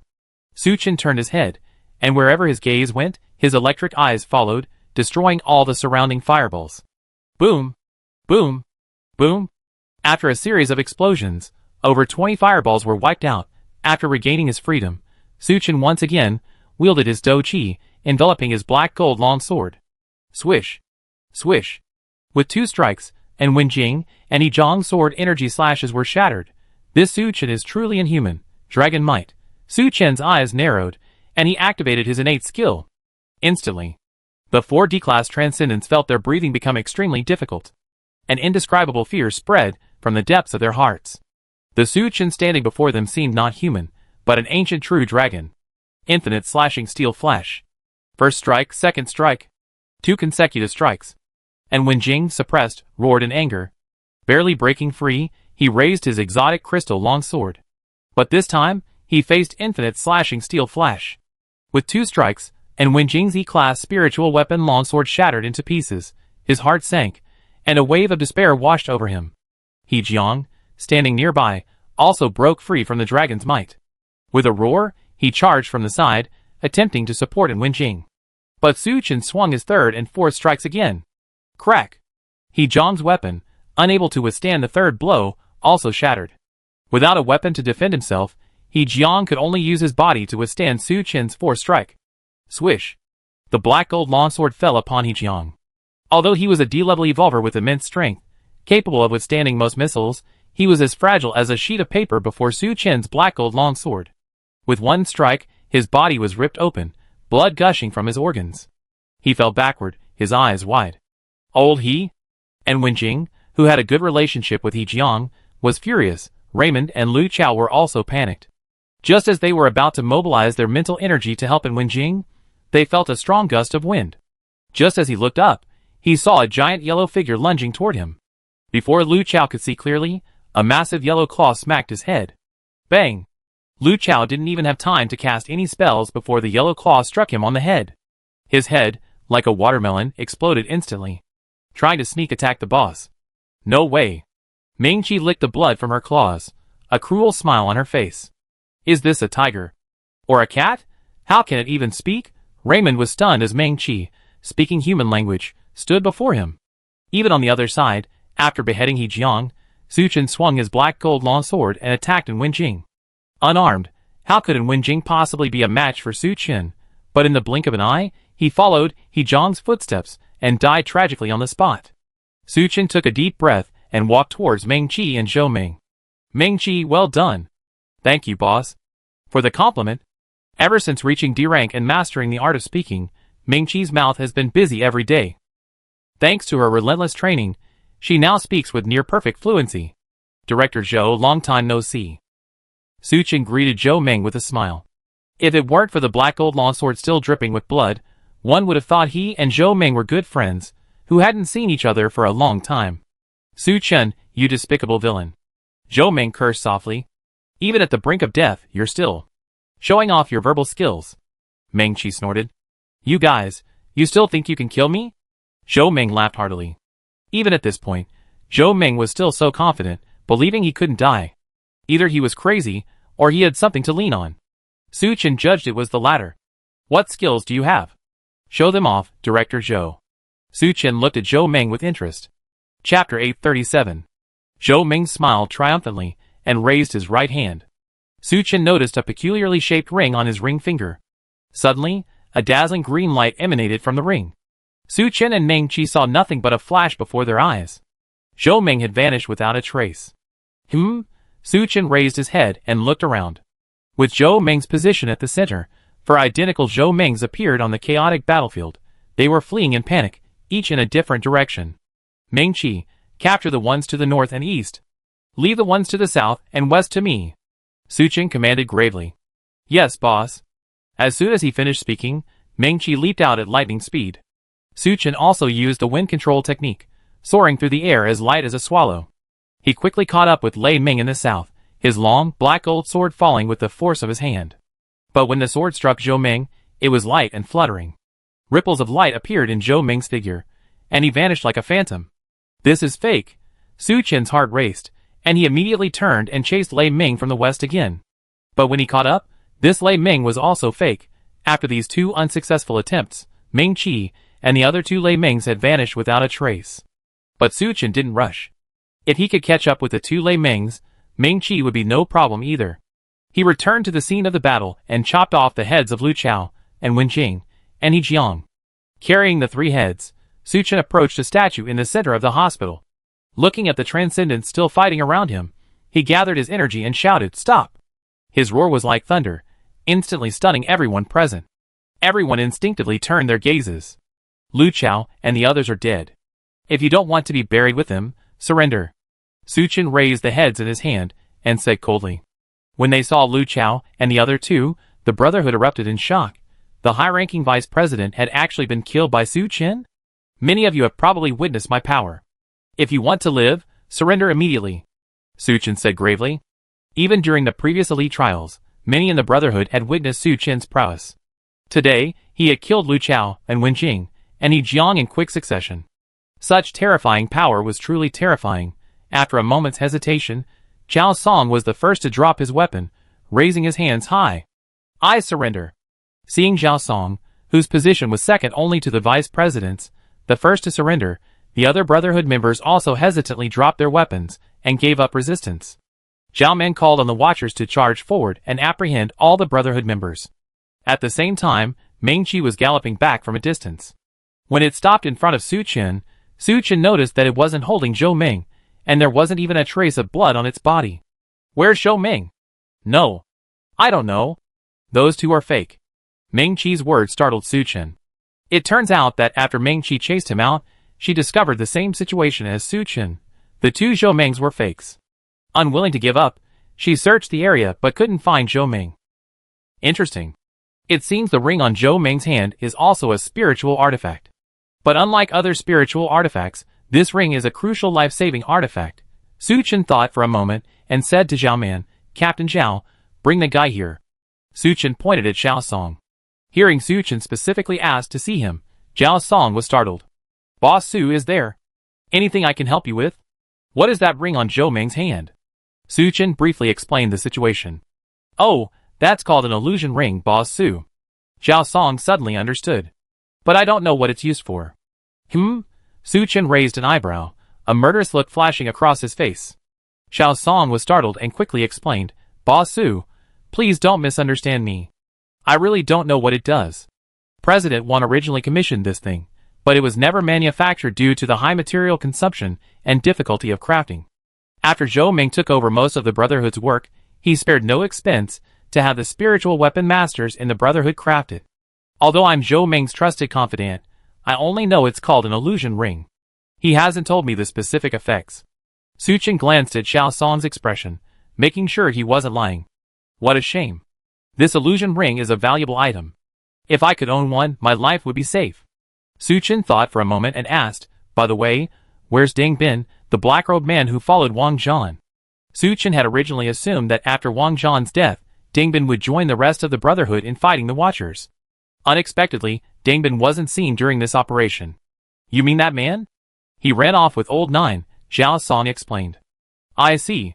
No wonder I didn't see him. This is just like Ah Biao. He's incompetent at everything, and he's always running away. Forget it. Avenging by Qianqing's father won't be possible for now. Su Chen waved his hand, and had Zhao Song taken away. After clearing the battlefield, Su Chen, Zhao Man, and the others drove to the stone mine. As soon as the car stopped, Peng Jing came forward.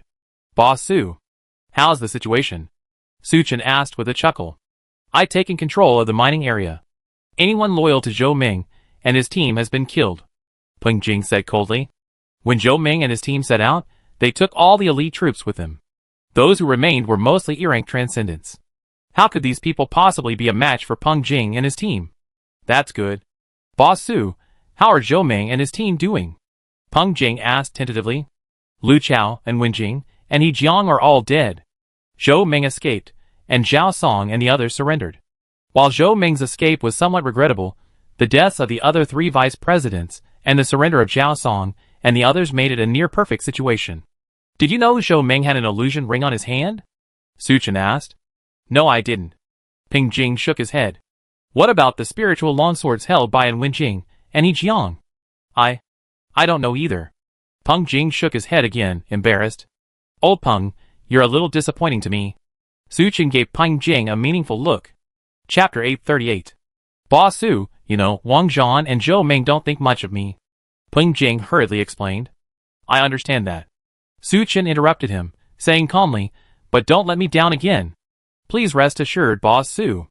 Peng Jing's heart sank, hearing the meaning behind Su Chen's words, and he hurriedly said respectfully.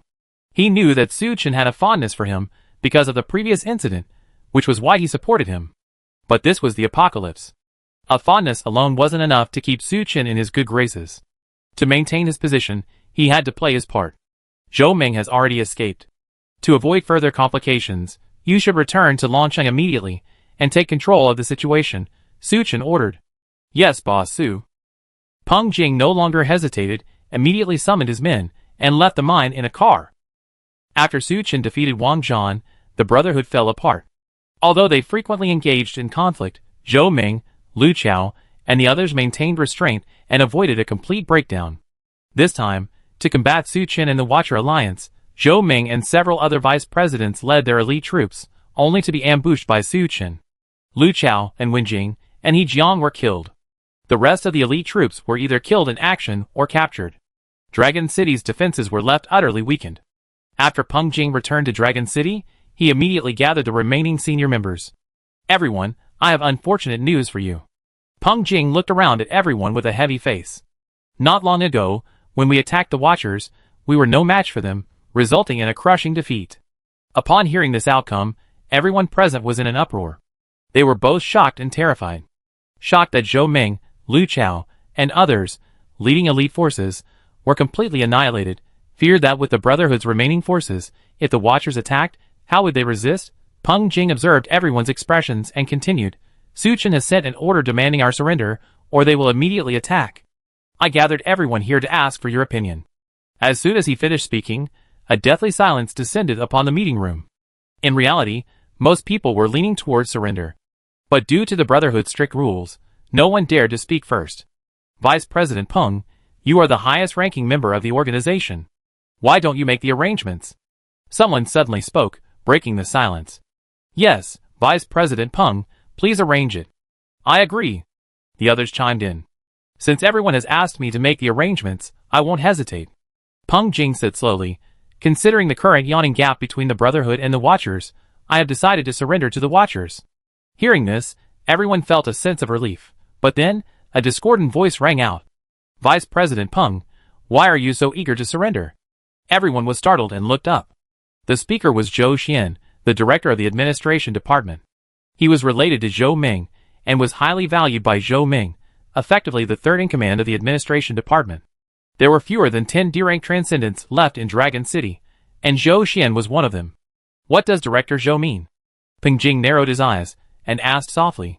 Director Zhou took you, and the others to attack the Watcher Alliance. In the end, only you, along with the inspection team, escaped. As soon as you returned, you announced your surrender to the Watcher Alliance. Considering Vice President Peng's previous close relationship with Su Chen, it's hard not to be suspicious. Zhou Xian said sinisterly.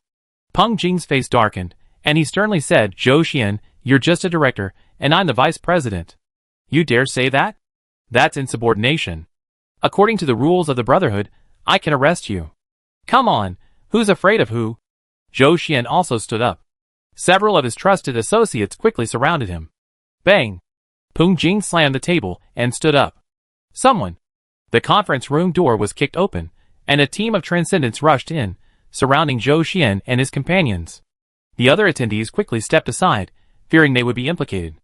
Well, Peng Jing, you traitorous bastard.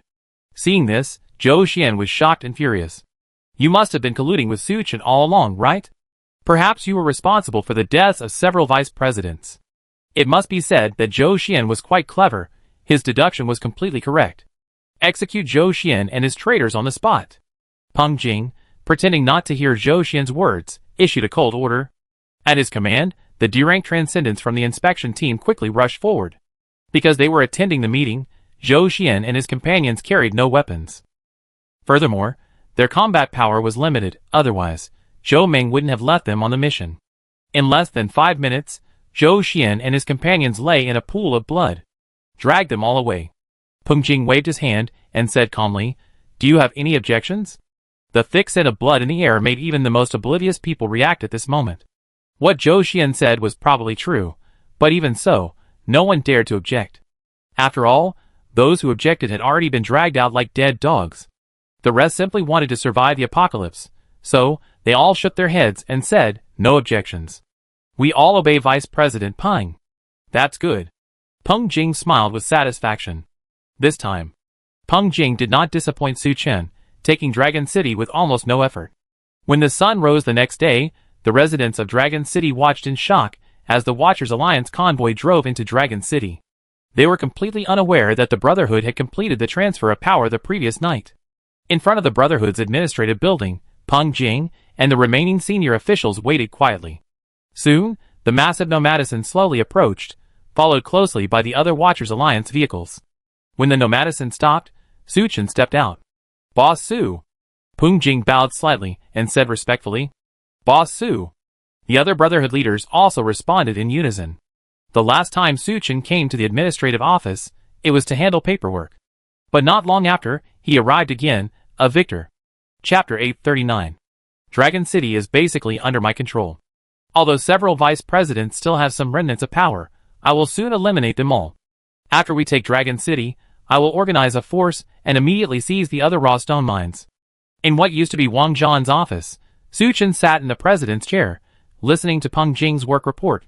Very good, old Peng, you didn't disappoint me. Su Chen smiled and praised, then changed the subject. Have you investigated Zhou Meng's whereabouts? No. Peng Jing shook his head, but I can be sure that Zhou Meng has definitely not returned to Dragon City.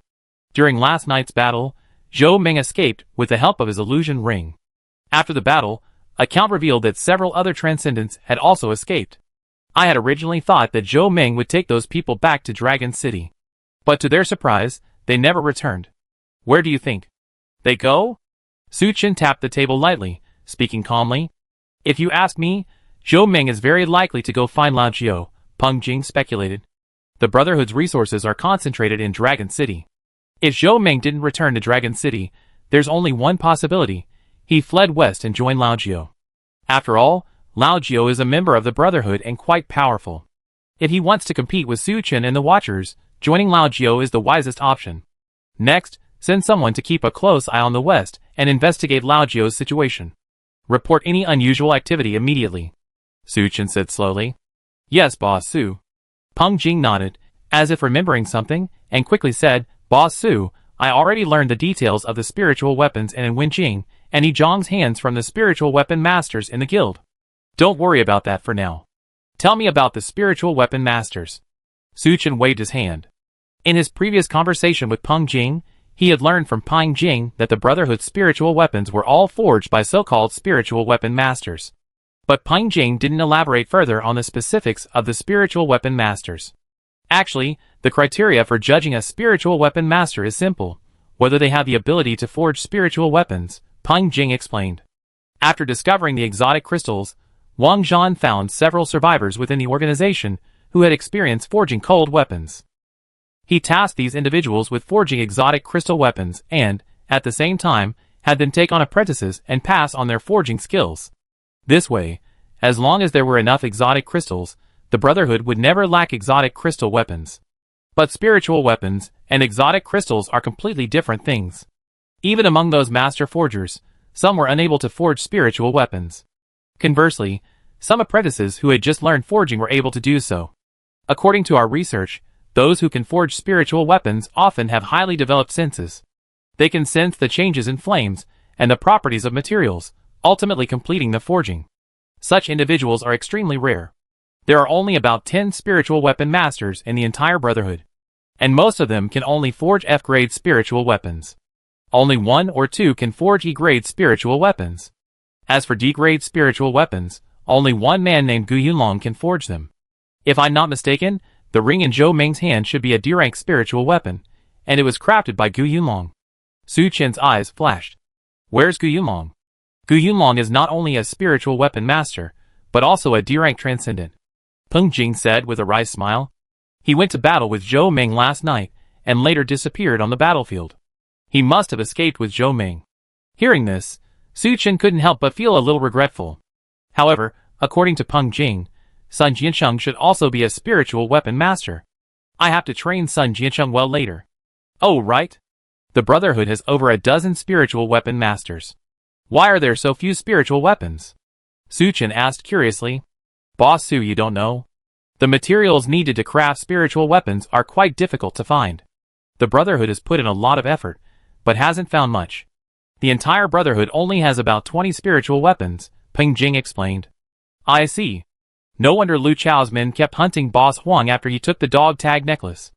Okay, now you can talk about Wenjing and the others' weapons. Their weapons are called Bloodsteel Blades, E-grade spiritual weapons, with a built-in skill called Blade Slash. Su Chen nodded slightly. So it's an E-grade spiritual weapon. No wonder it could withstand several attacks from the black gold longsword. In the end, it shattered under the infinite steel flash. What a pity. If I had known it was an E-grade spiritual weapon, I should have stopped and saved it for Zhao Man and the others. As if he had read Su Chen's mind, Peng Jing chuckled and said, I already prepared the forging drawings for these spiritual weapons. If Boss Su needs it, I have it delivered immediately. Su Chen nodded with satisfaction. Then I trouble you, old Peng. No problem, no problem. Peng Jing waved his hand quickly. In addition to the forging blueprints, there's also a martial art called Qi training technique. It's relatively simple and easy to master. When used in combat, it can enhance strength and endurance. No one from the inspection team or the administrative office is qualified to learn this martial art. Only D-rank transcendents from the 4 legions can learn this martial art. Su Chen's expression grew even more satisfied upon hearing this. Also, what exactly was that combination skill Zhou Ming and Lu Chao used last night? I already investigated this, and no one knows the details. I just know that this is what Wang Zhan obtained from the secret realm a while ago. Hearing this, Su Chen couldn't help but sigh. This Wang Zhan is so lucky to have obtained so many good things from the secret realm. Luckily, most of it ended up being his own. Su Chen then inquired about the rest of the Brotherhood situation. Peng Jing also spoke freely and openly. When he had asked nearly all the questions, Peng Jing cautiously said, "Boss Su, if there's nothing else, I won't disturb your rest. I have someone bring you the forging blueprints for the spiritual weapons and the Qigong techniques later." "Old Peng, don't leave just yet." Su Chen chuckled and waved his hand, his face full of concern. "The Brotherhood is so large, it must be difficult for you, Old Peng, to manage it alone, right? How about this? I appoint 3 more vice presidents to assist you in managing the Brotherhood. What do you think?" That would be great. I wonder who Boss Su is going to appoint." Peng Jing was stunned for a moment, then quickly recovered. He knew well that Su Chen wouldn't let him hold all the power. Chu Fanbin, Zhang San, Zhao Song. Chapter 840. The first 2 names didn't surprise Peng Jing. Su Chen had previously appointed Chu Fanbin and Zhang San as the chief and deputy chief of the Special Operations Team, specifically responsible for the Detective Brotherhood. Peng Jing had had plenty of dealings with them. But Zhao Song's name surprised Peng Jing. Boss Su, Zhao Song is Zhou Ming's confidant. Making him vice chairman would surely lead to endless trouble. If possible, Su Chen would naturally not use Zhao Song. But the problem was, he was a bit short on manpower right now. The Watcher Alliance only had around 200 D-rank transcendents. Last night's battle had cost them another 20 or 30.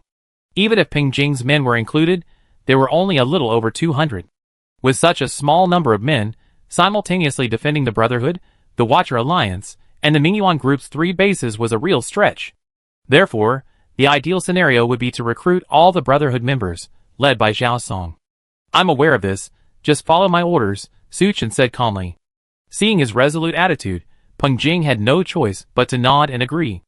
After Peng Jing left, Chu Fanbin and Zhang San, having received their orders, arrived at the office. "Boss Su, please take a seat," Su Chen greeted them. After the 2 men sat down, Su Chen chuckled, "I should thank you too for taking down the Brotherhood this time. Knowing yourself and your enemy ensures victory in every battle." Chu Fanbin and Zhang San, leading the Special Operations Team, provided crucial intelligence, enabling the Overwatch Alliance to easily take down the Brotherhood.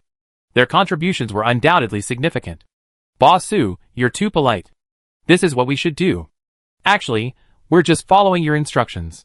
Chu Fanbin and Zhang San hurriedly said modestly. "Alright, don't be so modest. To commend your contributions, I decided to promote you to vice presidents of the Brotherhood." The 2 were stunned at first, then excitedly said, "Thank you. Boss Su, we will definitely not let you down." "That's good." Su Chen chuckled, offered some encouraging words, and let them go. A moment later, Wang Yan pushed the door open, followed by Zhao Song, handcuffed to an energy suppressor. "Boss Su, you're looking for me?" Zhao Song asked cautiously. He knew well that Su Chen hadn't been able to deal with them before. Now, the affairs of Dragon City were largely under the control of the Watcher Alliance. Next, it was Zhao Song and the other captive's turn. If he doesn't perform well, Zhao Song might end up following the footsteps of Wenjing, He Jiang, and the others. "Zhao Song, I know you're smart, otherwise you wouldn't have surrendered." Su Chen extended his index finger and tapped the table lightly. "A D-rank transcendent like you is still very valuable. Killing you would be a shame. But recruiting you is a worry for me. So think of a way to convince me not to kill you." Hearing this, Zhao Song's heart tightened. His mind raced, thinking about how to save his life. "First and foremost, Boss Su, I'm not a coward." Zhao Song composed his words. "During last night's battle, Zhou Ming escaped, and the other 3 vice presidents were killed by you, Boss Su. The Brotherhood's defeat is inevitable. Even if I continue to lead the Brotherhood in a desperate battle against the Overwatch Alliance, it would be meaningless. If the Brotherhood has any other backup plans or reinforcements, I will definitely choose to continue fighting." Su Chen nodded noncommittally. "Go on." Zhao Song swallowed and continued nervously, If Boss Su is willing to accept me, I will absolutely prove my loyalty and ability to you. I know most of Zhou Ming's secrets, and I can tell you everything, Boss Su. That being said, I still can't trust you. Su Chen shook his head regretfully. Xiao Song's heart sank, and a flicker of despair flashed in his eyes. But Su Chen's next words brought him relief. Let me put it this way. I have a specially made poison. After taking it, you must have an antidote every month. Otherwise, the poison will kill you. Su Chen said, handing over a colorless, transparent test tube. Xiao Song, without hesitation, grabbed the test tube and injected himself. After the test tube was fully injected, he felt his body grow cold. A faint pain emanated from within. In addition, you and the families of the other captured transcendents will be taken hostage to the Overwatch Alliance base. No problem. Xiao Song readily agreed. When it came to survival, this request was nothing. Su Chen smiled with satisfaction. In fact, the reason he chose to keep Xiao Song was simple. When he had previously eavesdropped on Zhou Ming's conversation, Su Chen had discovered that Xiao Song was quite intelligent and ambitious. Such a person is a double-edged sword. If used well, they can enhance strength. If used improperly, they can plant a time bomb within the team. However, Su Chen remained confident in his ability to control Xiao Song. From today on, you will serve as vice president of the Brotherhood. You and the other two vice presidents, Chu Fanbin and Zhang San, will assist President Peng Jing in running the Brotherhood together. Xiao Song was stunned by Su Chen's order, but after a moment, he understood. I understand what Boss Su means. The other vice presidents died or fled. Peng Jing, however, remained unharmed and even became president. This proves that Peng Jing had long been collaborating with Su Chen. He was originally Zhou Ming's subordinate, but Su Chen appointed him vice president to assist Peng Jing. This clearly meant that he was trying to keep Peng Jing in check. As long as you are loyal and serve, I will not treat you unfairly. Seeing that Xiao Song understood his meaning immediately, Su Chen smiled slightly. Thank you, Boss Su. Xiao Song nodded heavily. Ah Yin, come in. Su Chen called Wang Yan in, and removed the energy suppressor from Xiao Song's hand. Xiao Song was also very straightforward, sharing everything he knew as Zhou Ming's confidant. For example, which members of the administrative department were loyal to Zhou Ming, and what little secrets Zhou Ming held. Su Chen was quite satisfied after hearing this, and immediately ordered Wang Yan and Ding Di to do it. After they left, Ming Qi, who had been sprawled on the sofa, yawned. Boss, when did you invent this poison? How? Didn't I know about it? Of course you didn't know, because I injected him with saline. Su Chen said with a smile. Huh? Ming Qi was stunned for a moment, then sat up straight. Boss, aren't you afraid Xiao Song will find out? Chapter 841. If it were anyone else, they might have discovered it. But Xiao Song is different, he's a smart man. The smarter people are, the more they fear death, and they tend to overthink things. Besides, even if the poison is real, it takes more than just these little tricks to control such a brilliant man. Su Chen's eyes gleamed, and he smiled confidently. We must rely on our own strength, intimidate and establish trust, and use both kindness and force. Ming Qi stared at Su Chen for a long moment, unable to help but exclaim, Boss, you're so handsome right now. What else? Su Chen laughed. After dealing with Xiao Song, Peng Jing sent someone to deliver a large pile of items. Among them were not only the Qi training technique and the forging blueprints for the blood steel blade, but also the forging blueprints for a dog tag necklace and a phantom bell. Su Chen flipped through the documents and found that it was exactly as Peng Jing had described. The steps for crafting these items were extremely complex, and the materials required were many he had never even heard of. I wonder how the Brotherhood managed to gather all these things. According to Peng Jing, most of these treasures were obtained by Wang Zhan from the secret realm. Some were also seized after they killed the monster leader. Except for the illusion ring that Su Chen coveted, almost everything else is here. Su Chen flipped through it again, and was about to put it away when he was slightly startled. He pulled out the recipe from the bottom, and saw 4 large characters written at the top, titled Lungs. What is this? Su Chen flipped through it carefully, and when he finished, a smile crossed his face. This thing's function is simple. It's similar to Su Chen's underwater breathing technique. After injection, one can breathe underwater for a considerable period of time. Most importantly, the materials required aren't particularly precious.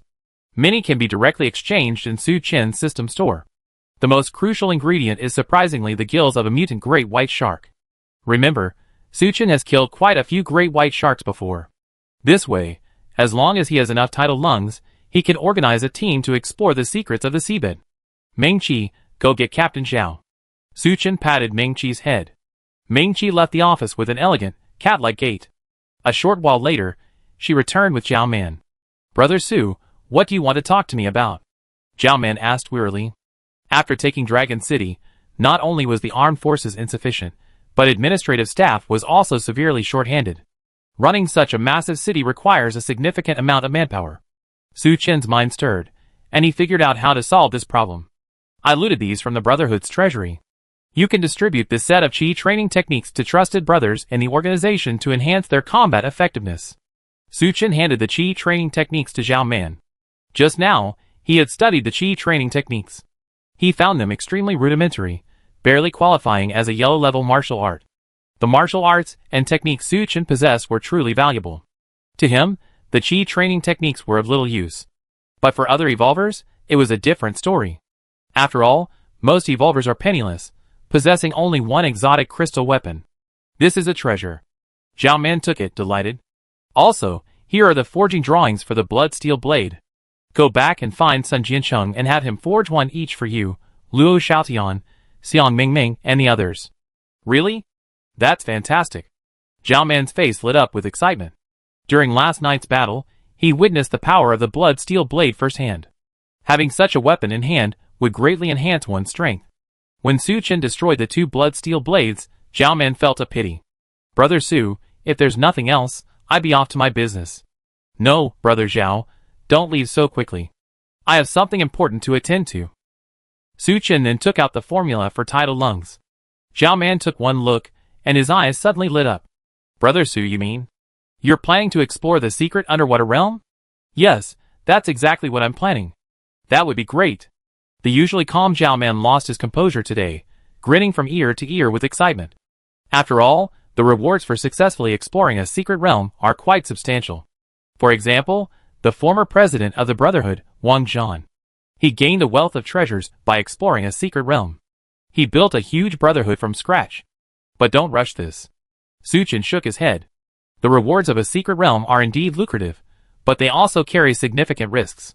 The last time the Watcher Alliance explored a secret realm, they lost many people, including Shi Jinyuan. To ensure complete success, we must be fully prepared. The personnel we bring must be the organization's elite. The problem is, Longcheng was just captured, and the Mingyuan group was only recently absorbed. At this critical juncture, if we divert our elite troops to explore the secret realm, what if Fan W leads the temple guards in a counterattack, or if Lao Jiao or Zhou Ming launches a surprise attack? Not only will the previous gains be wasted, but the Watcher Alliance itself will also suffer significant losses. Brother Su, that's what you mean. Anyway, I do whatever you arrange. Zhao Man smiled and nodded. Then I leave this here to you. I be driving out of here later. Leaving here? Zhao Man asked doubtfully. Brother Su, are you planning on going back to base? No, I'm going back to the Tiger Gang. Su Chen explained, our Watcher Alliance is in need of personnel right now. Although the Tiger Gang's members aren't very strong. But they're all people I trust and good at management. I plan to bring them all over, and have them join the organization. Hearing this, Zhao Man's face lit up with delight. That's great. If we could transfer the Tiger Gang's members over, it would greatly alleviate the manpower shortage. As for the lack of strength, after annexing the Brotherhood's several raw stone mines, what's the worry about not being able to improve their strength? Then I leave this here to you. I be leaving first. Okay, no problem. After saying goodbye to Zhao Man, Su Chen left the administrative office with Ming Qi and Lu Linger. The women around him all played their roles, and were more than just decorative elements.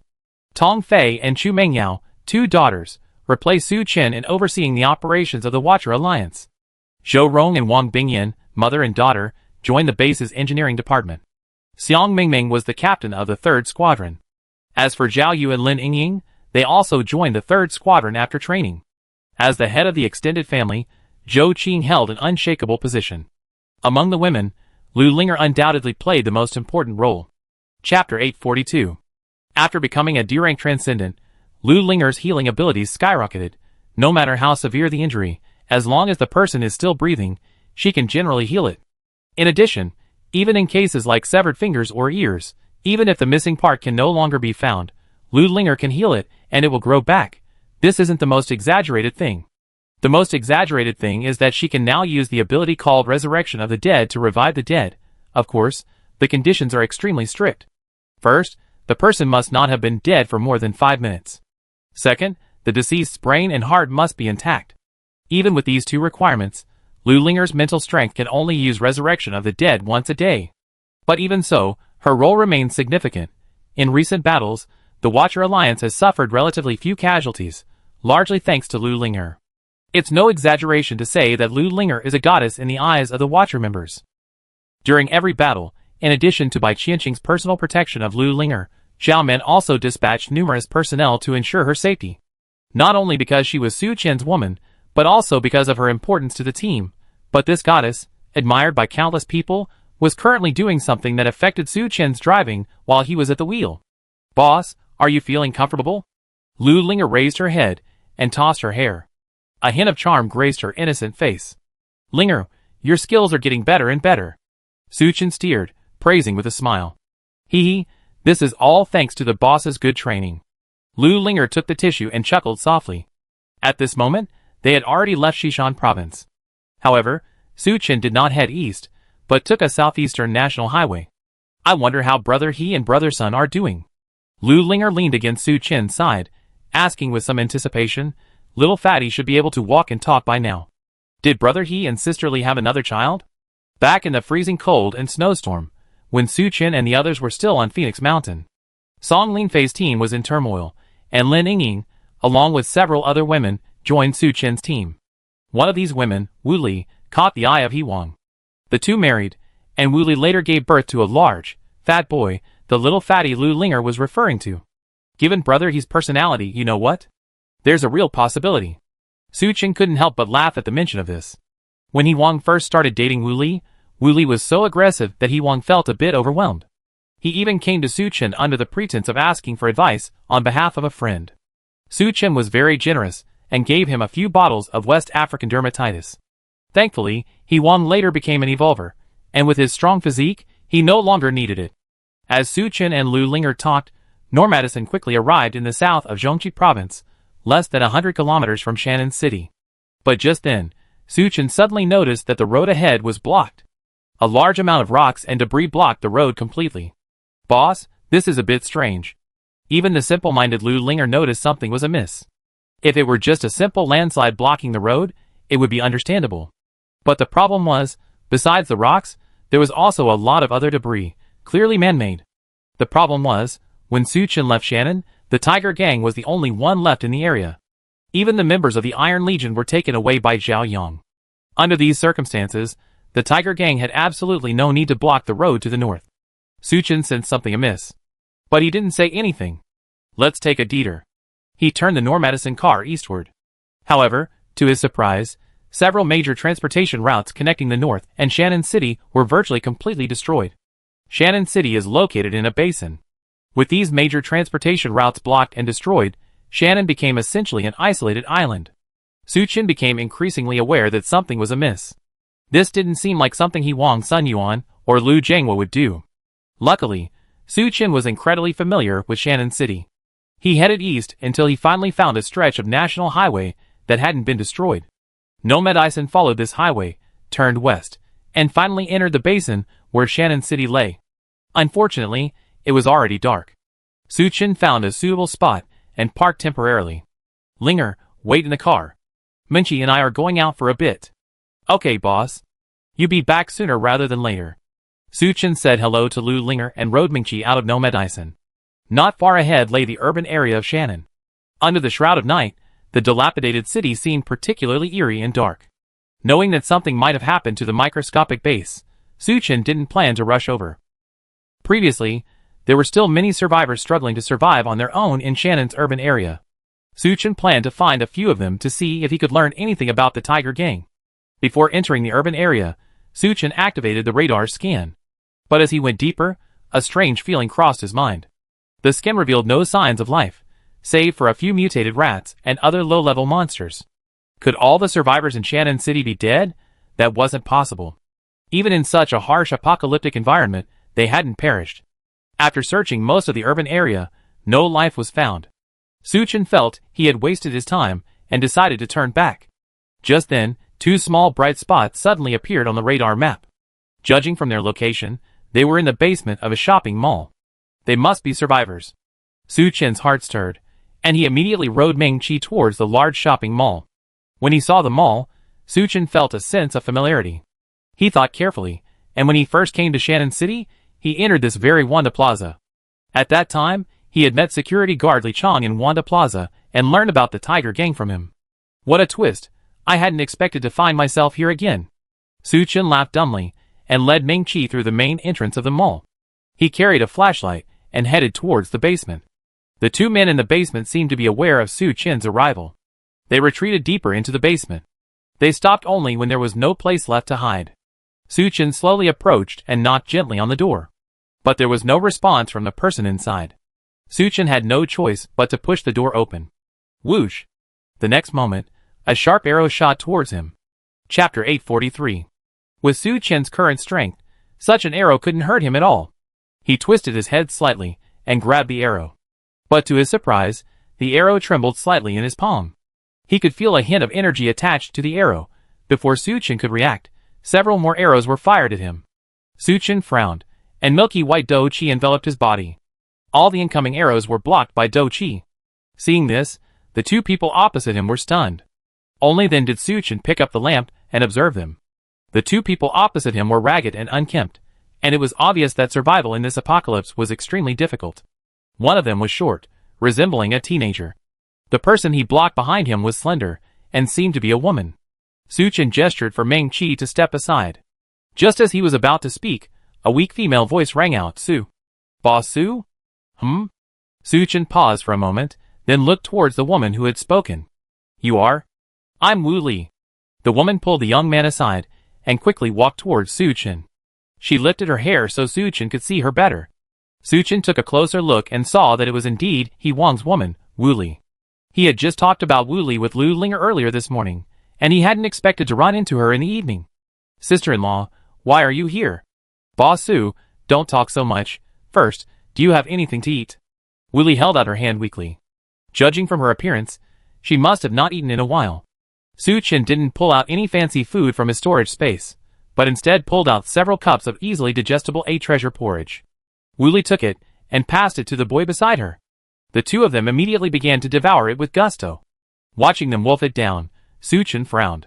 As He Wang's woman, Wu Li's presence here, rather than staying at the microscopic base, was evidence of significant changes within the base. And who was the boy next to her? Wu Li and the boy were clearly starving. They finished nearly 20 bottles of treasure porridge before finally stopping. Seeing Suchin and Ming-Chi staring at her, Wu Li felt a little embarrassed. Sorry, Boss Su, I'm just too hungry. It's okay, sister-in-law. Suchin waved his hand and asked gravely, why are you here? What happened to the Tiger Gang? As he asked this, tears welled up in Wu Li's eyes, her face filled with sadness. Boss Su, you must save old He and the others. Sister-in-law, take your time. As Wu Li recounted her story, Suchin learned the whole story. A year and a half had passed since Suchin left the Tiger Gang. In that time, Suchin had destroyed the worship cult and the Leaders' Alliance, annexed the Mingyuan group, and taken control of the Brotherhood. But things within the micro-base were not as peaceful as Suchin had imagined. At first, everything was normal within the base. Under the joint leadership of He Wang, Sun Yuan, and Lu Jiangwo, the base flourished. The survivors within the base were living a relatively good life. Many of them even got married, adding a lot of population to the Tiger Gang. Barring any unexpected events, the microbase would continue operating like this until Suchin returned today. However, one morning, the peace was completely shattered. Several military vehicles suddenly drove up to the base's entrance. According to Wu Li, a team of armed soldiers and several high-ranking officers emerged from the vehicles.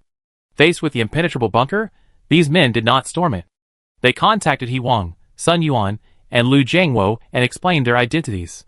It turned out they were a military unit, and their camp had been attacked by monsters.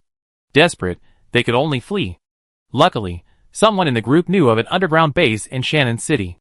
So, the leading officer, Qian Jun, and his men rushed over, only to discover the base had already been occupied by the Tiger Gang. At the time, their attitude was very peaceful. Furthermore, Commander Lu was an official, and old He and Sun Yuan were veterans.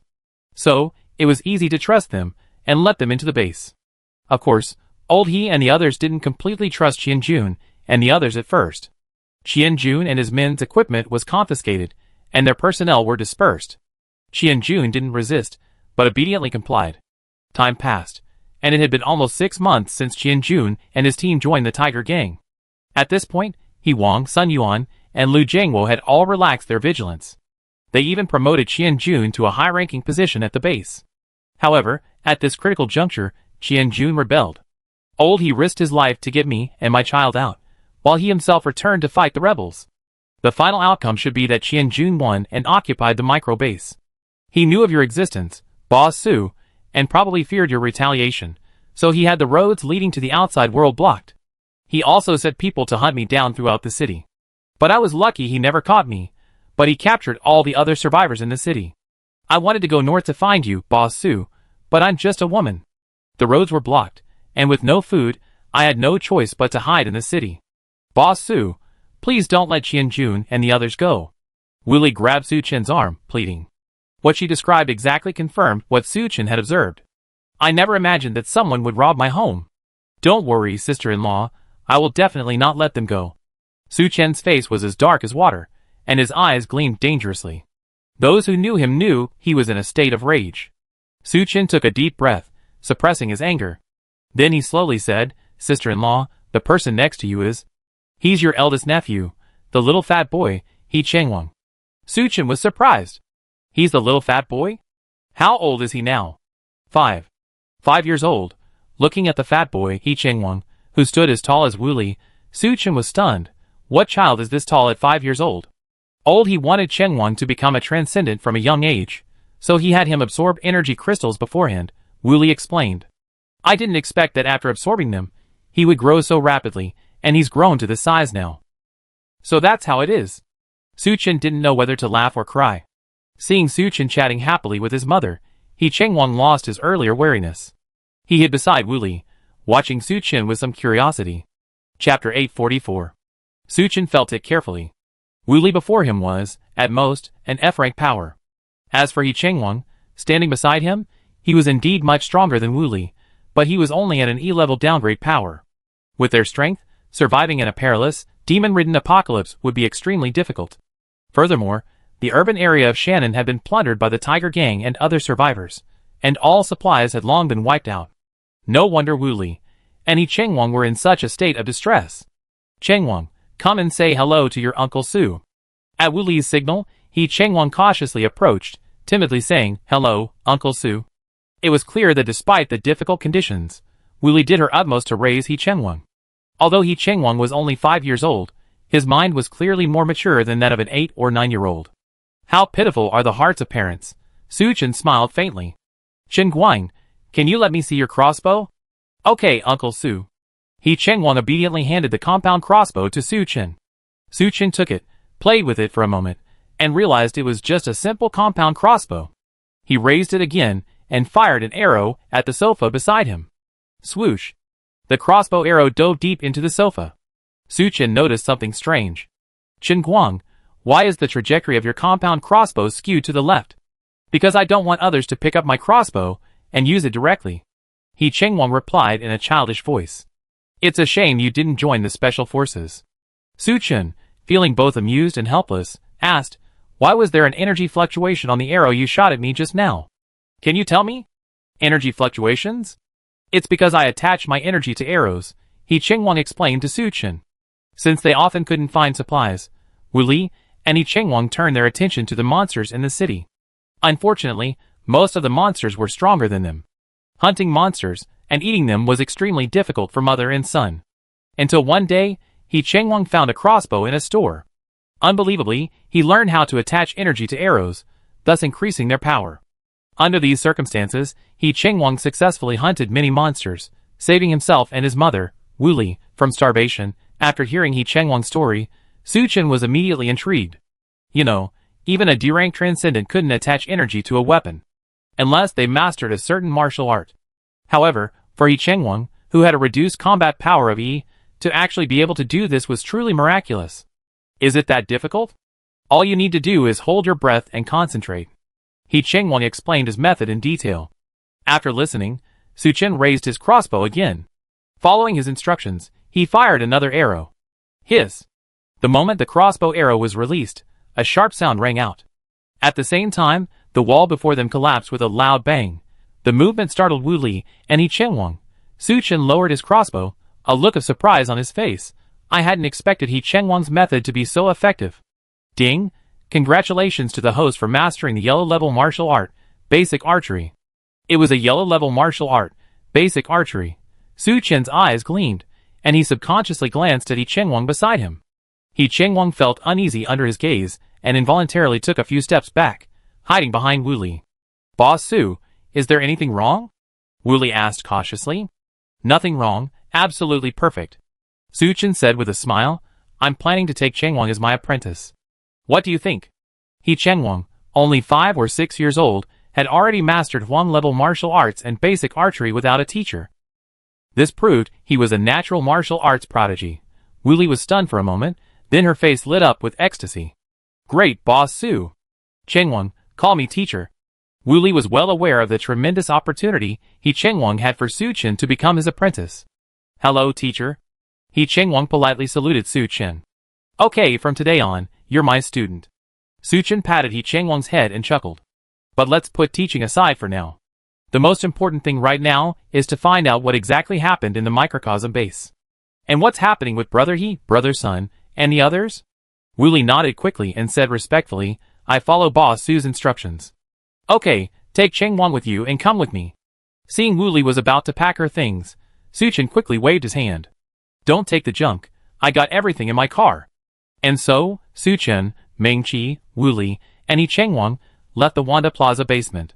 Considering their extreme weakness, Su Chen immediately took out a car. He quickly drove back to Normadison. In the car, Lu Linger was surprised and delighted to see Wu Li and He Chengwang.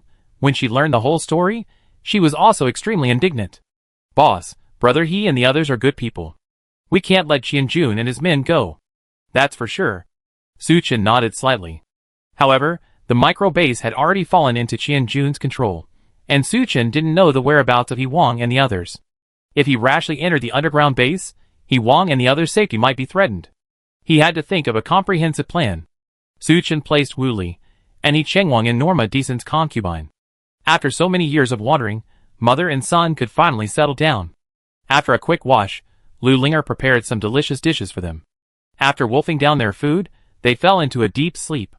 But Su Chen wasn't idle. He once again rode Meng Qi and disappeared into the night. Micro base. The large room that had once belonged to Su Chen was now occupied by a group of burly men. The leading man had a face full of flesh, his eyes gleaming with ferocity. He and the man next to him drank from their glasses, while caressing the woman in his arms. The woman clearly disliked the large man and tried to avoid him. But she didn't dare show it too clearly, for fear of offending him. Brother Jun, it's all thanks to him. He led us to this truly idyllic place. One of his men raised his glass and said with a grin, Let's toast to Brother Jun. A toast to Brother Jun. The others also raised their glasses, laughing and echoing. Yes. This large man was the Qian Jun Wu Li had mentioned.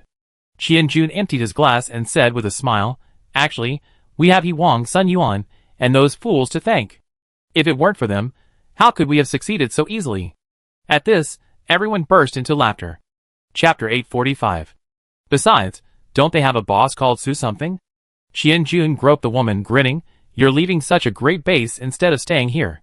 What a fool. As they laughed and raged, a middle-aged man wearing glasses drank silently in a corner. He looked out of place among Qian Jun and his group. Qian Jun drained his glass of wine in one gulp and noticed the middle-aged man in the corner. He let go of the woman, swayed, and walked towards him. Staff Officer Cui, why do you look so down?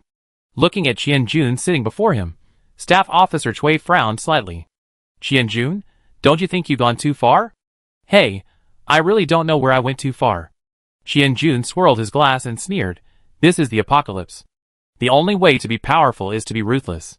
The micro base is such a precious shelter, and He Wang and his men don't know how to cherish it. They're so merciful as to let us in. They deserve to be overthrown by us. Staff Officer Cui sighed. In reality, he and Qian Jun were not on the same page.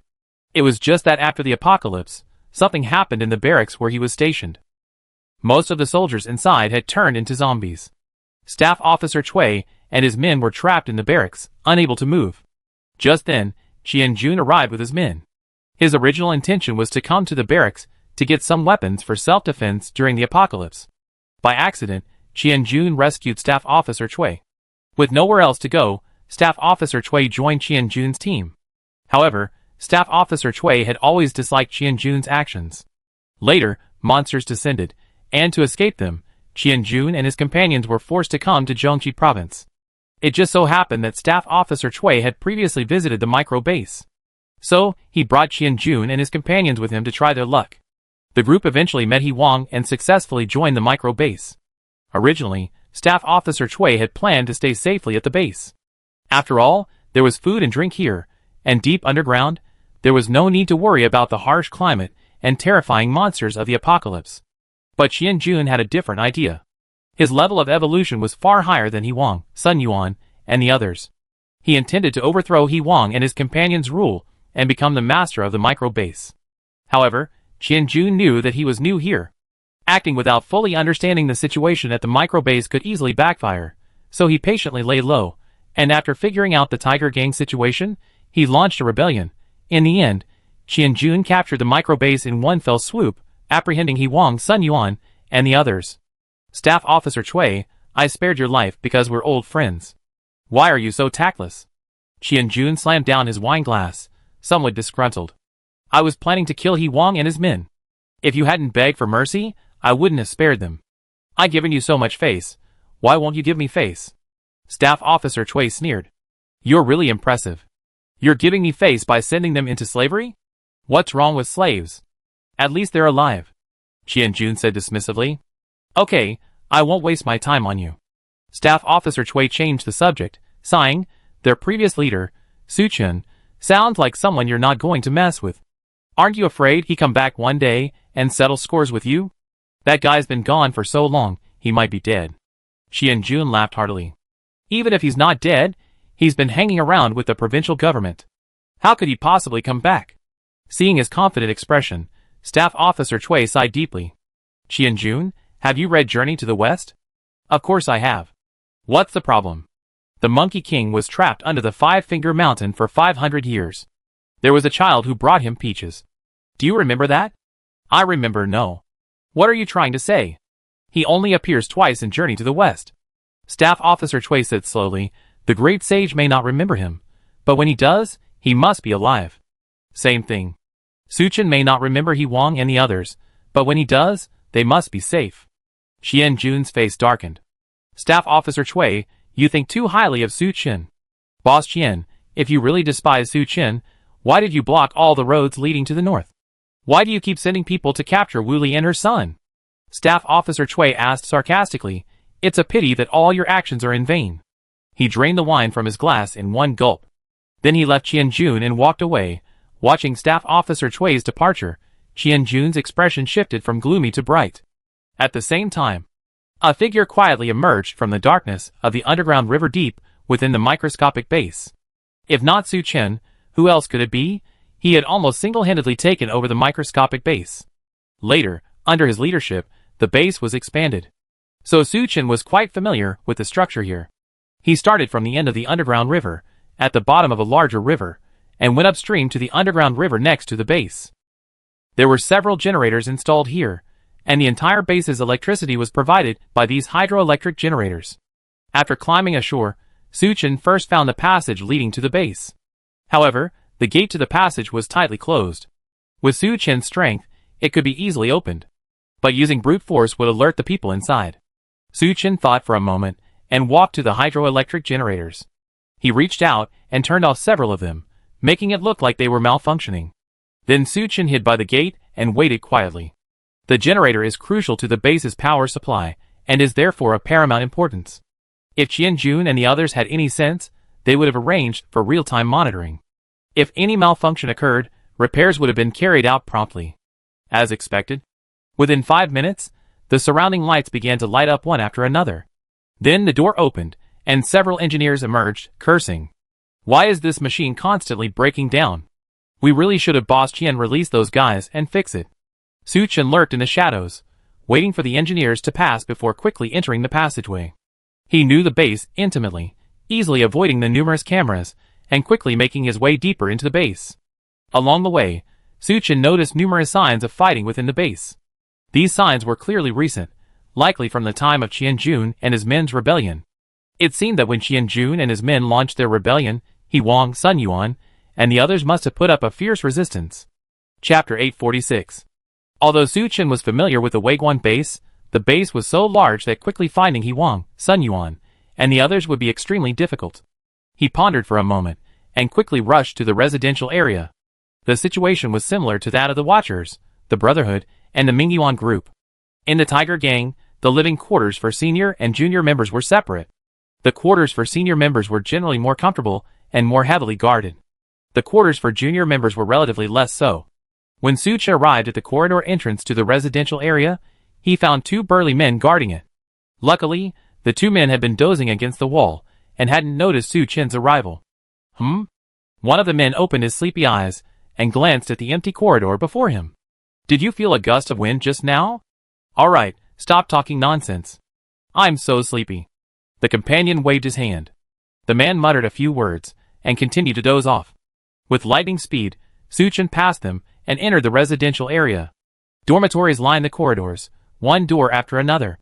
Su Chen quietly pushed open one of them, and in the dim light, he could see clearly that 4 people were living there.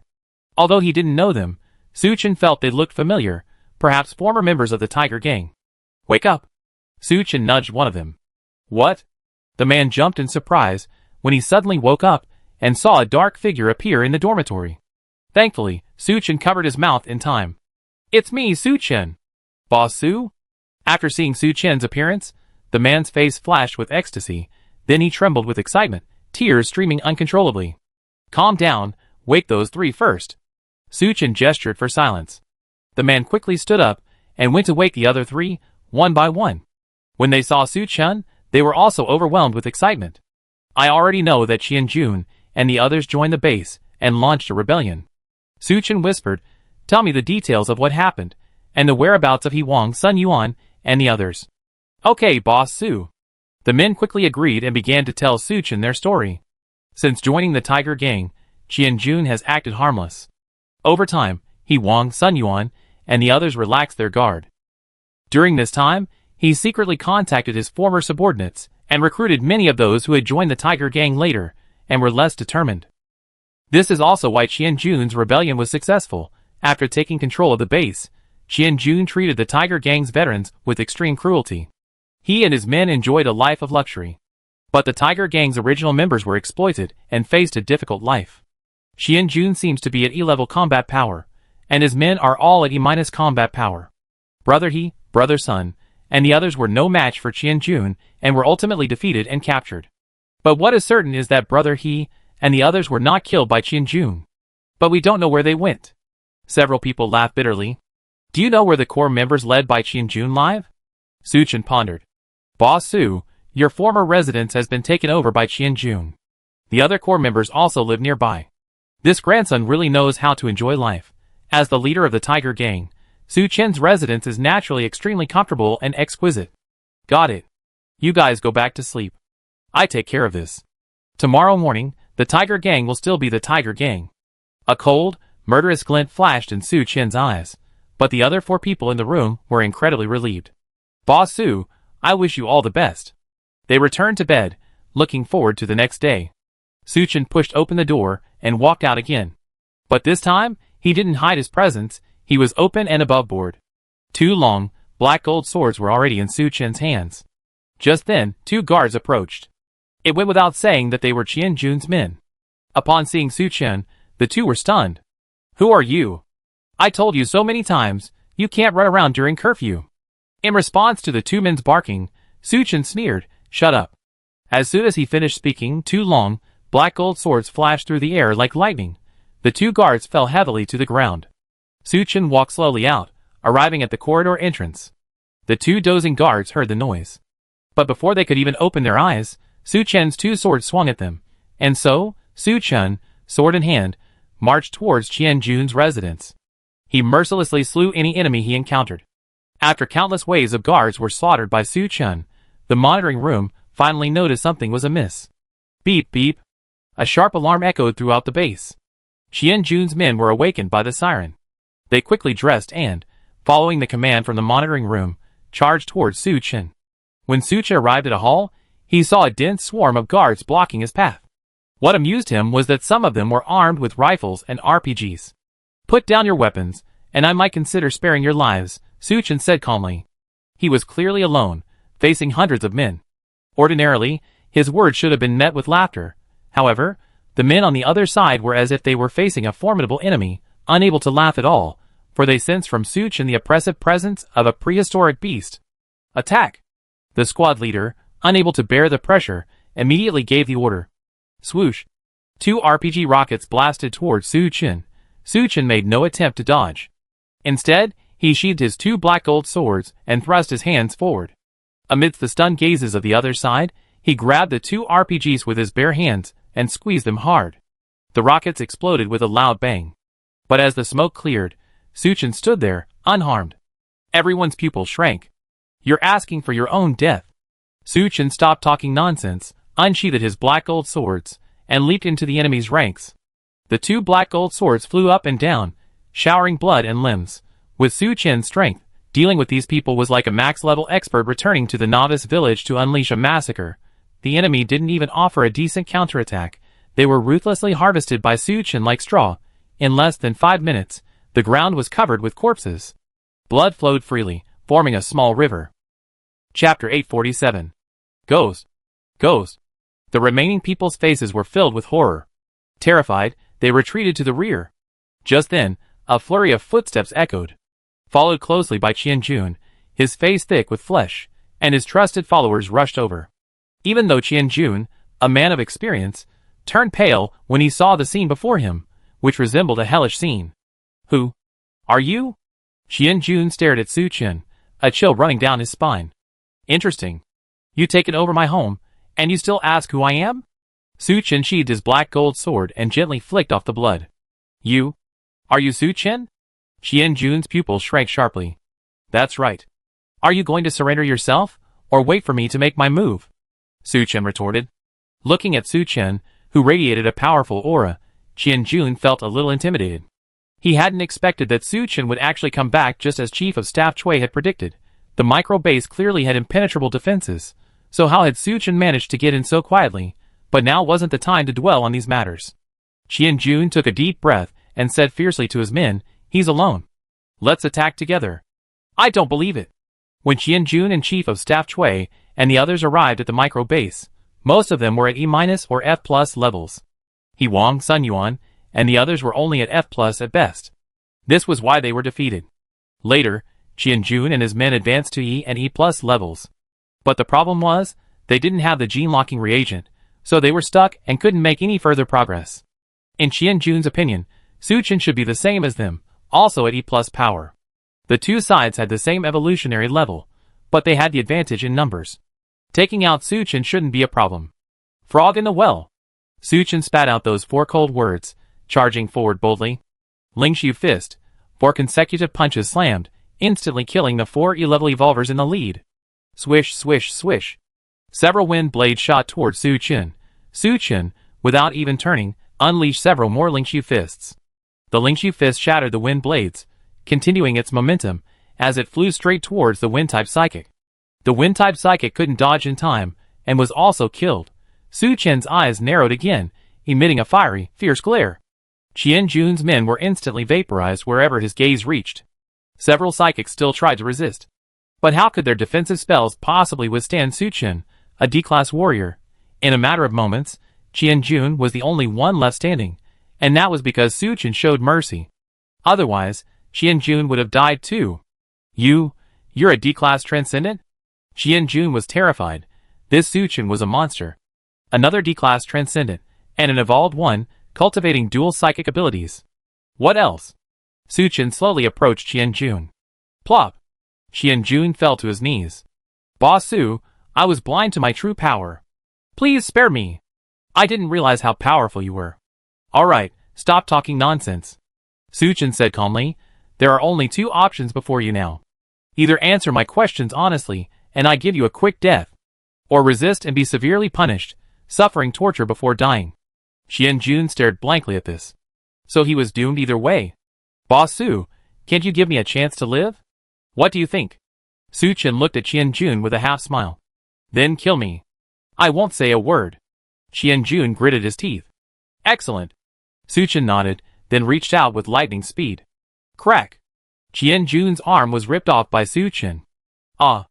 The intense pain caused Qianjun to scream involuntarily. Su Chen dropped the severed limb and reached out again. Crack. The other arm was also ripped off. Qianjun nearly fainted from the pain. Unable to maintain his balance, he fell headfirst to the ground. Still refusing to speak? Su Chen squatted down and asked softly. Just kill me. Qianjun's face was pale, and his teeth were clenched.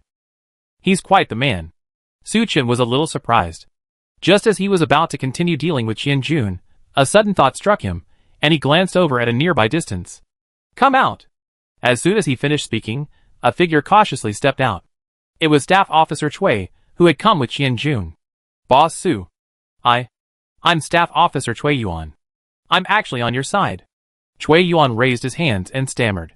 Su Chen pondered for a moment, then remembered Cui Yuan's identity.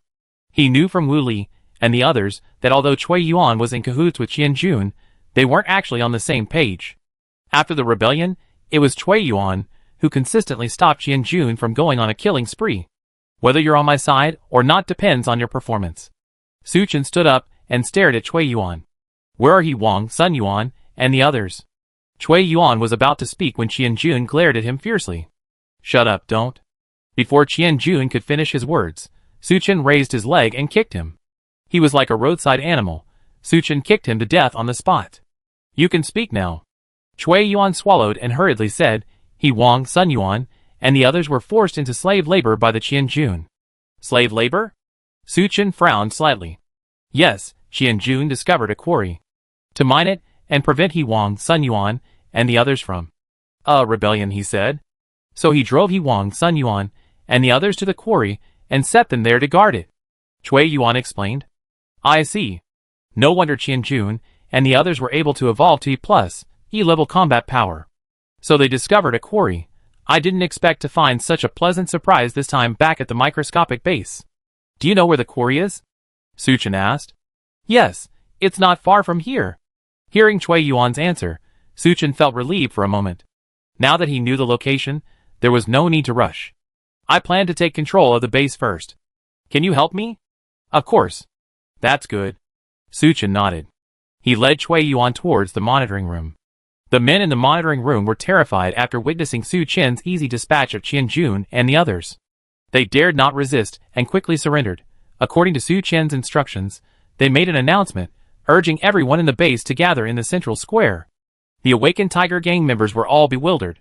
Although they faced no threat from Qianjun's men, they still obediently arrived at the central square. Chapter 848. In addition to the members of the fierce Tiger Gang, more than a dozen of Qianjun's men had also received the news and arrived at the central square. When everyone arrived, they looked at the empty stage with confusion. Just then, Su Chen and Cui Yuan slowly emerged. Su. Is that Boss Su? Seeing Su Chen on the stage, the fierce Tiger Gang members were stunned for a moment, then exclaimed in surprise. Boss Su has returned. We're saved. Boss Su. Qianjun's men realized something was amiss. Staff Officer Cui, what's going on? Where's Boss Qian? Cui Yuan looked at them coldly. Qianjun has been killed. If you don't want to die, surrender to Boss Su. Cui Yuan. Those men were quite loyal to the Qianjun. After hearing this, they immediately rushed towards Su Chen and Cui Yuan on the stage, weapons in hand. Su Chen glanced at them, and immediately pulled out a crossbow from his storage space. Swish, swish, swish. Several crossbow arrows, pulsing with energy, shot out with great force. The men had no time to dodge and were instantly killed. After dispatching them, Su Chen looked at the Tiger Gang members below and said in a deep voice, Tiger Gang, your leader, is back. Welcome, Boss Su. A clever person shouted in unison. Welcome, Boss Su. Welcome, Boss Su. Welcome, Boss Su. The others also shouted excitedly. With the annihilation of Qianjun and his men, the microscopic base once again returned to the control of the Tiger Gang. However, He Wang, Sun Yuan, and other key members had been sent to the quarry by Qian Jun. This resulted in the base's operations being less than smooth. Su Chen first notified Lu Linger, asking her to drive Meng Qi, Wu Li, and Yi Qingwang to the base. After the base had stabilized, Su Chen instructed Cui Yuan to take him to the quarry. In the dim light beneath the quarry, Sun Yuan, He Wang, and the others were sweating profusely as they dug for the raw stones. Qian Jun's men stood nearby, watching them warily. Anyone who dared to slack off or hoard the raw stones would be met with a scolding at best, or even beatings and kicks at worst. Lack of strength meant He Wang, Sun Yuan, and the others had no way to resist, and could only work diligently. Thankfully, Qian Jun's men were not cruel or ruthless. After working for a long time, they ordered He Wang, Sun Yuan, and the others to rest. Taking advantage of this rare opportunity, everyone gathered together. Brother He, if this keeps going on, I'm afraid we all die of exhaustion. Zhou Xinhong took a sip of water and said with a bitter face, "They can only eat dry food and drink plain water here. As for absorbing the raw stones, forget it." In contrast, Qian Jun's men were enjoying the comforts of electric fans, eating delicious food and drinking spicy drinks. All the raw stones mined were taken away by them. "I know, but I don't have any good solutions." He Wang sighed. They were not as strong as Qian Jun and the others, so resistance would be futile. While they didn't fear death, their families were in the microscopic base. If they noticed anything unusual at the raw stone mine, Qian Jun would definitely kill them without mercy. "It's all our fault." "I'm sorry," Sun Yuan said with deep guilt. "This isn't just your responsibility, it's ours as well." Lu Jiangwo shook his head. "Yeah, we didn't expect Qian Jun to be so hypocritical." Ren Kong, Shi Meng Lei, and the others nodded in agreement. "Actually, the one we feel most sorry for is Boss Su."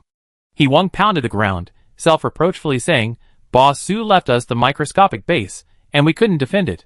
Do we really have no other options?" "Overthrow Qian Jun?" Li Dong asked muffledly. A silence fell over them. Qian Jun and his men can absorb the ore, but the Tiger Gang members are unable to continue evolving.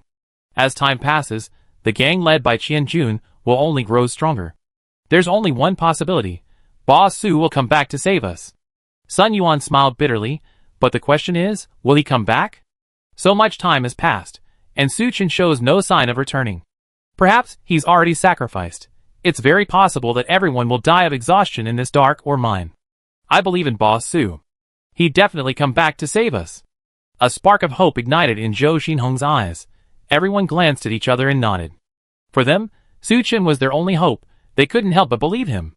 "What are you doing all this time? It's almost time to rest. Get back to work." A large overseer approached, cursing.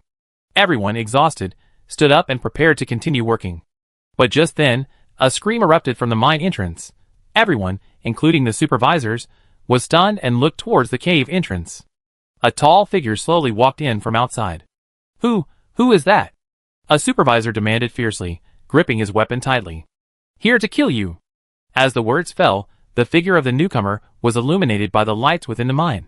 When they saw the newcomer clearly, He Wang, Sun Yuan, and the others trembled with excitement. "Su? Boss Su? Oh my god, is that Boss Su? Pinch me right now, and see if I'm dreaming." Unlike the ecstatic Tiger Gang, the supervisors in the mine were visibly distraught. They had, of course, heard of Su Chen.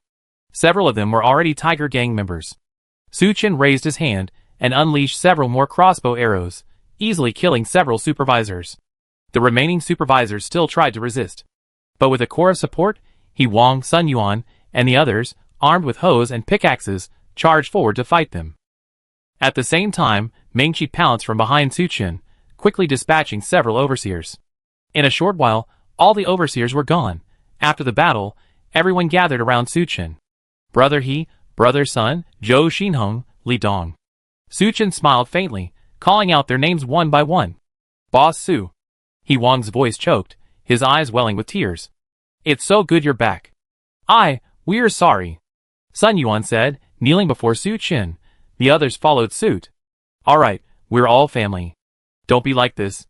Su Chen quickly reached out and helped them up one by one. When he first learned what had happened, Su Chen was indeed a little angry. Fortunately, Qian Jun and his men's rebellion didn't cause significant damage. Su Chen rescued He Wang, Sun Yuan, and the others and brought them back to the surface. Chapter 849. Husband. Seeing He Wang safe and sound, Wu Li screamed and threw herself into his arms, carrying He Chengwang. Wife Chengwang, are you two okay? He Wang was pleasantly surprised. Thanks, Boss Su. Wu Li briefly explained the entire incident to He Wang. After learning this, He Wang felt even more guilty. Boss Su, I'm so sorry. From today on, I do whatever you say. If I ever stop following you, I'd be struck by lightning. Su Chen smiled faintly, patted his shoulder, and said nothing more. Just then, Sun Yuan suddenly noticed Cui Yuan standing awkwardly to the side. Cui Yuan, why are you here? The others were stunned. Seeing Cui Yuan, they immediately felt as if they were facing a formidable enemy. Boss Su, this guy is in cahoots with Qian Jun. Let's kill him. Yes, let's kill him too. Zhou Xinhong, Li Dong, and the others glared fiercely. Seeing the crowd's fury, Cui Yuan couldn't help but show fear, and he cast a pleading glance at Su Chen. Su Chen walked slowly towards Cui Yuan. Staff Officer Cui, although you helped me, you are, after all, an accomplice of the Qian army. You've seen it too. It would be difficult to quell the public's anger without killing you. Cui Yuan's face paled. In this life or death situation, he thought quickly and said, Boss Su, I can actually be of use to you. Oh! What use? Su Chen looked at Cui Yuan with interest. I can act as an intermediary and help you contact Suzaka Base. Suzaka Base? The name sounded familiar to Su Chen. He pondered for a moment, finally remembering. When Su Chen first discovered the micro base, he learned of the existence of Suzaka Base from academician Lu Qingyang's suicide note. But Lu Qingyang didn't elaborate on the Suzaka Base, only saying it was the superior of the micro base. Later, after Su Chen recruited Niu Mingxian, he learned of the existence of Suzaka Base from him. According to Niu Mingxian, Suzaka Base was a large-scale experimental base located in the capital. Its scale and strength far surpassed that of the micro base, but he also didn't know the specifics of Suzaka Base. Based on the information he had previously gathered, Su Chen speculated that it was the micro base where Lu Qingyang was stationed that first developed an incomplete virus vaccine and uploaded it to Suzaka Base. Before the military satellite failed, Suzaka Base disseminated this information to various military bases. This included Linyusan, the base where Niu Mingxian was stationed. How did you know about the existence of Suzaka Base? Su Chen asked, somewhat surprised. Boss Su, you also know about the Suzaka Base? Cui Yuan was surprised. Now I'm asking you, not you. Actually, I was originally a member of the Suzaka Base. Then I was transferred to another job, so I left the Suzaka Base, Cui Yuan explained. Then please give us a detailed introduction to the Suzaka Base, Su Chen instructed. Okay. Boss Su, since you know about the Suzaka Base, you must think it's just a scientific research base, right? Su Chen nodded slightly. Whether it was information from Lu Qingyang or Niu Mingxian, the Suzaka Base was a scientific research base. Actually, it's not. Rather than a simple scientific research base, it's more like a large-scale doomsday shelter. Cui Yuan gave a detailed introduction to the Suzaka Base. According to him, scientific research and experiments are only part of the Suzaka Base's functions. From its inception, the Suzaka Base was designed to handle the most critical situations. It undertakes a series of important duties, including scientific research, doomsday survival, and the restart of civilization. It's no exaggeration to say that in the event of doomsday and the collapse of order, the Suzaka Base is the official. If it's true, as you say, that the Suzaka Base is so powerful, why hasn't it unified Yin Nation after all this time? Su Chen asked. That I don't know. Cui Yuan's face was a little embarrassed. Also, why do I need you to contact the Suzaka Base for me? Faced with Su Chen's question, Cui Yuan was speechless. Su Chen was living a comfortable life with the Tiger Gang. There was absolutely no need for him to contact the Suzaka Base. But considering that you didn't join Qian Jun in slaughtering the Tiger Gang members during this rebellion, and even advised Qian Jun not to go on a killing spree, I can spare your life, Su Chen said calmly. If the Suzaka Base is truly as Cui Yuan described, then he would likely have dealings with it in the future. Keeping Cui Yuan here would also allow him to play a certain role. Thank you, Boss Su. Cui Yuan felt relieved. After a brief rest, Su Chen returned to the microscopic base with Sun Yuan, He Wang, Lu Jiangwo, and the others. Seeing their safe return, the Tiger Gang members were overjoyed. That evening, a banquet was held at the base, both to celebrate Su Chen's return and to celebrate the elimination of Qian Jun and the others. We were able to escape Qian Jun's clutches this time, thanks to Boss Su. Since the first day we met, Boss Su has saved us countless times. I declare that from now on, everyone in the Tiger Gang must follow Boss Su's lead. Anyone who dares to disobey will be the first to be killed. He Wang blushed and shouted. That's right, come, let's toast Boss Su. Sun Yuan raised his glass high. Everyone raised their glasses, and toasted Su Chen together. Su Chen smiled and downed the wine in his glass. After 3 rounds of wine and 5 dishes, the atmosphere had become extremely lively. Boss Su, you come back this time for more than just a visit, haven't you? He Wang asked with a smile. That's right, I plan to take you all to the provincial capital. Su Chen didn't hide his purpose, and told them. With our current strength, we can't help you, Boss Su, right? Sun Yuan asked doubtfully. No, you can actually help me. Su Chen chuckled and recounted his experiences since arriving in the provincial capital. He Wang, Sun Yuan, Lu Jiangwo, and the others were amazed. They hadn't expected Su Chen's time with the Watchers to be so fraught with danger, yet so brilliant. So what do you think? Su Chen looked at everyone. Of course, I'm going to the provincial capital with you, Boss Su. Sun Yuan said without hesitation. Yes, you just saved us. I just said I follow your lead and obey your orders. He Wang laughed heartily. The others nodded in agreement. After the Qian army's rebellion, everyone realized. In the apocalypse, it is impossible to stay in a secluded corner. Chapter 850. Although the micro-base is extremely secretive and difficult for outsiders to discover, it's not ruled out that others besides Cui Yuan know of its existence. What if those people come knocking again? The micro-base's defenses may seem impenetrable, but as humanity evolves, they will eventually be easily breached.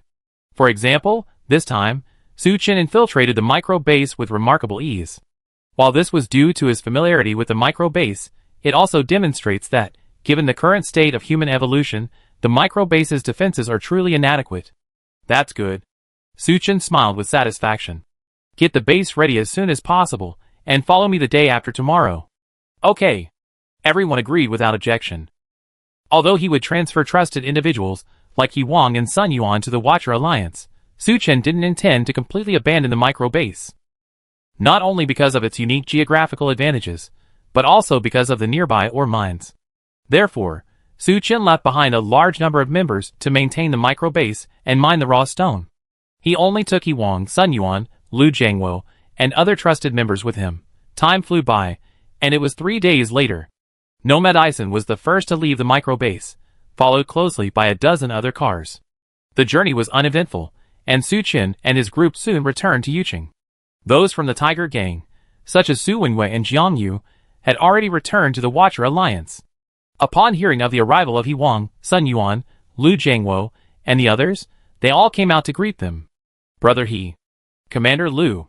Haha, it's been so long, and you're still as impressive as ever. The members of the Tiger Gang gathered again, and the atmosphere was quite lively.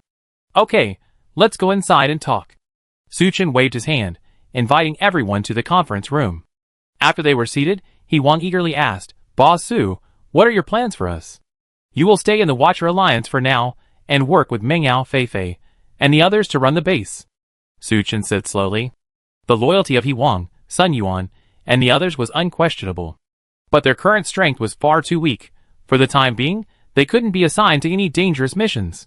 Su Chen planned to have them stay in the Watcher Alliance, handling some administrative duties, and providing them with a large supply of raw stones for them to absorb and evolve. Once He Wang and the others' strength could match that of the mainstream, they would be sent out. Okay, we all listened to Boss Su. He Wang nodded. After making arrangements with He Wang and the others, Su Chen dismissed the meeting. However, he didn't bother to spend time with Zhou Qing and the other girls, and immediately went to find Niu Mingxian. Boss, it seems you have something new? Niu Mingxian rubbed his hands excitedly upon seeing Su Chen. You guessed right, you idiot. Su Chen laughed heartily, and handed Niu Mingxian the formula for tidal lungs. Niu Mingxian took it and began to study it. The gills of a mutant great white shark? Fish-smelling flower? A reagent developed this way, injected with it, actually allows one to breathe underwater? Incredible, absolutely incredible, amazing. Su Chen interrupted Niu Mingxian's mumbling. Alright, from now on, focus all your energy on developing the tidal lung reagent. Try to succeed as soon as possible. As soon as we succeed, we immediately begin mass production. Although he had discovered the secret realm, he couldn't explore it. It was like a stunningly beautiful woman flirting with Su Chen. But because she had her period, Su Chen could only watch. Honestly, it was excruciating. Yes, sir. Niu Mingxian saluted, took the tidal lung reagent formula, and turned to get back to work. Su Chen didn't stay to interrupt him. He left the lab and returned to the forging room. Brother Su. Boss Su. Sun Jiancheng wasn't busy at the moment, but was chatting with Sun Yuan. Don't forget, he's Sun Yuan's nephew. Sun Yuan came to the Watchers Alliance, naturally, to visit his nephew. You two chat first, I take a stroll. Seeing that Su Chen had something to talk to Sun Jiancheng about, Sun Yuan tactfully stood up and left. I obtained quite a few spiritual weapon forging blueprints from the Brotherhood. Take these and try your hand at forging them, and see if you can. Although Sun Jiancheng had previously forged many weapons using exotic crystals, they were ultimately mostly considered mediocre. Only the black gold long sword and the dragon scale armor could reach the level of spiritual weapons. But this depended more on the uniqueness of the materials used. So, Su Chen couldn't be sure whether Sun Jiancheng could become a spiritual weapon master. The Brotherhood has so many weaponsmiths, but only a few spiritual weapon masters. After all, this kind of thing requires talent. Sun Jiancheng took the forging blueprints and, after just a few glances, frowned. Brother Su, these seem very difficult. I know it's difficult. Su Chen explained the Brotherhood's situation to Sun Jiancheng. Don't worry about it, just go for it. Ask the logistics department for the necessary materials. If you don't have any, you can ask Captain Zhao. The Brotherhood has more than a dozen spiritual weapon masters, but most can only forge F-level spiritual weapons. If possible, Su Chen hopes Sun Jiancheng can become a high-level spiritual weapon master. If that's the case, he set up a dedicated spiritual weapon department and put Sun Jiancheng in charge of the spiritual weapon masters. Okay, I do my best. Sun Jiancheng nodded heavily. Besides that, if you have the time, you should also recruit some people with forging talent and see if you can train them into spiritual weapon masters. Just follow my instructions, and I won't treat you unfairly. Su Chen smiled. Brother Su, you're being polite. Sun Jiancheng quickly waved his hand. Okay, then I won't disturb you from catching up with your uncle. Su Chen chuckled. After leaving the forge, Su Chen slapped his head, remembering that he still had something to tell Sun Jiancheng. After mastering the basics of archery, Su Chen had an idea. Why couldn't he use the exotic crystals to forge arrows? That way, he could increase the power of his basic archery skills. He had originally planned to ask Sun Jiancheng to make some for him. Never mind. Any forger could make exotic crystal bows and arrows anyway, so there was no need to bother Sun Jiancheng. Su Chen shook his head and headed towards his dormitory. Chapter 851. After returning to his residence, Su Chen engaged in another round of intimate intercourse with Zhou Qing and the other women. The romance of this encounter was beyond the reach of outsiders. In the following period, the Watcher Alliance entered a period of stable development. With the addition of He Wang, Sun Yuan, Lu Jiangwo, Ren Kong, and others, the Watcher Alliance's manpower shortage was greatly alleviated. Su Chen left them at the base to maintain operations. Then he dispatched the other senior executives to Longcheng and the Mingyuan Group's base. Not long after, Niu Mingxian and Sun Jiancheng also reported good news. The development of the tidal lung intestine was not difficult. Niu Mingxian quickly produced the reagent and conducted tests. The results pleased Su Chen greatly. After injecting a full vial of the reagent, the user could breathe freely underwater for approximately 6 hours. You have to remember, this effect was already quite dramatic. With Su Chen's current mental strength, he could only sustain it for 10 hours at most. But even so, it was still far from sufficient for exploring the secret realm. After all, no one knew the true nature of that underwater secret realm. If it was as vast as the one they last entered, and they need to stay inside for 5 or 6 days, each person would need at least 30 reagents. To prevent any accidents, that number would have to soar to 50. The number of people exploring the secret realm couldn't be too small. If there were too few, Su Chen would be better off exploring alone. But they couldn't be too large either. First, Su Chen had to guard against the Brotherhood and the Mingyuan Group's resurgence. Second, Niu Mingxian couldn't produce that many tidal lung viscera reagents. In the end, Su Chen decided to bring 20 D-rank transcendents with him to explore the underwater secret realm. This would require over 1,000 reagents, a considerable amount of materials. Su Chen used energy points to exchange for a considerable amount of materials at the system store. However, some materials were not available there, requiring Su Chen to send personnel to search for them. This was especially true of the crucial mutant great white shark gills. Although Su Chen had previously hunted a considerable number, it was not enough to produce over 1,000 reagents. So he ordered Gao Fei and Yao Yuan at the branch base to take their men and head to the seashore to hunt mutant great white sharks. Niu Mingxuan's laboratory was also fully prepared. Once all the materials were in place, they would work overtime to mass-produce tidal lungs. As for Sun Jiansheng, with Su Chen's strong support, he unceremoniously began crafting the spiritual weapon. It must be said that Sun Jiansheng, like Niu Mingxian, was a genius. One was born with a holy body for scientific research, the other with a holy body for forging. In just a few days, Sun Jiansheng successfully forged a blood steel blade, proving himself a spiritual weapon master. He longed to continue his efforts and forge high-level spiritual weapons, like the Phantom Sound necklace. But reality was cruel. Many of the materials needed for forging were not even available in the Brotherhood. Otherwise, the Brotherhood wouldn't have only a dozen spiritual weapons.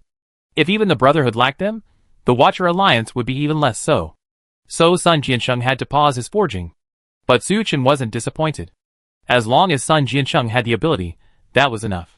The materials could be searched for later. There was no rush anyway. In the western part of Xishan province, across the desolate Gobi Desert, a few dilapidated cars slowly drove along the road, braving the scorching sun. Bang! Suddenly, the lead car made a strange noise and slowly came to a stop. Zhou Ming and 2 or 3 of his men hurriedly pushed open the car door. Cursing, they opened the hood, and billowing black smoke immediately billowed out. Fuck, what a rotten car! Zhou Ming cursed, reaching out to a nearby man. Bring me a bottle of water. The man's face showed in embarrassment. Boss, we just finished our water. Hearing this, Zhou Ming frowned. Useless bastards, why don't you go look for them? Boss, we're in the deserted Gobi Desert. Where can we find them? The man's words tinged with dissatisfaction. You want to rebel, huh? Zhou Ming's face darkened, and he glared at the man with a fierce look.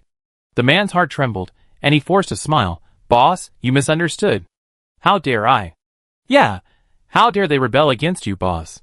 Gu Yunlong, standing nearby, quickly stepped forward to smooth things over. Not only was he a D-rank transcendent, but he was also the only weaponsmith in the Brotherhood capable of crafting E-rank weapons. The illusion ring on Zhou Ming's hand was forged by Gu Yunlong. Gu Yunlong intervened, and Zhou Ming naturally had to give him face. He snorted coldly, "You're so cowardly. Hurry up and fix the car." At Zhou Ming's urging, the men in the cars behind him also came forward to help fix the car. Zhou Ming stepped aside and lit a cigarette for himself and Gu Yunlong. Boss, this can't go on, Gu Yunlong muttered, taking a drag from his cigarette. Even without him saying anything, Zhou Ming realized the danger of his situation. That night, during the battle with the Watchers, he relied on his illusion ring to escape. The illusion ring is indeed a life-saving artifact, but it's a single-use item, not to mention that the Brotherhood had already been captured by Su Chen. Even if it were still under Zhou Ming's control, Zhou Ming wouldn't have enough materials to forge a second one. After escaping, Zhou Ming originally planned to return to the stone mine to seek support from Peng Jing. But after gathering a dozen or so escaped Brotherhood members, he pondered carefully and felt something was amiss. Why had Peng Jing taken the stone mine so easily during his attack? But when Zhou Ming and the other 3 vice presidents attacked the Watchers, they were ambushed by Su Chen. It's very likely that Peng Jing and Su Chen were colluding. Careful, Zhou Ming didn't immediately return to the stone mine, but instead observed from afar. Seeing the Watchers reunited with Peng Jing, Zhou Ming's suspicions were confirmed. He wished he could tear Peng Jing into pieces and execute his entire clan. But he also knew that not only could he not return to the stone mine, he couldn't return to Dragon City either. So, Zhou Ming decisively led a dozen of his men westward. His plan was simple: to seek refuge with Lao Jiao, the leader of the 4 Legion commanders. Zhou Ming, Yi Jiang, and the others were ambushed by Su Chen and suffered heavy losses. The Brotherhood's strength had been severely weakened, and it could no longer compete with the Watchers. To avoid being killed by Su Chen, they had no choice but to seek Lao Jiao. After all, Lao Jiao, Ji Zhiqing, had been the Brotherhood's vice president. They absolutely did not want to see the Brotherhood swallowed up by Su Chen. However, along the way, Zhou Ming hadn't even seen Lao Jiao's men, let alone a single one. Their supplies were quickly depleted, and even their vehicles were experiencing frequent problems. Chapter 852. These are minor issues. The problem is that Zhou Ming's prestige has suffered a significant blow after the defeat. If he continues to abuse his subordinates like before, they'd be quite upset. Boss, why don't we go back? Gu Yulong suggested. Going back now would be courting death, wouldn't it? Zhou Ming shook his head firmly. With Su Chen's intelligence, he definitely figured out he was heading west to find Lao Jiu. Perhaps Su Chen has set up a tight net behind them, waiting for him to return. In that situation, Zhou Ming couldn't possibly go back. There was only one way left for him, to find Lao Jiu. While Zhou Ming was talking to Gu Yulong, his subordinates had already repaired the car. "Boss, the car's fixed." A subordinate approached with a sullen face. Zhou Ming knew he couldn't argue with them at this point. Although he was a D-rank warrior, these minions were all D-. If a real fight broke out, he might even be killed by these minions. "I know you all been working hard lately. Once we find the Legion commander, Brother 9, I make sure he treats you well." Zhou Ming comforted the minions with a pleasant expression. The minions' faces brightened considerably. Just as Zhou Ming and his group were about to get into the car and resume their journey, something unexpected happened. Crack! It was a blazing sun, but suddenly, dozens of icicles, emitting a chilling chill, descended from the sky. These icicles formed densely, trapping Zhou Ming and the others. Ice-type ability, an ice cage. "Oh no! Enemies!" Zhou Ming's face darkened, and he growled, prepared to meet them. Despite resentment, the men immediately gathered around Zhou Ming's command. Besides Zhou Ming, there were no other psychics in the entire group. The men surrounded Zhou Ming in the center, watching their surroundings warily. Zhou Ming was also nervously observing the situation outside, his palms already wet with sweat. He knew full well that to the west of Xishan province lay not only the forces of Lao Jiu and Ji Jiqing, but also many former enemies of the Brotherhood. If they were enemies of the Brotherhood, that would be trouble. "Hey, isn't that Zhou Ming, the vice president of the Brotherhood?" A lazy voice called out. Zhou Ming looked over, and saw a man in a purple robe slowly approaching from behind a nearby hill. His features were hidden beneath a hood. Although he couldn't see his face, Zhou Ming knew from his voice that he was a man. And for some reason, it felt incredibly familiar to Zhou Ming. But for a moment, Zhou Ming couldn't place who they were. "Who are you?" Before they could answer, more people emerged from behind the hill. They were also wearing hooded robes, but the colors were different from the purple. There were black, cyan, pink, and red. The main theme was colorful. Zhou Ming gasped. The enemy's numbers were simply too great, dozens of them combined. If a fight broke out, they would definitely be no match. "It's only been so long, and you already forgotten your old friend?" The purple-robed man sneered and removed his hood. "Chong Weijie?" Zhou Ming's pupils narrowed, instantly recognizing the man. "I didn't expect you even knew me." Chong Weijie's face lit up with an icy smile. He and Zhou Ming seemed to have a deep grudge. At the same time, the other black-robed men standing beside Chong Weijie also removed their hoods. "Ma Ming, Yijihui." Zhou Ming called out their names one by one, his expression instantly darkening. Similar to the situation in Zhongqi province, Xishan province was once home to numerous survivor organizations. The men before him had all been leaders of various factions. But in the end, they were no match for the Brotherhood, and their subordinate organizations were all absorbed by the Brotherhood. Unexpectedly, these people had fled to the west of Xishan province. And judging by the situation, it seemed they were colluding with each other. This was the end. Zhou Ming felt a wave of despair. There were so many people on the other side, and they were all enemies of the Brotherhood. It looked like he was doomed. However, Chong Weijie and the others simply surrounded Zhou Ming, hesitating to take action. "What are you waiting for? Hurry up and attack." Knowing he had no way of escaping, Zhou Ming didn't beg for mercy, but instead became extremely defiant. Chong Weijie, Ma Ming, and the others exchanged glances and suddenly burst into laughter. This laughter left Zhou Ming somewhat bewildered. Just then, a familiar voice rang out, "All right, everyone, stop trying to scare him." As Zhou Ming stared in disbelief, Lao Jiu, accompanied by Ji Jiqing, Deng Bin, Zhu Leiting, and other familiar faces, slowly appeared before him. "Old 9, Old Ji. Long time no see, President Zhou." A hint of sarcasm played at Old 9's lips. Zhou Ming's face flushed. In fact, the current situation was all because of his obsession with becoming president. "Tell me, why is President Zhou here?" "Let me guess. Is it because the internal strife didn't get through to Lu Chao?" Old 9 said flatly. No. Chuzzy is dead." Zhou Ming said bitterly. "Not only him, but He Jiang and Wenjing too." "They're all dead? All dead? What's going on?" Old 9's face darkened. "This is all Su Chen and Peng Jing's fault." Zhou Ming gritted his teeth as he recounted the entire incident.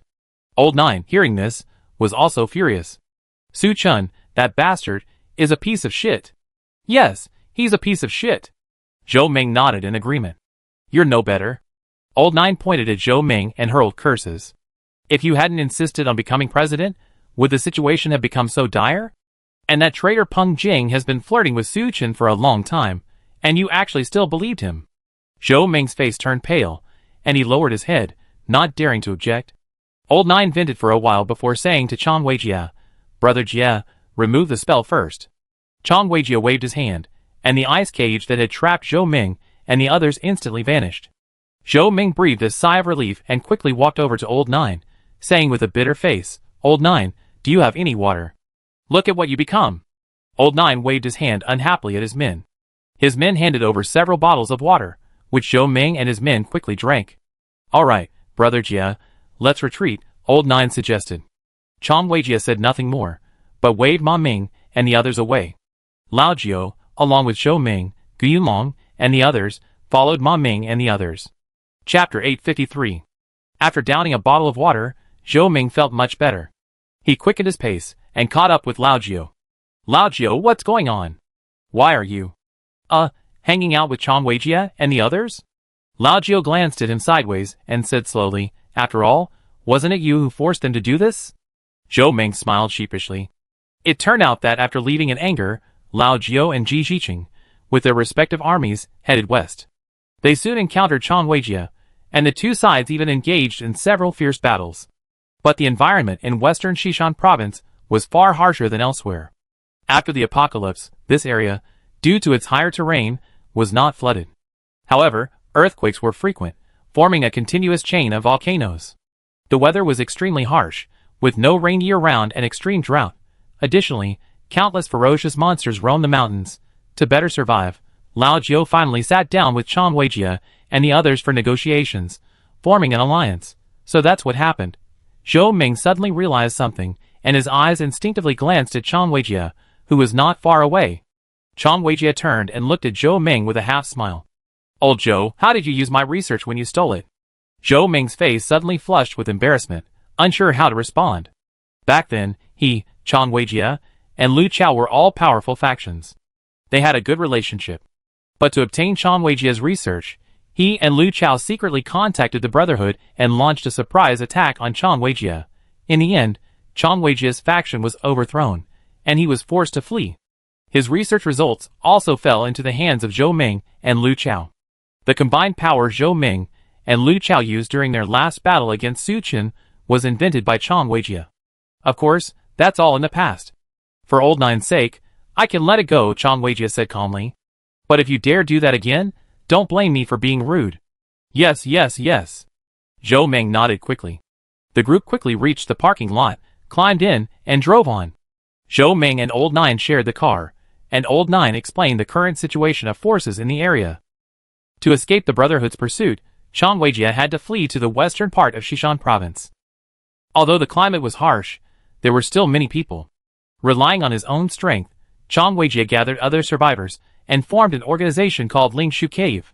But unlike other factions, he didn't recruit evolvers, only psychics. Later, Chang Weijia discovered a secret realm and reaped numerous benefits. From then on, Lingshu Cave reigned supreme in this western region. Later, leaders of other factions, like Ma Ming and Yi Jiahui, were similarly defeated by the Brotherhood. After their defeat, they too fled to the western volcano. Unlike the ruthless Brotherhood, Chang Weijia didn't exterminate them, but allowed them to remain in the western volcano. The two sides lived in peace until Lao Jiao, Zhou Ming, and the others arrived. After understanding what had happened, Zhou Ming cautiously asked, Lao Jiao, are you planning to stay here forever? Why, do you want me to avenge you? Lao Jiao glanced at Zhou Ming as he drove. Of course, that's not what I meant. Zhou Ming touched his nose and explained, Su Chen killed the president and then swallowed up the Brotherhood.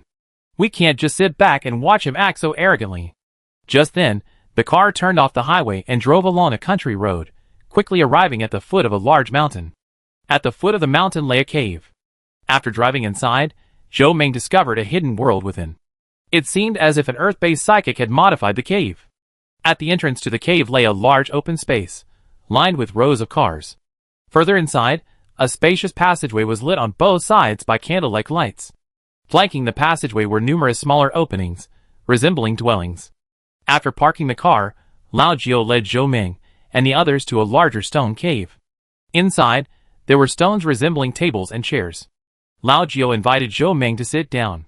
To tell you the truth, Chang Weijie and the others have already discussed this. Our original plan was to organize a force and counterattack Longshun after a while. Hearing Lao Jiao's words, Zhou Ming was startled at first, then relieved. Luckily, he joined the effort. Otherwise, if he were to be attacked from both Lao Jiao and the others and the Watcher Alliance, he'd be dead. The living environment out west is truly horrible. Lao Jiao sighed. The climate here is scorching hot, and the environment is harsh. Both daily necessities and food are extremely scarce. The only real advantage is the abundant energy and even several raw stone mines. Because of this, Chang Weijie and the others who arrived early were incredibly powerful. They essentially reached D+ combat power. Then what are we waiting for? Let's quickly gather our forces and prepare for the counterattack on Dragon City. Zhou Ming, overjoyed, urged. What's the rush? Old Nine rolled his eyes at him and said calmly, Brother Jie is still making final preparations. Preparations for what? It's top secret, I can't tell you. Old Nine shrugged and smiled confidently, but one thing is certain. As long as he's fully prepared and gathers his forces, we can attack. Forget the Watchers. Even if we added the existing Brotherhood, they wouldn't be his match.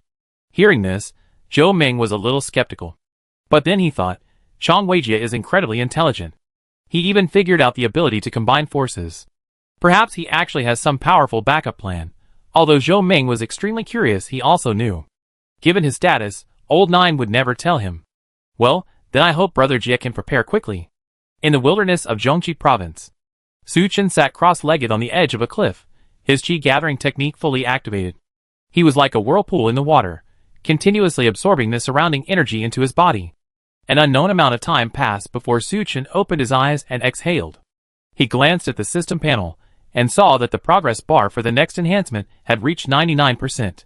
It seemed that as long as he absorbed today's share of the raw stones, he would be able to enhance.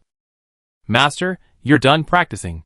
Ming Qi heard the noise and quickly jumped over. Indeed.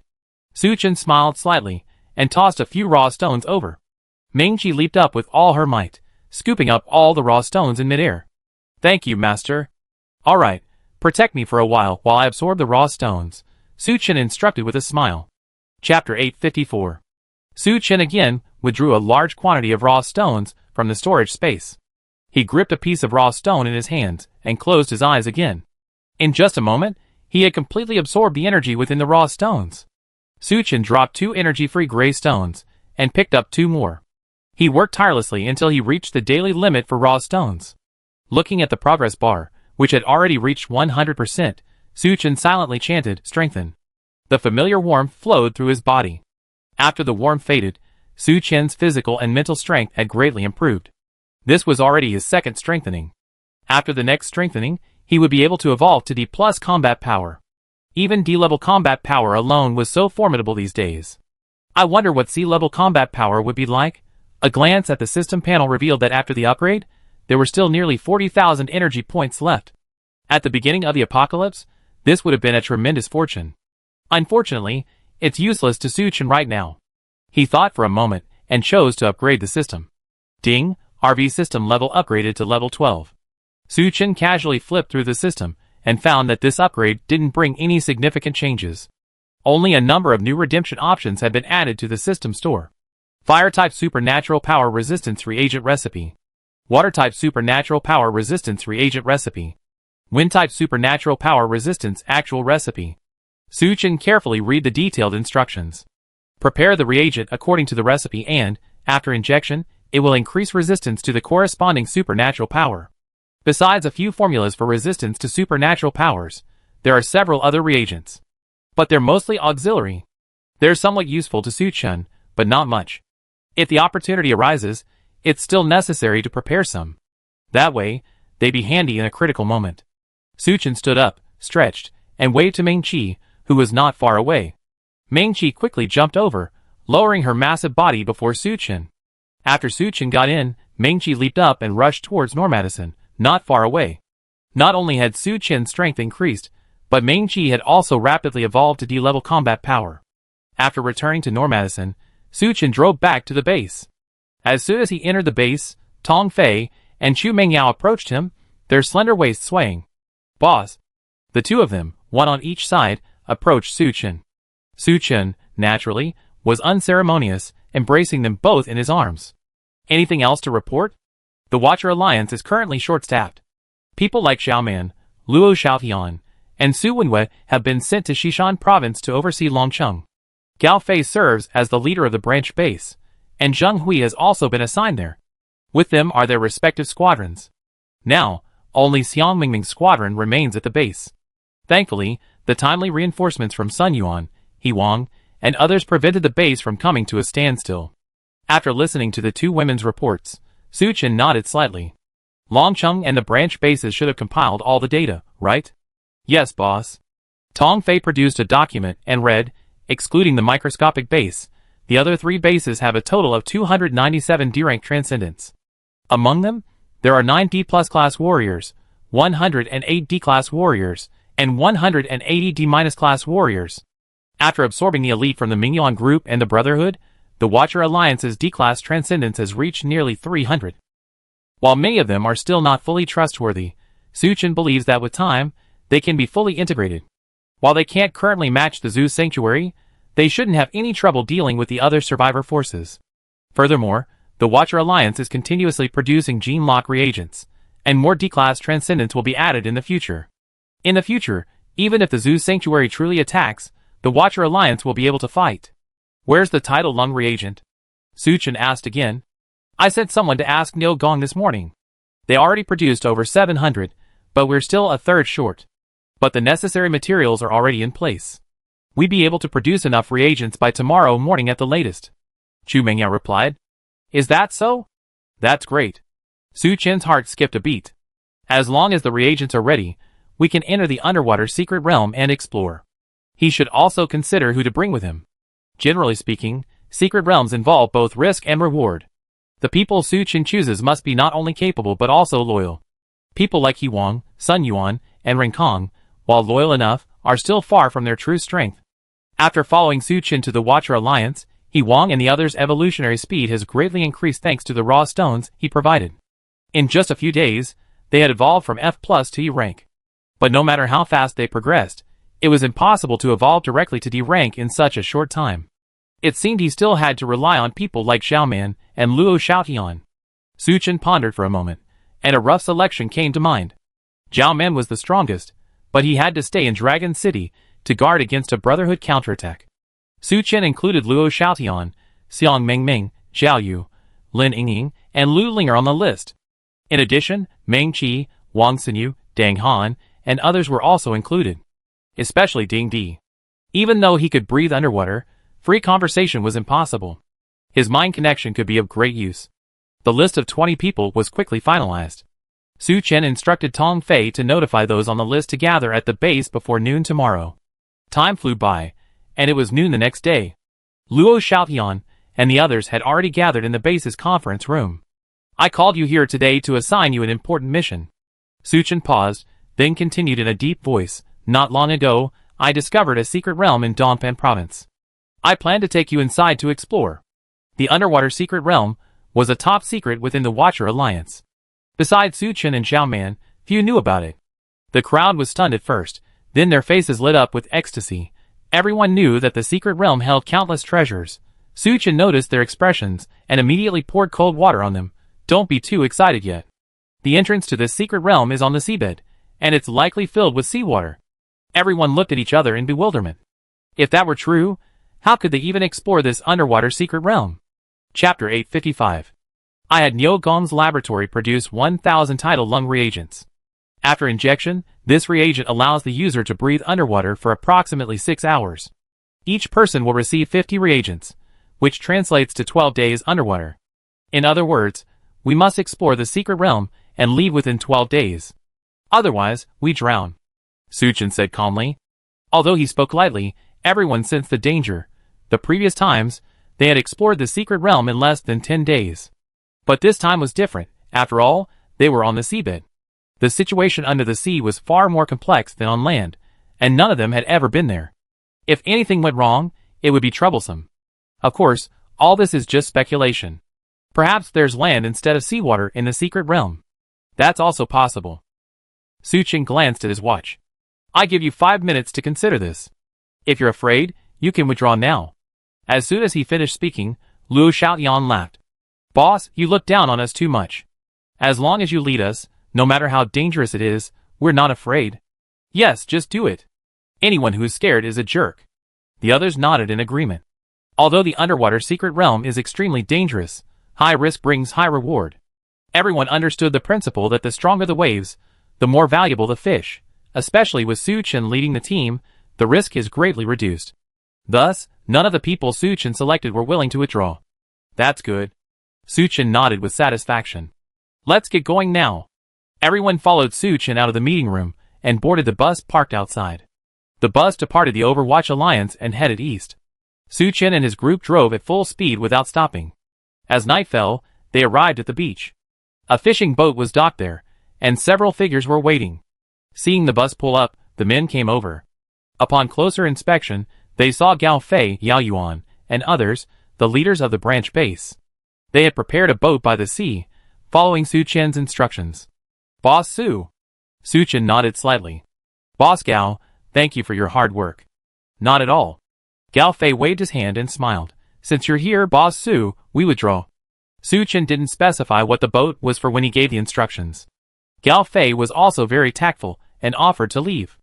After they left, Suchin led everyone aboard the fishing boat. The boat, carrying the group, headed deep into the sea. Not long after, they arrived at the entrance to the underwater secret realm. Suchin asked everyone to rest on the boat while he dove directly into the water. Underwater breathing, activate. Suchin continued to swim downward, soon reaching the seabed. After searching for a while, he easily found the large pit covered in glowing stones. Confirming the entrance to the secret realm was beneath the boat, Suchin breathed a sigh of relief and immediately returned to the fishing boat. We are ready to enter the secret realm. Let's begin injecting the reagent now. Suchin nodded to Lu Linger, signaling her to distribute the reagents. Although the reagents were small, carrying 50 at once was still somewhat inconvenient. So Suchin only gave each person 10, keeping the rest. With a command, everyone present, including Ming Qi, received the tidal lung reagent.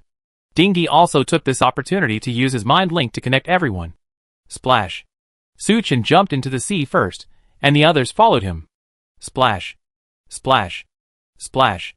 The tidal lung reagent does more than just provide the ability to breathe underwater.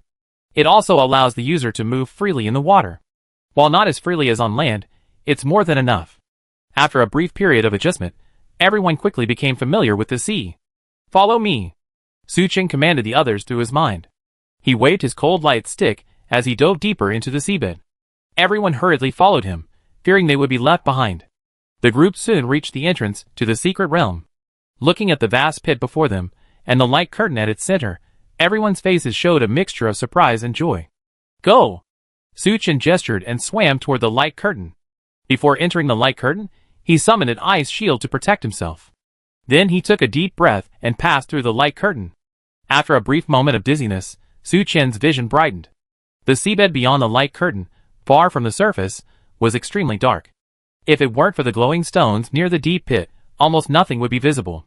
The surrounding seabed was also bare, without even a trace of seaweed. But inside the light curtain, the scene was completely different. Although it was also on the seabed, it was remarkably bright. Abounding corals and algae grew in abundance around it. Additionally, numerous fish roamed freely.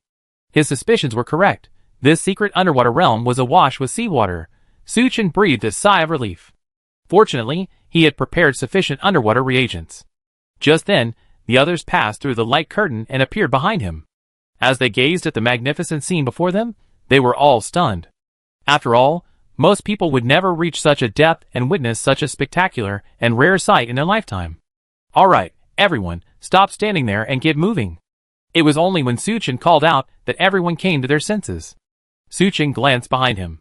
Where the light curtain should have been, there was a patch of coral. Without another word, he led the group forward. As he swam, Suchin suddenly noticed something was amiss. The corals around him weren't growing randomly. They were like gardens in a park, meticulously manicured. The gaps in the middle looked like carefully carved paths. Something's amiss. Everyone, pay close attention.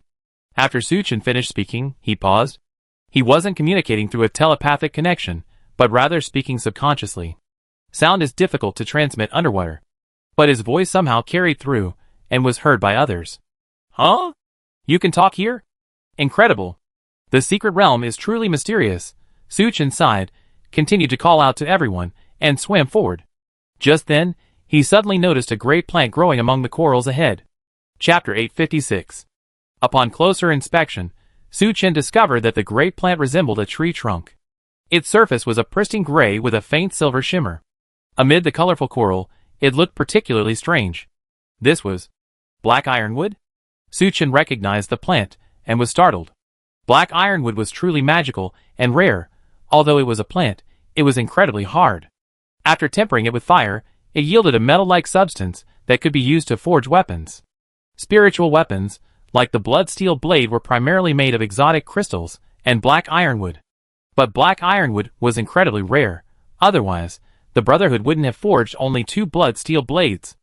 As for the Watcher base, a black ironwood tree had been discovered on the shore. It was later forged into a blood-steel blade by Sun Jiancheng, which Suchin then gave to Zhao Man.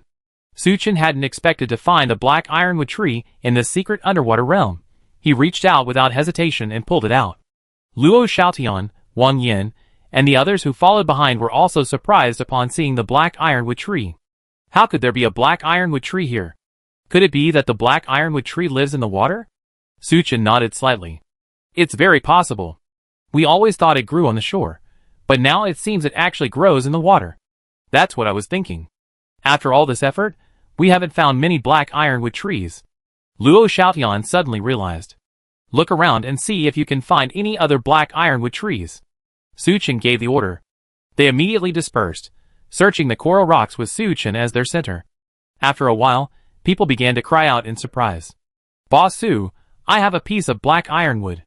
Boss, I found one here too. When they brought all the black ironwood they had found to Suchin, after a thorough inventory, they found 28 pieces. You know, 1 piece of black ironwood can be forged into a blood steel blade. 28 pieces of black ironwood also meant 28 blood steel blades, and Wen Jing and He Jiang, armed with blood steel blades, could even exchange a few blows with Suchin. The power of the blood steel blades goes without saying. With so many blood steel blades, the Watcher Alliance's strength will be greatly enhanced. The rewards of exploring the secret realm are truly bountiful. Suchin's lips curled up, his smile filled with joy. Everyone, please expand the search area and see if you can find more blood steel blades. But be careful. If you find anything amiss, report it to me immediately through the telepathic link. Everyone nodded in agreement and dispersed, continuing their search for the black ironwood. Suchin was also busy, leading Xiang Mingming, Lu Linger, Lin Yingying, and Ming Qi to search the surrounding area. It must be said that the secret realm is truly filled with treasures. Suchin also found other unique plants and stones among the coral rocks. Although he didn't recognize them, after scanning and photographing them, he obtained their information. These items are all rare treasures, suitable for forging weapons or making reagents. Suchin suppressed his excitement and unceremoniously stored all these items in his storage space. Just as the members of the Watcher Alliance were searching for treasures, like Sun Wukong in the Peach Garden, something unexpected happened. Brother Su, I spotted an enemy. Come support me. Wang Yan's voice echoed in Suchin's mind. A thought struck him, and he immediately stopped searching. Something's happening over there with Wang Yan. Support him. Suchin transmitted his orders through his mind. He led Xiang Mingming and the others, swimming swiftly towards Wang Yan. Luo Xiaotian and the others, having received the order, reunited with them halfway. Not long after, the Watcher Alliance members spotted Wang Yan and Ding Di. They were surrounded by 20 or 30 green figures. Suchin looked closely, and saw that the lower halves of these green figures were shaped like fish. The upper halves were extremely muscular, with human heads and arms. Are these murlocs? Suchin was startled. These murlocs wielded harpoon-like weapons, wore armor, and wore helmets. They looked incredibly powerful. Even Wang Yan and Ding Di, both at D rank, were struggling under their attack. Quick, go support them. Suchin gave the order, opening his eyes and blasting his lightning bolts at the murlocs. Unfortunately, this was underwater, so the normally powerful and swift lightning bolts were significantly less potent. Aware of Suchin and the others behind him, one of the murlocs, who looked like the leader and had better armor, turned around. Jili Gu La. It raised its weapon and pointed it in Su Chen's direction. A water barrier instantly formed in front of the Murlocs. The electric eye struck the water barrier, unleashing a violent wave of energy. The Murloc leader hadn't anticipated the power of Su Chen's electric eye and was nearly unable to withstand it. Thankfully, it reacted quickly, gripping its harpoon tightly and channeling its mental energy continuously, thus withstanding Su Chen's electric eye. Seizing this opportunity, Luo Xiaotian and the other evolvers advanced upon the Murlocs. Su Chen retracted his electric eye and used a scanning attack on the group of Murlocs. Mermaid guards. The merpeople, living deep in the ocean, are incredibly powerful and naturally resistant to water-related abilities. Combat power rating, D rank. Mermaid guard squad leader. The best of the merpeople, far superior to ordinary guards, and proficient in water-related abilities. Combat power rating, D+. As expected, the creatures that can inhabit this secret realm are truly extraordinary. Even the average merman guard possesses D-rank combat power. Their squad leader boasts D+ combat power. Su Chen sighed inwardly, drew his black gold long sword, and swam forward. At this point, humans and merpeople were already engaged in a fierce battle. Although this was deep under the ocean, the merpeople had a geographical advantage. But the Watchers were comprised of elite troops carefully selected by Su Chen. They coordinated well, not only with the psychic, but also with Lu Linger providing healing and Meng Qi waiting for an opportunity to strike. Thus, from the moment the two sides engaged, the Watcher alliance overwhelmed the merpeople. Seeing their side losing ground, the merman captain seemed a little furious. It swung its harpoon, chattering incoherently. A moment later, Su Chen and the others sensed a powerful energy surge. Chapter 857. A moment later, the surrounding seawater began to violently vibrate, as if boiling. A massive waterspout then formed, sweeping towards the Watchers. Wherever it passed, coral reefs were shattered. The nearest Watchers were instantly sucked in by the waterspout. Although they were all D-level evolvers with incredibly strong bodies, they were still tormented by the terrifying waterspout. They felt as if their internal organs were turned upside down, and they spat out copious amounts of blood. If they were left to continue being tormented by the waterspout, they would surely die. Save them! Zhao Yu shouted, activating her wind ability. An invisible gust of wind blew from her palm, swiftly flying towards the Watchers trapped in the waterspout. They were protected by the wind. Though they couldn't escape, at least they were safe from the waterspout's impact. At the same time, Ding Di also used his mental power. An invisible psychic force remotely controlled the Watchers, pulling them outward with all its might. Seeing the humans about to escape, the mermaid captain seemed furious. It swung its harpoon again, increasing its mental power. The already devastating waterspout became even more devastating. Even the surrounding seabed was shaking.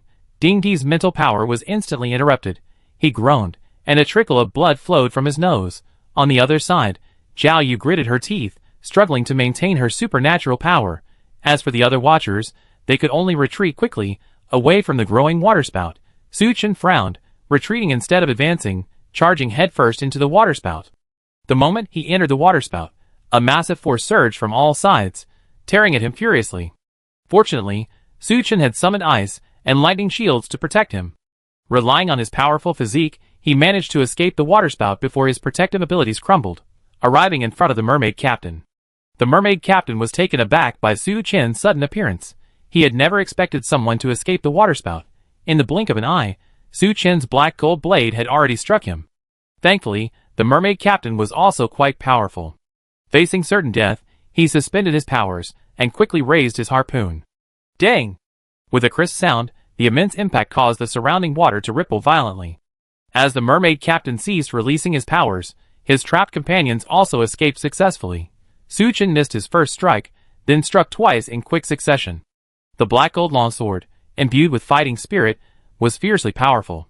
Though the mermaid captain blocked his attacks, it was still being beaten back. Realizing it was no match for Su Chen, it began to cackle.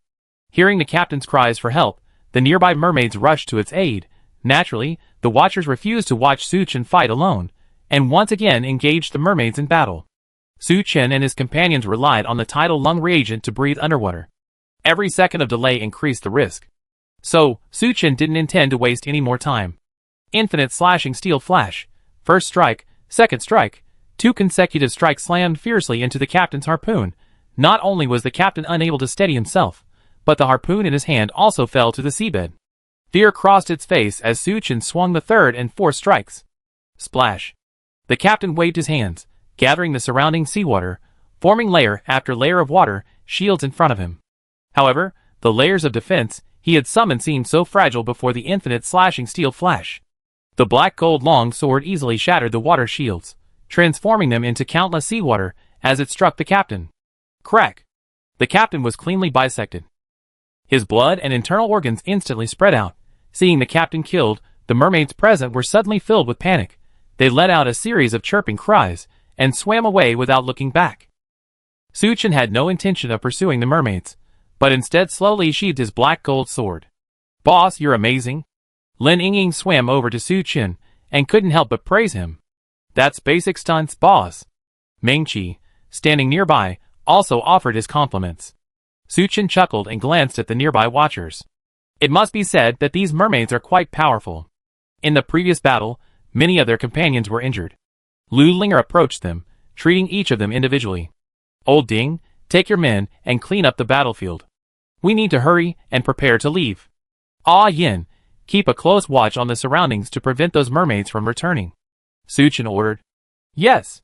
Wang Yin and Ding Di immediately sprang into action after receiving the order. The others also found an open area to rest. Suchin remained idle, swimming slowly around the group, observing the situation. After all the wounded had been healed, Suchin was about to order them to leave. Suddenly, out of the corner of his eye, he noticed a figure flash by among the coral reefs not far away. Suchin's heart skipped a beat, but he feigned indifference and waved his hand. "Let's go!" He led the others to their feet and swam away. After they had all disappeared, a figure slowly emerged from the coral reefs. It looked remarkably similar to the mermaids. But unlike them, it appeared to be a woman. The lower half of its body, its tail, was a silvery white color. The towering peaks on its chest were protected by two silver scales. Its eyes were bright, its features captivating, and its hair flowing. Overall, it looked breathtakingly beautiful. After seeing Suchin and the others leave, the mermaid patted the peaks on her chest and breathed a sigh of relief. It didn't rush to leave, but swam towards the mermaid's corpse sunk to the bottom of the sea. Searching among her companions' bodies, the mermaid found a number of items resembling food. It stuffed these finds into its backpack. Just as it looked up, ready to leave, its expression changed slightly. It turned out that Suchin had unexpectedly led his men back in a surprise attack. The mermaid was surrounded by the watchers. "Oh my god, Brother Su, it's a mermaid!" Upon seeing the mermaid, Wang Yen couldn't help but cry out. "You know what? Hey, she's so beautiful." Ding Di looked her up and down. "Such a beautiful mermaid will definitely be taken in by Brother Su," Wang Yen said with a grin. Chapter 858. "Do you think I'm Su Xian? A dog can't spit out ivory." Suchin glared at Wang Yen.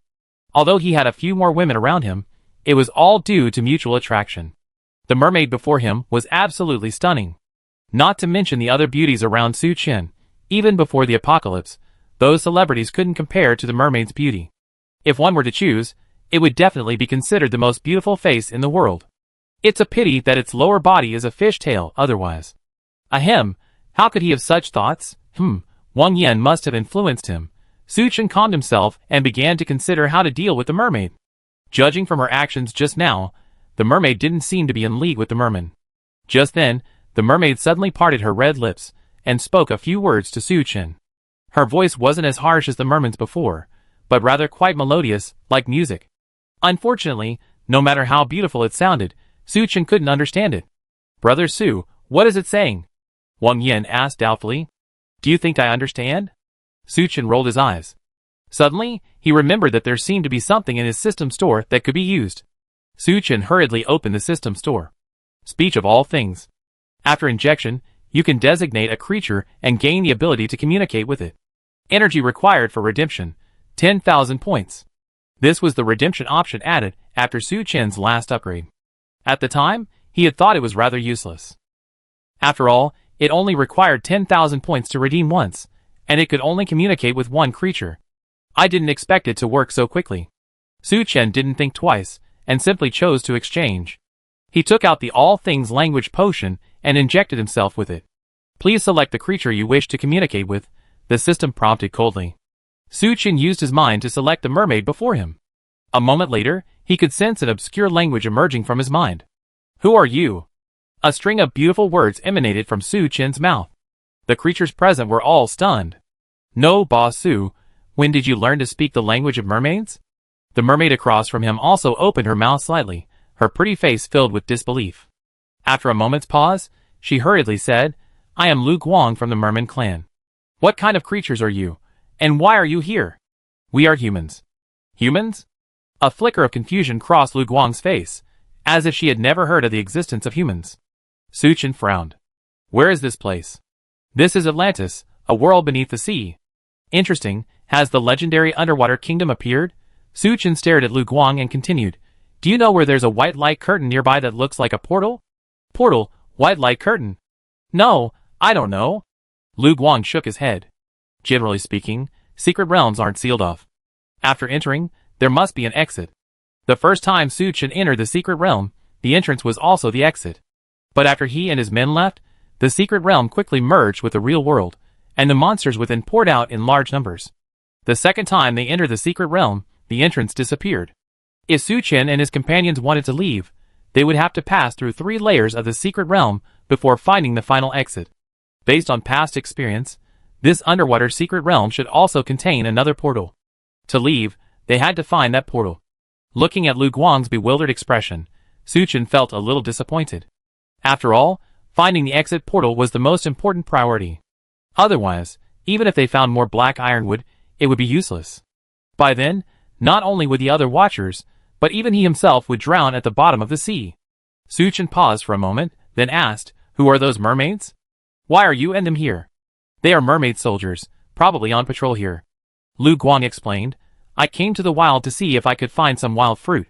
Her explanation was normal, but Su Chen sneered. Miss Lu Guang, I urge you to tell the truth. A flicker of panic flashed across Lu Guang's eyes, but she remained calm on the surface. Sir, I don't quite understand what you mean. It's simple. My friend just told me that these mermaid soldiers don't appear to be patrolling here. Su Chen pointed at Wang Yin and said calmly, they seem more like they're capturing someone. His gaze was deep, fixed on Lu Guang. Lu Guang felt as if she were being watched by a skilled hunter, and her face changed slightly. Under normal circumstances, if you were just an ordinary mermaid, if you saw a soldier being killed, you would return and report. Instead of waiting until we're gone to search these soldiers for food, Su Chen said slowly. Besides, what strikes me as most suspicious is your attire. Through the previous battle, Su Chen had noticed the strict hierarchy within the mermaid tribe. The weapons and armor of the lower-ranking mermaid soldiers were quite ordinary. But the mermaid captain's equipment was far superior. Not only that, it even featured numerous ornaments. On the other hand, Lu Guang. Although she wore no weapons or armor, she was adorned with a number of rare shellfish, resembling jewelry. This was enough to prove that her identity was extraordinary, definitely far superior to that of the mermaid captain. If I'm not mistaken, these mermaid soldiers are probably here to hunt you, Miss Lu Guang. What a carelessness! Lu Guang hadn't expected the human in front of her to have such a sharp eye, instantly recognizing her uniqueness. He even guessed that the mermaid soldiers were here to capture her. I don't understand what you're talking about, sir. Lu Guang feigned composure, still trying to argue. If you refuse to speak, don't blame me for being rude. Su Chen shrugged, his words threatening. The psychic beside me is proficient in psychic powers. He can control your mind, your thoughts, and make you speak. But the price is that you become an idiot. Hearing this, Lu Guang's face instantly paled with fear. She didn't want to become an idiot. After much hesitation, Lu Guang realized that the human in front of her didn't seem to be related to the mermaids. She then whispered, you guessed correctly. Those mermaid soldiers are indeed here to hunt me.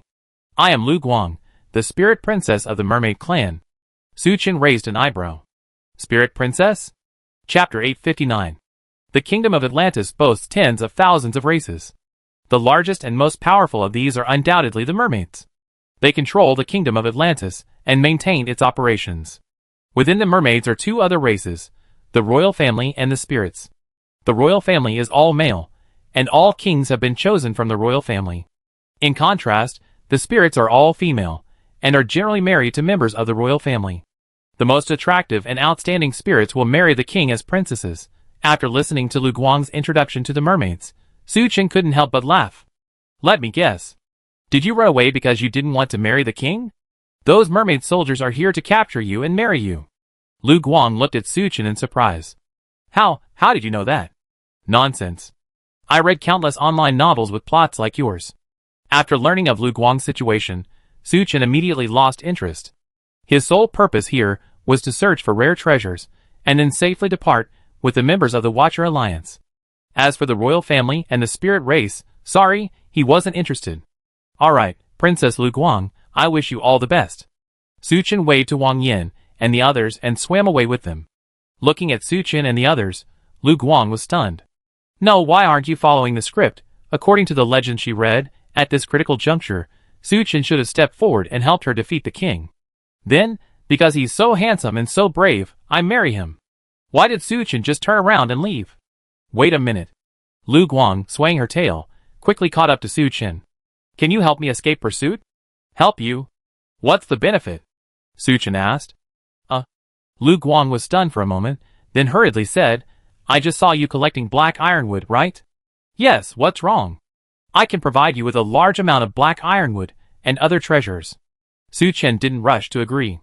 Instead, he looked her up and down and chuckled. Princess Lu Guang, do you have so much? Lu Guang was naked, carrying only a small bag on her back. The royal family and the spirits jointly govern Atlantis. We have all kinds of treasures. As long as you're willing to help me, it's absolutely possible. Fearing Su Chen would leave, Lu Guang offered generous terms, but Su Chen still refused. As a princess of the Eldar, you haven't married the king, which is certainly against your Eldar tradition. Under these circumstances, why did you return to your tribe and offer me the treasure? Lu Guang was speechless at Su Chen's questioning. Alright, Princess Lu Guang, go do what you need to do. The mermaid soldiers will catch up with you soon. Su Chen waved his hand and continued to urge Wang Yan and the others on their way. Wang Yan glanced at Lu Guang, who was receding behind him, and chuckled, Brother Su, such a beautiful mermaid, why don't you show any mercy to her? Su Chen had already briefly explained Lu Guang's situation to everyone. Do you think everyone is like you? Lu Linger snorted beside him. If you like, you can go back. Don't be angry, sister-in-law. I was just joking. Wang Yan quickly waved his hand. Just kidding. Never mind that Lu Linger was Su Chen's woman. Even if she wasn't, Wang Yan couldn't afford to offend her as a healing psychic. After all, this was the apocalypse. If he really offended her, and she refused to help Wang Yan if he got hurt, he'd be screwed. We're facing our own problems, Su Chen said calmly. Although only 2 hours had passed since they entered, that didn't mean they could waste time indefinitely. If they couldn't find the exit portal before the tidal lung reagent ran out, everyone would drown here. Most importantly, Su Chen could sense that Lu Guang wasn't telling the truth. Or rather, she hadn't fully disclosed the situation. Lu Guang begged Su Chen and the others to help her escape the pursuers. But the problem was, this was Atlantis, and Lu Guang was more familiar with the area than Su Chen and the others. It would have been easier for her to escape alone. Taking humans like Su Chen with her would have clearly drawn even more attention. How could Su Chen possibly help her in this situation? Watching Su Chen and the others drifting further and further away, Lu Guang, unwilling to give up, chased them again. You said you were looking for a white curtain of light, similar to a portal, right? I suddenly remembered a place that fits your description. Su Chen stared at Lu Guang and sneered, Sorry, I'm not interested. Just now he said no, and now he's saying yes. You're really treating me like a 3-year-old. You? Lu Guang's beautiful eyes widened. I'm serious. I don't care if you're serious or not. Get out of the way, or I'd be rude. Su Chen's eyes darkened, and he threatened coldly. Why is this man's look so scary? Lu Guang shuddered with fear, and subconsciously made way for Su Chen. Just then, 3 sharp whistles suddenly rang out in the distance. Su Chen's heart trembled, and he instinctively raised an ice shield and used his Do Chi to protect his body. 3 water arrows flew towards Su Chen at astonishing speed. The first 2 water arrows directly shattered the ice shield. The remaining one was barely protected by Su Chen's Do Chi. Even so, Su Chen felt a tightness in his chest, and it was a bit difficult to breathe. He couldn't help but be shocked, Since entering the D level, he had rarely encountered such a situation. Su Chen looked up, in the direction of the water arrows. He saw a dense crowd of figures rushing towards him. The 2 leading creatures were completely different from the mermaids. One of them was somewhat similar to the mutated great white shark Su Chen had seen before. Their lower bodies were human-like, but their upper bodies were shark-like. The other creature was similar to the deep-sea merfolk Su Chen had seen in the secret realm. But these deep-sea murlocs were even larger and more ferocious looking. In addition to these 2 creatures, A large number of mermaids followed them. What the hell is this? Wang Yan exclaimed. Shark warriors. Naga guards. Seeing the pursuers, Lu Guang's pretty face changed. The enemy was outnumbered, and Su Chen had no intention of engaging them head-on. He immediately led the members of the Watcher Alliance and retreated into the distance. Chapter 860. On the retreat route, Su Chen noticed that Lu Guang was following closely behind him. He immediately stopped and pointed his black golden long sword at Lu Guang. If you follow us again, I'd be brutal. These Atlantean pursuers were clearly targeting Lu Guang. But Lu Guang had been following Su Chen and the others, causing the pursuers to relentlessly pursue them. If possible, Su Chen would have wanted to kill Lu Guang with a single blow. However, he also knew that if he truly killed Lu Guang, a princess of the Eldar, these pursuers would be even less likely to let him go. Swoosh. Swoosh. Swoosh. Several more water-based energies shot towards Su Chen through the air. Su Chen's gaze focused, and his lightning eyes burst forth, shattering all of these water-based energies. I really do know the location of the portal. If you help me, I promise you my life, Lu Guang said hurriedly. The situation was so urgent that Su Chen acted decisively. Xiao Luo. Here. Luo Xiaoyan quickly responded. Take them and retreat first. I leave this here. Okay, Boss Su, what about this mermaid? Take her too. Su Chen waved his hand. The mermaid Lu Guang was a hot potato for him. It was difficult to kill her, and it was difficult not to kill her. But since she risked her life and knew about the portal, he might as well trust her for once. Luo Xiaotian and the others quickly withdrew. Su Chen turned around and faced the aggressive pursuers behind him. Only Ming Qi was at his side. Faced with the endless pursuit, Su Chen showed no fear. He clasped his hands together, his mental power surging. A lightning seed slowly took shape in his hand. In the blink of an eye, it expanded rapidly, becoming a field brimming with lightning storms. But driven by Su Chen's mental power, the lightning field continued to expand madly. Soon, it enveloped an area of several hundred meters. Thunder roared within the field, and countless lightning bolts danced like silver snakes. The Atlantean pursuers caught within it suffered heavy losses in an instant. Only the leading Sharkmen and Naga soldiers continuously used their supernatural powers to resist the incoming lightning. Seeing the pursuers stopped by him, Su Chen finally breathed a sigh of relief. His face was already pale. This supernatural power was called the Thunder Field, a technique Su Chen had recently developed. Its range was enormous, and its power was astonishing. But the corresponding mental energy consumption was also terrifying. Ming Qi, take me away. Yes, boss. Ming Qi swam quickly to Su Chen's side. After Su Chen grabbed hold of its neck, it twisted its body, and swiftly pursued in the direction of Luo Xiaotian and the others' retreat. Ming Qi's tail spun furiously like a propeller. In a matter of moments, it carried Su Chen away into the distance. By the time the thunder field ended, the surrounding coral reefs had already shattered into dust. The murky waters were littered with the bodies of slain mermaids. The surviving pursuers couldn't even see Su Chen and the others. Keep chasing. Don't let them escape. A ferocious, imposing, and towering Naga leader shouted angrily. At its command, a large number of mermaid soldiers swarmed out again, chasing in the direction where Su Chen, Lu Guang, and the others had disappeared. Ming Qi, leading Su Chen, quickly caught up with Luo Xiaotian and the others. Boss, how are you? Looking at Su Chen, whose face had turned slightly pale, Lu Linger asked nervously. I just overused my mental energy a bit, but it's nothing. Su Chen waved his hand. Sir, where are the pursuers? Lu Guang wagged his tail and approached Su Chen. They've been temporarily held back by my ability, but it shouldn't hold them back for long. Let's retreat quickly. Su Chen paused and asked, We're unfamiliar with this place. Do you know where we can escape? Yes, follow me. Lu Guang called out to everyone and swam off into the distance. No one dared to neglect him, and they followed closely behind him. To avoid the pursuers, they swam without stopping for a moment. They swam for 2 or 3 hours, only stopping when they were both exhausted. Su Chen took a look at his surroundings. Although coral reefs still covered the surrounding area, it was clear that they were disorganized, with no clearly defined paths. Additionally, there was a profusion of algae and other plants. Compared to before, this place seemed more like the wilderness. I believe those pursuers won't be able to find us for a while.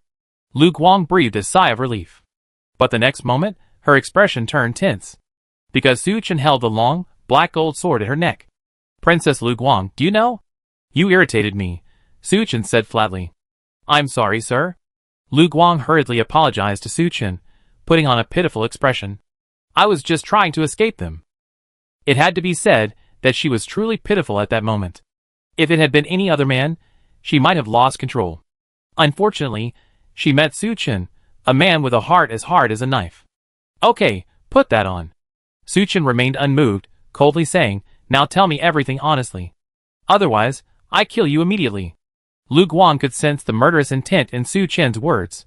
She knew that Su Chen wasn't just threatening her verbally. Okay, I tell you. Lu Guang told him the truth, exactly as it happened. In fact, what she had just said was the truth, she just hadn't revealed everything. Not long ago, the previous king of Atlantis passed away. According to tradition, the next king should be chosen from among the young men of the royal family. However, the previous king's son, Mo Yuan, leveraged his father's influence to control the upper echelons of the royal family, and became the new king. He was arrogant and cruel.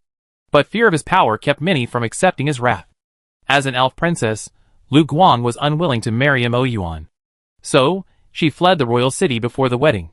Although Mo Yuan had little affection for Lu Guang, but his new wife, the future queen of Atlantis, had run away from the marriage.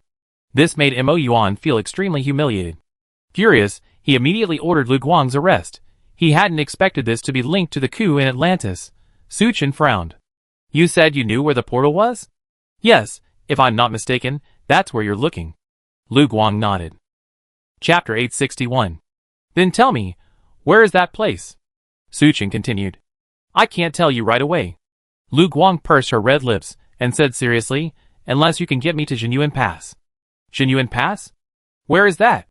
It's a checkpoint in Atlantis that blocks the enemy, located at the very edge of the kingdom. Lu Guang explained.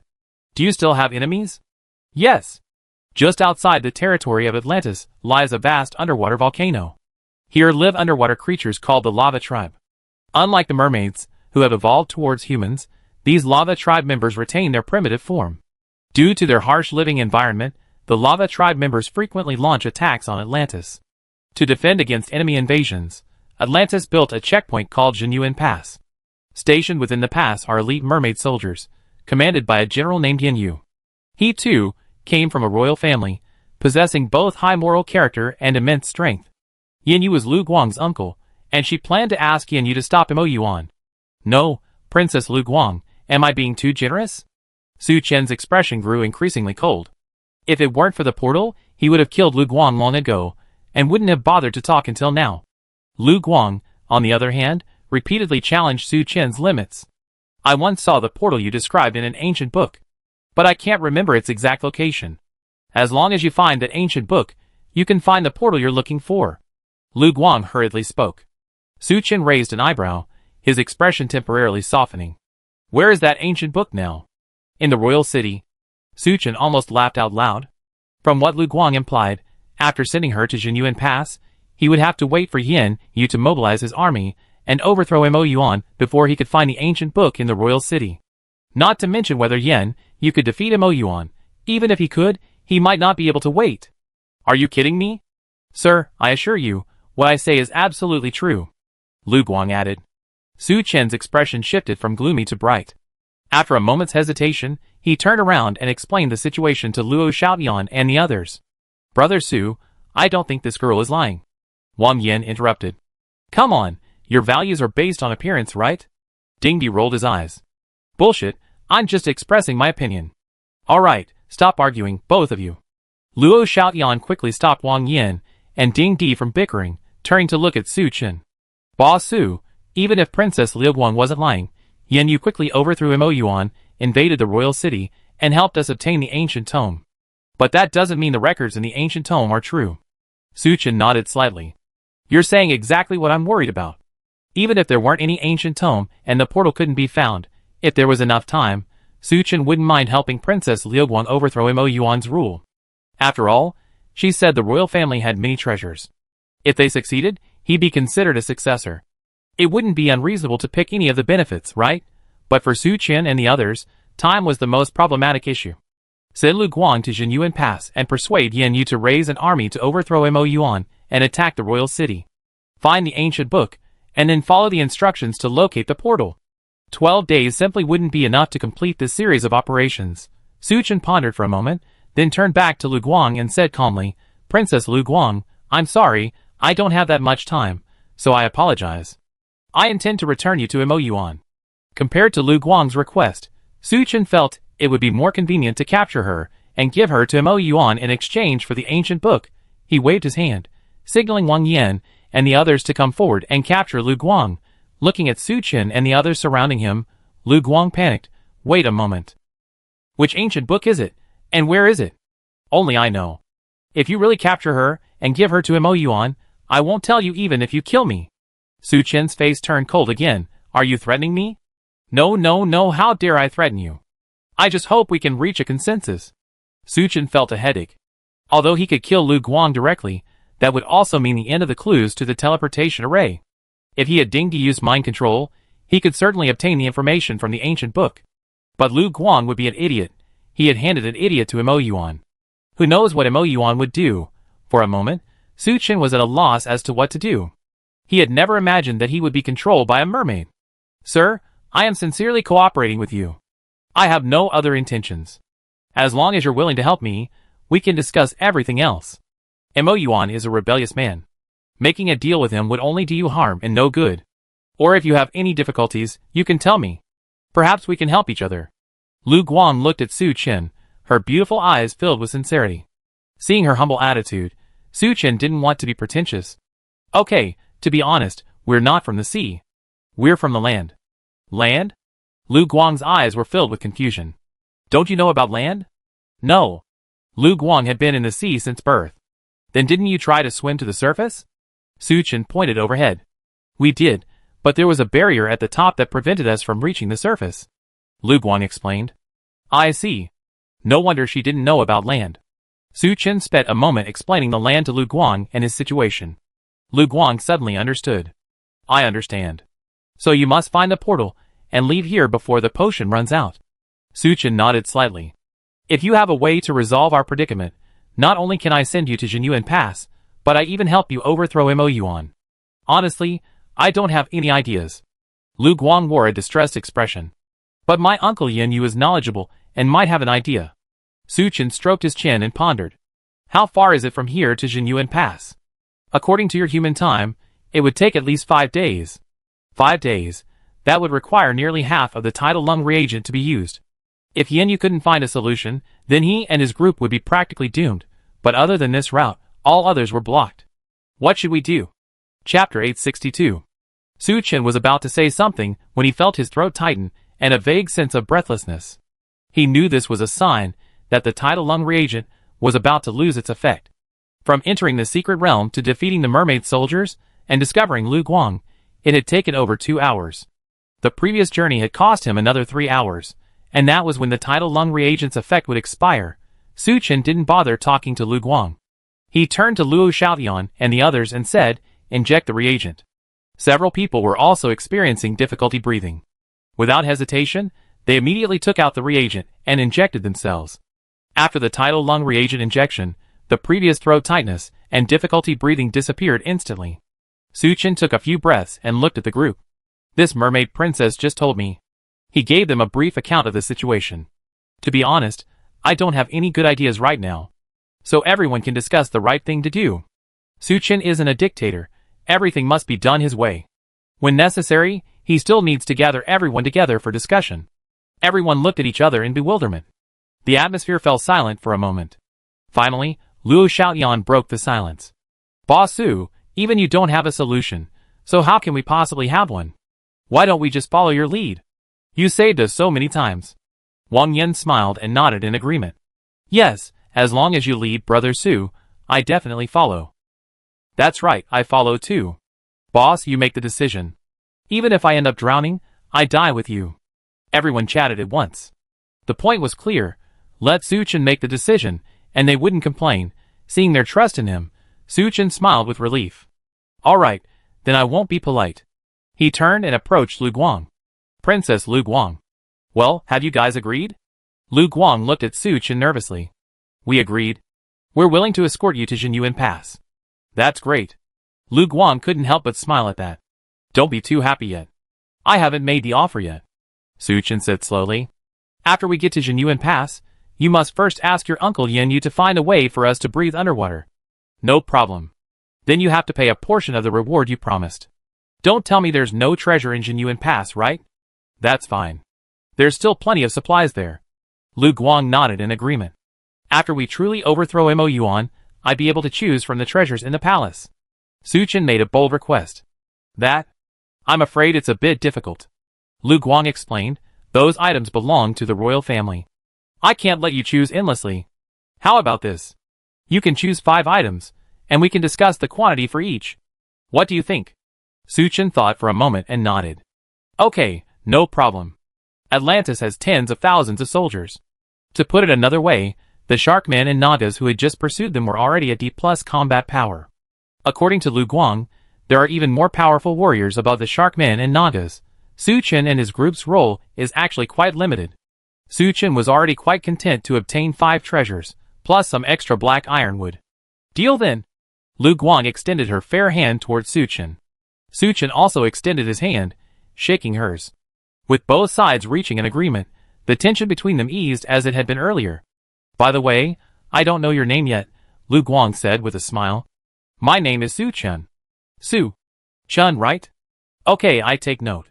Lu Guang imitated Su Chen's words, calling out his name. It was already late at night when they entered the secret realm, and after so much traveling, they were all exhausted. So, Su Chen ordered them to rest for a while. He and the others took out their food and began to fill their stomachs. What are you eating? Lu Guang stared at the bread in Su Chen and the others' hands with curiosity. Bread is a staple, right? You want to try it? Su Chen held it out. Lu Guang took the bread without hesitation, took a bite, and his eyes lit up. It's quite delicious. Although the bread tasted a bit bitter after being soaked in seawater, but as a creature of the seabed, Lu Guang had long since adapted to the taste of the seawater. Try this too. Lu Linger, standing nearby, handed over a bag of milk. It was packaged in a special way, requiring one to bite down on the straw to suck out the milk. Although Lu Guang didn't understand Lu Linger's words, he understood her meaning. After accepting the milk, Lu Guang took a sip, and the sweetness of the milk made her even more astonished. Do you humans eat so well? These are simple foods. I can't carry real delicacies with me. Su Chen shrugged. If we get a chance to go to land, I can let you try other delicacies. I hope so. Lu Guang's beautiful eyes were filled with longing. She had been versed in ancient texts since childhood, dreaming of leaving the royal city and seeing the scenery beyond Atlantis. By the way, what do you usually eat? Su Chen asked. Usually dried fish or something like that. Lu Guang took off her backpack and handed the food inside to Su Chen. The mermaid's diet is simple. They usually catch fish and eat them raw. Or they use special methods to make dried fish. They also grow a rice-like crop as their staple food. In addition, plants like kelp on the seabed also provide them with food. Although the food wasn't varied, the preparations were all the same, barely enough to fill one's stomach. No wonder Lu Guang, after a bite of bread and a sip of milk, thought humans ate better. After they sated themselves, Su Chen and Lu Guang got down to business. You said it takes about 3 days to get from here to Jinyuan Pass. Yes. So what dangers are there along the way? If there weren't any dangers, Lu Guang wouldn't have asked Su Chen for help. She could have gone on her own. The rest of the world is fine. There's only one dangerous place. Lu Guang began to explain. Besides Atlantis and the lava tribe, there are other non-intelligent sea creatures on the seabed. They are ferocious and often attack sea creatures. And Atlantis is vast and difficult to defend. Chapter 863. Thus, Atlantis established garrisons at key locations within the sea and stationed troops there. If a sea monster were to wreak havoc, the nearby garrisons could arrive promptly. Su Chen, Lu Guang, and the others could bypass most of the garrisons, but there was one they simply couldn't avoid. I don't know the specifics of the garrison, but there might be a fierce battle, Lu Guang explained. Su Chen translated her words to the others. Why can't we just go around it from above? Wang Yan pointed to the sea overhead and asked in confusion. After hearing Su Chen's translation, Lu Guang said helplessly, It's not impossible, but you have to swim high enough to avoid their pursuit. That would present 2 problems. First, the farther you get from the seabed, the more energy you consume swimming. Even a powerful mermaid warrior wouldn't be able to sustain this for long. Second, there are no reference points above, making it easy to get lost. I see. Everyone suddenly understood. No wonder those mermaid pursuers were so obediently pursuing them from the bottom of the sea. Never mind, let's rest for now. After that, we head towards Jinyuan Pass. If we really get near the garrison, we find another way, Suchin ordered. Yes. Everyone nodded and sat down to rest. Suchin didn't rush to rest. He found an open space, sat cross-legged, and began to practice. When he practiced in the real world before, he had to stop and change positions after each session. The reason was simple. He had completely absorbed all the surrounding energy. But ever since entering the secret realm, Suchin had discovered an unusually abundant supply of energy. Even if he absorbed all the surrounding energy, it would quickly replenish it. Seeing Suchin enter a state of cultivation, Xiang Mengmeng, Lu Linger, Lin Yingying, and Meng Qi all took the initiative to stay by his side. Lu Guang pursed her red lips, her eyes flickering as she looked at Suchin. This human man was not only handsome and powerful, but also incredibly charismatic. His subordinates were completely obedient to his every command. That was perfectly fine, considering he was surrounded by such charming women. Wouldn't they be jealous of each other? Or was Suchin simply superior enough? Lu Guang's thoughts wandered, and before he knew it, he leaned against the coral behind him and fell asleep. After an unknown amount of time, someone gently nudged Lu Guang awake. Princess Lu Guang, it's time to set off. Lu Guang opened her sleepy eyes and realized it was Suchin. She quickly sat up straight and straightened her appearance. How long have I slept? About 2 or 3 hours. It's getting late, we should set off, Suchin said. Okay.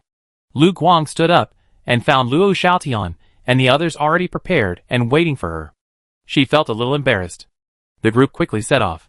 Led by Lu Guang, Suchin and his group passed through vibrant corals, jagged and bizarre reefs, and dense kelp forests. All along the way, Suchin paid little attention to Lu Guang, instead chatting with the others in the group. Suchin.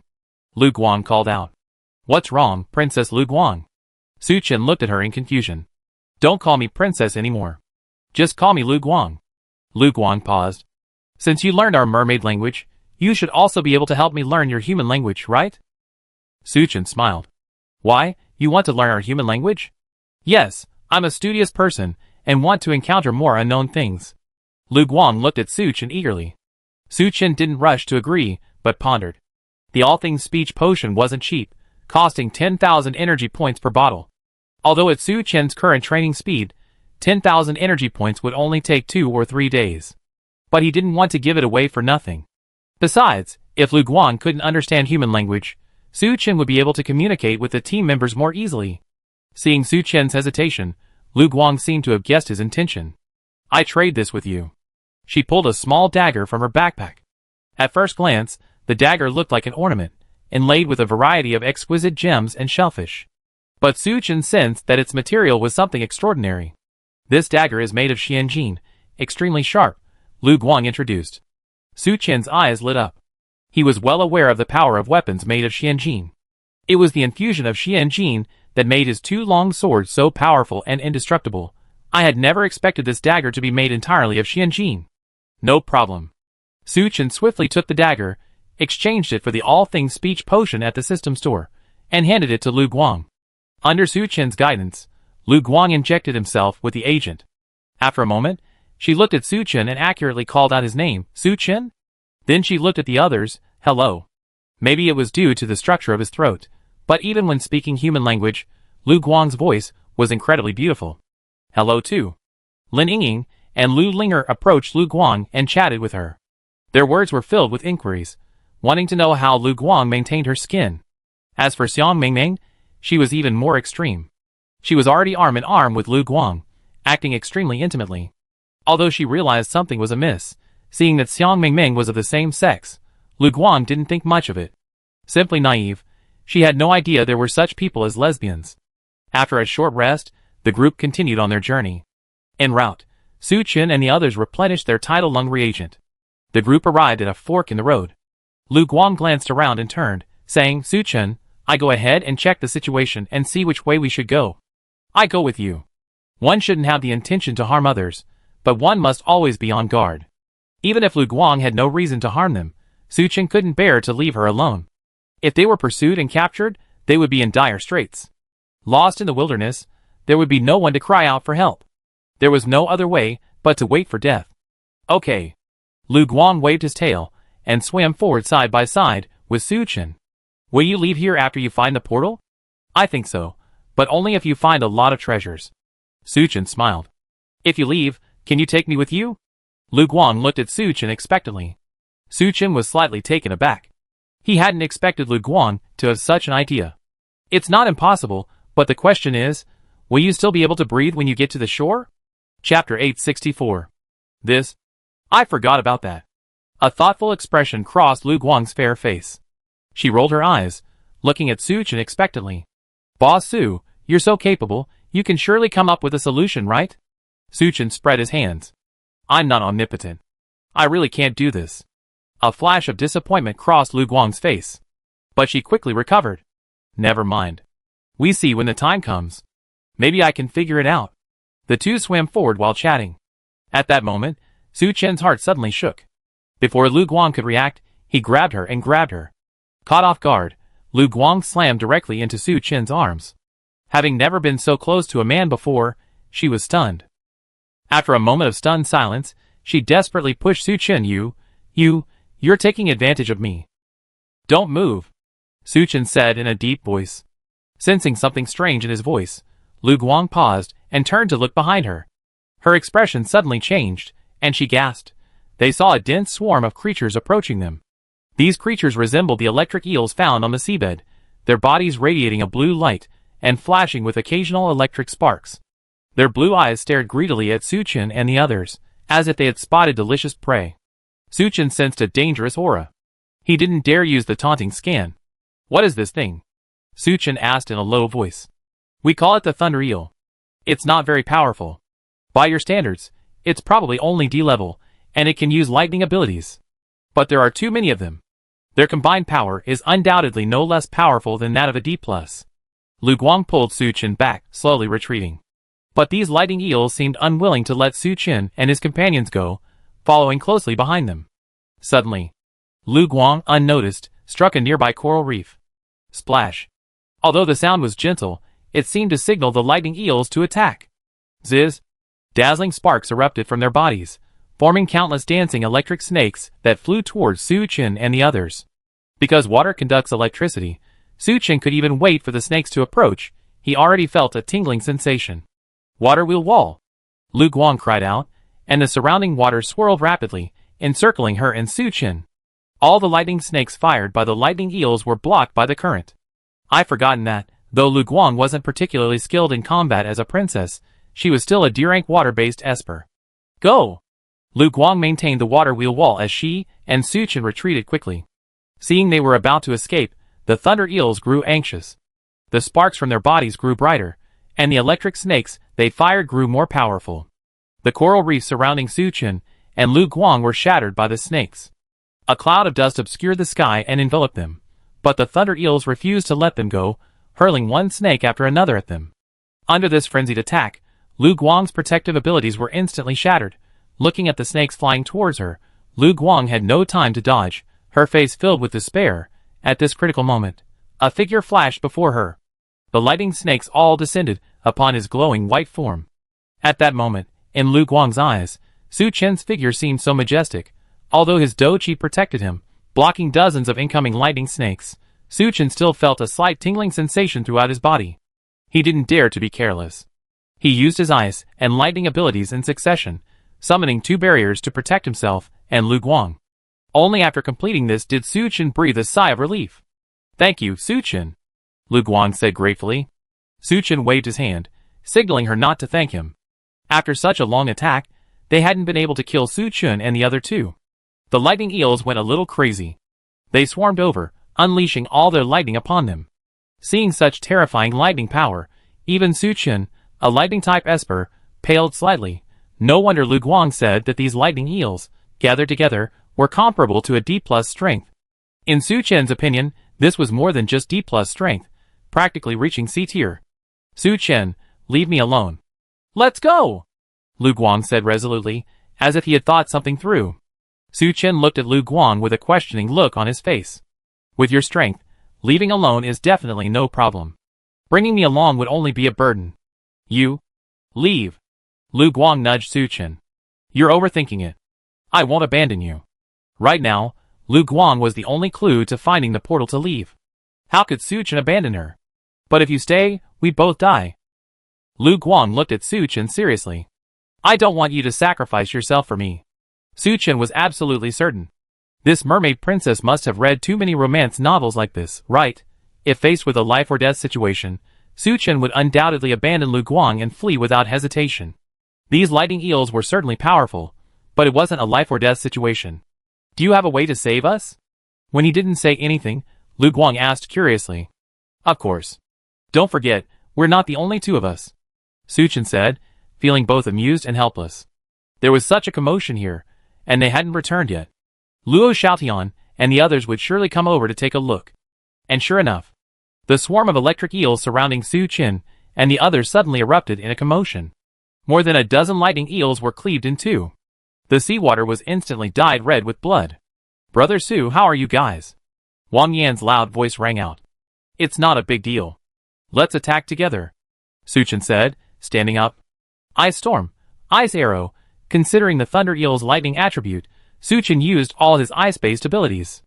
A series of ice spells hammered the Thunder Eel down. Meanwhile, Xiao Yu and the others on the periphery unleashed their powers. Under their double attack, the Thunder Eels were thrown into chaos. In a short while, they suffered heavy casualties. A flood of blood dyed the seabed a crimson. Seizing this opportunity, Su Chen grabbed Lu Guang and swam out. Any Thunder Eel that stood in his way was mercilessly slain. Soon, Su Chen and Lu Guang escaped the Thunder Eel's encirclement. After reuniting with Luo Xiaotian and the others, Su Chen and Lu Guang finally breathed a sigh of relief. Boss Su, are you okay? No. Su Chen waved his hand. At that moment, the sea in the distance suddenly began to surge violently. Followed by this, several massive black figures swam swiftly towards them from the distance. Chapter 865. Not good. Retreat. Lu Guang's pretty face changed, and she cried out urgently, as if she had witnessed something dangerous. Su Chen was stunned, but without further questioning, he immediately told everyone to retreat. The lightning eels had initially attempted to pursue Su Chen and his companions, but upon sensing the approach of the shadows, they immediately scattered. Su Chen, along with Lu Guang and the others, retreated to a safe distance, observing the situation not far away. It was only then that they realized that the shadows were actually enormous whales, but calling them whales wasn't quite right. Their bodies were covered in dark scales. The scales on their fins, especially on their sides and abdomen, looked like cold, sharp blades. What is this, Princess Lu Guang? Wang Yan asked curiously.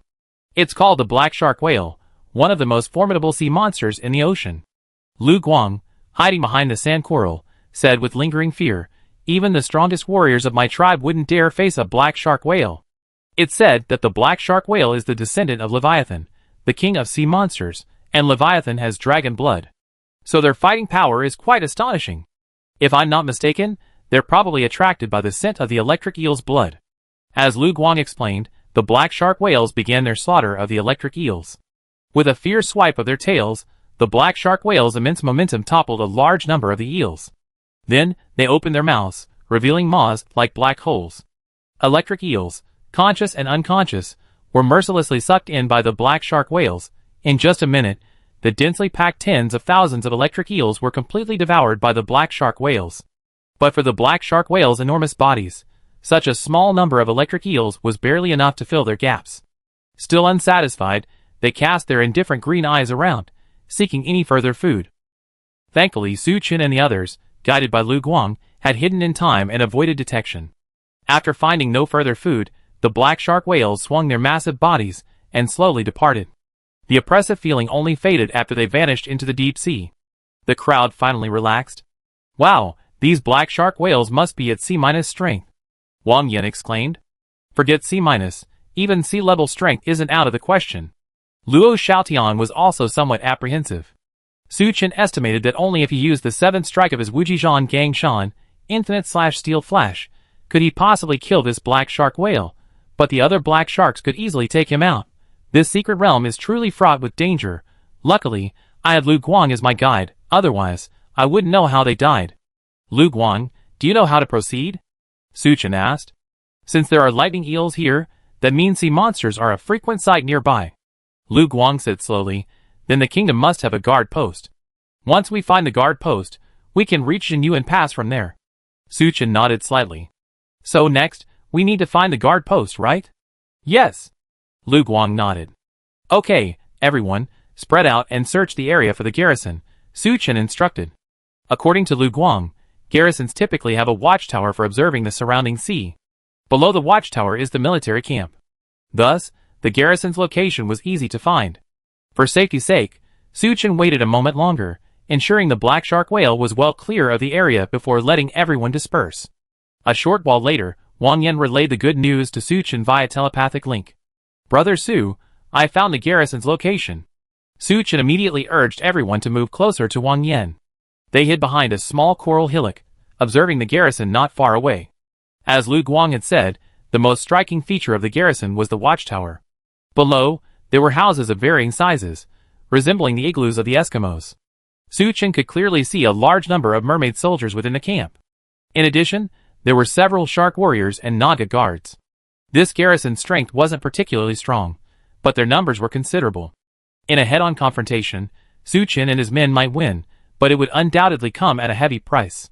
This was something Su Chen didn't want to see. Su Chen, do you see that coral formation over there? Inside, there's an underwater passage that leads directly to Jinyuan Pass. Lu Guang pointed toward the back of the camp. However, the area surrounding the garrison was barren. Anyone attempting to approach the coral formations behind the garrison would inevitably be discovered by the Atlantean army. So, Su Chen and the others had only two options. Either charge in or return. Don't rush. Let's observe the situation first. Su Chen pondered for a moment and ordered. The others patiently hid behind the coral reefs, observing the situation at the garrison. They discovered that there were approximately 500 soldiers inside. These soldiers were divided into 3 waves, taking turns on guard duty. Thus, sneaking through while they were resting was impossible. Boss Su, we can't delay any longer. After injecting another dose of tidal lung reagent, Luo Xiaotian approached Su Chen and whispered. There was no point in waiting here any longer, only wasting time and reagents. Don't worry, I come up with a plan. Su Chen's lips curled into a cold smile. Under the astonished gazes of Luo Xiaotian, Lu Guang, and the others, he retrieved the corpses of 2 lightning eels. Although most of the lightning eels were devoured by the black shark whale in the recent battle, Su Chen still managed to collect a few corpses during his breakout. He took out a dagger and stabbed it into the corpse of the lightning eel. Crimson blood immediately seeped into the seawater and spread everywhere. You want to lure the black shark whale? Lu Guang was stunned for a moment, his expression suddenly changing dramatically. Indeed, only the black shark whale can help us pass safely. Su Chen smiled. This is crazy. Lu Guang swallowed and stammered. They, the sea creatures, usually have trouble avoiding the black shark whale. And yet, Su Chen actually wanted to use the black shark whale to deal with the Atlantean army. Lu Guang didn't know how to describe Su Chen except as crazy. Alright, go over there immediately. As soon as the black shark whale and the merman army start fighting, seize the opportunity to go over there, Su Chen ordered. Everyone hesitated for a moment, then nodded in agreement. Chapter 866. Following Su Chen's command, the others slowly swam through the coral reef and reached the other end. After they left, he retrieved the other creature corpses he had previously stored from his storage space and bled them. As a large amount of blood spread throughout the water, Su Chen rushed towards the garrison without hesitation. As soon as he left his hiding place on the coral reef, he was spotted by the garrison troops. Although Su Chen's purpose was unclear, seeing him rushing towards the garrison, atop the watchtower, the merman soldiers on guard immediately struck something resembling a gong. Dang dang dang. The crisp sound echoed over the camp. A large number of merman soldiers, along with shark soldiers and naga soldiers, emerged from their quarters. They mounted something resembling a cannon and aimed it at Su Chen. Bang, bang, bang. Accompanied by a series of muffled sounds, a tremendous amount of water pressure gushed towards Su Chen. Su Chen had no doubt that if he were hit, even with D+ level combat power, he would be knocked back and knocked unconscious. He immediately twisted his body, dodging the successive blasts of water. Soon, Su Chen approached the garrison. His eyes focused, and a shimmering column of lightning shot towards the garrison's walls. Not only that, Su Chen waved his hands, sending a barrage of ice cones and ice arrows raining down on the Undersea Kingdom's troops. In an instant, most of the garrison's walls collapsed, and many soldiers were tragically killed on the spot. From the beginning, the garrison's troops had no intention of killing Su Chen. After all, they had never seen Su Chen before, and had no idea what he was planning. But his attack, which destroyed the garrison's walls and killed many soldiers, instantly infuriated them. The garrison was like a hornet's nest that had been disturbed by Suchin. A large number of soldiers immediately rushed out. Many of them rode creatures similar to seahorses. According to Lu Guang, these creatures were equivalent to human warhorses, and were incredibly fast underwater. But in the blink of an eye, the mermaid soldiers had caught up to Suchin. Seeing that he had successfully attracted the enemy, Suchin turned and swam back. Although he was physically strong and could swim quickly, this was underwater, and the pursuers behind him were no less swift than him. Not to mention that they had seahorses as their mounts. Not only could Suchin not shake them off, but they often caught up with him and launched close-quarters attacks. Fortunately, Suchin didn't intend to shake them off, merely carefully maintaining his distance to avoid being surrounded. The two sides engaged for a moment, and suddenly alarm bells rang in Suchin's heart. He could sense a massive threat, quietly approaching from afar. Faced with this threat, every hair on Suchin's body stood on end. He knew it was the black shark whales, smelling blood and charging towards him. Sure enough. In the distance, he saw several massive bodies swimming towards him at high speed. Suchin didn't dare to be careless. He slammed on the brakes and stopped swimming. Amid the bewildered gazes of his pursuers, Suchin cast 2 layers of defensive abilities on himself and swam towards them. In the blink of an eye, he was right in the middle of the pursuers. This caused considerable chaos for the Atlantean army. They had never imagined that Suchin would advance instead of fleeing, but then they understood Suchin's intention. Oh my god, it's a black shark whale! Run! When the Atlantean army spotted the black shark whale charging at them, panic struck. No one knew the black shark whale's power better than them. But the black shark whales were simply too fast. Before the army could react, they were upon them. Their massive bodies instantly disoriented the troops standing in their way. Even relatively weaker mermaid soldiers were killed on the spot. According to Lu Guang's description, generally speaking, black shark whales wouldn't attack Atlantis' intelligent creatures. They preferred to hunt other creatures of the seabed. But if they smelled blood, they wouldn't care. They opened their bloody mouths and began to devour all the creatures around them. Faced with the immense suction, the poor mermaid soldiers had no time to struggle before they were sucked in. Only the shark men, Naga, and seahorse-mounted soldiers with D+ combat power managed to break free. By this time, the Atlantean army was in chaos under the onslaught of the black shark whales. Suchin glanced at Lu Guang and the others not far away. After the Atlantean army had fully mobilized to pursue Suchin, they seized the opportunity and swam at top speed towards the coral reefs in the distance. Suchin didn't stop, quickly following Lu Guang and the others. Look, it's Princess Lu Guang. The king has ordered the capture of Princess Lu Guang alive. Some Atlantean soldiers, who had escaped the black shark's jaws, spotted Lu Guang. Under their superiors' orders, they rode their seahorses in pursuit of Suchin and Lu Guang, without even a moment's rest. Before they caught up, Suchin reunited with Lu Guang, Luo Xiaotian, and the others. As Lu Guang had predicted, there lay a fairly spacious passage within the coral reef. They swam along the passage, heading deeper into the coral. The Atlantean army behind them pursued relentlessly, still attacking Suchin and his companions. Suchin, responsible for the rearguard, followed the group, fending off their attacks. Not long after, the road ahead suddenly became a dead end. But then, a massive cave appeared on the seafloor. From the outside, the interior was pitch black, like a black hole, absorbing every ray of light from the outside world. This is it. Let's go in. Lu Guang turned and said to Suchin. Without hesitation, everyone rushed into the cave. Suchin glanced at the pursuers behind him, and dove in as well. Princess Lu Guang, that's... Suchin faintly heard someone shouting behind him. But once he was completely inside, the sound was completely gone. Princess Lu Guang, that's the death passage. Don't go in. The Naga guards at the cave entrance shouted loudly. Unfortunately, Suchin and the others had already entered the cave. It's over. A shark warrior looked anxiously at the Naga guard, who commanded the garrison. Commander, Princess Lu Guang has entered the death passage. I'm afraid she won't be able to return. The Naga's complexion was already gloomy, and now it was even more awful. The underwater cave before it resembled a terrifying sea monster with its maw gaping open, ready to devour anyone it chose. Just standing outside the cave made one shudder. Chapter 867. As the Atlantean station near the death passage, no one knew the horror of this passage better than this garrison commander. Simply because the death passage is inhabited by terrifying creatures, like the black shark whale. No creature that has entered the passage has ever emerged alive. For this reason, this place has been designated a forbidden area by the military. If it weren't for the need to pursue Suchin and his men and kill them, they wouldn't have come here. This is a problem. The king ordered us to capture Princess Liuguan alive, but we forced her into the death passage. The commander sighed helplessly. I return to the garrison and report the situation to the king. Stay here. If the princess emerges, immediately apprehend her. Remember, no one is allowed to enter without my order. It didn't need to tell them, the others knew the horror of the death passage. They wouldn't just sit there and enter. On the other side, Su Chun, the last to enter, instantly sensed the strangeness of the death passage. This place truly was like a black hole swallowing up all light. Even with his flashlight, it could only illuminate a distance of 3 meters around him. Farther away, it was completely invisible. Brother Chun, are you in? Su Chun heard Ding Di's call in his consciousness.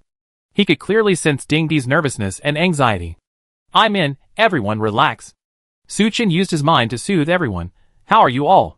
We're fine, but this place is truly terrifying. Yes, Boss Su, where are you? Let's meet up first, the others said hurriedly. After entering the tunnel, it was pitch black. Without the light of a flashlight, nothing could be seen. There was still seawater in all directions, and no ground beneath their feet. In such a situation, even Luo Xiaotian, who had the strongest mental fortitude, couldn't help but develop a fear of the deep sea. Thankfully, before entering, Su Chun had Ding Di use a mind link to connect everyone together. After a brief period of comfort, everyone regained their composure. Like everyone else, Su Chun had lost his sense of direction after entering. Thankfully, he had a radar system.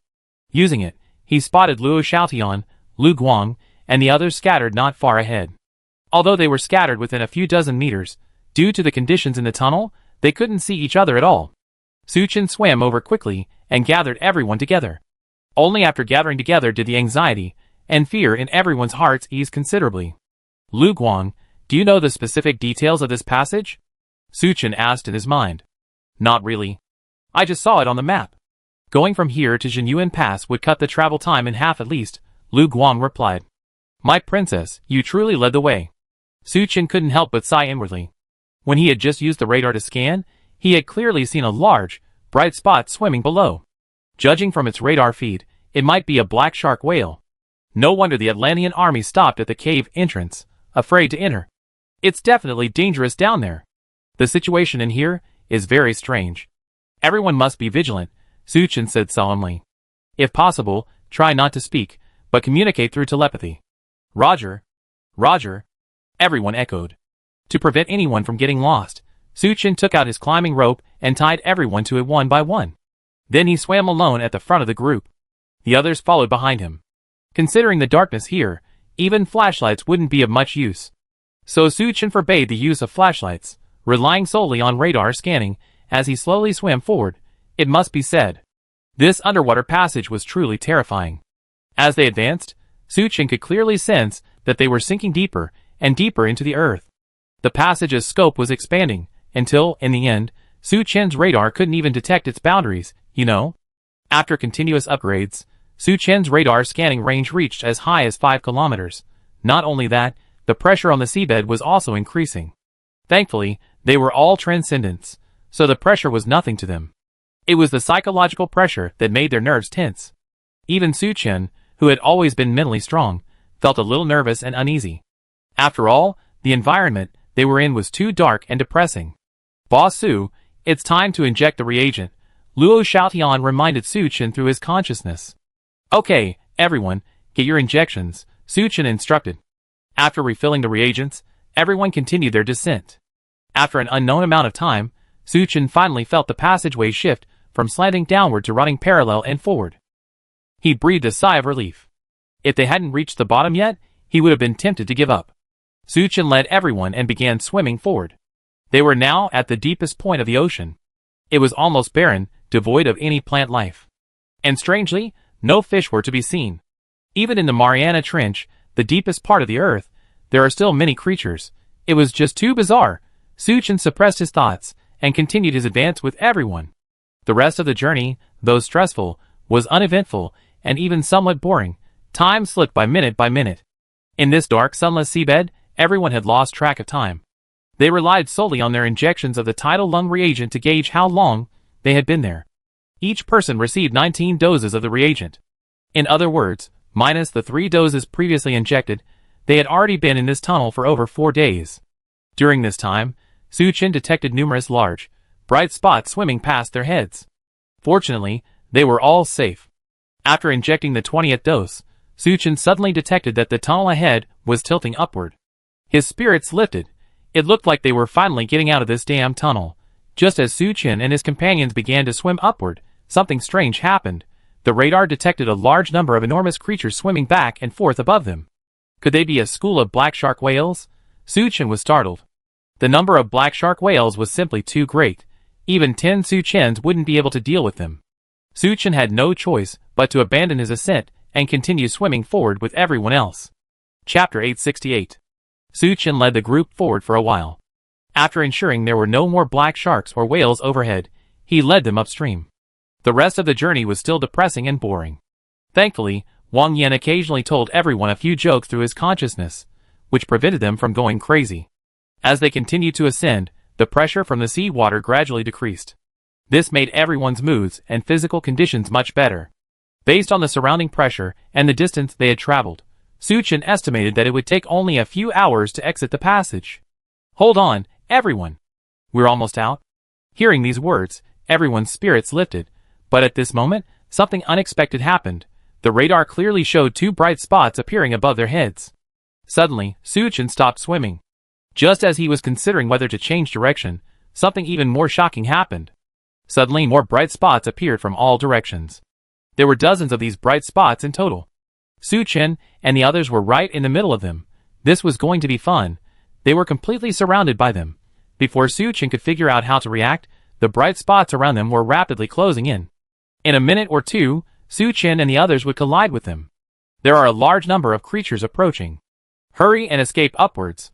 Su-chin commanded hurriedly through his mind. In this kind of environment, having a large number of creatures approaching was definitely not a good thing. Everyone was stunned at first, then stopped following Su-chin and swam rapidly upwards. Swimming furiously, they soon approached the two bright spots overhead. As expected, that familiar sense of oppression returned. It was indeed two black shark whales. The others didn't have radar systems like Su-chin.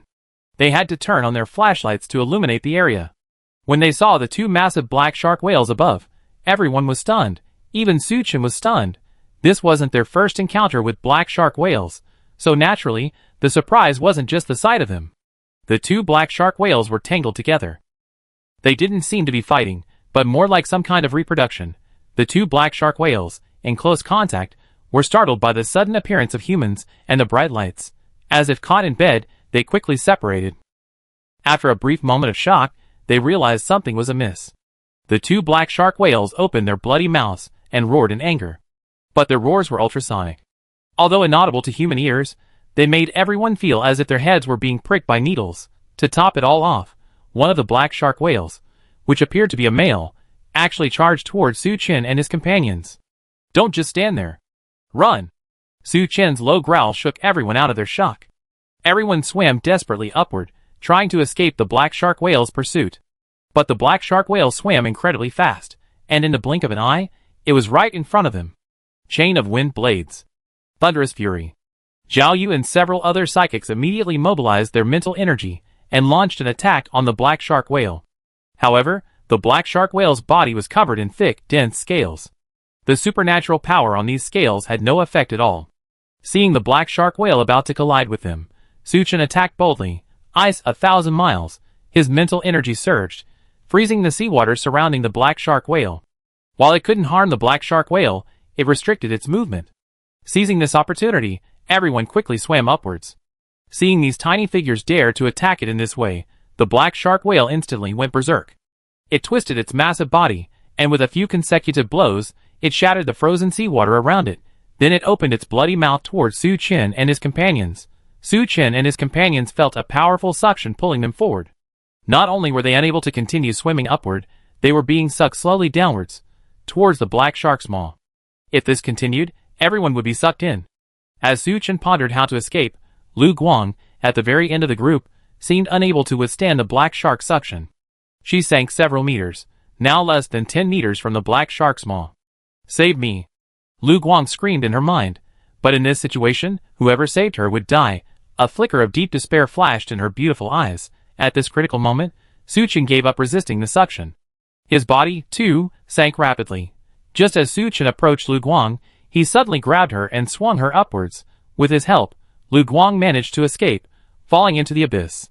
But even so, the others couldn't completely escape the black shark whale's suction. Especially Su Chen. He was barely one step away from the black shark whale's maw. In this critical moment, Su Chen didn't panic. He stared at the black shark whale's maw and unleashed his electric eyes. Dazzling beams of light instantly illuminated the deep sea. 2 beams of lightning pierced the water and struck the black shark whale's throat. The black shark whale's previously open maw instantly closed. Its massive body tumbled violently. From its movements, Su Chen could easily tell that his electric eyes must have caused it considerable pain. If the black shark whale had vocal cords, it would have screamed miserably.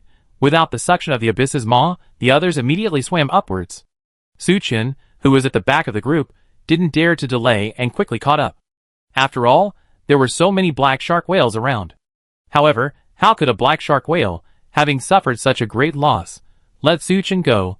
After recovering slightly, it immediately swung its huge tail and charged at Su Chen fiercely. Thankfully, Su Chen reacted quickly and swam in the opposite direction, avoiding the black shark whale's attack. But the other whale didn't seem to intend to let Su Chen go, turning around and intending to continue pounding him. At the same time, the other black shark whales also gradually approached. Su Chen was left alone, surrounded by the black shark whales. This was truly doomed. Su Chen's face changed slightly, realizing the trouble. However, to his surprise, the other black shark whales didn't seem to care about Su Chen. They simply stared at the black shark whale fighting Su Chen and swam away quickly. To avoid these black shark whales, Su Chen quickly dived a distance. Then a scene that stunned him occurred. The other black shark whales actually surrounded the first black shark whale and launched a crazy attack. Chapter 869. Their massive bodies clashed fiercely. The seawater instantly churned violently, causing Su Chen to lose his balance and nearly flip over. Know what was going on. Su Chen steadied himself and observed. It wouldn't have mattered if he hadn't observed, but he actually discovered the reason. The black shark whale severely injured by Su Chen was a male. The other black shark whales besieging it were also males. The female black shark whale that had previously bred with the first male black shark whale was now quietly watching the fight between her kind. It turned out to be a fight between 2 lapdogs fighting for mate rights. Su Chen breathed a sigh of relief, feeling temporarily relieved. As long as they weren't targeting him, it would be fine. He carefully avoided the chaotic battlefield, intending to circumvent the fight between the black shark whales. However, things didn't go as planned. The fight between the black shark whales intensified. The entire waters were roiled. Even more terrifying, they were actually approaching Su Chen. Damn it! Su Chen swam hurriedly, trying to avoid the black shark whales. However, there were too many of them, and their bodies were exceptionally large. Though he dodged several black shark whales, Su Chen was eventually struck by one. He instantly felt dizzy, as if he had been hit head-on by a high-speed train. Wow! Su Chen spat out blood, feeling as if his internal organs were dislocated and severely injured. Just as he finally managed to steady himself, and was about to take a high-level recovery agent, several more black shark whales struck him. This time, even though Su Chen had been injected with dragon blood, making his body quite formidable, he could no longer withstand it. His vision went black, and he instantly lost consciousness. It was unknown how long it took before Su Chen regained consciousness.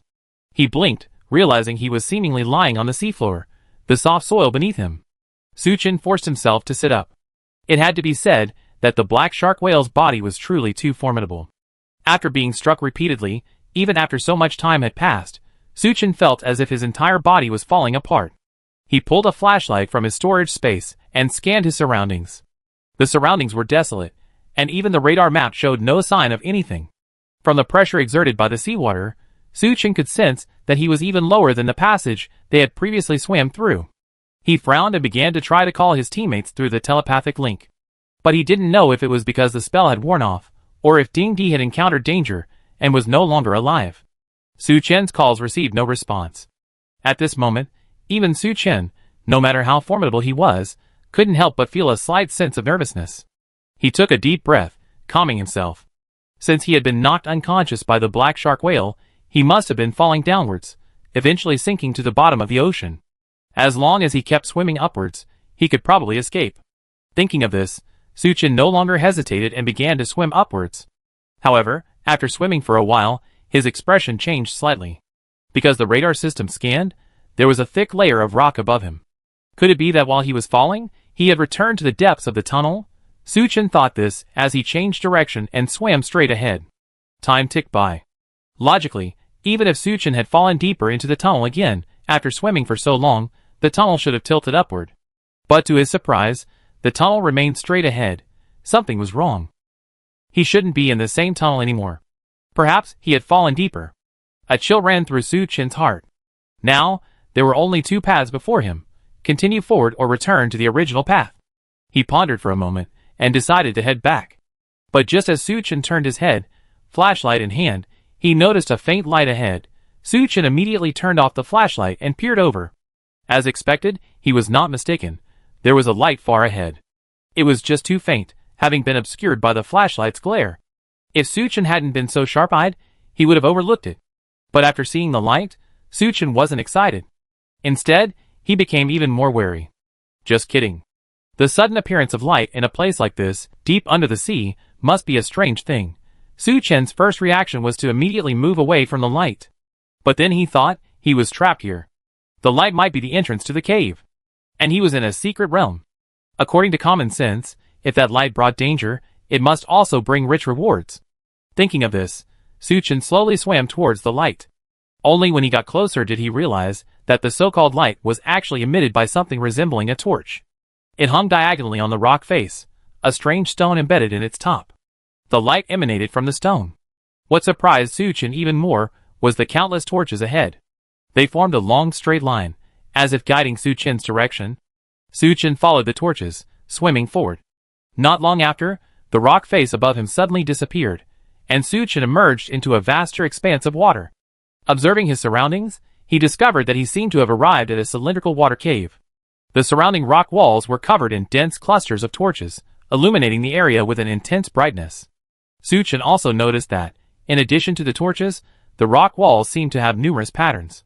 He took a closer look and discovered that these patterns were actually murals. After a quick glance at the contents of the murals, Suchin instantly understood his location. In ancient Atlantis, black shark whales were actually a distinct species. Their leader, the legendary sea monster Leviathan, is arguably the most powerful creature under the sea.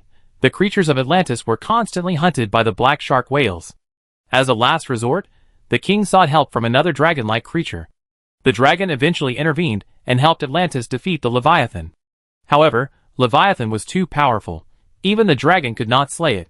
So, the kingdom of Atlantis constructed a prison called the Abyss. With the help of the dragon, Leviathan was sealed there. Without their leader, Leviathan, the remaining black shark whales, though powerful, were no match for the Atlantean army and the combined attack of the dragon. Eventually, the black shark whale clan was broken apart, scattered across the seabed, no longer able to stand against Atlantis. After defeating the black shark whale threat, Atlantis worshipped the dragon as a god. Chapter 870. No wonder there are so many black sharks and whales near this passage. So their leader is sealed here. However, according to the murals, this is a completely sealed forbidden area, and no creature can enter or exit freely. How did he get in? Could it be that the seal has loosened due to the passage of time?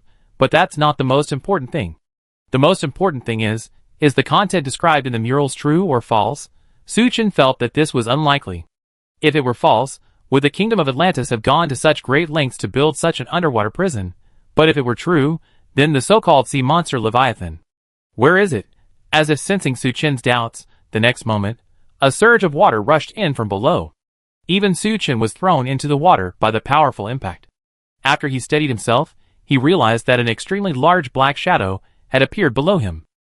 The black shark whale we encountered earlier was also a behemoth. But it was only a few sizes larger than the whales we encountered in the real world. However, the dark shadow below was several times larger than the black shark whale. Its appearance was even more ferocious than the black shark whale.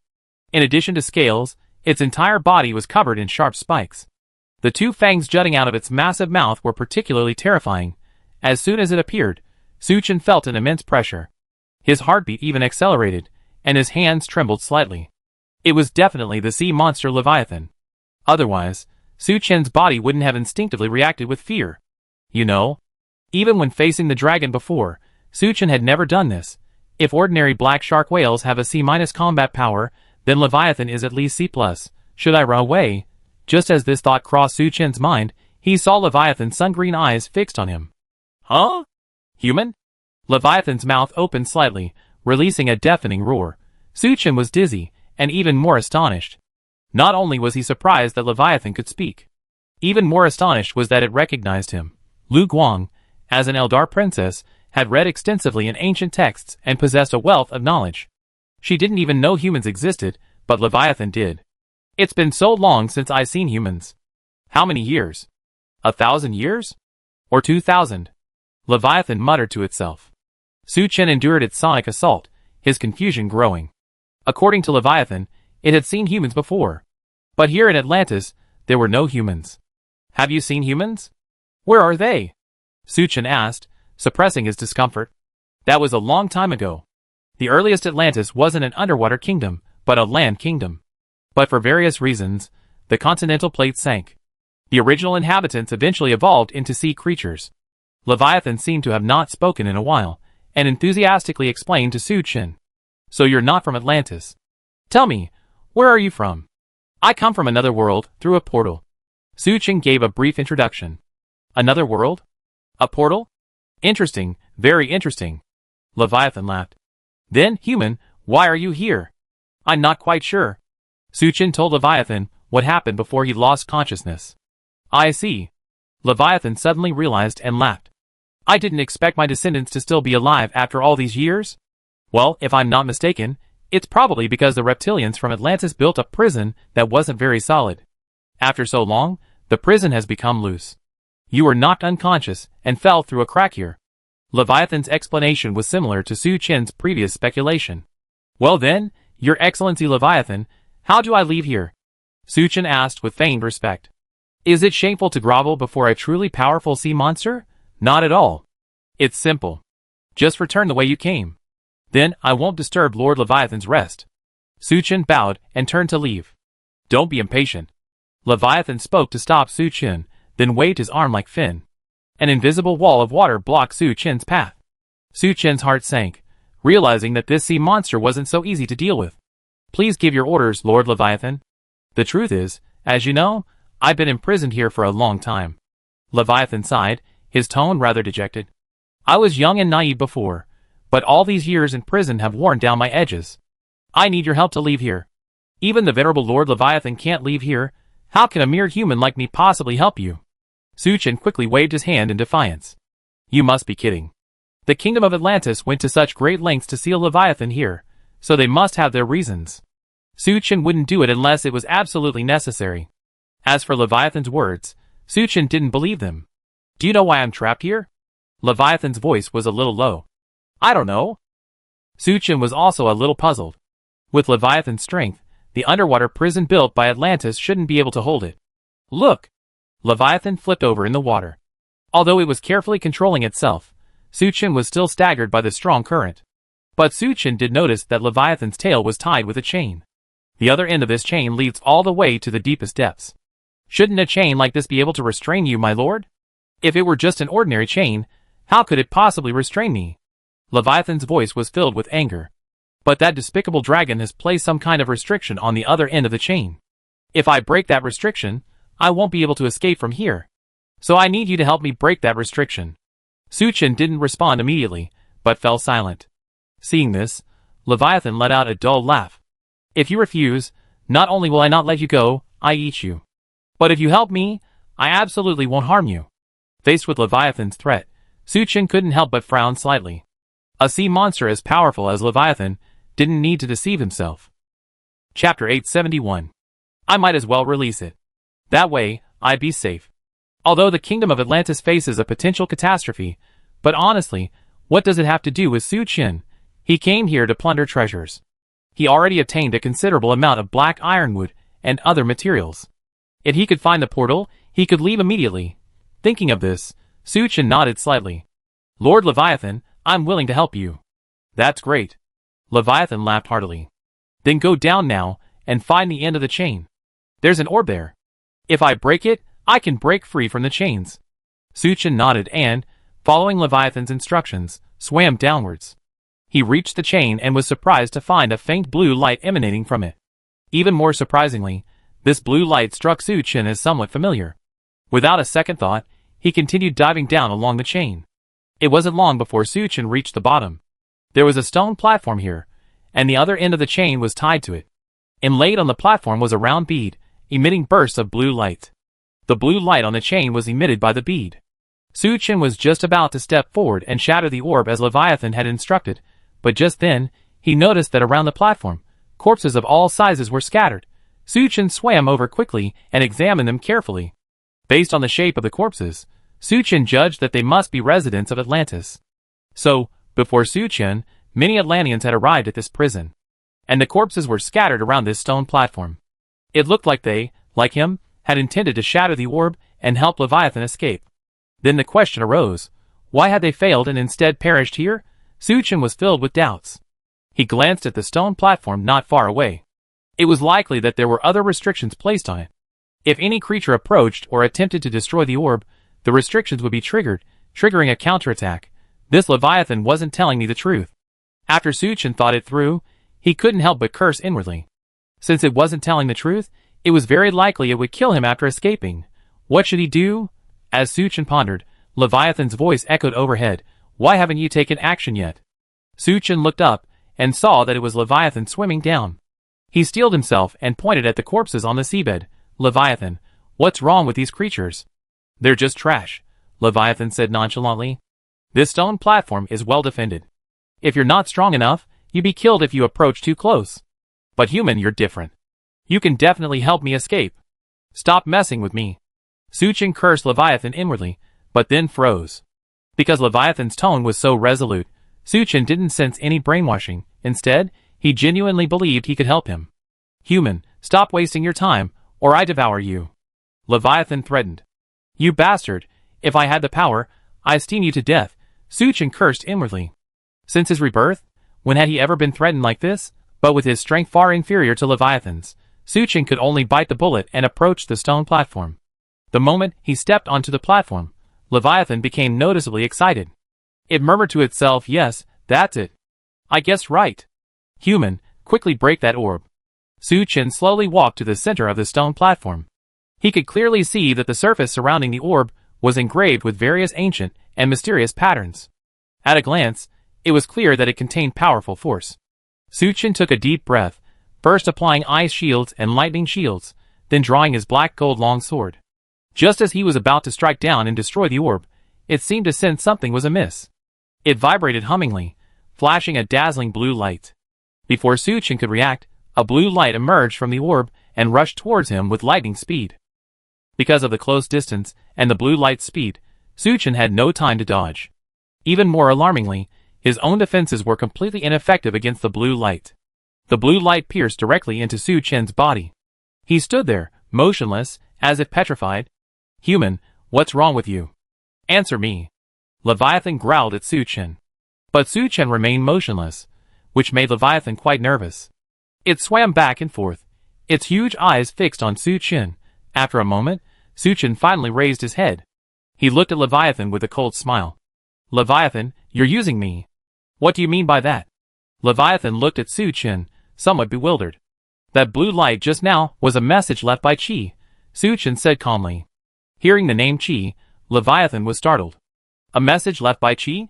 Yes. Su-Chen nodded heavily. The one who had sealed Leviathan wasn't a real dragon, but a dragon identical to the one that had led the previous monster rage. Its name was Chi.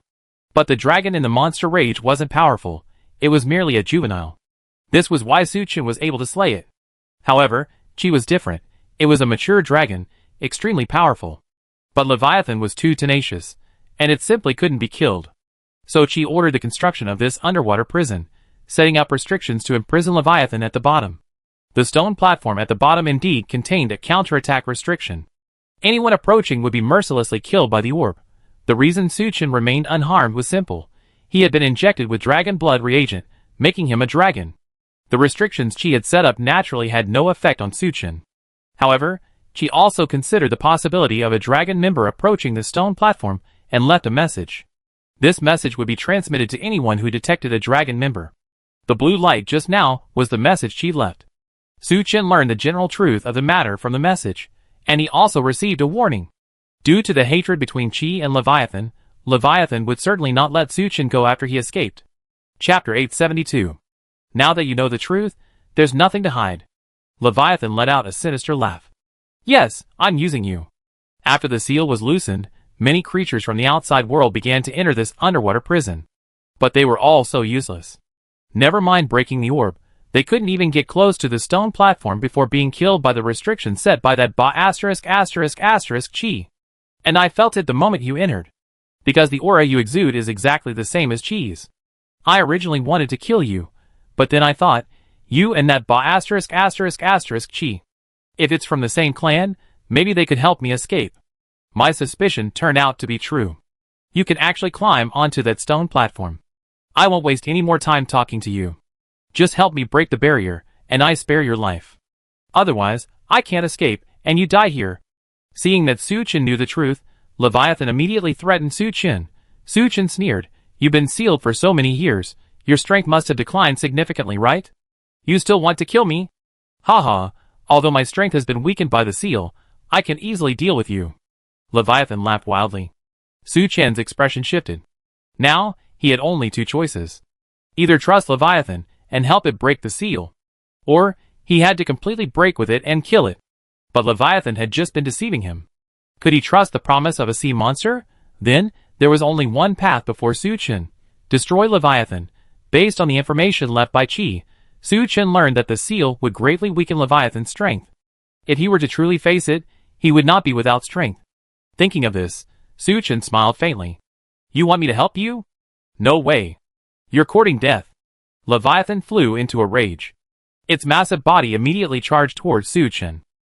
But Suchin simply stood on the stone platform, staring at it intently, without any intention of dodging. The moment Leviathan approached the platform, a dazzling blue light emanated from the orb once again. Leviathan slammed into the blue light. Even its immense body was sent flying by the blue light. Suchin gave a mocking smile. Leviathan, if you're truly capable, break this restriction first.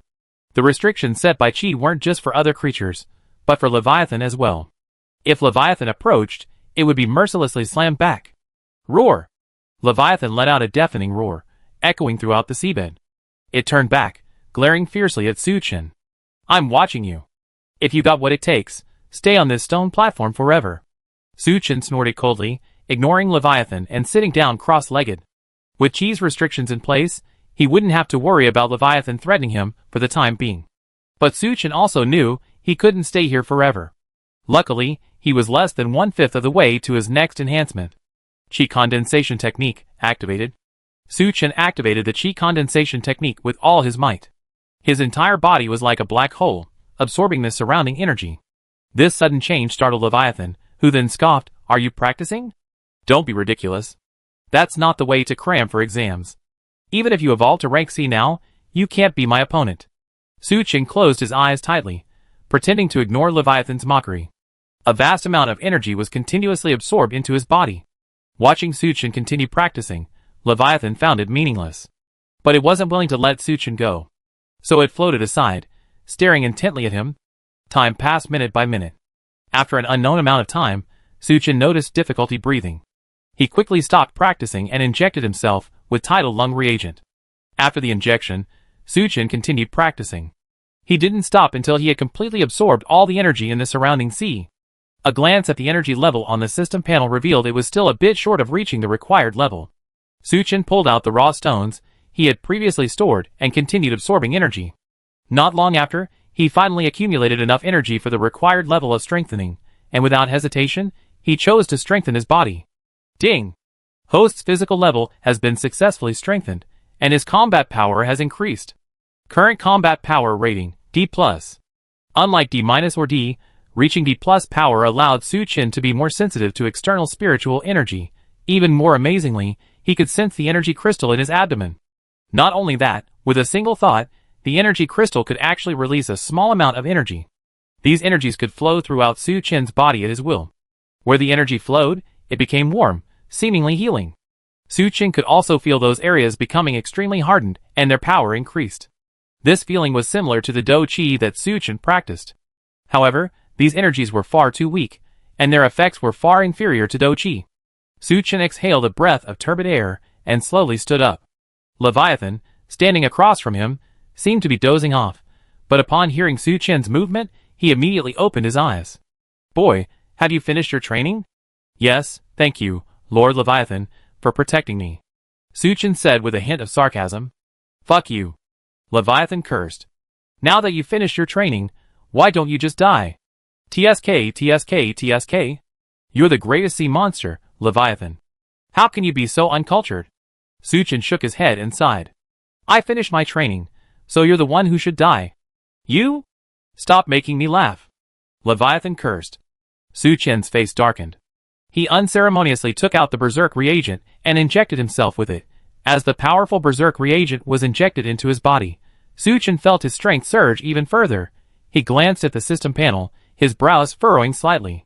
Previously, using the berserk reagent had always instantly increased his strength by 2 levels. But this time, it only increased Su Chen's strength from D+ to C-.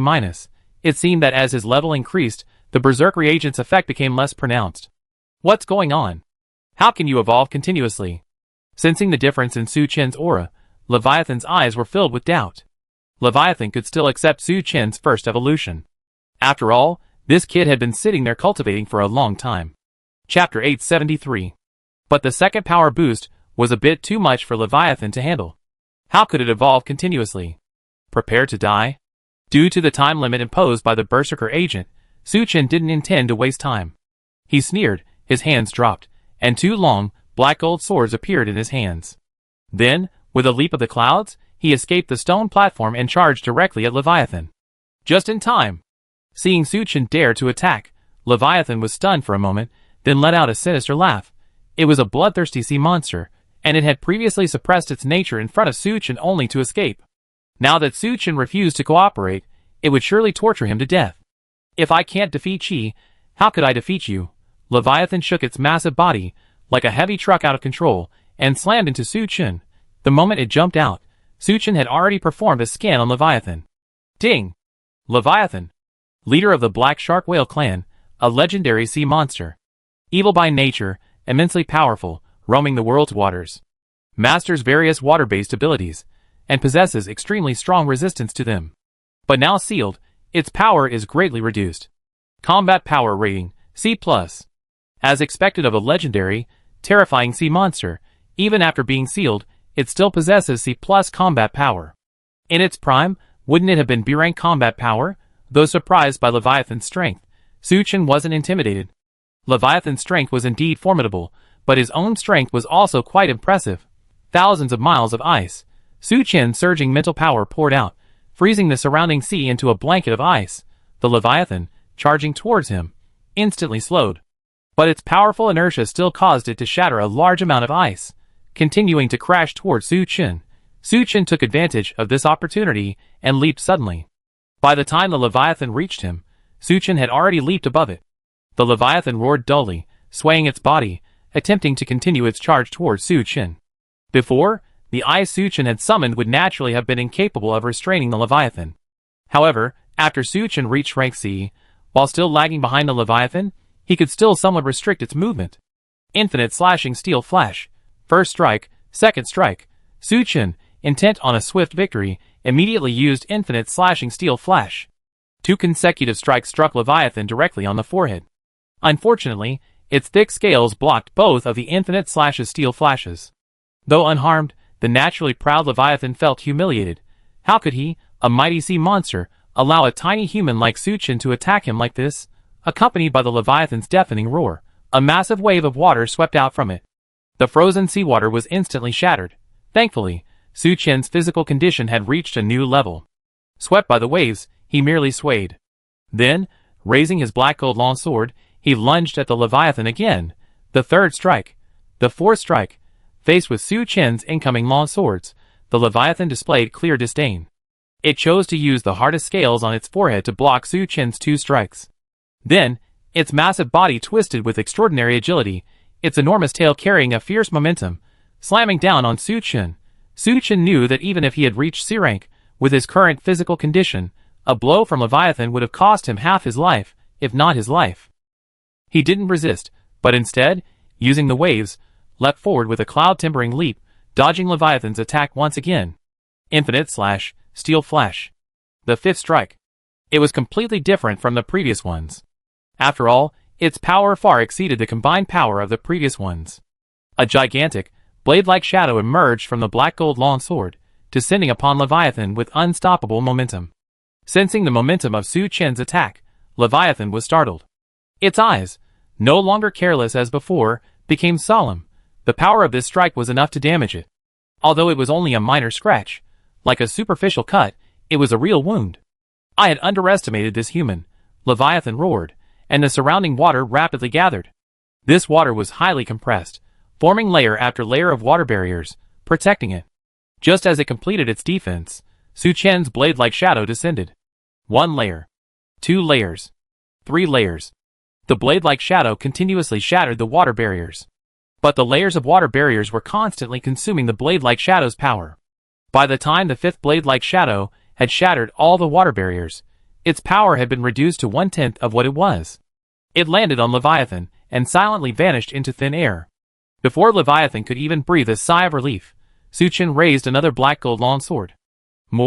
Leviathan panicked at first, then his anger filled his heart. After all, he was a sea monster that roamed the land, leaving his name in countless epics, yet Su Chen bullied him like this. He simply abandoned his defense and attacked directly.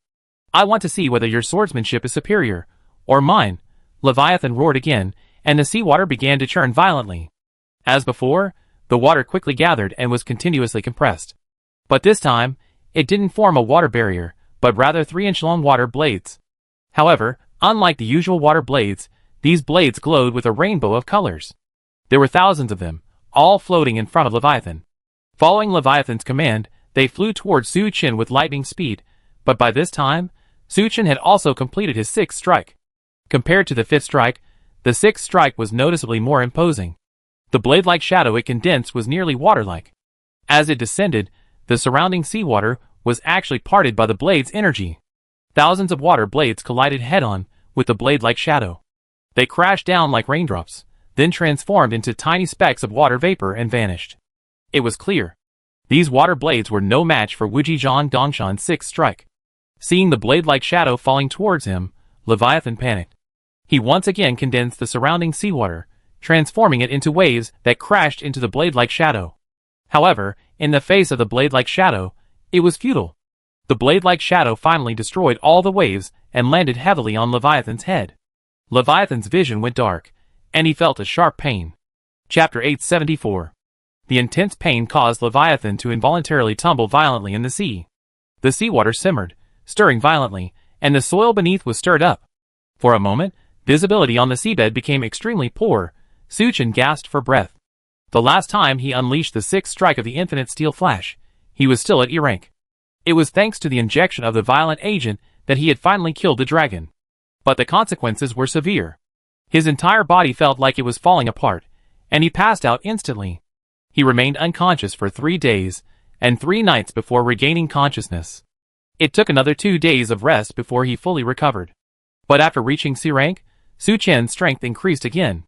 Now, after using the 6th strike, his whole body felt weak and a little exhausted, but not as much as before. Leviathan, is it dead? Su Chen asked uncertainly. He saw a large amount of blood mingling with the churning seawater. But Leviathan was, after all, a sea monster with a combat power of C+. The 6th strike of Wujizhan Gangshan could kill a dragon, but that didn't mean it could kill Leviathan. As expected, when the seawater stopped boiling and the mud dispersed, Su Chen saw Leviathan, still floating there intact. But compared to before, Leviathan looked rather more miserable. A few scales had fallen from its forehead, revealing a wound of moderate size. Crimson blood was now flowing continuously from it. "You bastard, I'm going to kill you!" Leviathan roared angrily. As a powerful sea monster, it had almost never suffered such a loss. Except when it faced the Chi. But the Chi, like the Leviathan, was a high-level creature. And what was Su Chen? Just a tiny human. It opened its bloody maw, and deep blue energy surged out like a tide. This deep blue energy gathered in front of the Leviathan, transforming into a massive blue vortex. This enormous vortex possessed an extremely strong suction force, sucking in all the surrounding seawater. Su Chen could feel the terrifying force within the vortex. If he were sucked in, he would likely be continuously squeezed and eroded by the deep blue energy. To avoid this, the safest way was to destroy the vortex. Su Chen's eyes narrowed, and he tightened his grip on the black gold longsword again. He intended to use the seventh strike, a move he had never used before. This would be different from the previous ones. This time, Su Chen sheathed one of the black golden longswords, only gripping the other tightly with both hands. The fifth strike of the Wujizhan Gangshan flashed, transforming into a gigantic blade-like phantom. The sixth strike condensed the blade-like phantom into something close to a physical form. But being close to a physical form doesn't necessarily mean it's a physical form. When the seventh strike was swung out, a massive golden blade aura once again emerged from the black golden longsword. But this time, it became completely physical. Not only that, the blade aura grew even thicker and larger. When the blade aura descended, the seawater it touched no longer parted. It was more like it was being evaporated. Where the blade aura passed, an incredible, waterless space appeared. Leviathan's pupils suddenly shrank. It could sense a terrifying power from the blade's energy. It had only felt this power before in Qi. How could this tiny human compare to Qi?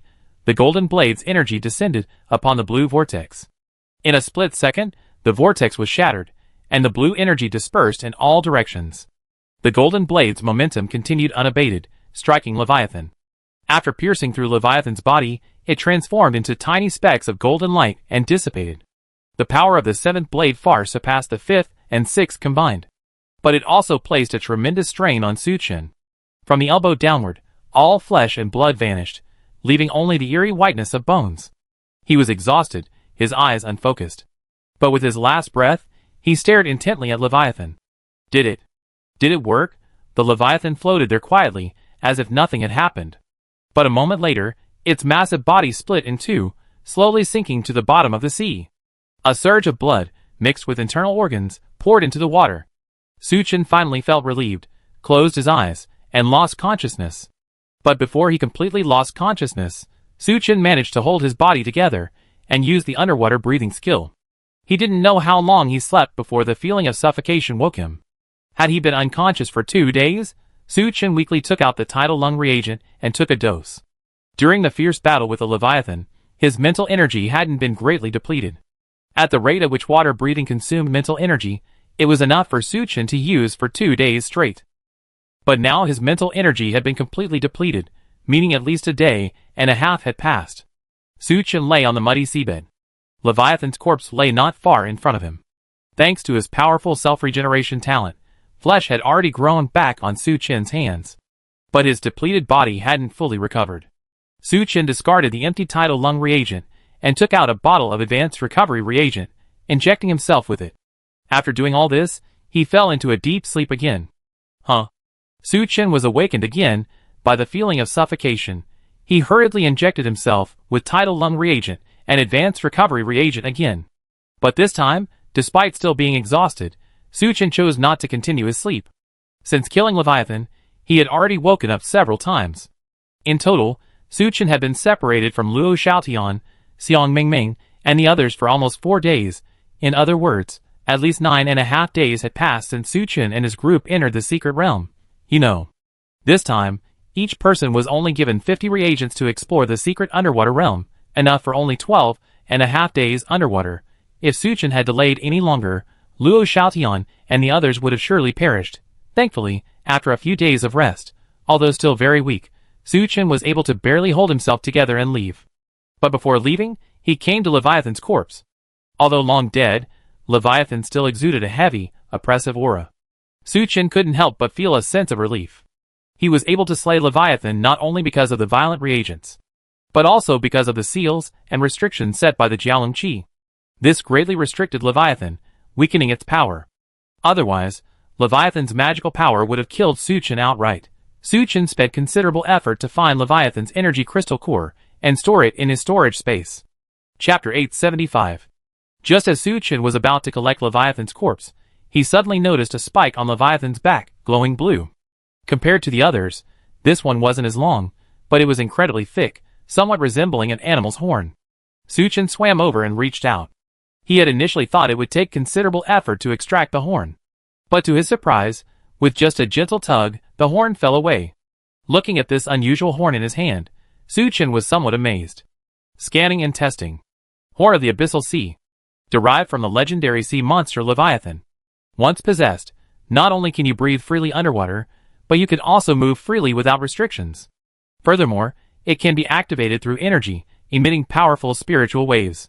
This wave can penetrate vast expanses of ocean, summoning black sharks and whales within range and placing them at the user's disposal. However, activating it requires a vast energy reserve. Quality: C-rank spiritual weapon. Su Qian's eyes flashed, and he nearly cried out in excitement. As expected, high risk brings high reward. After killing Leviathan, one can actually obtain a C-rank spiritual weapon. Remember, the Watchers, the Brotherhood, and the Mingyuan group combined only have one D-rank spiritual weapon. In Su Qian's opinion, if the Horn of the Abyssal Sea wasn't limited to underwater use, it might even be able to challenge the status of a B-rank spiritual weapon. With this thing, at least for now, I don't have to worry about drowning in the sea. Su Qian calmed his excitement and swam quickly upwards. He soon returned to the passage he had come from. Su Qian swam along the top of the passage, heading in the direction he had come from. Not long after, he discovered a landslide above the passage. He must have fallen from here. Su Qian followed the landslide and slid straight out. How's it going? Did you find anything? The other end of the death tunnel. Seeing Luo Xiaotian and the others swimming out, he hurried to greet Ming Ming, Lu Linger, Lin Yingying, and Lu Guang. Luo Xiaotian sighed and shook his head at the four women. No. The spark of hope in the four beauties' eyes dimmed instantly. When the black shark whale attacked earlier, the Watchers were thrown into chaos. It was only with Su Qian's protection that they were able to escape successfully. However, due to the chaos, it wasn't until everyone had exited the death tunnel that they realized Su Qian was missing. At first, no one was overly nervous.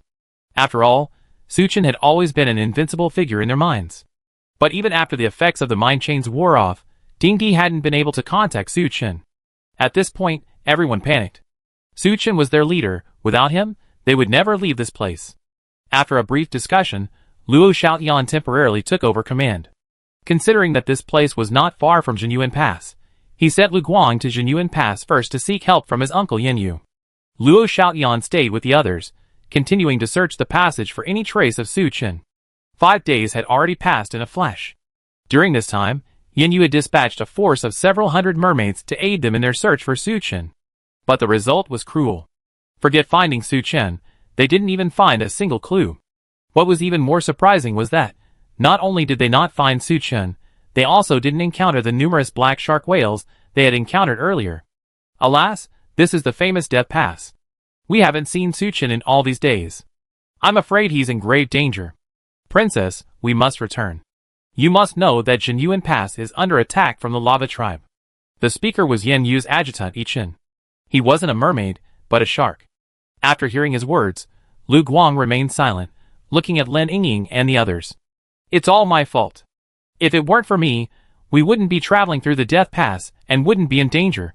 Su Qian wouldn't be in danger because of me, Lu Guang said with a guilty look on her face. It wasn't until she arrived at Jinyuan Pass and met her uncle Yin Yu that she realized the passage they were traveling through was actually the Death Pass. No one knew what dangers lay within. But no creature that entered it had ever emerged alive. The fact that they managed to escape alive was already a miracle. What's the point of saying all this now? Lin Yingying said coldly. Why not ask your uncle to send more troops? Lu Guang opened her mouth, unsure how to respond to Lin Yingying. When she entered Jinyuan Pass, the lava tribe was launching a large-scale attack. Yin Yu was willing to send an army to help search the Death Pass, which was already a great favor. He couldn't possibly disregard the safety of Jinyuan Pass and the Kingdom of Atlantis by sending more troops to search for Su Qian, who was likely already dead. Boss, you're truly blind to choose to help you, to save you. The usually good-tempered Xiang Mengming glared at Lu Guang. If it weren't for the mermaid army nearby, she would have slapped him. If you want to leave, get out, Lu Linger said coldly. After these past few days, Lu Guang and the women had become close friends. Seeing their rude treatment, Lu Guang felt incredibly wronged. But she also knew she had let Lu Linger and the others down, and let Su Qian down. Princess, were they being disrespectful to you? Yichen noticed something was wrong and asked. No. Lu Guang quickly shook his head. Adjutant Yichen, please continue searching for a while. Okay, but only for half a day at most. Yichen hesitated, then nodded in agreement. In his opinion, continuing the search was a waste of effort and completely unnecessary. But Lu Guang was a princess of the spirit race and Yen Yu's niece. She asked, and Yichen couldn't refuse. You proceed. At Yichen's command, the mermaid soldiers once again picked up the ropes lying nearby. To prevent getting lost in the death passage, the mermaid soldiers, like humans, used ropes to connect with one another. Just as everyone packed up their belongings and prepared to dive into the death passage again, Lu Guang suddenly froze. Look! Everyone was startled, and following her direction, they peered into the death passage. They saw a tiny figure slowly floating upward from the bottom of the passage. In the blink of an eye, it reached the entrance to the death passage. As the figure grew larger, everyone recognized it. If it wasn't Su Chen, who else could it be? Chapter 876. Boss? The sight of Su Chen stunned everyone. Lin Yingying, Lu Linger, Xiang Mingming, and Zhao Yu were the first to react. Eyes welling with tears, they screamed and ran towards Su Chen, throwing themselves into his arms. Feeling their deep concern for him, Su Chen felt a warm surge of emotion. Ming Qi, standing nearby, also wanted to snuggle into Su Chen's arms, but there was no room left. Scratching anxiously, she finally put her arm around Su Chen's shoulders from behind. I wish I could get there too. Lu Guang, not far away, silently watched Su Chen and the other women make out, feeling a touch of envy. No one dared to disturb them. Only after Su Chen finished making out with Lin Yingying and the others did they gather around. Brother Su, how are you? Are you okay? Yes, what happened to you? Wang Yan and Ding Di asked, one on each side. Luo Xiaotian, Wang Xinyu, Dang Han, and the others remained silent, but their expressions were equally filled with concern. It's a bit complicated. I was knocked unconscious by a black shark whale. Su Chen briefly recounted his experience. He simply said he encountered Leviathan and defeated it. He didn't mention the feud between Leviathan and Qi. After hearing this, the watchers were filled with amazement.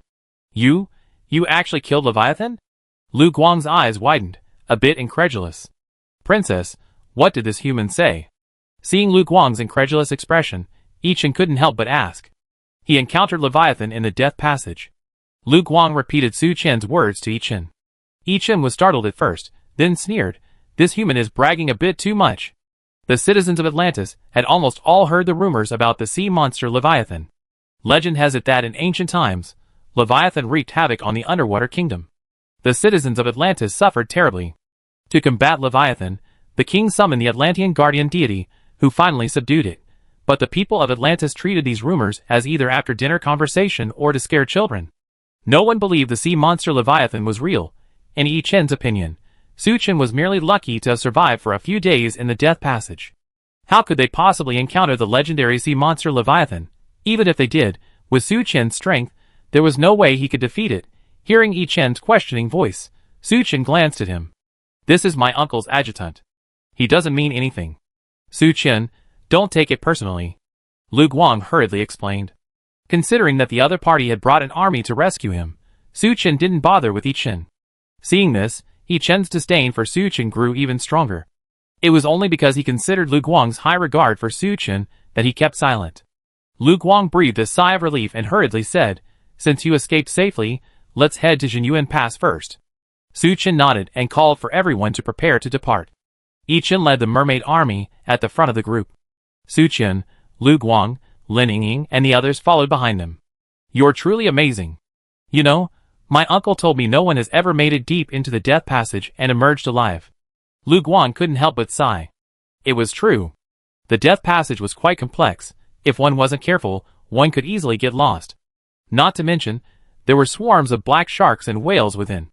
The underwater prison at the bottom even held the infamous sea monster Leviathan. Only Su Chen, with his combined strength and luck, could have escaped the death passage alive. Otherwise, any other creature would have sunk to the bottom of the ocean. Su Chen smiled. How far is it from here to Jinyuan Pass? Not far. We'd be there in an hour or two at most. Lu Guang smiled. Once we reach Jinyuan Pass, I have my uncle find a way to allow you to breathe freely in the water. Noticing the two chatting happily, Yichen, who was standing ahead, felt rather annoyed. Seeing they were about to reach Jinyuan Pass, he rolled his eyes and ordered a halt. Adjutant Yi, what's going on? Seeing the team halt and Yichen approach, Lu Guang asked curiously. It's like this, princess. Yichen bowed to Lu Guang. Jinyuan Pass is a key military stronghold of Atlantis. No civilians are allowed to enter unless under special circumstances. Though these humans saved your life, it's a bit inappropriate to allow them into Jinyuan Pass, isn't it? Lu Guang frowned. Adjutant E, you're going too far. Princess, it's not that I'm being overly harsh, it's just the rules. Yichen said innocently, why don't we let them wait here while we go in and report to the general? Lu Guang was quite dissatisfied, but Yichen's words made sense. For a moment, she didn't know what to do. What if I say no? Suchen said calmly. Yichen was stunned at first, then sneered. Suchen, right? Don't think you can do whatever you want just because you saved the princess. Suchen said nothing, his hawk-like eyes fixed on Yichen. Yichen suddenly felt as if he were being stared at by a prehistoric beast. The invisible pressure made him feel a little breathless. What was going on? Even in front of General Yin Yu, a powerful general in the kingdom, he had never felt this way. Could this human be even more powerful than General Yin Yu? Yichen felt a little unconvinced. He tried to straighten his neck and glared at Su Chen with a stern attitude. But anyone with a discerning eye could see that Yichen was losing momentum. Just as the atmosphere between the two sides was becoming somewhat tense, a sudden scream rang out. The scream instantly attracted the attention of every living being present. Looking closely, everyone realized that a mermaid soldier had been murdered. The killer was a crab that suddenly emerged from the coral reefs on both sides. That's right. These creatures looked very similar to crabs. But their bodies were even larger than the largest king crabs, towering over a human by a full head.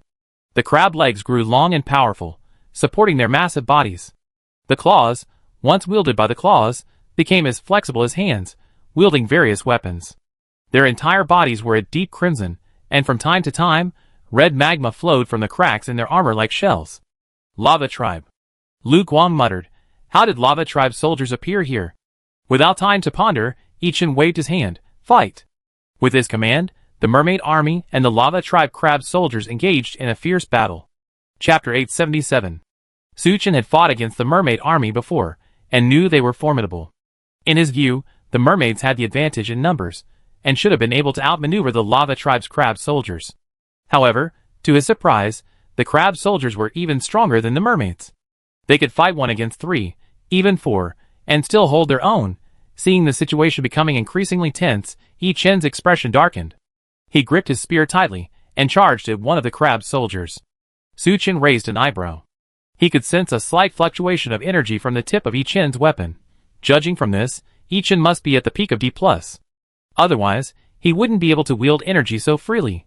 Seeing Yichen approaching, the crab soldier swung its giant hammer, forcing back the mermaid soldiers nearby. Then it took a few quick steps forward and slammed its giant hammer down on Yichen.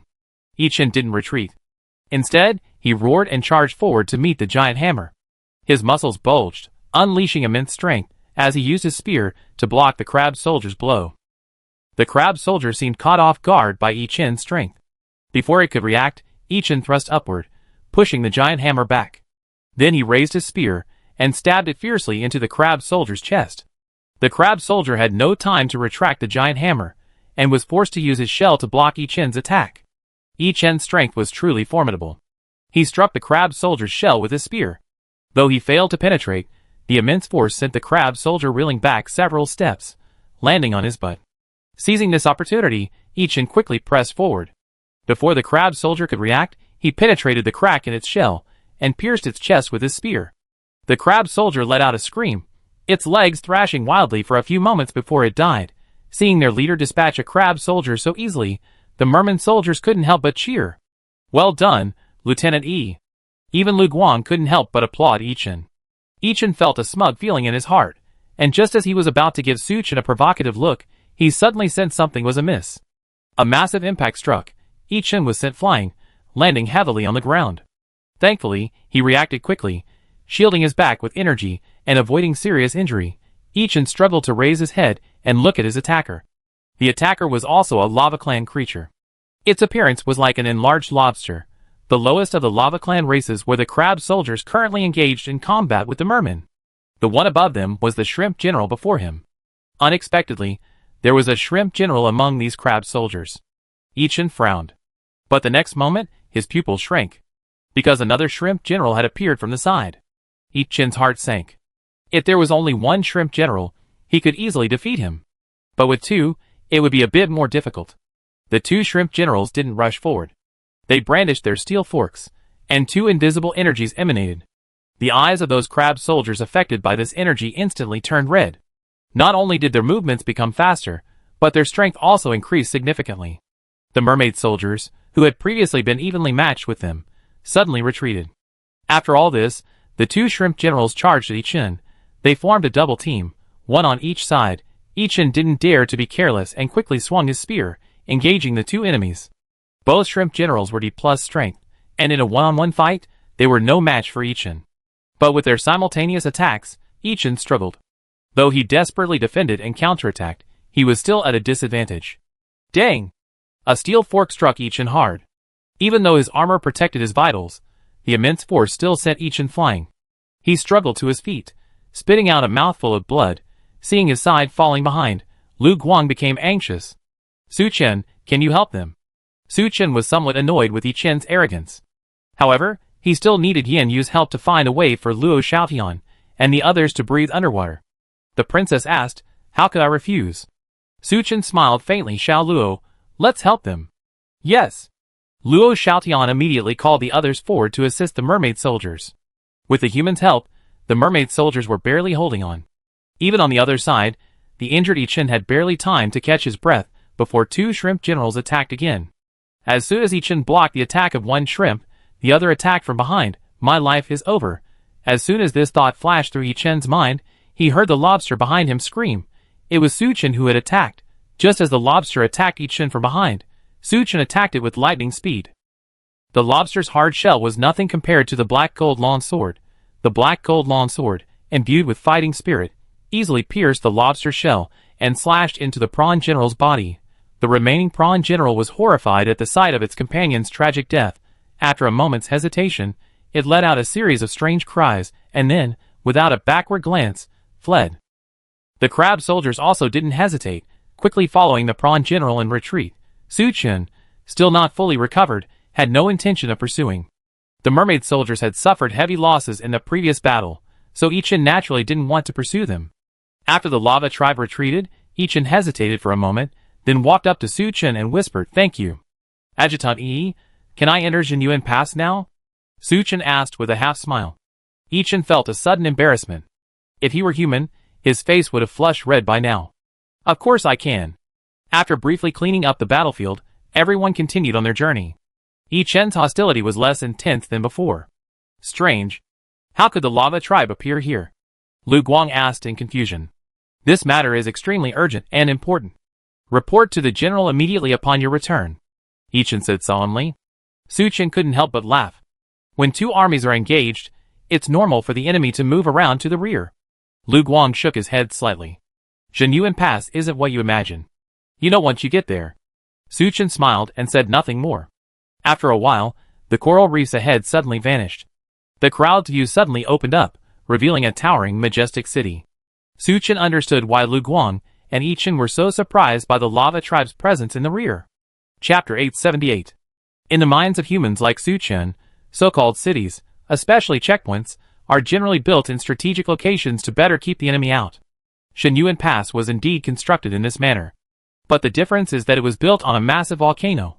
A towering wall encircled the crater. Above the wall, flags fluttered, and a large number of water cannons, all of which had been seen before, were deployed. There were also many strange-looking, yet clearly destructive defensive weapons. A large number of Atlantean soldiers stood guard on the wall. Descending from the crater, rows of buildings resembling military barracks appeared. At the foot of the mountain, another wall was built, enclosing the entire volcano. However, compared to the crater, the wall below was not as tall, and its defenses were less robust.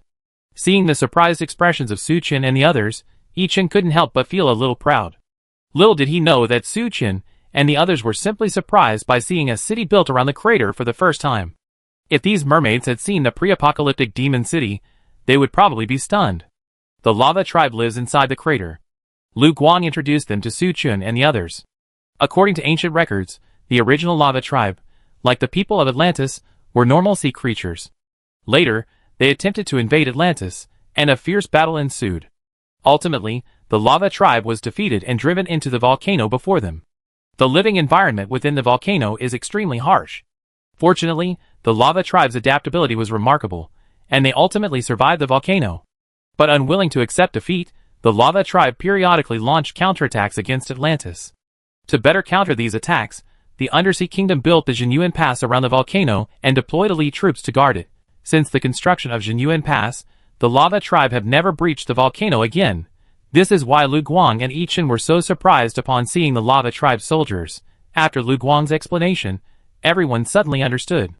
Su Chen's face reflected a thoughtful expression. He gazed further beyond the volcano, where darkness reigned. "What's that place over there?" "That's the end of the world," Lu Guang explained. After passing Jinyuan Pass, a few kilometers ahead lay a vast abyss. How long, wide, and deep this abyss was unknown. To the creatures of the Undersea Kingdom, this was the end of the world. Su Chen nodded and said nothing more. The group followed Yichen, heading towards the volcano. Soon they arrived at the city gate at the foot of the mountain. After seeing Yichen, the merman soldiers guarding the city immediately let them pass. The group followed the road, slowly swimming towards the crater.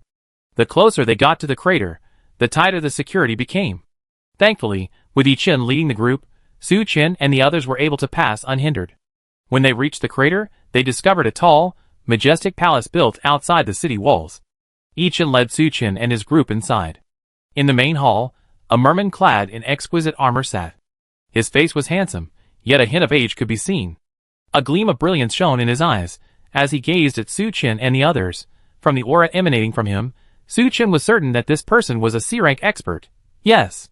This person was none other than Yin Yu, a member of the Atlantis royal family, the commander of Jinyuan Pass, and Lu Guang's uncle. "Lu Guang, you're back." Seeing Lu Guang enter, the gleam in Yin Yu's eyes faded, revealing a touch of kindness. "Uncle!" Lu Guang called out, quickly swimming to Yin Yu's side. Yin Yu examined her carefully, and only after confirming she was alright did he feel relieved. He glanced at Su Chen. "I suppose you are the Su Chen who saved Lu Guang?" As a C-rank expert, Yin Yu was extremely sensitive to auras and energy. From the moment Su Chen entered, he sensed that Su Chen's aura was far more powerful than anyone else's. Not to mention the other humans, who all followed Su Chen's lead. His beloved niece, even more so, stayed by Su Chen's side. "Greetings, General." Su Chen bowed with a composed manner. "Thanks to you, Lu Guang arrived here safely. I already know about the agreement between you and Lu Guang." Yin Yu snapped his fingers. A group of mermaids dressed as servants swam over, carrying boxes of various sizes. They placed the boxes in front of Su Chen and opened them. They revealed a number of rare materials, such as black ironwood. "This is just a small token of my respect, but please accept it, Mr. Su Chen." Yin Yu paused, then smiled. "Since Lu Guang has arrived safely, Mr. Su, please return." As soon as these words were spoken, the humans' faces changed slightly. Although materials like the black ironwood were extremely important to the Watcher Alliance, they had risked so much to escort Lu Guang to Jinyuan Pass. Not just for the black ironwood, more importantly, they had to find a way to breathe underwater and a portal to leave. Yin Yu, on the other hand, wanted to send them away directly. If they left now, they would probably all die. After all, the reagents left for them would only last for 3 more days. "Uncle." Lu Guang's pretty face changed slightly, and she was about to say something. But Yin Yu waved his hand. "I'm in charge here. Lu Guang, you can go back first." "General Yin Yu, aren't you going too far?" Su Chen narrowed his eyes, a hint of awe in his gaze. Lu Guang had already informed Yin Yu of their situation, but Yin Yu was sending them away. This meant Yin Yu was ready to rip them off. "Send Lu Guang back. I've given you so many treasures, and I've done my best." Yin Yu said calmly. "Please leave." "What if I don't?" "Then don't blame me for being rude." Yin Yu's face darkened. As soon as he finished speaking, a large number of Jinyuan Pass soldiers rushed out from both sides. Not to mention Luo Xiaotian, Xiong Mengmeng, and other humans. Even Yichen was surprised. He hadn't expected Yin Yu to deploy troops. "Uncle, what are you doing?" Lu Guang glared at Yin Yu angrily. But Yin Yu just stared at Su Chen, ignoring him. Su Chen's face was as gloomy as water, his eyes observing the surrounding situation. Although he hadn't fully recovered yet, with his current strength, and with another shot of Berserker reagent, killing Yin Yu shouldn't be a problem. Killing Yin Yu was easy, but how could he control Jinyuan Pass? Chapter 879. Just as Su Chen was contemplating what to do, Lu Guang gritted her teeth. She swung her tail, quickly moving away from Yin Yu and rushing to Su Chen's side. "Lu Guang, what are you doing?" Yin Yu was stunned for a moment before scolding him. "Su Chen has saved my life many times. I made a pact with him." Lu Guang said seriously. If you, uncle, want to kill him, then kill me too. You? Yin Yu stared at her for a long moment before waving his hand helplessly. All of you leave. At his command, the surrounding troops quickly retreated. Sit down first. Yin Yu waved his hand, and several servants brought up chairs. After everyone was seated, Yin Yu smiled wryly and said, Su Chen, Lu Guang, I didn't mean to do this. It's just that I'm under tremendous pressure. Su Chen paused for a moment, then said slowly, if I'm not mistaken, the king must have sent an envoy. That's right. Yin Yu nodded. From Lu Guang's escape route, it was easy to guess that she was heading for her uncle Yin Yu at Jinyuan Pass.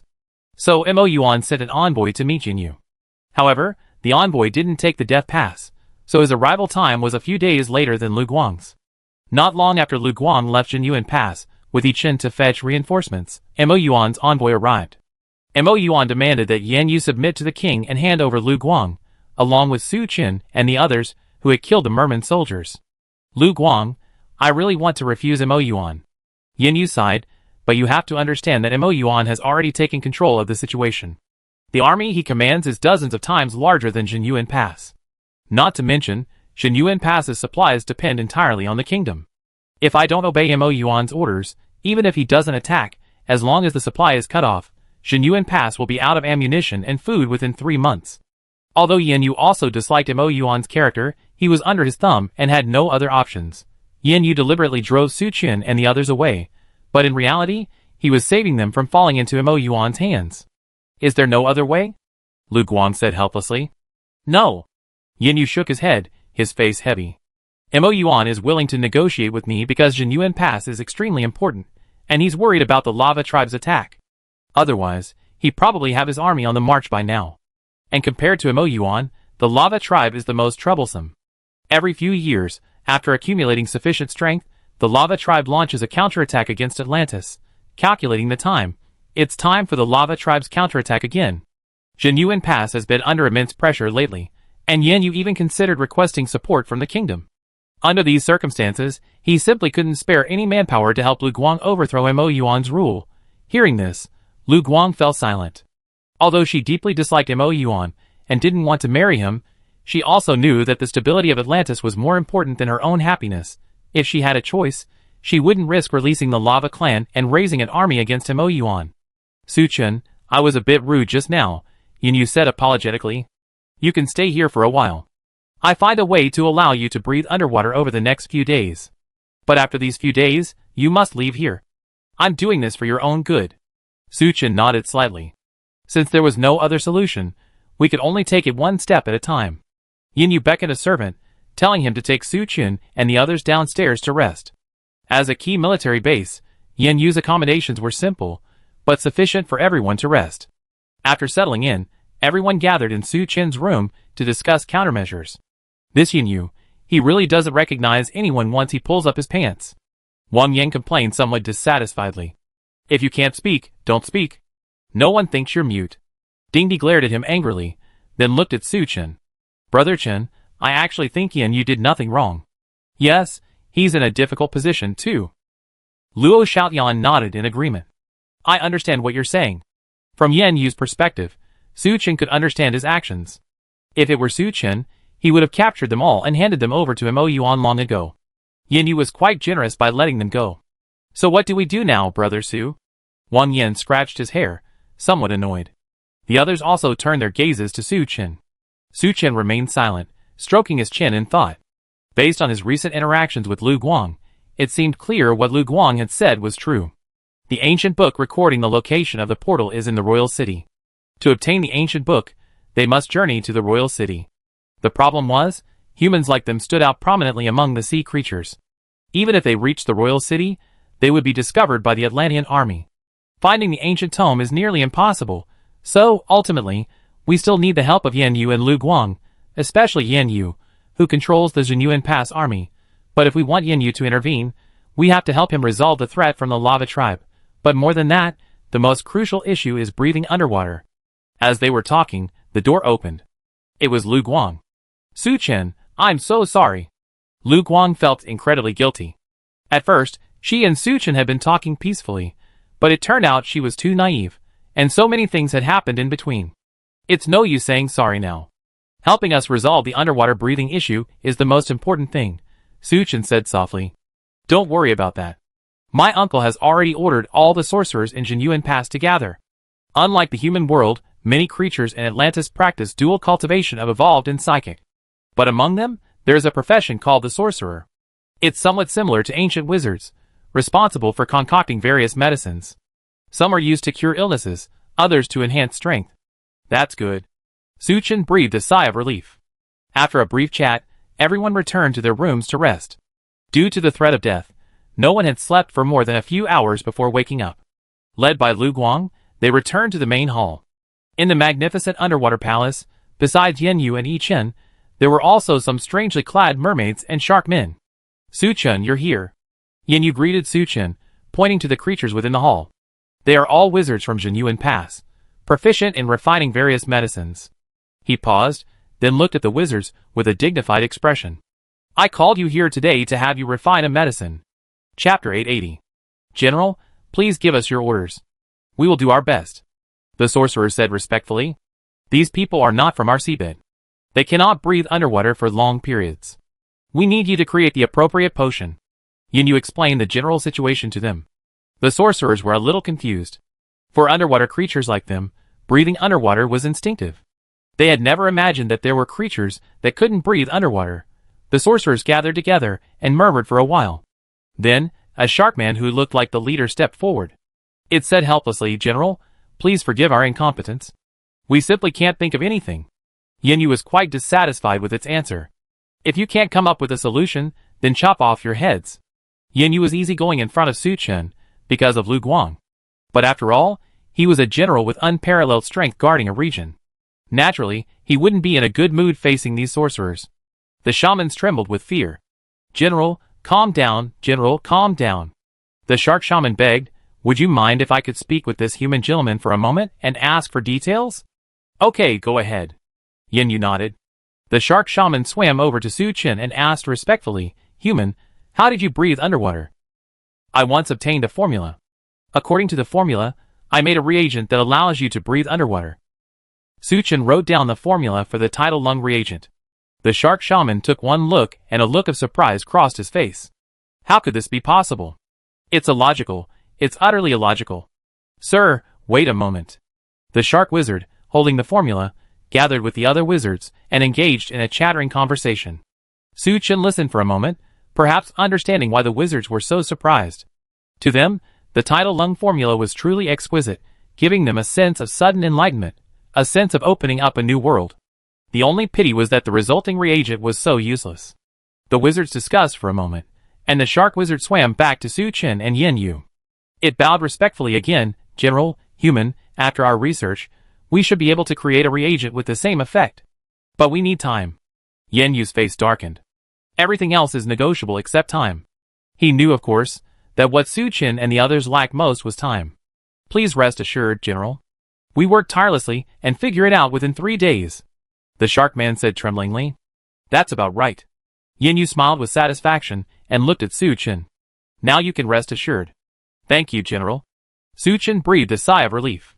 Although he had the abyssal horn and wasn't worried about drowning, Lin Yingying, Luo Xiaotian, and the others who had come with him were at risk. Suchin spoke with Yenyu for a while longer, and Yenyu arranged a banquet. The banquet featured a variety of exquisite and exotic foods, and Suchin and the other humans thoroughly enjoyed the feast. After feasting and drinking, everyone, temporarily relieved of their stress, returned to their rooms to rest. Suchin wasn't in a hurry to return.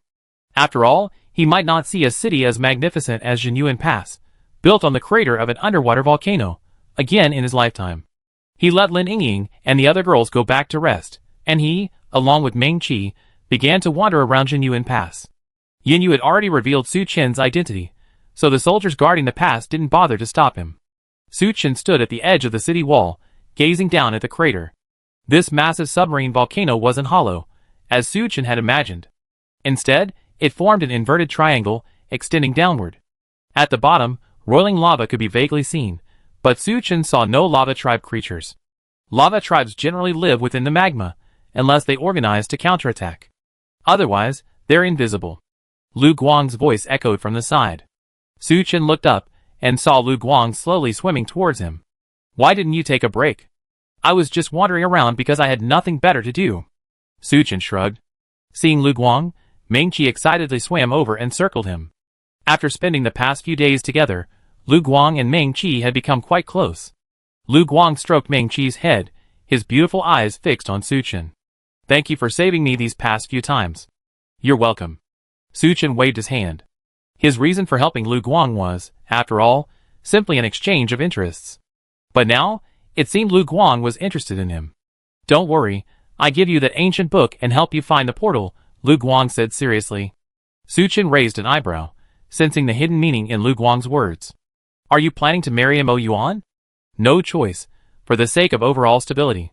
Lu Guang sighed softly, looking rather forlorn. Even without the threat of the lava tribe, the army at Jinyuan Pass alone would be no match for Mo Yuan's army. What if I said I could help you?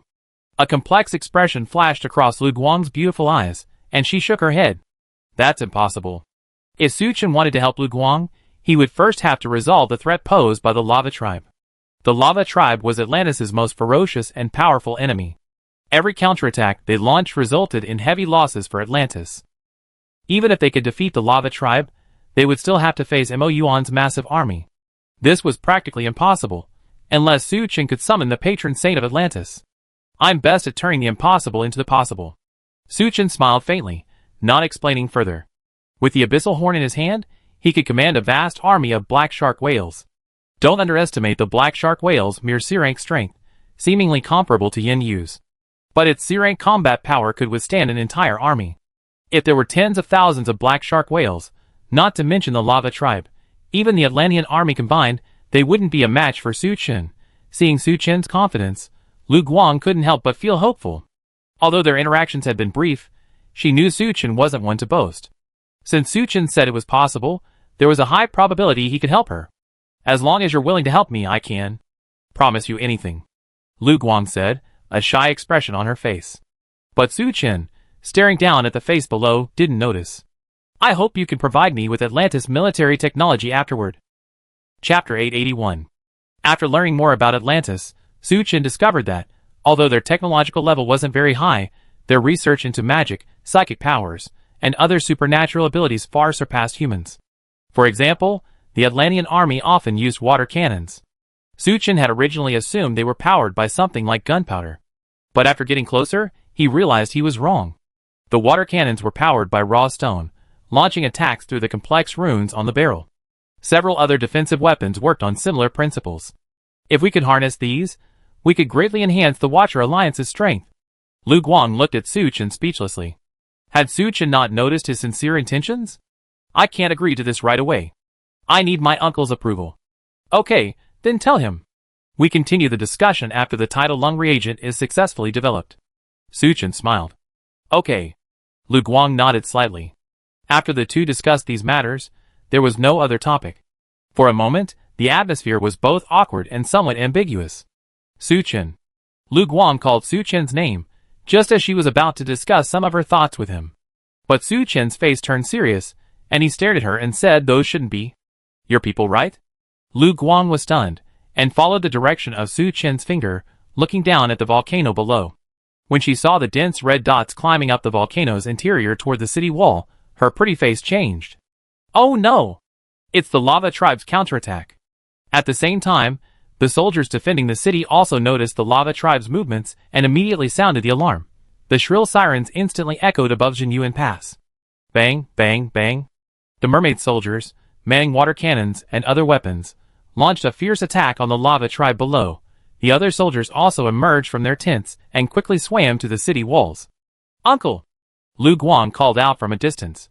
Yin Yu, accompanied by Yi Chen and other high-ranking officers, hurriedly approached. Lu Guang, go back to your quarters. Yin Yu nodded at Lu Guang, then looked at Suchin. Suchin, you should come back too. The safety of Jinyuan Pass is also related to our own safety. Suchin said solemnly, if the general doesn't mind, I'd like to lend a hand to Jinyuan Pass. It wasn't that he was particularly selfless. However, the sorcerers at Jinyuan Pass haven't yet developed the tidal lung reagent. If Jinyuan Pass is breached now, the rest of humanity will be doomed. That's great. In this critical moment, one more person means one more force. Yin Yu naturally didn't refuse and nodded in agreement. Soon, Luo Xiaoyan and the others also heard the alarm and hurried over. Yin Yu stationed Su Qin and his group near a section of the city wall. Just as the Jinyuan Pass army was ready, the lava tribe below, braving heavy artillery fire, rushed to the base of the city wall. Large numbers of red crab soldiers, dripping with lava, brandished their weapons and climbed the city wall in succession. The soldiers of the Jinyuan Pass army used their superpowers to suppress the lava tribe. However, the high-ranking shrimp generals within the lava tribe also used their powers to retaliate. From the outset, the battle was brutal and intense. Chain lightning, ice breath. Su Qin employed various superpowers to destroy the lava tribe from a distance. But as he fought, a question arose in his mind. Although Jinyuan Pass had encircled the entire crater, there was no barrier above. The lava tribe could easily swim out of the crater and avoid such a passive position. Brother Su, aren't these lava tribe also sea creatures? Why do they keep attacking the city walls? Wang Yan also sensed something was amiss. Because Jinyuan Pass has set up a formation. Lu Guang's voice rang out from behind. Princess? Everyone was stunned by Lu Guang's sudden appearance. Concerned for Lu Guang's safety, Yin Yu had Lu Guang sent back before the battle began. I didn't expect her to sneak out again. Lu Guang swam over to Su Qin and began to explain. Jinyuan Pass is no simple city. To prevent the lava tribe from escaping, the kingdom has assembled all its experts and set up a formation here. Unless the core of the formation is destroyed, no creature can escape from the volcano. So that's how it is. Everyone suddenly understood. I hadn't expected the kingdom of Atlantis to have such a thing as a formation. It seemed he really needed to help Lu Guang. Su Qin had a thoughtful expression. Lu Guang didn't know that Su Qin, beside him, was currently eyeing the goodies of Atlantis. By this time, the battle was intensifying. The lava tribe repeatedly charged the city walls, engaging in hand-to-hand combat with the Atlantean army. Although Yin Yu didn't intervene, his lieutenant, Yi Chen, had already taken action. Yi Chen led his most elite sharks and Naga soldiers, repeatedly repelling the lava tribe who charged the city walls. Even Su Qin and his group engaged in close combat with the lava tribe. Finally, the lava tribe seemed to realize that this was futile. They finally gave up their attack and retreated back into the lava. How they retreated? Ding Di wiped the sweat from his forehead and couldn't help but ask. It's not that easy. Lu Guang shook his head. A lava tribe counterattack often takes 5 to 10 years of accumulated strength. They will repeatedly attack Jinyuan Pass within a month.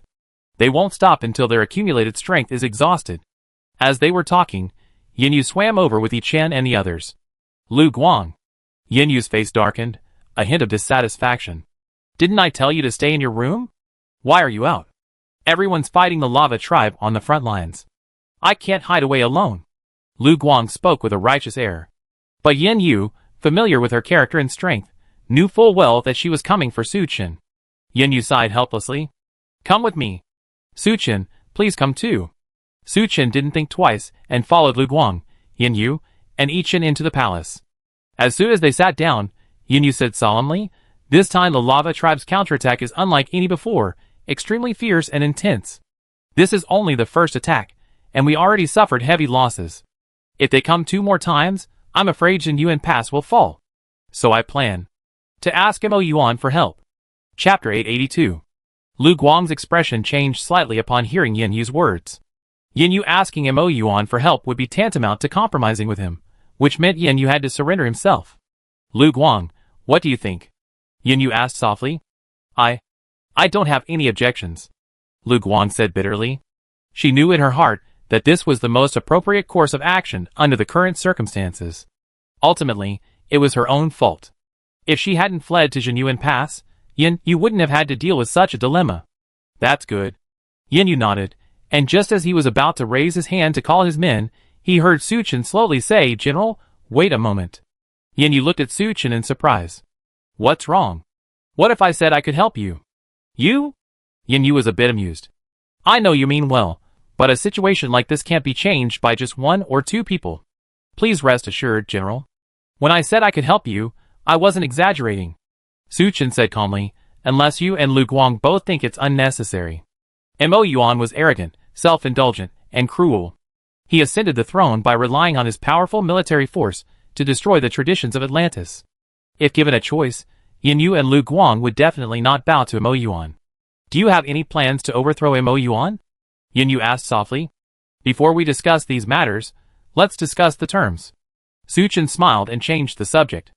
I demand that after overthrowing Mo Yuan's rule, Atlantis provide me with formations and various advanced military technologies, like water cannons.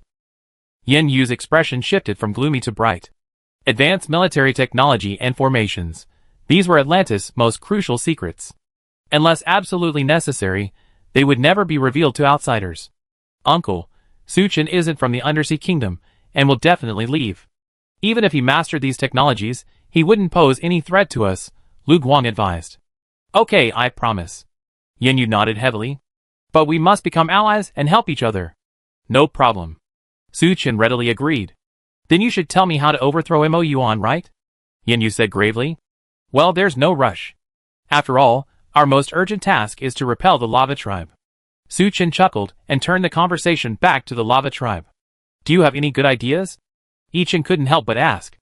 The lava tribe is mobilizing its entire clan to attack Jinyuan Pass. With the general's forces, simply defending the city will not be enough to stop them. So, I think we should take the initiative. At this, Yin Yu, Yi Chen, and Lu Guang were all stunned. Take the initiative? Ever since the construction of Jinyuan Pass, Atlantis has been on the defensive against the lava tribe, never considering a proactive attack. Yin Yu frowned. Giving up our advantage in defending the city and taking the initiative is probably inappropriate. I don't mean to ask the general to attack from the front.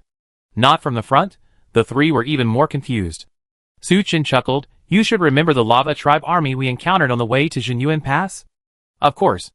Are you planning to follow their path and launch a surprise attack on the lava tribe? Yi Chen reacted instantly. That's right. Since the lava tribe army can be seen in the rear, it means there's a passage leading directly into the volcano. Yin Yu wasn't overly surprised by Su Chen's words. I considered this for a long time, and have already sent people to search the area, but unfortunately, they haven't found the passage. You can't find it, but I can. Su Chen smiled confidently.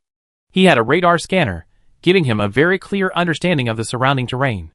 Finding the passage leading to the volcano's interior would be a piece of cake. We can first familiarize ourselves with the volcano's interior, and when the lava tribe attacks again, we can send an elite force to launch a surprise attack on their rear. If we can behead the lava tribe leader, we can also quell this war. Su Chen's proposal was extremely tempting. The lava tribe, like the Atlanteans, was a highly social race. If we truly defeat the leader of the lava tribe, their army will surely collapse on its own. General, I think Su Chen's proposal is excellent. Yi Chen rubbed his hands excitedly. I agree. Lu Guang nodded in agreement. Okay, we can do as you say. However, Jinyuan Pass is short-handed right now. Could you lead a team into the volcano? Yin Yu made his request. Okay, no problem. Su Chen readily agreed. According to past practice, the lava tribe should rest for a day before launching their next attack. To save time, Su Chen briefly discussed this with Yin Yu and returned to his own quarters. Xiao Luo, gather everyone and come with me, Su Chen instructed. Yes. After receiving the order, Luo Xiaotian immediately sprang into action. After Su Chen assembled his team, he led them out of Jinyuan Pass. Before leaving, Lu Guang approached Su Chen and handed him a medium-sized bag. Su Chen opened it and saw 5 or 6 mist-filled beads inside. Is this an exploding bead? Yes, I asked my uncle for them specifically for you. Lu Guang's words tinged with pride. So-called exploding beads are, in fact, similar to grenades in the real world. But this thing is far more powerful than a grenade. Trigger it and throw it, and it causes a violent explosion. Any creature below D level power within a 5-meter radius will surely die. Any creature above D+ power will be crippled if not killed. In the recent battle with the lava tribe, the Atlantean army used exploding orbs repeatedly. I wonder how many soldiers and generals have perished under their blast. The exploding orbs are so powerful that they're under military control in Jinyuan Pass. It's quite remarkable that Lu Guang was able to bring Su Chen so many. Thank you. Su Chen naturally accepted it without hesitation. You're welcome. I should thank you. Lu Guang smiled. You must return safely. Don't worry. Su Chen waved his hand and led the team out of Jinyuan Pass. Boss, Princess Liu Guang's quite nice. Why don't you take her in too? She leaned over to Ming Ming and chuckled. You're paralyzed by the sight of beautiful women, aren't you? Su Chen glared at her, feigning anger. Slander, boss. That's pure slander. Chapter 883. Xiang Mingming said confidently, you obviously have the most beauties around you. Although I have the most beauties around me, didn't most of them fall into your clutches in the end? Suchin rolled his eyes. Hey, boss, don't worry. As long as you're interested, I definitely get you one. Xiang Mingming said with a grin. Okay, let's focus on our work. Suchin said with a mixture of laughter and tears. Having a lesbian like Xiang Mingming by your side shouldn't be a bad thing, right? Elsewhere. Jinyuan Pass closed. Lu Guang watched silently as Suchin and his group walked away. She didn't notice that Yen Yu and Yi Chen were not far away. Ah. Yen Yu sighed deeply. General, why are you sighing suddenly? Could it be because Princess Lu Guang has fallen in love with Suchin? Yi Chen asked curiously. That's right. Suchin is quite a good person. It's only natural that Princess Lu Guang likes him, isn't it?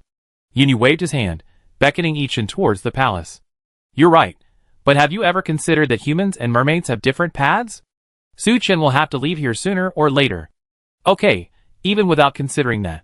If we truly overthrow Mo Yuan's rule and, according to Atlantean tradition, elect a legitimate king, then what should Lu Guang do? Yi Chen was stunned. If a legitimate king was truly elected, then Lu Guang, as princess, would have to marry the new king. Otherwise, they would be violating Atlantean traditions, just like Mo Yuan. Their act of overthrowing Mo Yuan would become equally illegal. Forget it, let's take it one step at a time, Yin Yu said with a wry smile. After leaving Jinyuan Pass, Suchin and his group soon arrived at the site where they had previously encountered the Lava Tribe army. Although the battlefield had been cleared and the bodies buried, traces of battle could still be seen. Suchin activated his radar and began scanning the surroundings. In less than an hour, he discovered a diagonally downward underground passage. Delighted, Suchin called to Luo Xiaotian and the others and hurried towards the passage. The entrance to the passage was covered by a mass of coral and seaweed, making it quite hidden. No wonder the Jinyuan Pass troops couldn't find it. If Suchin hadn't had his system, he probably wouldn't have found it even after 3 days and 3 nights of searching. After clearing the coral and seaweed at the entrance and moving a large rock, the dark cave entrance appeared before everyone. I go at the front of the group. Xiao Luo, you be the rear guard. Yes. Suchin was the first to enter the tunnel, followed by the others. The tunnel was extremely narrow, lacking many signs of excavation, seemingly naturally formed. In addition, a considerable amount of cooled lava could be seen. These were likely traces left behind by the annihilated lava tribe. The tunnel sloped downward, heading towards Jinyuan Pass. As Suchin and his companions advanced deeper, the temperature of the surrounding seawater rose. By the end, everyone's faces were flushed with heat. After walking for nearly an hour, Suchin estimated that they had reached the depths of the volcano. Just then, a rumbling sound suddenly came from the front. Suchin immediately stopped and gestured for silence. The people in the back quickly crouched down and remained silent. The lava tribe and the Atlanteans were not mutually intelligible. Suchin spent $10,000 to exchange for the all things language potion from the system store. What bad luck. It's so damn bad luck that we're the only ones assigned to guard this place. A grumbling voice rang out. Stop nagging. If the higher-ups see this, we'd be in trouble. Yesterday's advance team suffered heavy losses, and the commander was furious. Another lava tribe crab soldier scolded. What's there to be angry about? Those above are from the Undersea Kingdom, the first crab soldier said disdainfully. What do you know? The Emperor intends to use this passage to break through the Undersea Kingdom's blockade. The second crab soldier sneered. We sent out that advance team just to scout out the situation above. And now they actually engaged in a fight with the Undersea Kingdom. It wouldn't matter if they suffered heavy losses, but if they alerted the Undersea Kingdom and sealed the passage, that would be troublesome. Listening to the conversation between the two crab soldiers, Suchin gained a lot of information. Unlike Atlantis, the lava tribe is led by an emperor. The so-called commander is supposed to be responsible for commanding the lava tribe's army. Furthermore, this passage was discovered by chance by the lava tribe. The lava tribe's emperor intended to use this passage to break through the Undersea Kingdom's blockade and return to the underwater world. Unfortunately, the advance team acted presumptuously and alerted the Undersea Kingdom. Suchin poked his head out and discovered that they had reached the end of the passage. Not far ahead lay the passage's exit. The orange-red glow outside provided a clear view of the situation ahead. 2 Lava Clan crab soldiers were leaning against the wall of the cave entrance, casually chatting. Suchin nodded to Ming Qi beside him, and slowly swam toward the cave entrance. Just as he approached the enemy, a man and a cat suddenly leaped. The 2 crab soldiers had never expected an enemy to emerge from the passage. They had no time to react before Suchen and Ming Chi twisted their necks. After dispatching the 2 crab soldiers, the others gradually approached. But Suchen didn't rush out. He approached the cave entrance and peered out. When he saw what was outside, he was slightly startled. Contrary to his imagination, the space at the bottom of the volcano was vast, stretching as far as the eye could see. Not only that, it wasn't completely covered by magma, there was still a lot of open space. The swirling magma flowed slowly along the seabed, like a small river. The orange-red light it emitted provided just the right amount of illumination for the volcano. Gaze upon the bizarre scene before them, the humans marveled at the wonders of nature. After a brief moment of astonishment, they quickly regained their composure. They discovered a simple camp not far from the cave entrance. In the camp, numerous lava tribe soldiers were busily engaged. It seemed the 2 crab soldiers just killed were from this camp. Just then, 2 more crab soldiers emerged from the camp and headed straight for the cave entrance. Moses, melee shift change. One of the crab soldiers called out as they approached. But until they approached, Moses and Mealy remained silent. But they didn't pay any attention, instead jokingly scolding, "You 2 lazy bastards, are you asleep?" Before they could finish their words, a long, black golden sword chopped off the head of one of the crab soldiers. Chapter 884. Theirs? The remaining crab soldier was horrified. Just as he was about to call for help, a cat's paw pinned him to the ground. "If you don't want to die, shut up." Su Chen's cold voice rang out. The crab soldier quickly shut his mouth and glanced cautiously at Su Chen. When he saw the expressions of Su Chen and the others, he froze. "You are? Stop talking nonsense." Su Chen slapped it on the head and said coldly, "Answer whatever I ask." "Yes, yes, yes." "Name?" "Ali Gu." "Is who I am?" "A soldier of the local army." "And so?" one person asked. One crab answered. Su Chen quickly gathered a complete picture of the lava tribe situation. After being driven to the bottom of the volcano and facing a threat to their survival, the lava tribe had become a nation of soldiers.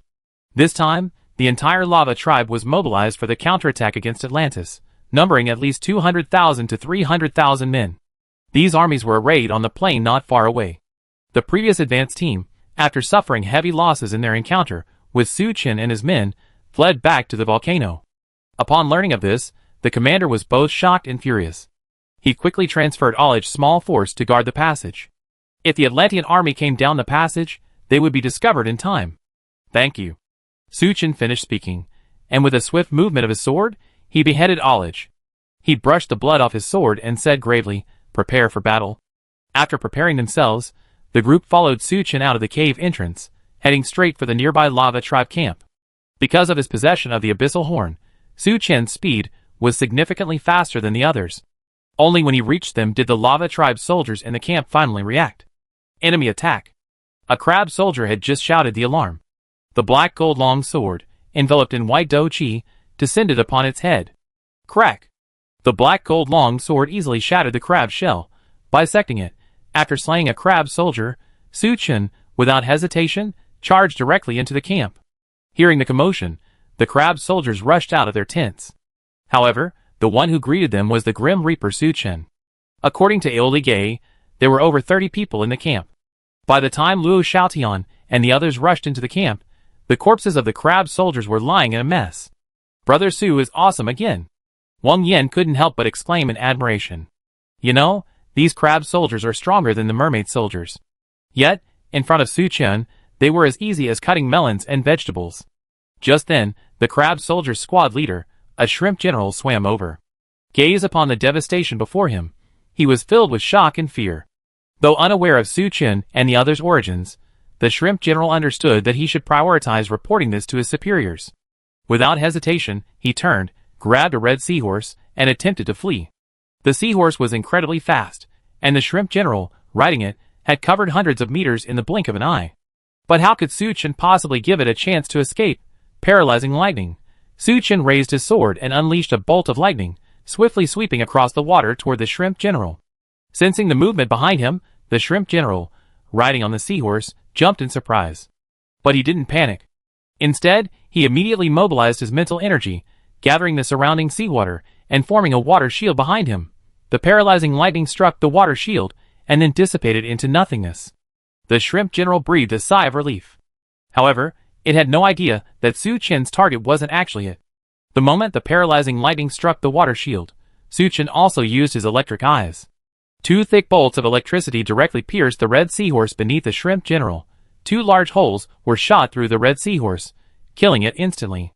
The shrimp general was flung away by the powerful inertia. Even its strong frame left it dizzy from the fall. By the time it reacted, Suchin was already in front of it. The shrimp general raised its weapon, but before it could resist, Suchin decapitated it with a single blow. Suchin retrieved its energy crystal and tossed it into the storage space. Xiao Luo, clean up the battlefield. Yes. After Luo Xiaotian and his men cleared the camp, Suchin didn't waste any time and led everyone towards the plains that Aoli Gu had mentioned. Not long after climbing a small hill, Suchin saw the Lava Clan army. Directly below the crater lay a vast, flat open space. The vast Lava Clan army was stationed there. From afar, the densely packed tents almost filled the entire open space. Wow, so many!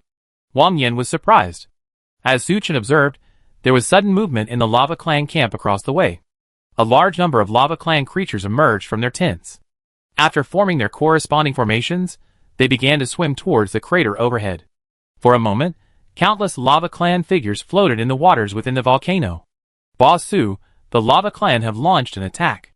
Luo Xiutian's expression changed slightly. Suchin's face also grew solemn.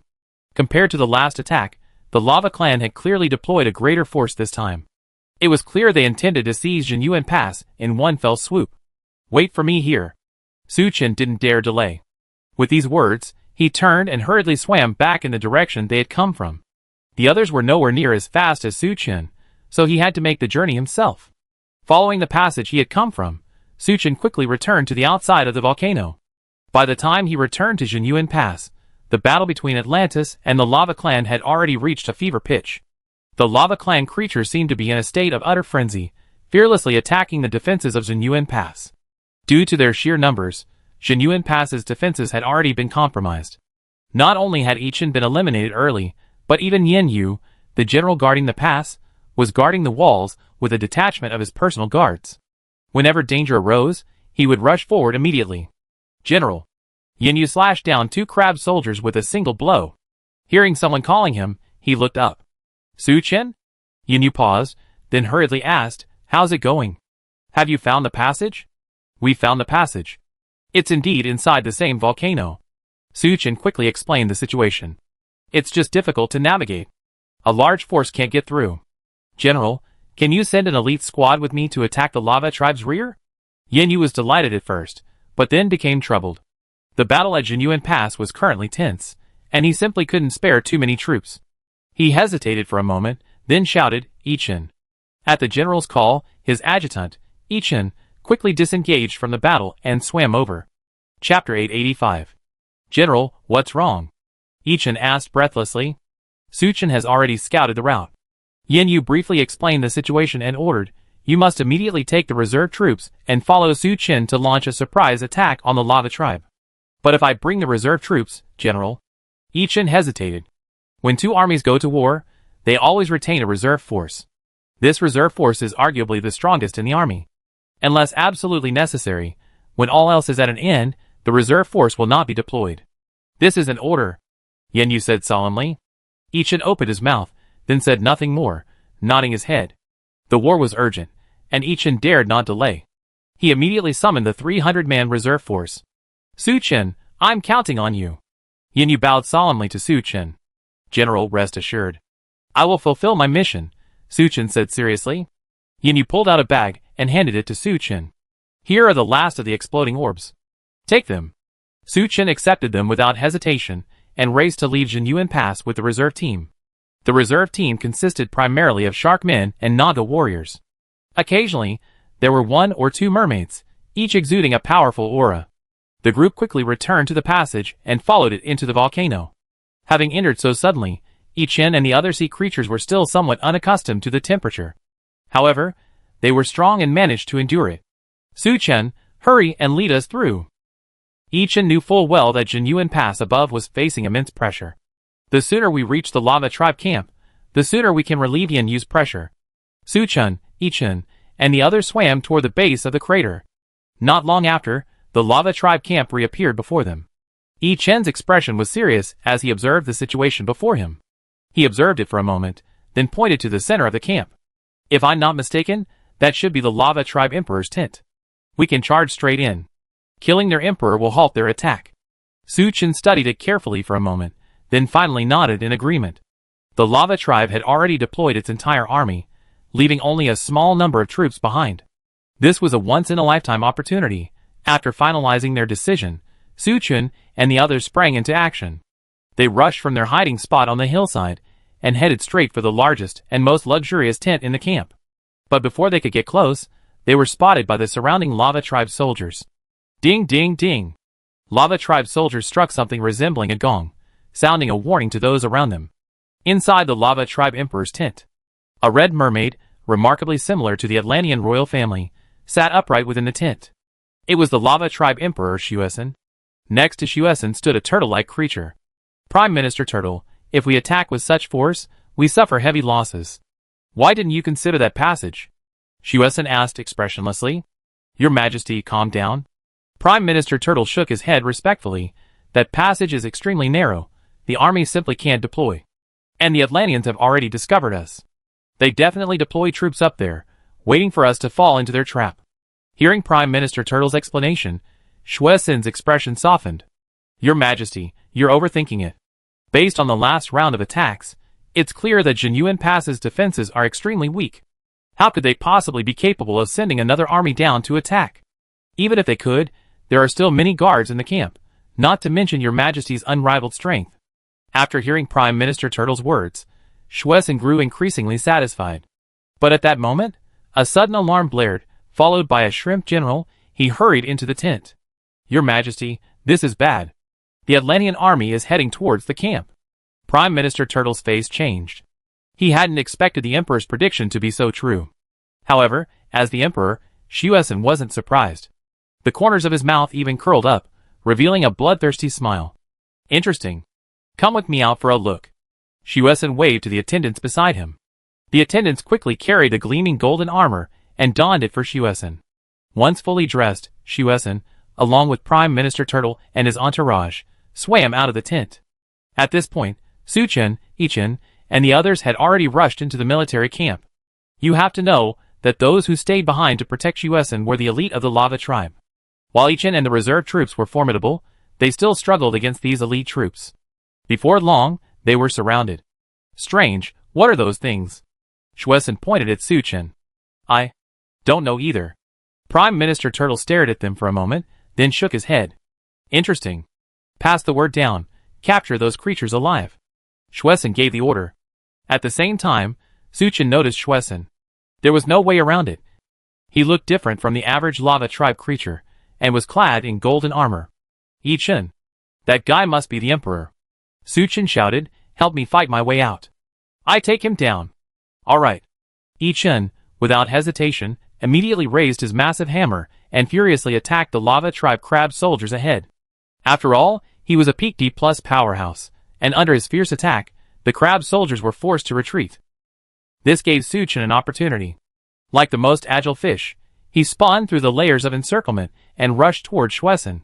Seeing Su Chen charging straight at them, Prime Minister Turtle was horrified and shouted, hurry, protect me. No hurry, I want to feel the strength of this creature. Xuesen smiled confidently and extended his hand.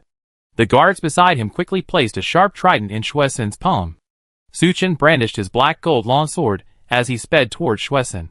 The crab soldiers proved powerless wherever he went. Soon, he was in front of Xuesen. Scanning test. Xuesen. The Emperor of the Lava Clan, powerful, and with a deep hatred for Atlantis. Combat power rating, C.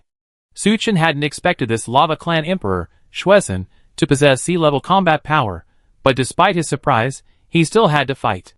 Su Chen rushed toward Xuesen, his eyes wide open, and 2 bolts of lightning shot out. Chapter 886. After being scanned by Su Chen, Xuesen raised an eyebrow. However, it did not, like the previous monsters, fall into a rage. Facing the lightning bolt shooting towards it, Xuesen calmly waved his trident.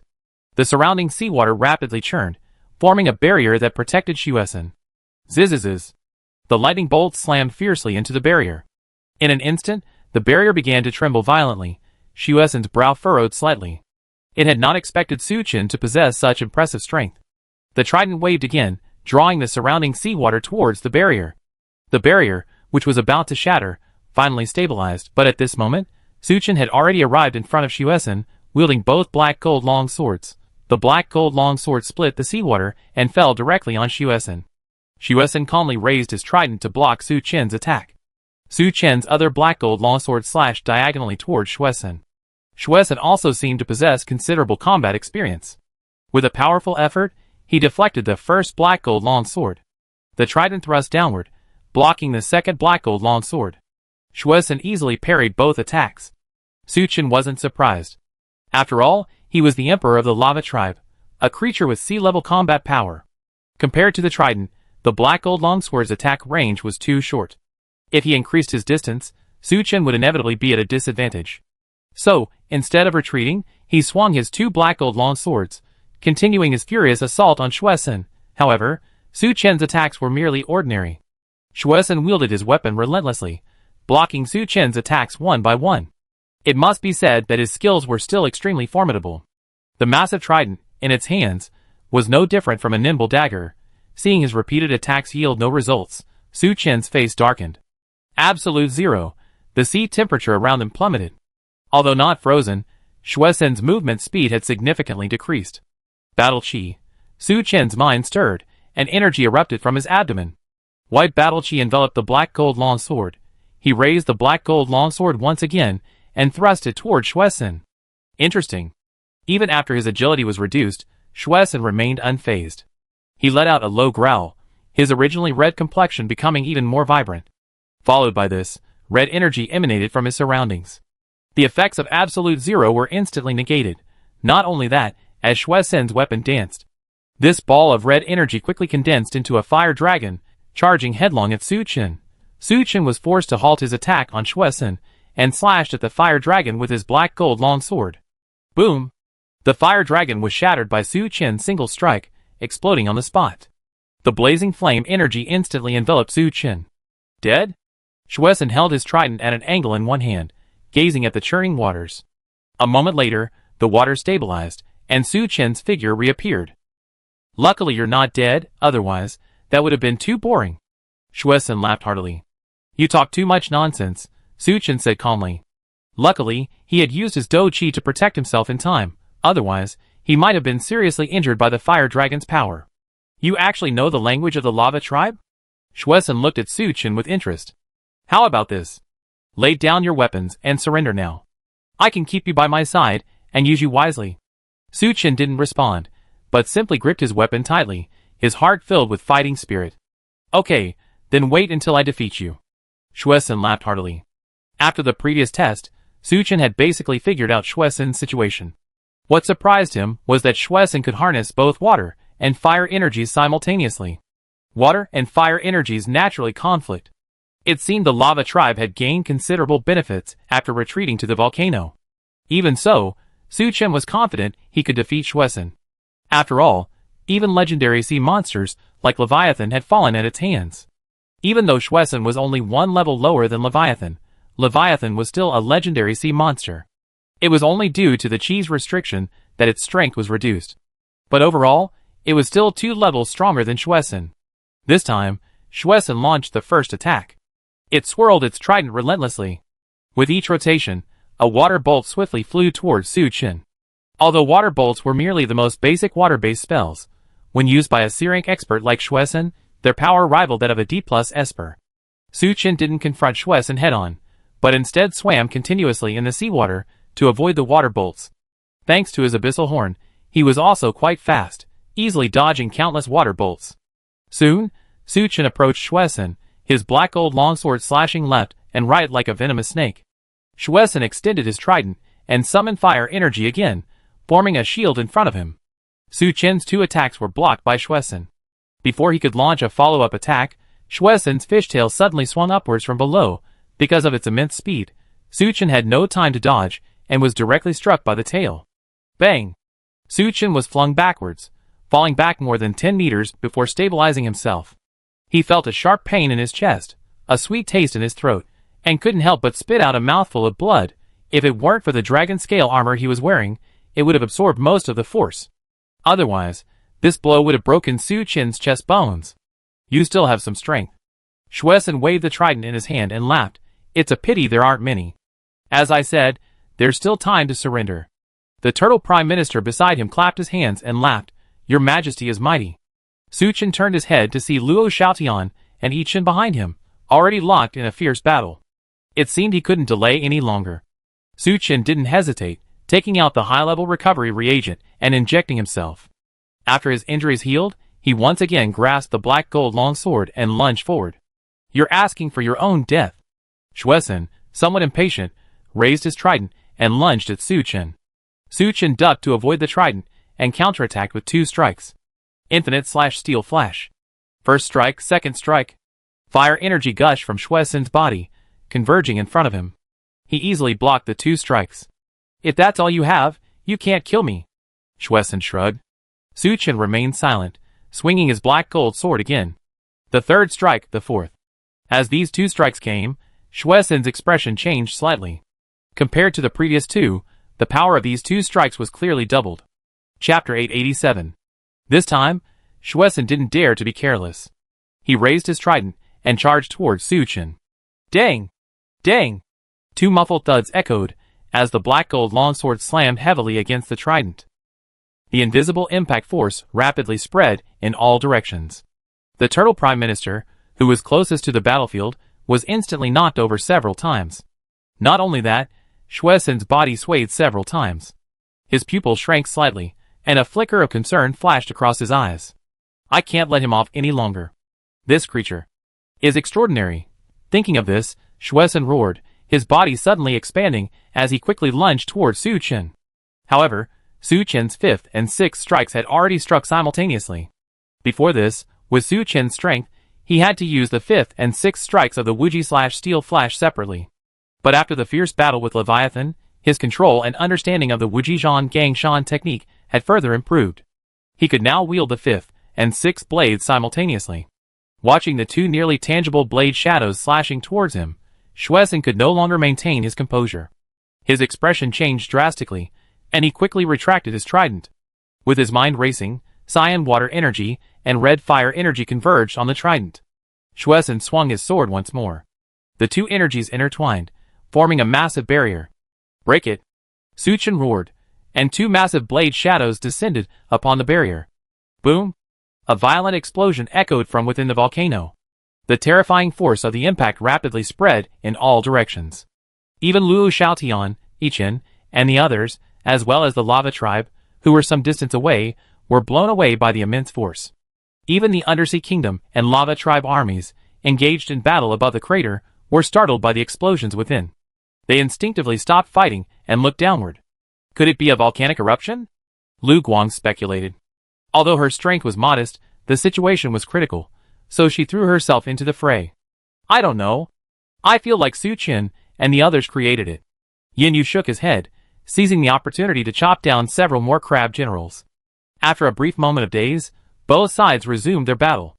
At this moment, the battlefield beneath the volcano. The previous impact was so intense that the surrounding area was in chaos. A large amount of magma was stirred up, and the dust from the seabed made the surrounding area extremely dark. Ahem. Wang Yan struggled to his feet. Xiao Luo Lao Ding, how are you all? I'm fine. I'm fine too. Luo Xiaotian, Ding Di, and the others all managed to stand. They found Yi Chen and reunited. After a while, the effects of the previous explosion gradually dissipated, and visibility returned. Luo Xiaotian and the others could see that the lava tribe creatures were gradually recovering. They looked toward the nearby military camp, their faces filled with horror. The original lava tribe camp had been completely destroyed by the immense force of the previous impact. A huge crater had now appeared where Su Chen and Xuesen had fought. Su Chen looked rather disheveled, with blood at the corner of his mouth. But compared to him, Xuesen looked even more miserable. It lay at the bottom of the pit, its trident lying beside it. 2 massive wounds pierced its body, blood gushing forth. Seeing this, all the lava tribe soldiers were shocked. Their emperor had always been invincible, yet today he was defeated? Brother Su, you're so overbearing. Wang Yan couldn't help but yell. Lu Linger came to her senses and quickly reached out to heal Su Chen. Su Chen regained some strength and walked toward Xuesen. Xuesen, now completely exhausted, stared at Su Chen approaching. Fear filled his eyes. This creature was clearly only at the D-rank level. Why was the attack he unleashed so powerful that even a C-rank warrior like him couldn't withstand it? You have some strength, but not much. Su Chen approached Xuesen, grinning broadly, echoing his words back. Xuesen was stunned for a moment, then his face flushed red, his heart aching with anger, but now, gravely wounded, he was completely helpless. Su Chen first stored the trident nearby in his storage compartment, then he took out a pair of energy suppressors and restrained Xuesen. Xuesen was the emperor of the lava tribe. Sparing him would be more useful than killing him. Xiao Luo, take him with you, let's retreat. Su Chen called. Yes. Luo Xiaotian was the first to react, quickly swimming to Su Chen's side. He took out a rope and tied up Xuesen like a dead pig. Xuesen was the emperor of the lava tribe, after all. When had he ever suffered such humiliation? Fuming with rage and wounds, it fainted. Move! Su Chen called out to everyone, quickly retreating in the direction they had come. The lava tribe soldiers were momentarily unsure what to do. What are you standing there for? Chase after them and rescue His Majesty. The Turtle Prime Minister, who had swam back from a distance, shouted angrily, immediately ordered the troops to withdraw. As the Turtle Prime Minister issued his order, the guards hurried after Su Chen and his men. At the same time, the lava tribe soldiers struck a war drum. A dull drumbeat echoed from beneath the volcano. The lava tribe troops, engaged in the fierce battle, froze for a moment before immediately disengaging from the fray and swimming back toward the base of the volcano. The previously tense situation subsided in an instant. Watching the lava tribe troops retreat, unwilling to continue the fight, the Atlantean soldiers present breathed a sigh of relief. Yin Yu sat down, unable to help but smile, as he watched the disappearing Lava Clan army. It seemed Su Chen had succeeded. Su Chen led the others, and retreated towards the passage. However, the Lava Clan army behind them had no intention of letting them go. They followed closely behind, periodically invoking their supernatural powers, in an attempt to hold Su Chen and his group back. Su Chen also noticed a dense mass of dark shadows rushing towards them from above the crater. He knew in his heart that if they were held back by the Lava Clan army, they would never be able to escape. Thinking of this, Su Chen took out his explosive orbs, and threw them continuously behind him. Bang! Bang! A series of explosions killed and injured many Lava Clan creatures, successfully delaying their pursuit. Just as Su Chen and his group reached the entrance to the passage, a large number of Lava Clan troops began to pursue them from above. Su Chen did not go in first, but let Luo Xiaotian, Yi Chen and others enter the passage first. Chapter 888. After everyone else entered, Su Chen didn't linger. He dropped a few more exploding orbs, and turned back into the passage. Not long after, the group reached the passage's exit. After everyone had left the passage, Su Chen took out all the remaining exploding orbs, and threw them back into the passage. Boom! With a deafening explosion, the passage collapsed instantly, stirring up a cloud of dust. As a precaution, Yi Chen left a team of his men to monitor the situation. He then followed Su Chen and the others, swimming towards Jinyuan Pass. Not long after, the group arrived back at Jinyuan Pass. Inside Jinyuan Pass, the Atlantean army was clearing the battlefield. Yin Yu paced back and forth on the wall, Lu Guang standing beside him, his expression also somewhat anxious. General. Hearing someone calling them, both Yin Yu and Lu Guang looked over. Upon seeing Su Chen and the others, their faces lit up with joy. You're back. Yin Yu and Lu Guang swam over quickly, excitedly asking, how's everything? Is everything alright? I accomplished my mission. Su Chen smiled faintly, turned around, and pointed at Xuesen, who was being held captive by Luo Xiaotian and Wang Yin. It's the emperor of the lava tribe, Xuesen. Hearing this, Yin Yu and Lu Guang couldn't help but gape in surprise. Although he agreed with Su Chen's plan, Yin Yu wasn't entirely hopeful. After all, the interior of the volcano was the lava tribe's territory, and they had a massive army. Yin Yu was already quite surprised that Su Chen had forced the lava tribe to retreat. But even more surprising was that he had captured the emperor of the lava tribe. Su Chen Yu, you're amazing. Even Yin Yu, a general guarding Atlantis and a veteran of many storms, couldn't help but look shocked. He even stuttered a bit when he spoke. Although Lu Guang remained silent, the brilliance in her beautiful eyes was undeniable. General, can we now force the lava tribe to withdraw? Su Chen said with a chuckle. Incredible. Yin Yu laughed heartily. The lava tribe has always had a strict hierarchy. Now that Xuesen has been captured, they're leaderless and won't dare attack again for a while. Not only that, they might even send someone to negotiate. Then I leave it to you, General. Su Chen waved his hand, signaling Luo Xiaotian and Wang Yin to hand Xuesun over to Yin Yu's men. He wasn't sure if the energy suppressor could control Xuesun, who possessed a C-rank combat power. For safety's sake, it's best to let Yin Yu handle it. Okay, no problem. Yin Yu waved his hand, ordering his men to take Xuesun away. Su Chen, you helped us immensely. Yin Yu looked at Su Chen with a burning gaze. Whatever reward you want, just ask. Atlantis had fought the Lava tribe for so many years, yet they hadn't even killed a few of their commanders. Now, Su Chen had captured their emperor alive, potentially ending the conflict. At the very least, it could maintain peace for a while. Such a tremendous contribution deserves a generous reward. Then I won't be polite, General. Su Chen smiled faintly and laid out his demands. In addition to the natural treasures, like the black ironwood, he also requested recipes for water cannons, explosive beads, and formations. After hearing this, Yin Yu's face showed an embarrassment. Su Chen, it's not that I don't want to. It's just that the explosive beads and formations are Atlantis' military secrets, and even I don't know them. As for the method for making the water cannon, I can provide you with it. Su Chen was a little disappointed. But he also knew that Yin Yu was telling the truth. Okay, thank you, General. But after overthrowing Mo Yuan, I hope you won't be stingy. Yin Yu was suddenly at a loss for words. In his opinion, Su Chen's ability to capture Xuesun alive was partly due to Su Chen's strength, but also partly due to luck. Having just captured Xuesun alive, Su Chen was already thinking of Mo Yuan, feeling a bit proud. But he didn't say much, just smiled and nodded. That's easy. To celebrate the capture of Xuesun, Yin Yu immediately held a grand banquet inside Jinyuan Pass. Su Chen, who had made such a great contribution this time, along with Luo Xiaotian and the others, were naturally the protagonists of the banquet. At the banquet, Yin Yu, Yi Chen, and the others took turns urging them to drink. The fine wines of Atlantis were completely different from those in the real world. Despite Su Chen's exceptional physical fitness, he couldn't withstand their constant urging. By the end, he was a little tipsy. After eating and drinking their fill, the tipsy group retired to their rooms to rest. Lin Yingying, Lu Linger, and the other women, already exhausted, rose and left. Su Chen put down his glass and glanced at Yin Yu and Yi Chen, who were fast asleep on the table. He couldn't help but laugh. Look how proud you are. A coquettish voice squeaked. Su Chen looked up and saw Lu Guang swimming towards him, his tail swaying. She held a luminous cup in her hand, its contents filled with some unknown liquid that didn't mix with the seawater. Here, this is hangover tea, drink it quickly. Su Chen held the cup, looking at Lu Guang before him, a little dazed. Lu Guang was already stunningly beautiful, and she had dressed up meticulously for tonight's banquet, making her even more stunning.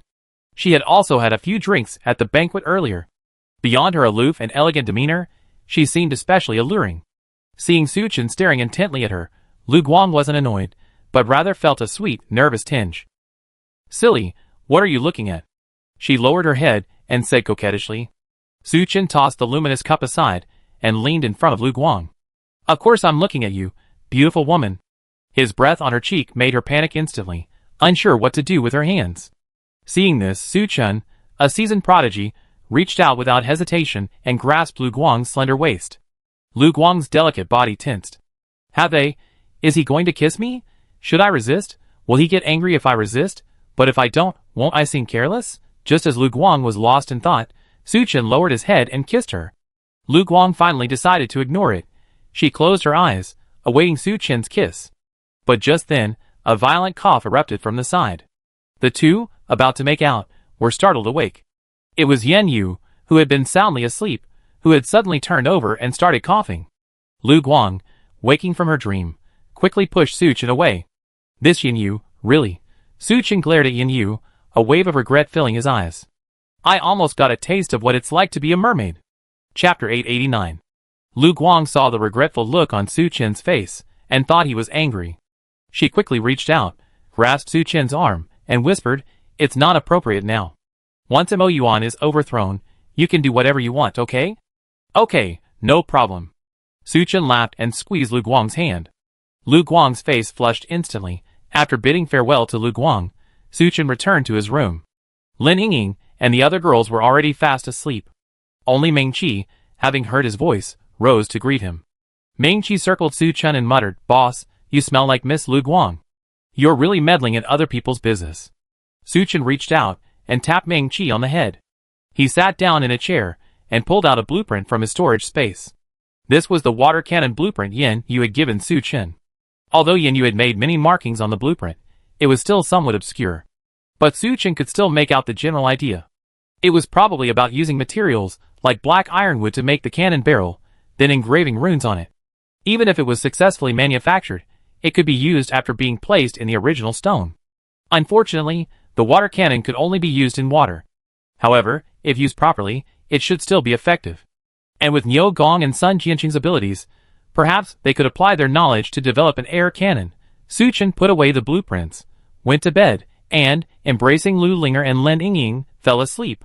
As Yin Yu had predicted, the day after Xuesun was captured, the Lava tribe sent envoys to negotiate. The messenger was none other than Prime Minister Turtle, who had been accompanying Xuesun. "I am the Prime Minister of the Lava Kingdom. You can just call me Prime Minister Turtle." Prime Minister Turtle spoke with a proud expression, his Atlantean accent perfectly pronounced. "Prime Minister Turtle, it's you. Nice to meet you." Yin Yu waved his hand casually. "I am Yin Yu, the Atlantis Gate Guard General." "Hello, General Yin Yu. I won't waste my words with you." Prime Minister Turtle paused, then said in a deep voice, "You captured our emperor and now he's released us. We can guarantee the safety of Jinyuan Pass." "What a joke. We captured your emperor, and you still want to threaten Jinyuan Pass?" Yin Yu asked with a sneer. "So what? I'm telling you, we still have hundreds of thousands of troops. We can easily crush Jinyuan Pass. Without the emperor, can you still organize your army?" Faced with Prime Minister Turtle's threats, Yin Yu didn't flinch. "We can elect a new emperor. Then once you do, I release Xuesun." "You?" Prime Minister Turtle was furious. If that happened, the Lava tribe would inevitably fall into civil strife. "Alright, let's cut the crap. What exactly do you want in exchange for releasing our emperor?" Prime Minister Turtle stopped being aggressive and spoke seriously. "I haven't decided on the terms yet, but you, the Lava tribe, must withdraw first." Yin Yu said calmly, "Wait a month, and we talk again." "A month is too long. Half a month at most. 20 days. Okay, deal." After some haggling, the two sides finally agreed to resume negotiations in 20 days. After Prime Minister Turtle left, Yin Yu breathed a sigh of relief. "Su Chen, we only have 20 days to resolve the MOU on issue." In fact, for Yin Yu, how to deal with Xuesun was a real headache. Killing it would be tantamount to creating a mortal feud with the Lava tribe. The Lava tribe would undoubtedly elect a new emperor, and then fight to the death at Jinyuan Pass. But if he didn't kill it, and instead negotiated terms with the Lava tribe, who knew if they would keep their promise? So, after careful consideration, Yin Yu decided to delay for a while. As long as they can overthrow Mo Yuan, even if they kill Xuesun, they can still rally the Atlantean army to suppress the Lava tribe. "Then let's talk about how to deal with Mo Yuan, shall we?" Yin Yu looked at Su Chen and said slowly, "After 2 days of fighting, there are less than 20,000 troops left at Jinyuan Pass. Although Prime Minister Gui has agreed to withdraw, we must leave at least 5,000 troops to guard against them. In other words, the maximum I can provide you is 12,000 soldiers. 12,000 soldiers sounds like a lot. But remember, the Atlantis Sea is vast, and the regular army alone numbers 200,000 to 300,000. The rest of the armed forces combined definitely exceed 400,000. If all the people were armed, the number would be even more terrifying. So, the 12,000 men at Jinyuan Pass pale in comparison. Although Mo Yuan's army may seem large, Su Chen, uncle, you don't have to worry too much." Lu Guang consoled him. Mo Yuan is deeply unpopular back home. Many people dislike him, but they're afraid to speak out because of the threat to their lives. Especially the 4 princes, they dislike Mo Yuan even more. "Uncle, we can write to them. Even if they refuse to help us, let them choose neutrality at the critical moment." Yin Yu nodded, smiling bitterly. "But even so, Mo Yuan still has at least 100,000 elite troops, right? How can this be resolved?" Yin Yu, Lu Guang, Yichen, and the others all turned their gazes to Su Chen. "A 100,000-man army is nothing but chickens and dogs to me." Su Chen smiled confidently. "But only if you create an opportunity for me to engage in a decisive battle with Mo Yuan's army. As long as I have this opportunity, I can inflict heavy damage on Mo Yuan's army." Yin Yu wanted to ask where Su Chen got his confidence from. But after a moment's thought, he remained silent. "I have Yichen escort you to the royal city with my orders." No one should dare to stop us along the way. Once Mo Yuan receives the news, he definitely gather a large army to stop you. By then, you should have a chance. Besides this, no one could think of a better solution, so they all nodded in agreement. Oh, by the way, Su-chan, this is the medicine those sorcerers created. Yin Yu slapped his head, as if remembering something, and pulled out a bottle, handing it to Su-chan. Su-chan took it, opened it, and saw it was filled with pills. After Yin Yu's command, the sorcerers at Jinyuan Pass dared not delay. They had worked tirelessly for the past few days, finally developing this pill based on the formula of the tidal lung reagent. Just take one pill, and you'll be able to breathe underwater for 12 hours, Yin Yu explained. Really? That's great. Su-chan couldn't help but beam with joy. Chapter 890. The tidal lung reagent was nearly depleted, a sword of Damocles hanging over Luo Xiaotian and the others. Now with the pills developed by the sorcerers, even if they couldn't find a portal and leave the underwater kingdom for a while, at least, their lives were safe for the time being. Su-chan and the others stayed at Jinyuan Pass for a few more days. During these days, the sorcerers at Jinyuan Pass worked overtime, producing the tidal lung reagent pills. When Su-chan and Lu Guang decided to head to the royal city, Yin Yu had already prepared 50 pills for each of them. This amounted to nearly a month's supply. At the foot of the volcano, the 12,000 troops Yin Yu had promised were already arrayed outside Jinyuan Pass. Su-chan, Luo Xiaotian, and the others slowly swam out of the gate. Yin Yu, Yi Chen, and Lu Guang followed him. I leave Lu Guang, Yi Chen, and over 10,000 troops in your care, Su-chan. Yin Yu looked at Su-chan solemnly. Don't let me down. General, rest assured.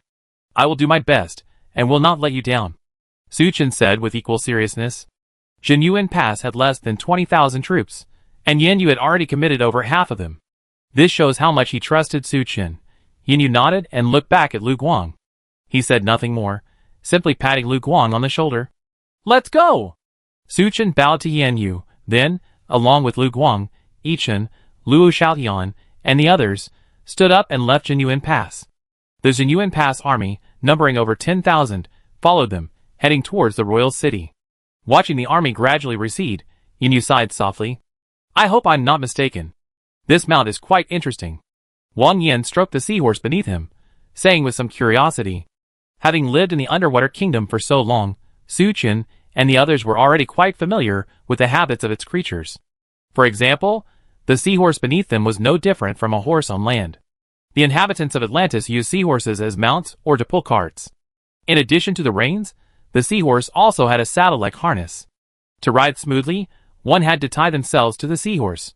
Su-chan, Lu Guang, and the others nearby were also riding on horseback. After a brief moment of surprise, Su-chan whispered, Lu Guang, Adjutant E, you're more familiar with Atlantis than the rest of us. Could you please tell us about the journey ahead? Okay. Yi Chen nodded and began to explain. From Jinyuan Pass to the royal city, if you don't take the shortcut through the Death Pass, it take about 7 days. There are 20 or 30 garrisons along the way. With the general's order, the guards won't dare to stop us. Even if they did, with our forces, we could easily defeat them. But I estimate that Mo Yuan will receive the news halfway through our journey and organize a large army.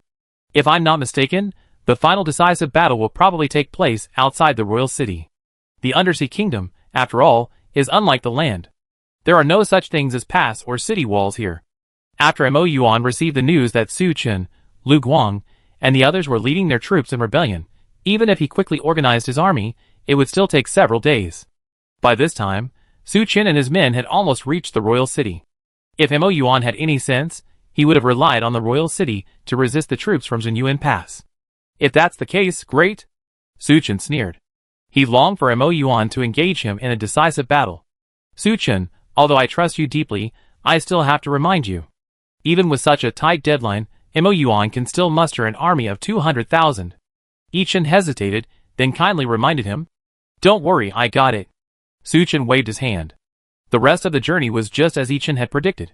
Wherever the Jinyuan Pass troops went, the troops from the garrison surrendered. What a joke. Each garrison had only 500 to 1,000 soldiers. How could they possibly be a match for Su-chan and his men? Besides, the garrison officers knew Lu Guang and Yi Chen's intentions, and were unwilling to get involved in this coup. That was it. Su-chan, Lu Guang, Yi Chen, and others, leading the Jinyuan Pass army, rapidly approached the royal city. On a high plateau deep beneath the sea, a magnificent city stood. Its walls, clad in a strange black crystal, exuded a mysterious and majestic air. This was the royal city of Atlantis. In its very center lay a magnificent palace. Outside the palace stood countless sturdy Atlantean soldiers. Inside the palace, a handsome merman with a human body and a fish tail sat on the throne. This man was Emoyuan, the current king of Atlantis. Beside him stood 4 other mermen, similar in condition, but appearing older. They were the 4 princes of Atlantis. You bunch of rubbish. Emoyuan glared at the 4 princes coldly, sternly scolding them. Lu Guang only has an army of over 10,000, and you can't think of any solution? The 4 princes exchanged glances, feeling somewhat annoyed. As members of the royal family, they were all Emoyuan's uncles according to seniority. But after forcibly ascending the throne, Emoyuan used various means to suppress the 4 princes. Furthermore, Yin Yu privately wrote to the 4 princes, pleading for neutrality. How could the 4 of them possibly help Emoyuan? Seeing their silence, Emoyuan grew even more annoyed. He had just received news that Lu Guang was leading the Jinyuan Pass army to counterattack the royal city. After all, the Jinyuan Pass army was responsible for combating the Lava tribe. Yin Yu, however, allowed Lu Guang to leave with his troops. This was simply unforgivable. What further irritated Emoyuan was that Lu Guang had become entangled with several humans. One in particular, Su Chen, was getting quite close. He took a deep breath, suppressing the rage within him. And Rui, Your Majesty, please give your orders. A mermaid swam out from the side. And Rui was a great general of Atlantis, and a member of the royal family, extremely powerful. He enjoyed Emoyuan's deep trust, and Emoyuan had entrusted him with the majority of his troops. How's the army gathering going? 1/3 has already been assembled, and the entire force will be complete by tomorrow morning. And Rui said respectfully, That's good. Tomorrow, once the army is assembled, you will take the initiative and attack. You must destroy the rebels. Emoyuan said viciously. And Rui hesitated for a moment before advising, Your Majesty, reconsider. The rebels only have a little over 10,000 men, yet they dare to attack. This is truly bizarre. So, I suggest, Your Majesty, gather a large army and rely on the royal city to resist them. Chapter 891. Emoyuan was quite upset. He had an army of 200,000, yet he still had to wait for Lu Guang to lead his men to attack? Besides, I think that if we can eliminate the rebels in front of the residents of the royal city, it will also have a deterrent effect. And Rui chuckled. Emoyuan's face lit up at this. You're absolutely right. Although he had ascended the throne, there were still many voices of opposition within and outside the court. For example, the 4 princes before him. They were respectful to Emoyuan on the surface, but secretly they were disobeying him. And Emoyuan couldn't kill them. This was the perfect opportunity to eliminate the rebels at Jinyuan Pass and make an example of them. A cold glint flashed in Emoyuan's eyes. Time flew by, and it was 6 days after Su Chen and his men had dispatched their troops. When Su Chen led the Jinyuan Pass troops to the outskirts of Atlantis royal city, he and the other humans were stunned. Not just by the grandeur of Atlantis, but also by the army arrayed outside the city. The dense Atlantean army not only covered the seabed, but even a large number of soldiers floated in the water. It's no exaggeration to say that the entire city was nearly obscured by the army. Oh no! There are probably 300,000 soldiers. Yi Chen's face changed drastically. With the limited manpower of the Jinyuan Pass army, they couldn't possibly defeat an army of 200,000. Let alone an additional 100,000. Lu Guang's face turned pale. With so many soldiers, even a single spit from each of them could drown them all. As for Luo Xiaotian and the others nearby, although they were also a little nervous, they remained calm. After all, they had witnessed Su Chen's power many times before. Everyone relax. Relax. Facing so many enemy troops, Su Chen, in contrast, wore a relaxed expression, even offering comfort to the others. Just then, and Rui, fully armed, emerged from the city wall on a seahorse. Princess Lu Guang, Adjutant Yi Chen, please step forward and answer. Under Su Chen's encouraging gaze, Lu Guang and Yi Chen rode their seahorses forward. It's General Enrui. What's going on? Lu Guang feigned composure as she looked at Enrui. You are an Eldar princess. According to tradition, you should marry His Majesty. But you chose to break tradition and run away. That's fine, but you even went so far as to incite General Yin Yu to rebel against His Majesty. Your actions are tantamount to treason. Fortunately, His Majesty is magnanimous. He said that as long as you give up resistance, all past events will be forgiven. Enrui said loudly. In response to his call for surrender, Lu Guang merely scoffed. According to Atlantean tradition, upon the death of the previous king, the entire royal family should elect a new king. Mo Yuan, however, has leveraged his father's power to forcibly ascend the throne. Who broke tradition first? Her rebuttal was righteous. Mo Yuan's expression on the city wall suddenly darkened. I think Princess Lu Guang is right. It seems your majesty broke tradition first. In that case, your majesty seems to be doing something wrong. To make an example of him, Mo Yuan had driven all the nobles and the city's residents to the top of the city walls to watch the battle. Listening to the chatter around him, Mo Yuan's once fair and handsome face now looked like charcoal. This Enrui, what's he wasting his words on with Lu Guang? Enrui also realized that continuing to verbally taunt Lu Guang was pointless. He sneered, Princess Lu Guang, stop trying to win. Either you surrender, or I start a war and crush you. You're just a handful, but you're so arrogant. A lazy voice rang out. Enrui was startled, his gaze fixed on Su Chen, who was slowly approaching on a seahorse. You're that human Su Chen, right? Yes, it's me. Su Chen nodded. This is an internal matter within Atlantis. You're meddling in this. Aren't you afraid of death? Not only am I not afraid of death, I'm also going to wipe out all of your troops. Su Chen said, making a gesture of wiping his throat at Enrui. Enrui was slightly startled, then couldn't help but laugh. Human, are you out of your mind? They had an army of 300,000, yet Su Chen was brazenly declaring he would wipe out the entire force. Enrui couldn't think of any other reason besides mental illness. Alright, Enrui, stop wasting time talking to him. If they don't surrender, we fight. Mo Yuan's deep voice echoed from the city wall. Enrui's expression froze. Since you're so reckless, don't blame us for being rude. He pulled the reins and rode his seahorse back to the army. Boom, boom, boom. With the deafening sound of war drums, the Atlantean army began its slow advance. Seeing this, Lu Guang's beautiful eyes were filled with anxiety. You retreat first, Su Chen said calmly. Then, take care of yourself. Lu Guang bit her red lip and finally rode her seahorse back to Yichen, Luo Xiaotian, and the others. On one side was the overwhelming Atlantean army, and on the other was Su Chen, all alone. To the watching Atlanteans, Su Chen looked like a mantis trying to stop a chariot, reckless and reckless. Everyone's eyes were fixed on Su Chen. Most people looked at him with pity. Only Yichen, Lu Guang, and the others looked at him expectantly. Under the watchful eyes of the crowd, Su Chen slowly produced a blue horn. Everyone was stunned. What was he going to do? Su Chen raised the blue horn and blew it. Woo woo woo. The dull horn sound slowly echoed through the underwater kingdom. It was strange. The sound of this small blue horn resonated remarkably far and wide. Even far from the battlefield, the residents of the royal city could clearly hear it. When the horn's blast reached their ears, everyone felt a palpitation in their hearts. As if something terrible was about to happen, the soldiers of the Atlantean army couldn't help but stop. What are you standing there for? Kill him! Mo Yuan, realizing something was amiss, roared, and Rui, regaining his composure, also shouted, attack. Then, a soldier cried out in surprise, Black! You! Look! Black shark whale! Everyone instinctively raised their heads and looked into the distance. Sure enough, a massive black shadow swam rapidly towards them. Despite the distance, the Atlantean residents and soldiers instantly recognized it as the terrifying sea monster from the ocean floor, the black shark whale. They were stunned. What's going on? How did the black shark whale appear here? Chapter 892. After Chi sealed Leviathan, the black shark whale clan fell apart. The Undersea Kingdom also organized its army to hunt the black shark whales.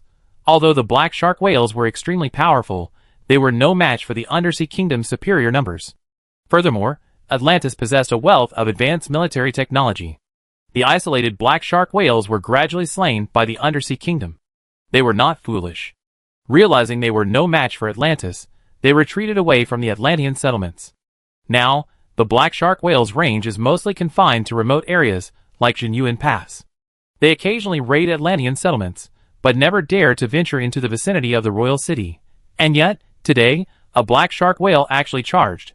After a moment of distraction, Mo Yuan suddenly realized, and Rui, it's that human. He uses the sound of a horn to summon the black shark whales.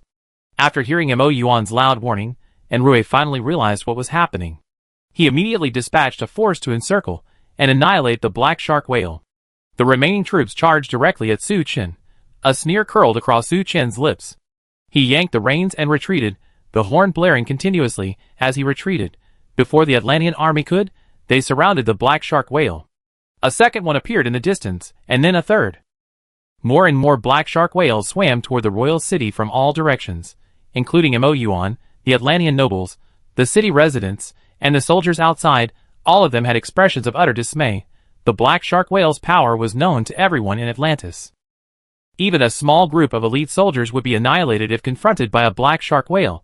But at this moment, so many black shark whales appeared. What the hell? Some residents had already sensed something was amiss, and quickly fled from the city walls for their homes. The first black shark whale to appear had already reached Su-Chin. Facing the encircling Atlantean army, it launched a sudden sprint and a tailspin. The soldiers in the front row were directly sent flying by the black shark whale. Each of them had their internal organs shattered, and blood gushed out. Seeing their comrade's tragic fate, the others instinctively retreated. But at this moment, the black shark whale opened its mouth wide. From its abyssal maw, like a black hole, a powerful suction erupted. All nearby seawater and debris were sucked into the black shark whale's maw. The weaker soldiers, facing the black shark whale's terrifying suction, could barely hold their ground. With screams, they were all sucked into the stomachs of the black sharks. At the same time, more and more black sharks arrived at the battlefield. Su-Chin, through the horn, ordered them to attack Atlantis. Without hesitation, they charged forward. Even without using the abyssal maw, their massive bodies and hard shells alone would have been too much for the Atlantean army to withstand. Under the reckless attack of the black sharks, the soldiers were scattered and unable to mount an effective resistance. Not to mention Lu Guang and Yi Chen, even Luo Xiaotian, Xiang Mingming, and the others were stunned. They could never imagine that Su-Chin could actually summon the black sharks to help attack Atlantis. No wonder Su-Chin is so confident. Yi Chen couldn't help but sigh. You must be kidding. There are at least 40 or 50 of these black shark whales, and with the one still arriving, there are probably over 100. The Atlantean army is really no match for so many black shark whales. Su-Chin's hand must be the Horn of the Abyss. It is said that after killing Leviathan, you can obtain the Horn of the Abyss from its back. Using the Horn of the Abyss, you can summon black shark whales to aid you in battle. Lu Guang, having read many ancient books, immediately guessed what Su-Chin was holding. Yi Chen was shocked. When Su-Chin had previously spoken of killing Leviathan in the Death Passage, he had thought he was bragging. Now, it seemed that what Su-Chin said was true. He was still too narrow-minded, on the other side of the city wall. Watching the black shark whales attacking their own army recklessly, they were unable to organize a decent counterattack. Mo Yuan was instantly enraged. How could this human summon the black shark whale? What are you still standing there for? Use your defensive weapons to bombard the black shark whale. Mo Yuan shouted fiercely at the officer defending the city. But our people are with the black shark whale. The officer stammered. Su-Chin had already noticed the numerous powerful defensive weapons deployed on the city walls. So he had specifically ordered the black shark whale to charge towards the Atlantean army, precisely to avoid the attack of the defensive weapons. I told you to fire, don't you understand? Mo Yuan raised his sword. The officer didn't hesitate any longer and quickly ordered them to fire. Bang, bang, bang. A series of loud booms rang out. The power of these defensive weapons was astonishing. Even a black shark whale would be injured if hit. But don't forget, they were surrounded by numerous Atlantean troops. Although a few black sharks were unable to dodge and were hit by the defensive weapons, many more Atlantean soldiers died in the bombardment. Seeing his own soldiers killed by the defensive weapons, Enrui was furious. He handed command to his adjutant and swam towards the city wall. Who gave the order to fire? I gave the order. Is there a problem? Mo Yuan asked coldly. Seeing it was the king, Enrui's anger subsided. He gently advised, Your Majesty, this will cost us too much. If we don't bombard them, tell me how to kill the black shark whales. Mo Yuan demanded harshly. Enrui was speechless. Just then, the guards nearby cried out, Your Majesty, be careful. Mo Yuan and Enrui looked up. They saw over a dozen black shark whales swimming rapidly toward the city wall. Faced with the defensive weapons aimed at them, they showed no sign of dodging. The two black shark whales in the front ultimately succumbed to the barrage of the defensive weapons, and were struck in the head, dying instantly. But this had bought an opportunity for the black shark whales behind them. Boom! The defensive weapons were slammed into by the black shark whales, instantly reduced to rubble. Several black shark whales slammed into the city gate tower where Mo Yuan was standing. Thankfully, Mo Yuan and Enrui swam away in time, avoiding being buried in the rubble. Your Majesty, this fighting method is simply not working. You must return and activate the city defense formation immediately. Chapter 893. This time, Mo Yuan chose not to act willfully and obeyed Enrui. I understand. I leave this to you. He turned and, with his men, hurriedly swam towards the palace. Enrui took a deep breath, gritted his teeth, turned around, and returned to the army. The Atlantean army consisted of only 200,000 soldiers, most of whom were D- or D-level combat power. Faced with the sea-level black shark whales, they were helpless. Even the elite troops with D+ combat power seemed insignificant in front of the black shark whales. Su Chen, holding the horn of the abyss in his hand, admired the rampaging black shark whales and smiled with satisfaction. Su Chen, can you please get the black shark whales to stop? Lu Guang swam to Su Chen's side, asking earnestly. What's wrong? Su Chen withdrew his admiring gaze. They are all Atlantean soldiers, merely following Mo Yuan's orders. It would be a shame to see them sacrificed in vain. I can go and persuade them to surrender. Lu Guang pleaded. In that case, all right. Su Chen nodded and blew the abyssal horn again. As the horn sound echoed across the battlefield, the black shark whales immediately ceased their attack. They fled the battlefield and joined Su Chen. The Atlantean soldiers, who had been desperately resisting or fleeing, were stunned after the black shark whales left. What was going on? At that moment, Lu Guang suddenly swam over and called out, Fellow Atlanteans, soldiers. I am Princess Lu Guang of the Eldar. I have a word. Today's battle was completely unnecessary. We cannot make unnecessary sacrifices for Mo Yuan's selfish desires. As long as you give up resistance, on behalf of the royal family and the spirits, I declare that no one will be held accountable. Faced with Lu Guang's persuasion, the soldiers present looked at each other, hesitant. Mo Yuan's rise to power was illegitimate, a fact recognized throughout Atlantis. It was simply due to his power, and the lack of leadership, that most Atlanteans acquiesced to this outcome. But today, when Lu Guang led his army to challenge Mo Yuan, many were shaken, especially when Lu Guang brought an army composed of black shark whales. Mo Yuan not only ordered the city defense weapons to bombard the black shark whales, but he also fled first. Are you sure you want to fight to the death for a king who doesn't care about your life or death? Hearing Lu Guang's words, the soldiers all looked towards the city wall. As she said, Mo Yuan was nowhere to be seen on the city walls. The soldiers, already furious from being bombarded by their own defenders, were now furious. We risked our lives for you, and you just ran away. Seeing the situation was taking a turn for the worse, Enrui quickly stepped forward and shouted, You're all soldiers of the kingdom. Are you planning a rebellion? Yes, we are. Go to hell. Most of the soldiers chose to lay down their weapons and give up resistance. Seeing this, Enrui's face instantly turned grim. They were already no match for the black sharks, and with so many soldiers mutinying, defeating the rebels would be even more impossible. General Enrui, I respect you, so I give you a chance. Lu Guang's voice echoed from the side. Looking at Su Chen, Lu Guang, Yichen, Luo Xiaotian, and the others not far away, Enrui's eyes flashed with determination. Excuse me, princess. Your Majesty promoted me. I will never surrender. Lu Guang sighed and said nothing more. Enrui drew his precious sword, mounted his seahorse, and, with a few remaining soldiers behind him, charged towards Su Chen. Su Chen admired Enrui's loyalty. However, after using the abyssal horn, his mental strength was nearly depleted. Otherwise, he would have given Enrui a dignified death. Su Chen picked up the abyssal horn and blew gently. The black sharks behind him rushed forward. In just a minute or two, the soldiers, including Enrui, vanished without a trace.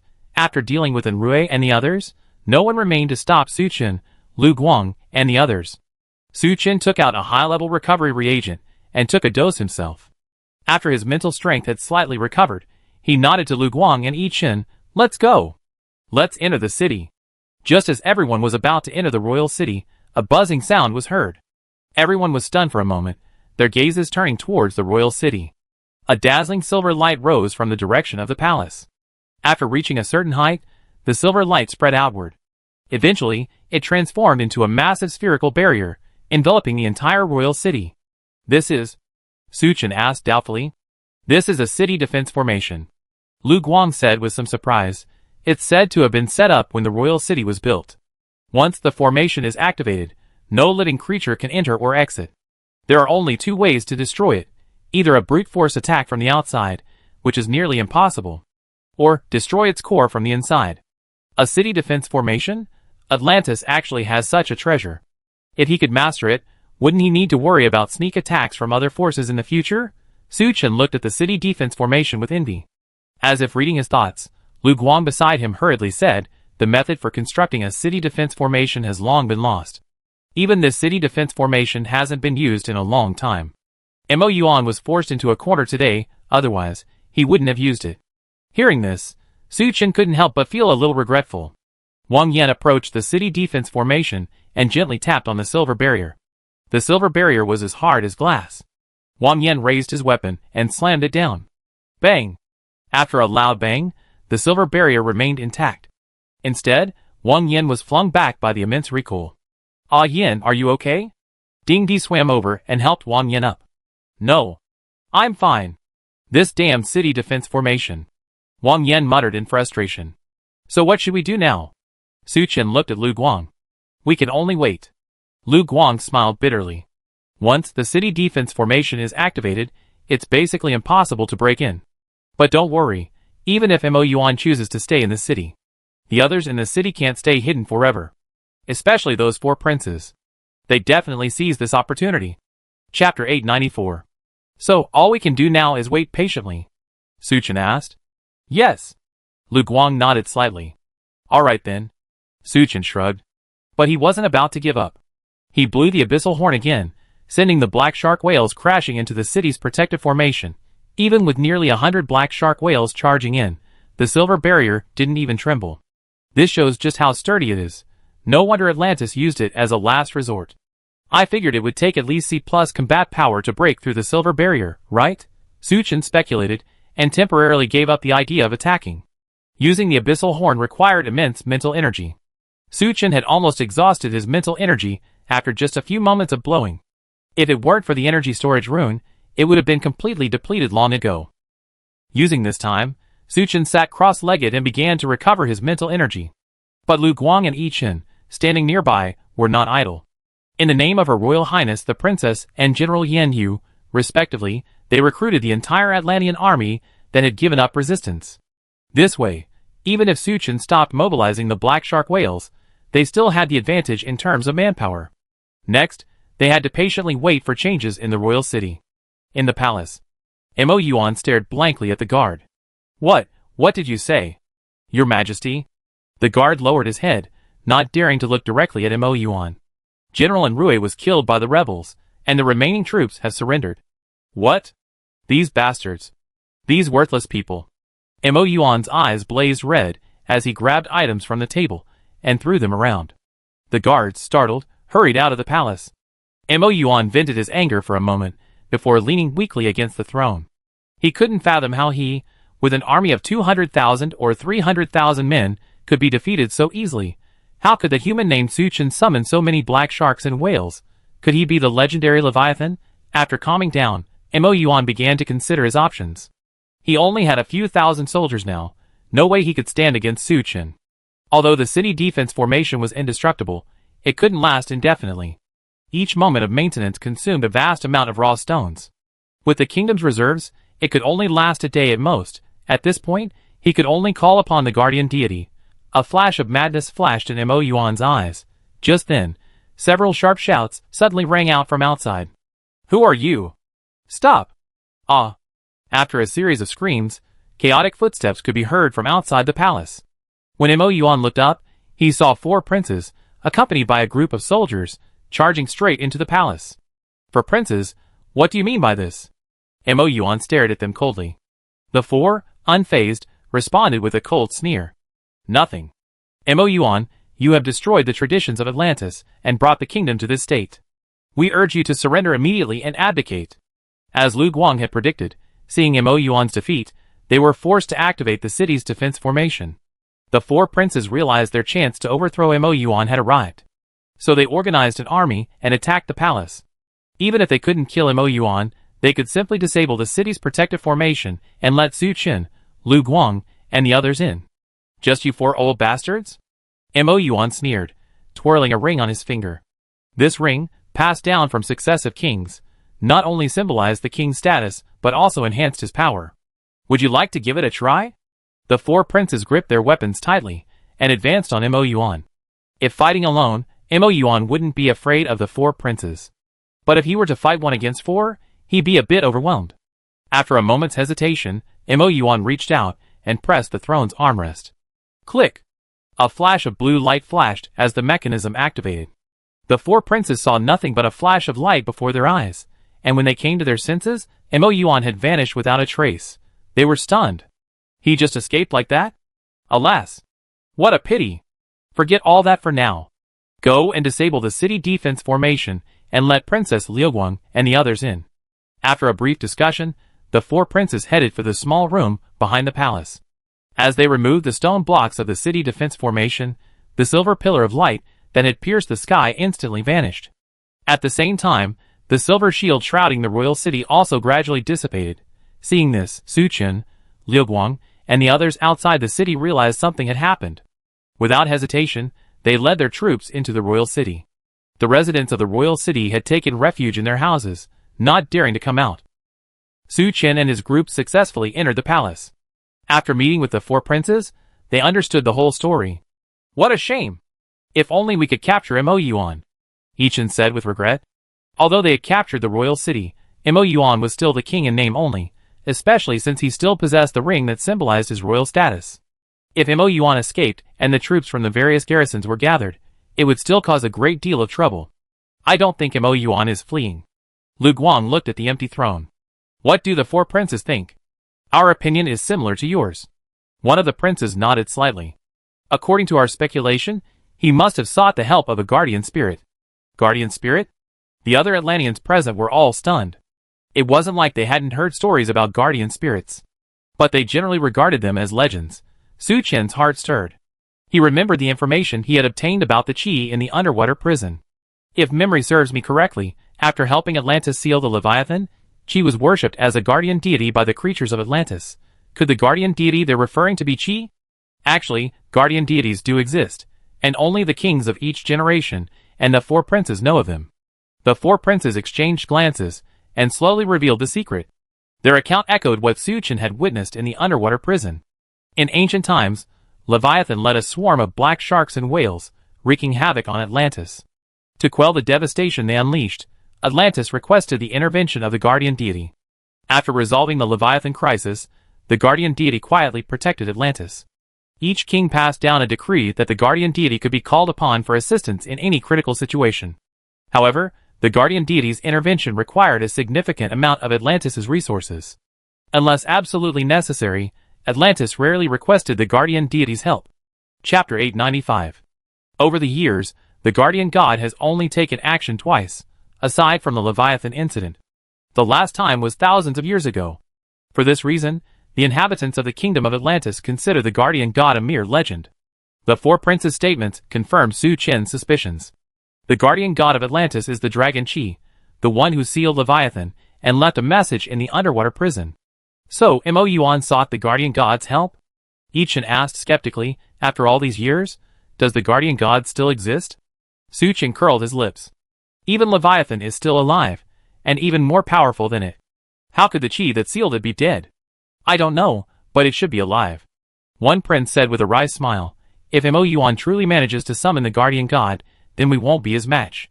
Hearing this, everyone frowned. No one expected that after gathering their troops and storming the royal city, a guardian deity would suddenly appear mid-stride. The hard-earned victory would be undone. Don't get too excited, everyone. Perhaps the guardian deity won't intervene, Su Chen said softly. After all, the four princes have said that invoking the guardian deity would come at a considerable cost. Mo Yuan no longer has power and can't provide any resources. The most urgent task is to gain control of the entire royal city. If possible, follow your traditions and elect a new king as soon as possible. Hearing this, Lu Guang's heart trembled. In fact, she had long considered what she, as a princess, would do once Mo Yuan was overthrown and a new king was elected. I never thought this day would arrive so soon. Mr. Su Chen is right. We be leaving now. The four princes bowed to Su Chen and led their men out of the palace. Su Chen looked at Lu Guang. Could you please find that ancient book? Lu Guang gathered her composure and nodded. Okay, follow me. She asked Yichen to stay in the palace temporarily, to help the four princes manage the situation. She led Suchin and his men out of the palace. Not far from the palace stood a large residential area, home to the two great noble families of Atlantis, the royal family and the elves. Led by Lu Guang, Suchin and his men arrived at one of the houses. The house was vast and luxuriously decorated, revealing the owner's status and position. Your Highness. Inside the house were numerous mermaids, who resembled servants. Seeing Lu Guang, they all saluted. Lu Guang nodded slightly and swam inside, leading Suchin and his men. After arriving in a room resembling a living room, Lu Guang whispered, "Wait here for me." Suchin and his companions stayed in the room for a while before Lu Guang returned, holding a book made of an unknown material. "Excuse me, Suchin," Lu Guang said apologetically, "I just took a closer look, and I'm afraid that teleportation array isn't what you're looking for." Suchin was startled, then took the ancient book and began to flip through it. This ancient book contained many legends about Atlantis. However, they were mostly hearsay, and Suchin didn't care. He quickly turned to the page Lu Guang had mentioned. According to the records, there's a magical gate deep within the royal city. Enter it, and you see the gods. There's even a picture of the gate nearby. Although it's a rather sloppy and simplistic sketch, Suchin can tell at a glance that it's a portal. My apologies. Lu Guang felt a little guilty. She was still a young girl when she read this ancient book. Lu Guang didn't remember the contents of the book very clearly, but she only remembered the appearance of the portal. It's okay. Suchin wasn't angry. If there are no other portals in the entire underwater kingdom, then this one is most likely the key to leaving the underwater world. The ancient book says that entering this gate will lead to seeing the gods. Could it be that Mo Yuan entered this portal and met the guardian spirit Qi? The more Suchin thought about it, the more likely it seemed. He took a closer look and discovered that the ancient book stated that this portal was located in the kingdom's treasury.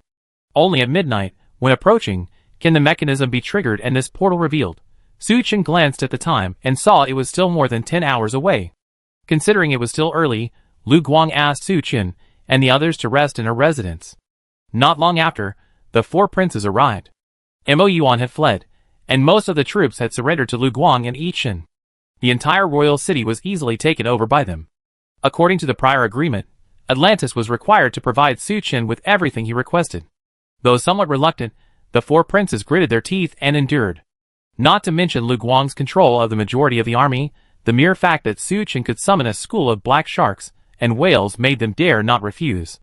So the four princes, along with Suchin and his companions, returned to the palace. A number of items had already been prepared in the palace. In addition to rare materials like black ironwood, the water cannons, explosive beads, and manufacturing blueprints that Suchin had specifically requested were also ready. "Where's your formation?" Suchin put the items away and said slowly.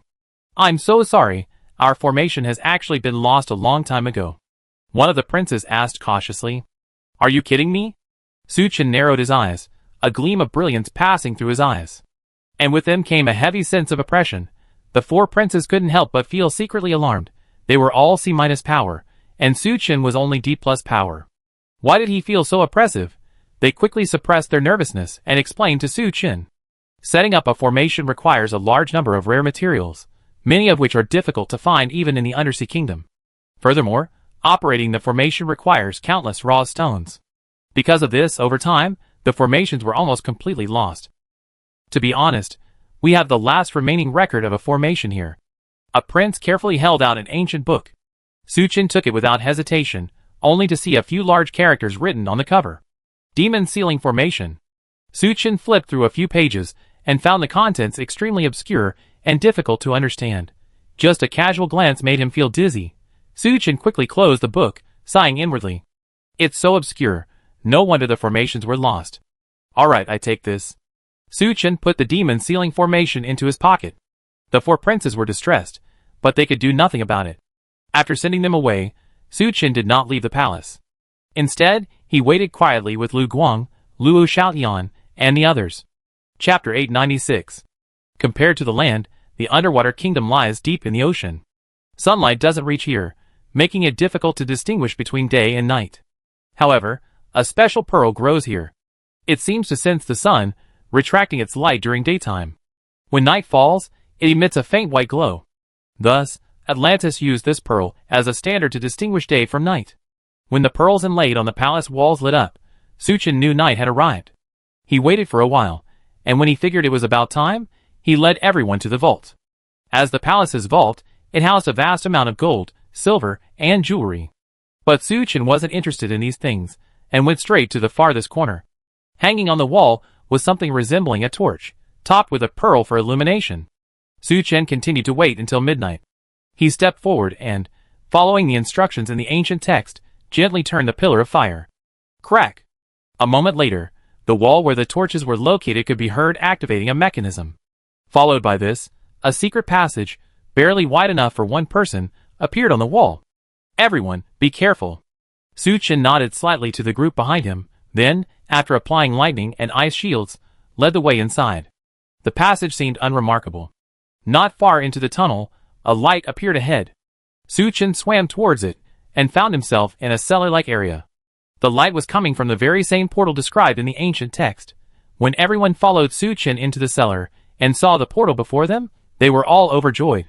Boss Su, it looks like we can leave here. Luo Xiaoyan smiled. Don't be too happy yet. According to the ancient texts, this portal doesn't lead to leaving the underwater kingdom. Suchin shook his head and said gravely. So what do we do now, Brother Chen? Dingdi asked Suchin for instructions. No matter what, we still have to go in and take a look.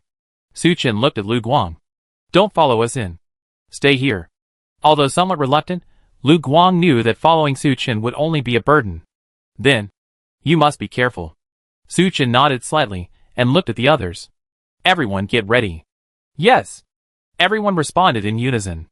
The evolvers drew their weapons. The psychics cast supporting spells on everyone. When everything was ready, Suchin entered the portal first. After a brief moment of dizziness faded, Suchin quickly raised his head and surveyed his surroundings. This didn't seem to be the royal city of Atlantis, but a vast cave.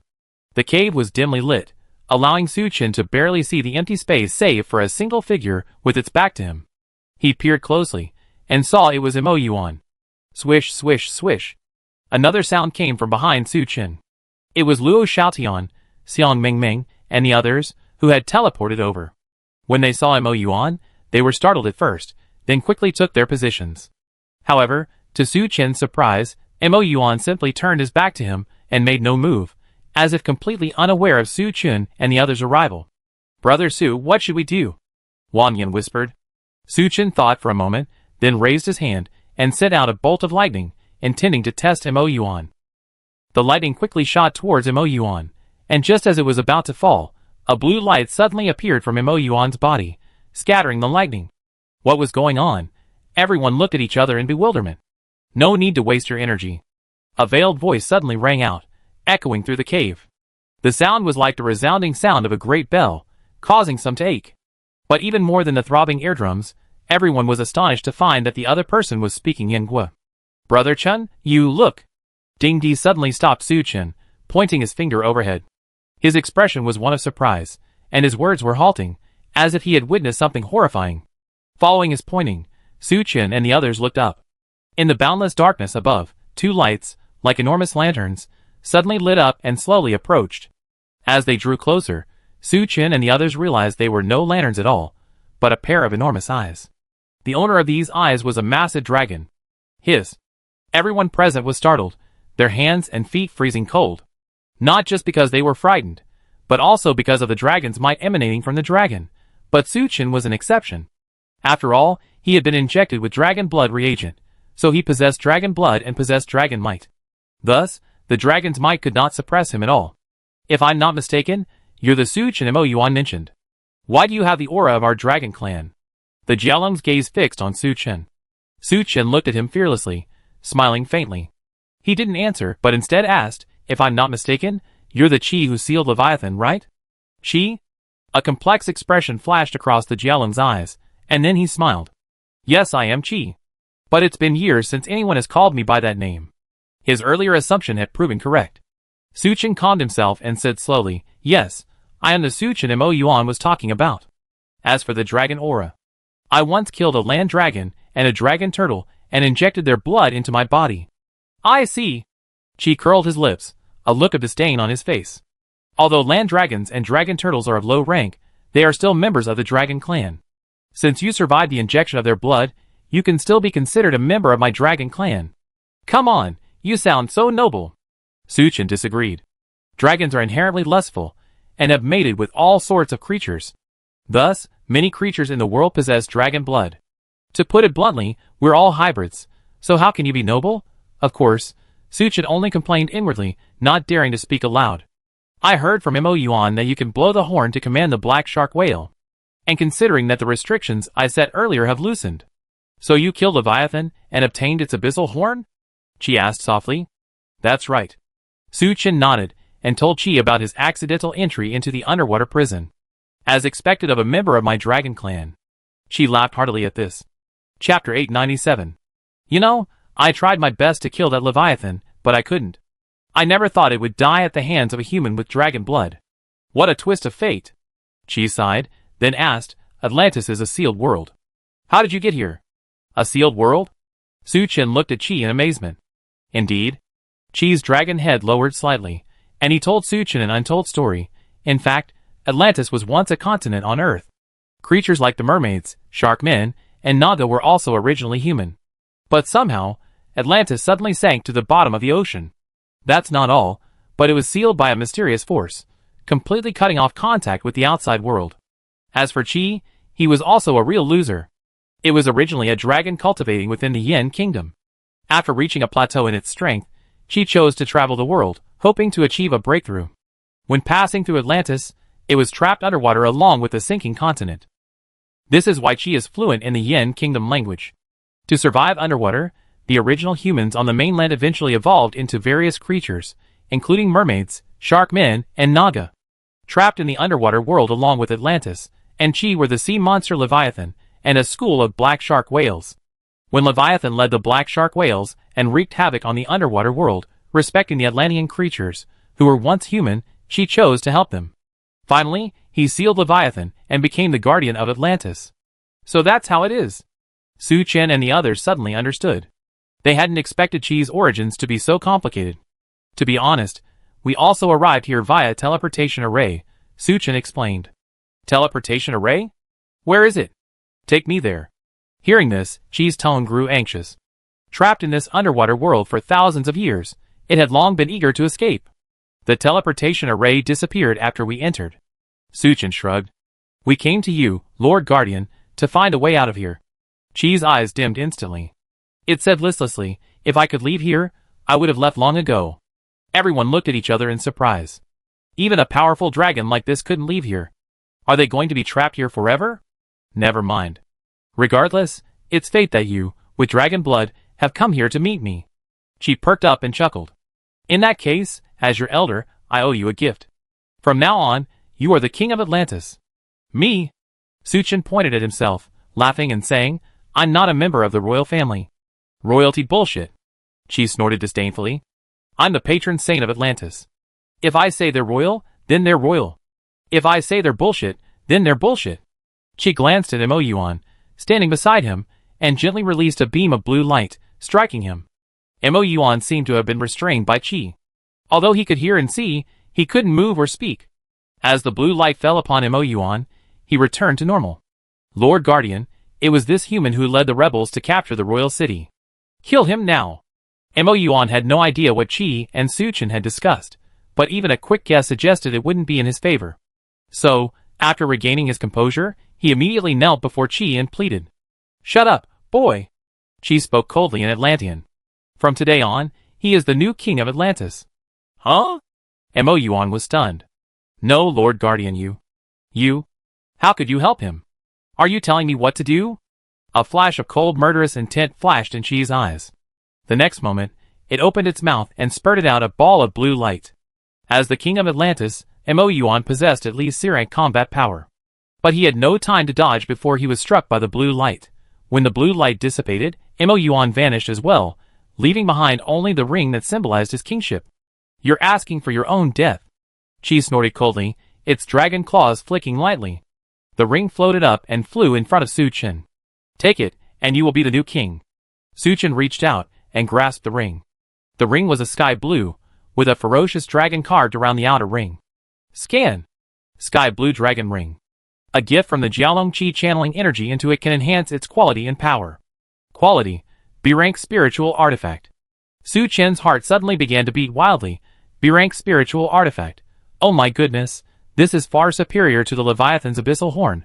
The Jialong was truly impressive. It wasn't just that he didn't attack, but when he did, he unleashed something so impressive. Qi had been observing Su Chen, and when he saw the excitement on his face, he smiled. It's just a ring. I have another great fortune for you, but don't rush. Qi raised his dragon claw again, unleashing a beam of blue light. The blue light flew straight towards the portal through which Su Chen and his companions had arrived. After being struck, the portal rapidly expanded, enveloping Su Chen and his companions. Everyone's vision blurred, and when they regained consciousness, they were already back in the palace. Returning with them was Jialing Qi. The sudden appearance of the Qi, floating in midair, startled the Atlanteans present. After a brief moment of shock, they all fell to their knees. Greetings, Lord Guardian. Long live Lord Guardian. Although most Atlanteans considered the Guardian Qi merely a legend, when the Qi actually appeared before them, they reacted with awe and respect. This naturally included Lu Guang, Yi Chen, and the four princes. Qi looked at them with a haughty expression. Go and call all the nobles of Atlantis. Yes, Lord Guardian. The four princes, not wanting to be neglected, immediately stood up and left. A short while later, all the nobles of the royal city swam over in a mighty procession. When they saw the Guardian before them, they all knelt in unison. Greetings, Lord Guardian. I didn't like the previous King Mo Yuan very much, Qi said lazily, so I already destroyed him. Chapter 898. Hearing this, the Atlantean nobles present exchanged a look of bewilderment. They all knew that Mo Yuan was no match for Su Chen, Lu Guang, and the other four princes, and had fled to seek help from the Guardian God. Before arriving, the nobles had assumed that it was the Guardian God who had helped Mo Yuan defeat the rebels. But they never expected that the Guardian God would simply depose Mo Yuan. From now on, this human, Su Chen, is the new king of Atlantis. The nobles erupted in shock at these words. Mo Yuan had first violated Atlantean traditions, and after ascending to power, he went against the grain, suppressing dissidents. When the Dragon Qi deposed Mo Yuan, the nobles applauded. But Qi then turned around and appointed Su Chen as the new king. This was unacceptable to the nobles. Not only was Su Chen not a member of the royal family, he wasn't even a resident of Atlantis. Guardian, this is against the rules. A prince couldn't help but exclaim. Qi glanced at it, then gently raised its dragon claws, emitting another burst of blue light. The prince had never expected his own guardian to strike so swiftly. Before he could react, the blue light struck him, instantly transforming him into a ball of vapor. Everyone present paled. From today on, Su Chen is the new king. I spoken. Who's in favor, who's against? Qi's deep voice echoed above the palace. His cold eyes swept over the nobles. It was the Guardian of Atlantis. Although it had rarely been seen, it held a high prestige among the inhabitants of Atlantis. Not to mention that Qi had just killed a prince with a single blow. Under such a powerful threat, the Atlantean nobles, however reluctant, had no choice but to accept the situation. Your Majesty. Yi Chen was the first to react, bowing respectfully to Su Chen. The other nobles, waking from their dreams, saluted Su Chen one after another. This included Lu Guang. But unlike the others, she was delighted. If Su Chen became the king of Atlantis, according to tradition, she would have to marry him. That way, she wouldn't have to worry about running away from the marriage. Seeing these Atlantean nobles kneeling and bowing to Su Chen, Qi's expression grew even more satisfied. Its eyes narrowed, and a dazzling blue light enveloped its body. When the blue light faded, the massive dragon's form had vanished, replaced by a slightly hunched old man. The old man's hair was white, his face youthful, his azure eyes gleaming with brilliance. I had never thought that the Qi could transform into a human. Su Chen, slightly surprised, stepped forward respectfully. Master Guardian. There's no need to be polite. The Qi chuckled. If you like, you can call me Master. Hello, Master. Su Chen was somewhat flattered. The Qi had lived for thousands of years, possessing immense strength and rich experience. As soon as they met, he presented Su Chen with a treasure like the sky blue dragon ring. To have him as his master was something Su Chen couldn't have asked for more. With such a powerful dragon protecting him, Su Chen was confident he could even challenge the men from Zeus's sanctuary. Alright, all those who are not involved, please leave. Qi waved casually. The Atlantean nobles breathed a sigh of relief and hurriedly bowed before leaving. After everyone else had left, only Su Chen, Yi Chen, Lu Guang, Luo Xiaoyan, and the others remained. Qi waved at Su Chen and led him into the palace. Although you become king, those Atlantean nobles will certainly not accept you. Your strength isn't enough to suppress them. As your teacher, I can't be your constant companion, cleaning up your mess. So, I plan to help you improve your strength. At the very least, you need to advance from D+ to C rank. Chi smiled warmly. If that's the case, thank you so much, teacher. Su Chen's face lit up with excitement. Previously, whether evolving from G to F, F to E, or E to D, nothing had been smooth sailing. Evolution generally required the injection of special reagents. It would be great if Chi was willing to help him improve his strength. But this isn't so easy. Chi pondered for a moment, then instructed Yi Chen, who was standing beside him. Go prepare the materials. I set up a formation to help the king improve his strength. Then it recited a series of names. Not only Su Chen, but even Lu Guang and Yi Chen had never heard of them. Guardian, there are so many materials. We don't have them here. Yi Chen said cautiously. Chi's face darkened, and he said coldly, I can't care less. Everything must be ready within 12 hours. Otherwise, don't blame me for being rude. Huh? Hearing this, Yi Chen was stunned. Gathering so many rare materials in 12 hours would be a challenge for them. Teacher, 12 hours is a bit too tight. Why don't you give me a little more time? Seeing this, Su Chen hurriedly spoke up for Yi Chen. Okay, 2 days at most. No time to waste. For Su Chen's sake, Chi's expression finally softened. While 2 days was still tight, it was much better than 12 hours. Yi Chen nodded quickly. Please rest assured, Guardian God. I will definitely gather all these materials within 2 days. That's more than enough. Chi stretched. I'm going to rest in the palace for a while. Su Chen, please have someone send me a large amount of raw stones later. Yes, teacher. Su Chen agreed. Watching Chi swaggering into the palace, Luo Xiaotian whispered, Boss Su, why do I feel like there's something off about this guardian deity? What's wrong? Su Chen glanced at him. He's so cruel to outsiders, but he's overly enthusiastic towards you, Boss Su. Luo Xiaotian said cautiously. Hey, if you ask me, it's you, Xiaoluo, who's overthinking it. Wang Yan came forward, grinning. My brother Su is tall, mighty, and handsome. He'd be the perfect male protagonist in any epic novel. That guardian angel took a liking to my brother Su, and showed him so much favor. Isn't that only natural? Hearing this, Luo Xiaotian, Ding Di, and the others all rolled their eyes. Xiaoluo, you're overthinking it. Su Chen smiled faintly. Teacher's been so kind to me, giving me so many treasures. How could there be anything wrong? Don't say things like that again, or I get angry. Luo Xiaotian's heart skipped a beat, and he quickly apologized. Sorry, Boss Su, I was overthinking it. Chapter 899. With Mo Yuan's death and Chi's intervention in Atlantis government, the coup was successfully quelled. Su Chen, in the king's name, dispatched a massive army, which quickly rushed to Jinyuan Pass. Considering that he had no one he could trust in Atlantis, so, at Lu Guang's suggestion, Su Chen ordered Yin Yu to return to the royal city. He also appointed several reliable generals to replace Yin Yu. After handling these matters, even though he was strong, Su Chen felt somewhat exhausted. He leaned back on the throne and sighed softly. Just then, a figure quietly swam over. She came up behind Su Chen, extended her slender hand, and massaged his forehead. Thank you so much for today. Without you, I wouldn't have been able to stabilize the government so quickly, Su Chen said softly. Aside from humans, like Luo Xiaotian, the only people Su Chen could trust in the entire royal city were Lu Guang and Yi Chen. Yi Chen, following Yin Yu, had been stationed at Jinyuan Pass for years, and was unfamiliar with the state of the royal city. Thankfully, Lu Guang had lived in the royal city since childhood and, as a princess of the Eldar, was relatively familiar with the goings-on at court. With her help, Su Chen was able to quickly sort out the political affairs of Atlantis. This is what I should do. Lu Guang smiled softly, looking at Su Chen tenderly. Now that you're king, I, as a princess, must marry you and become your queen.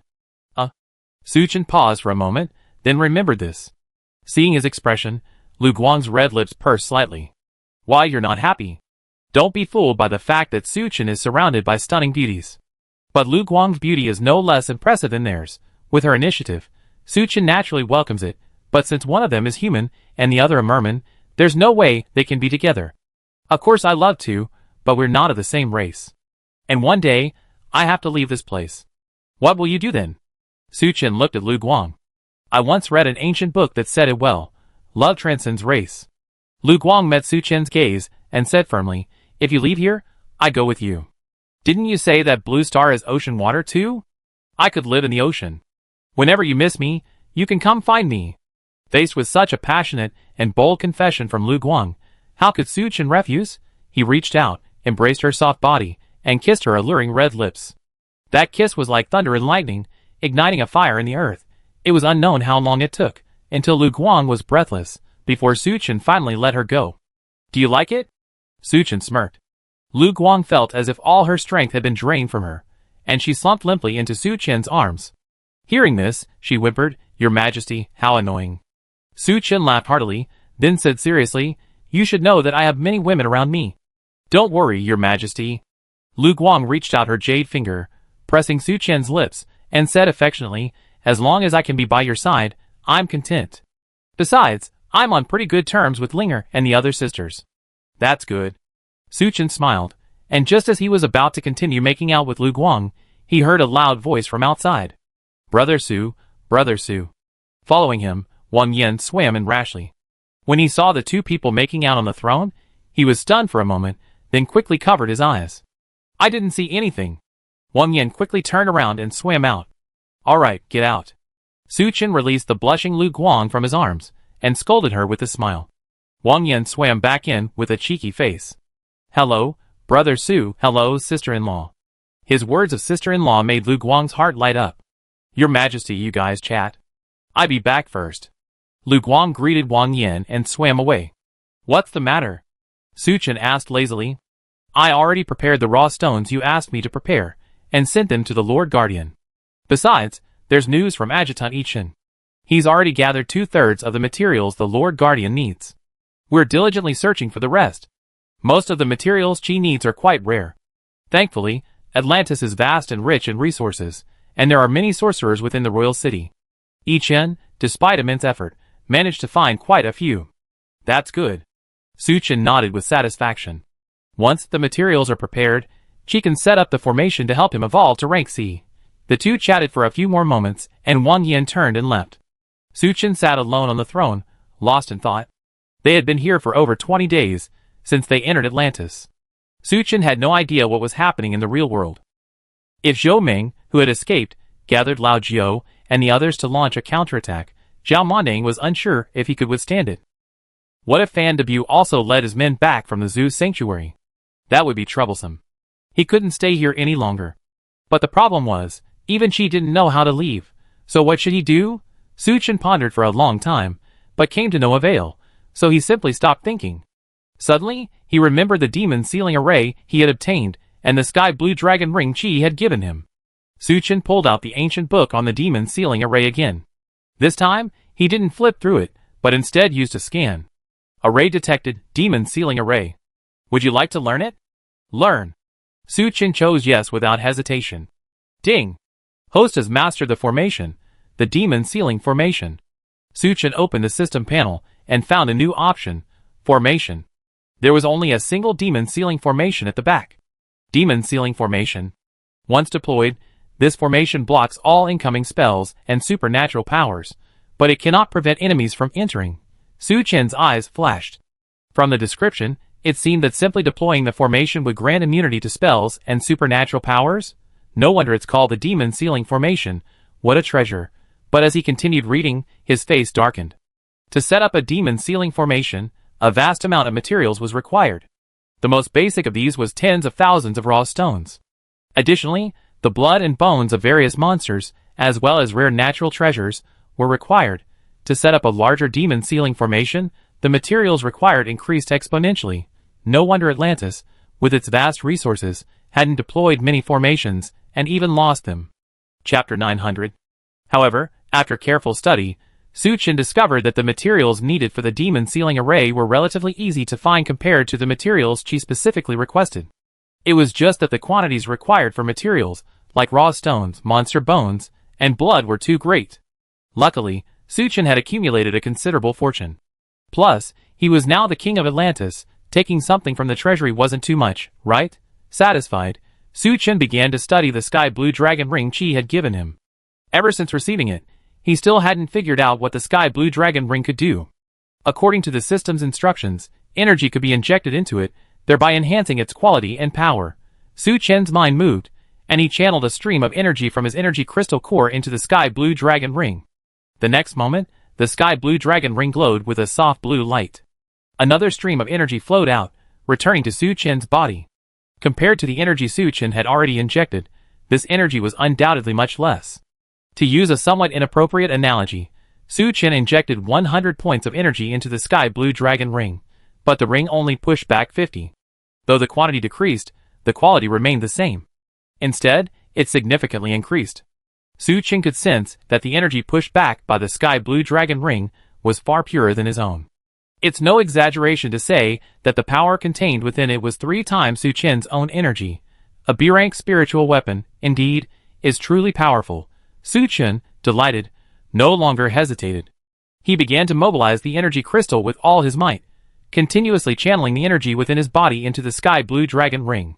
Su Chen channeled energy, while the sky blue dragon ring pushed it back. After an unknown amount of time, half of the energy in Su Chen's body vanished. In its place, it was filled with pure energy. Su Chen had no doubt that if he used the 6th strike of the infinite steel flash technique again, its power would even rival the 7th. As for the power of the 7th strike, he simply couldn't imagine it. His teacher was so kind to him. Su Chen mentally praised Qi and began to restore his energy.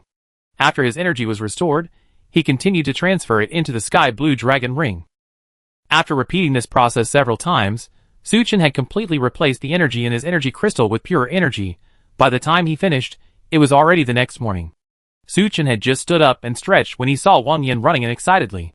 "Brother Su, Adjutant Yichen has prepared the materials the Lord Guardian needs. The Lord Guardian is setting up the formation, and asked me to send you over."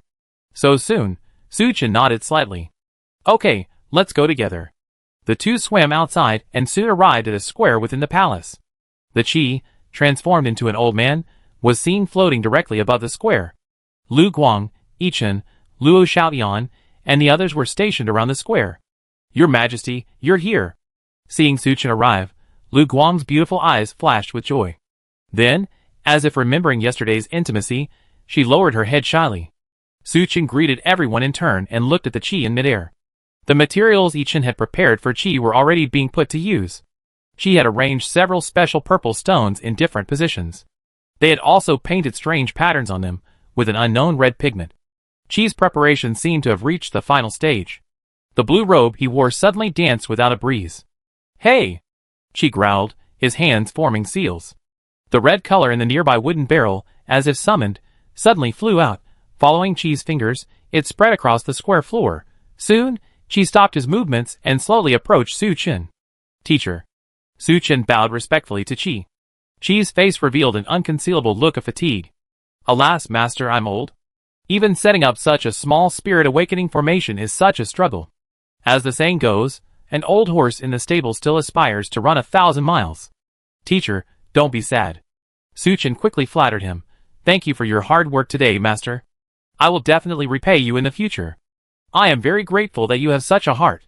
Qi calmed down and smiled casually. "Su Chen, please go sit down in the center of the formation." Following Qi's instructions, Su Chen entered the center of the spirit awakening formation. There was a small open space here, seemingly left there by Qi.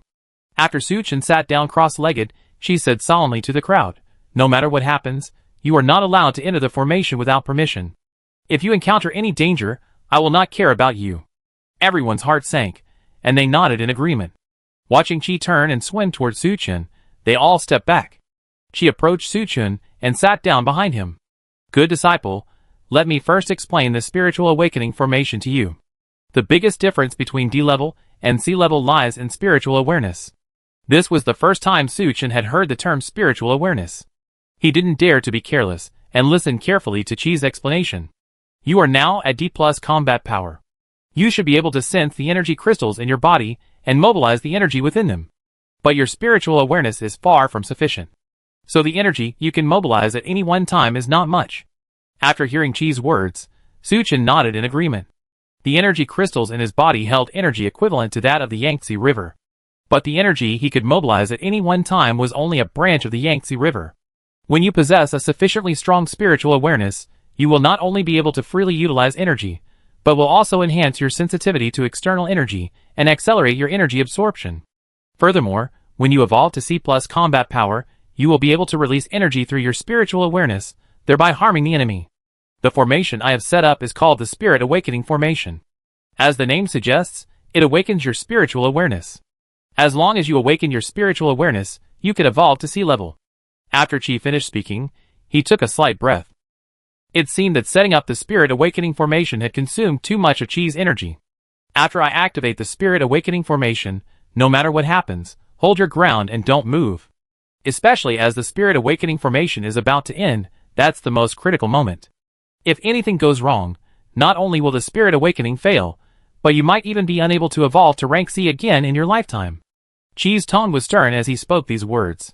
Seeing his seriousness, Suchin nodded quickly and said, "Please rest assured, Master. I will never come back."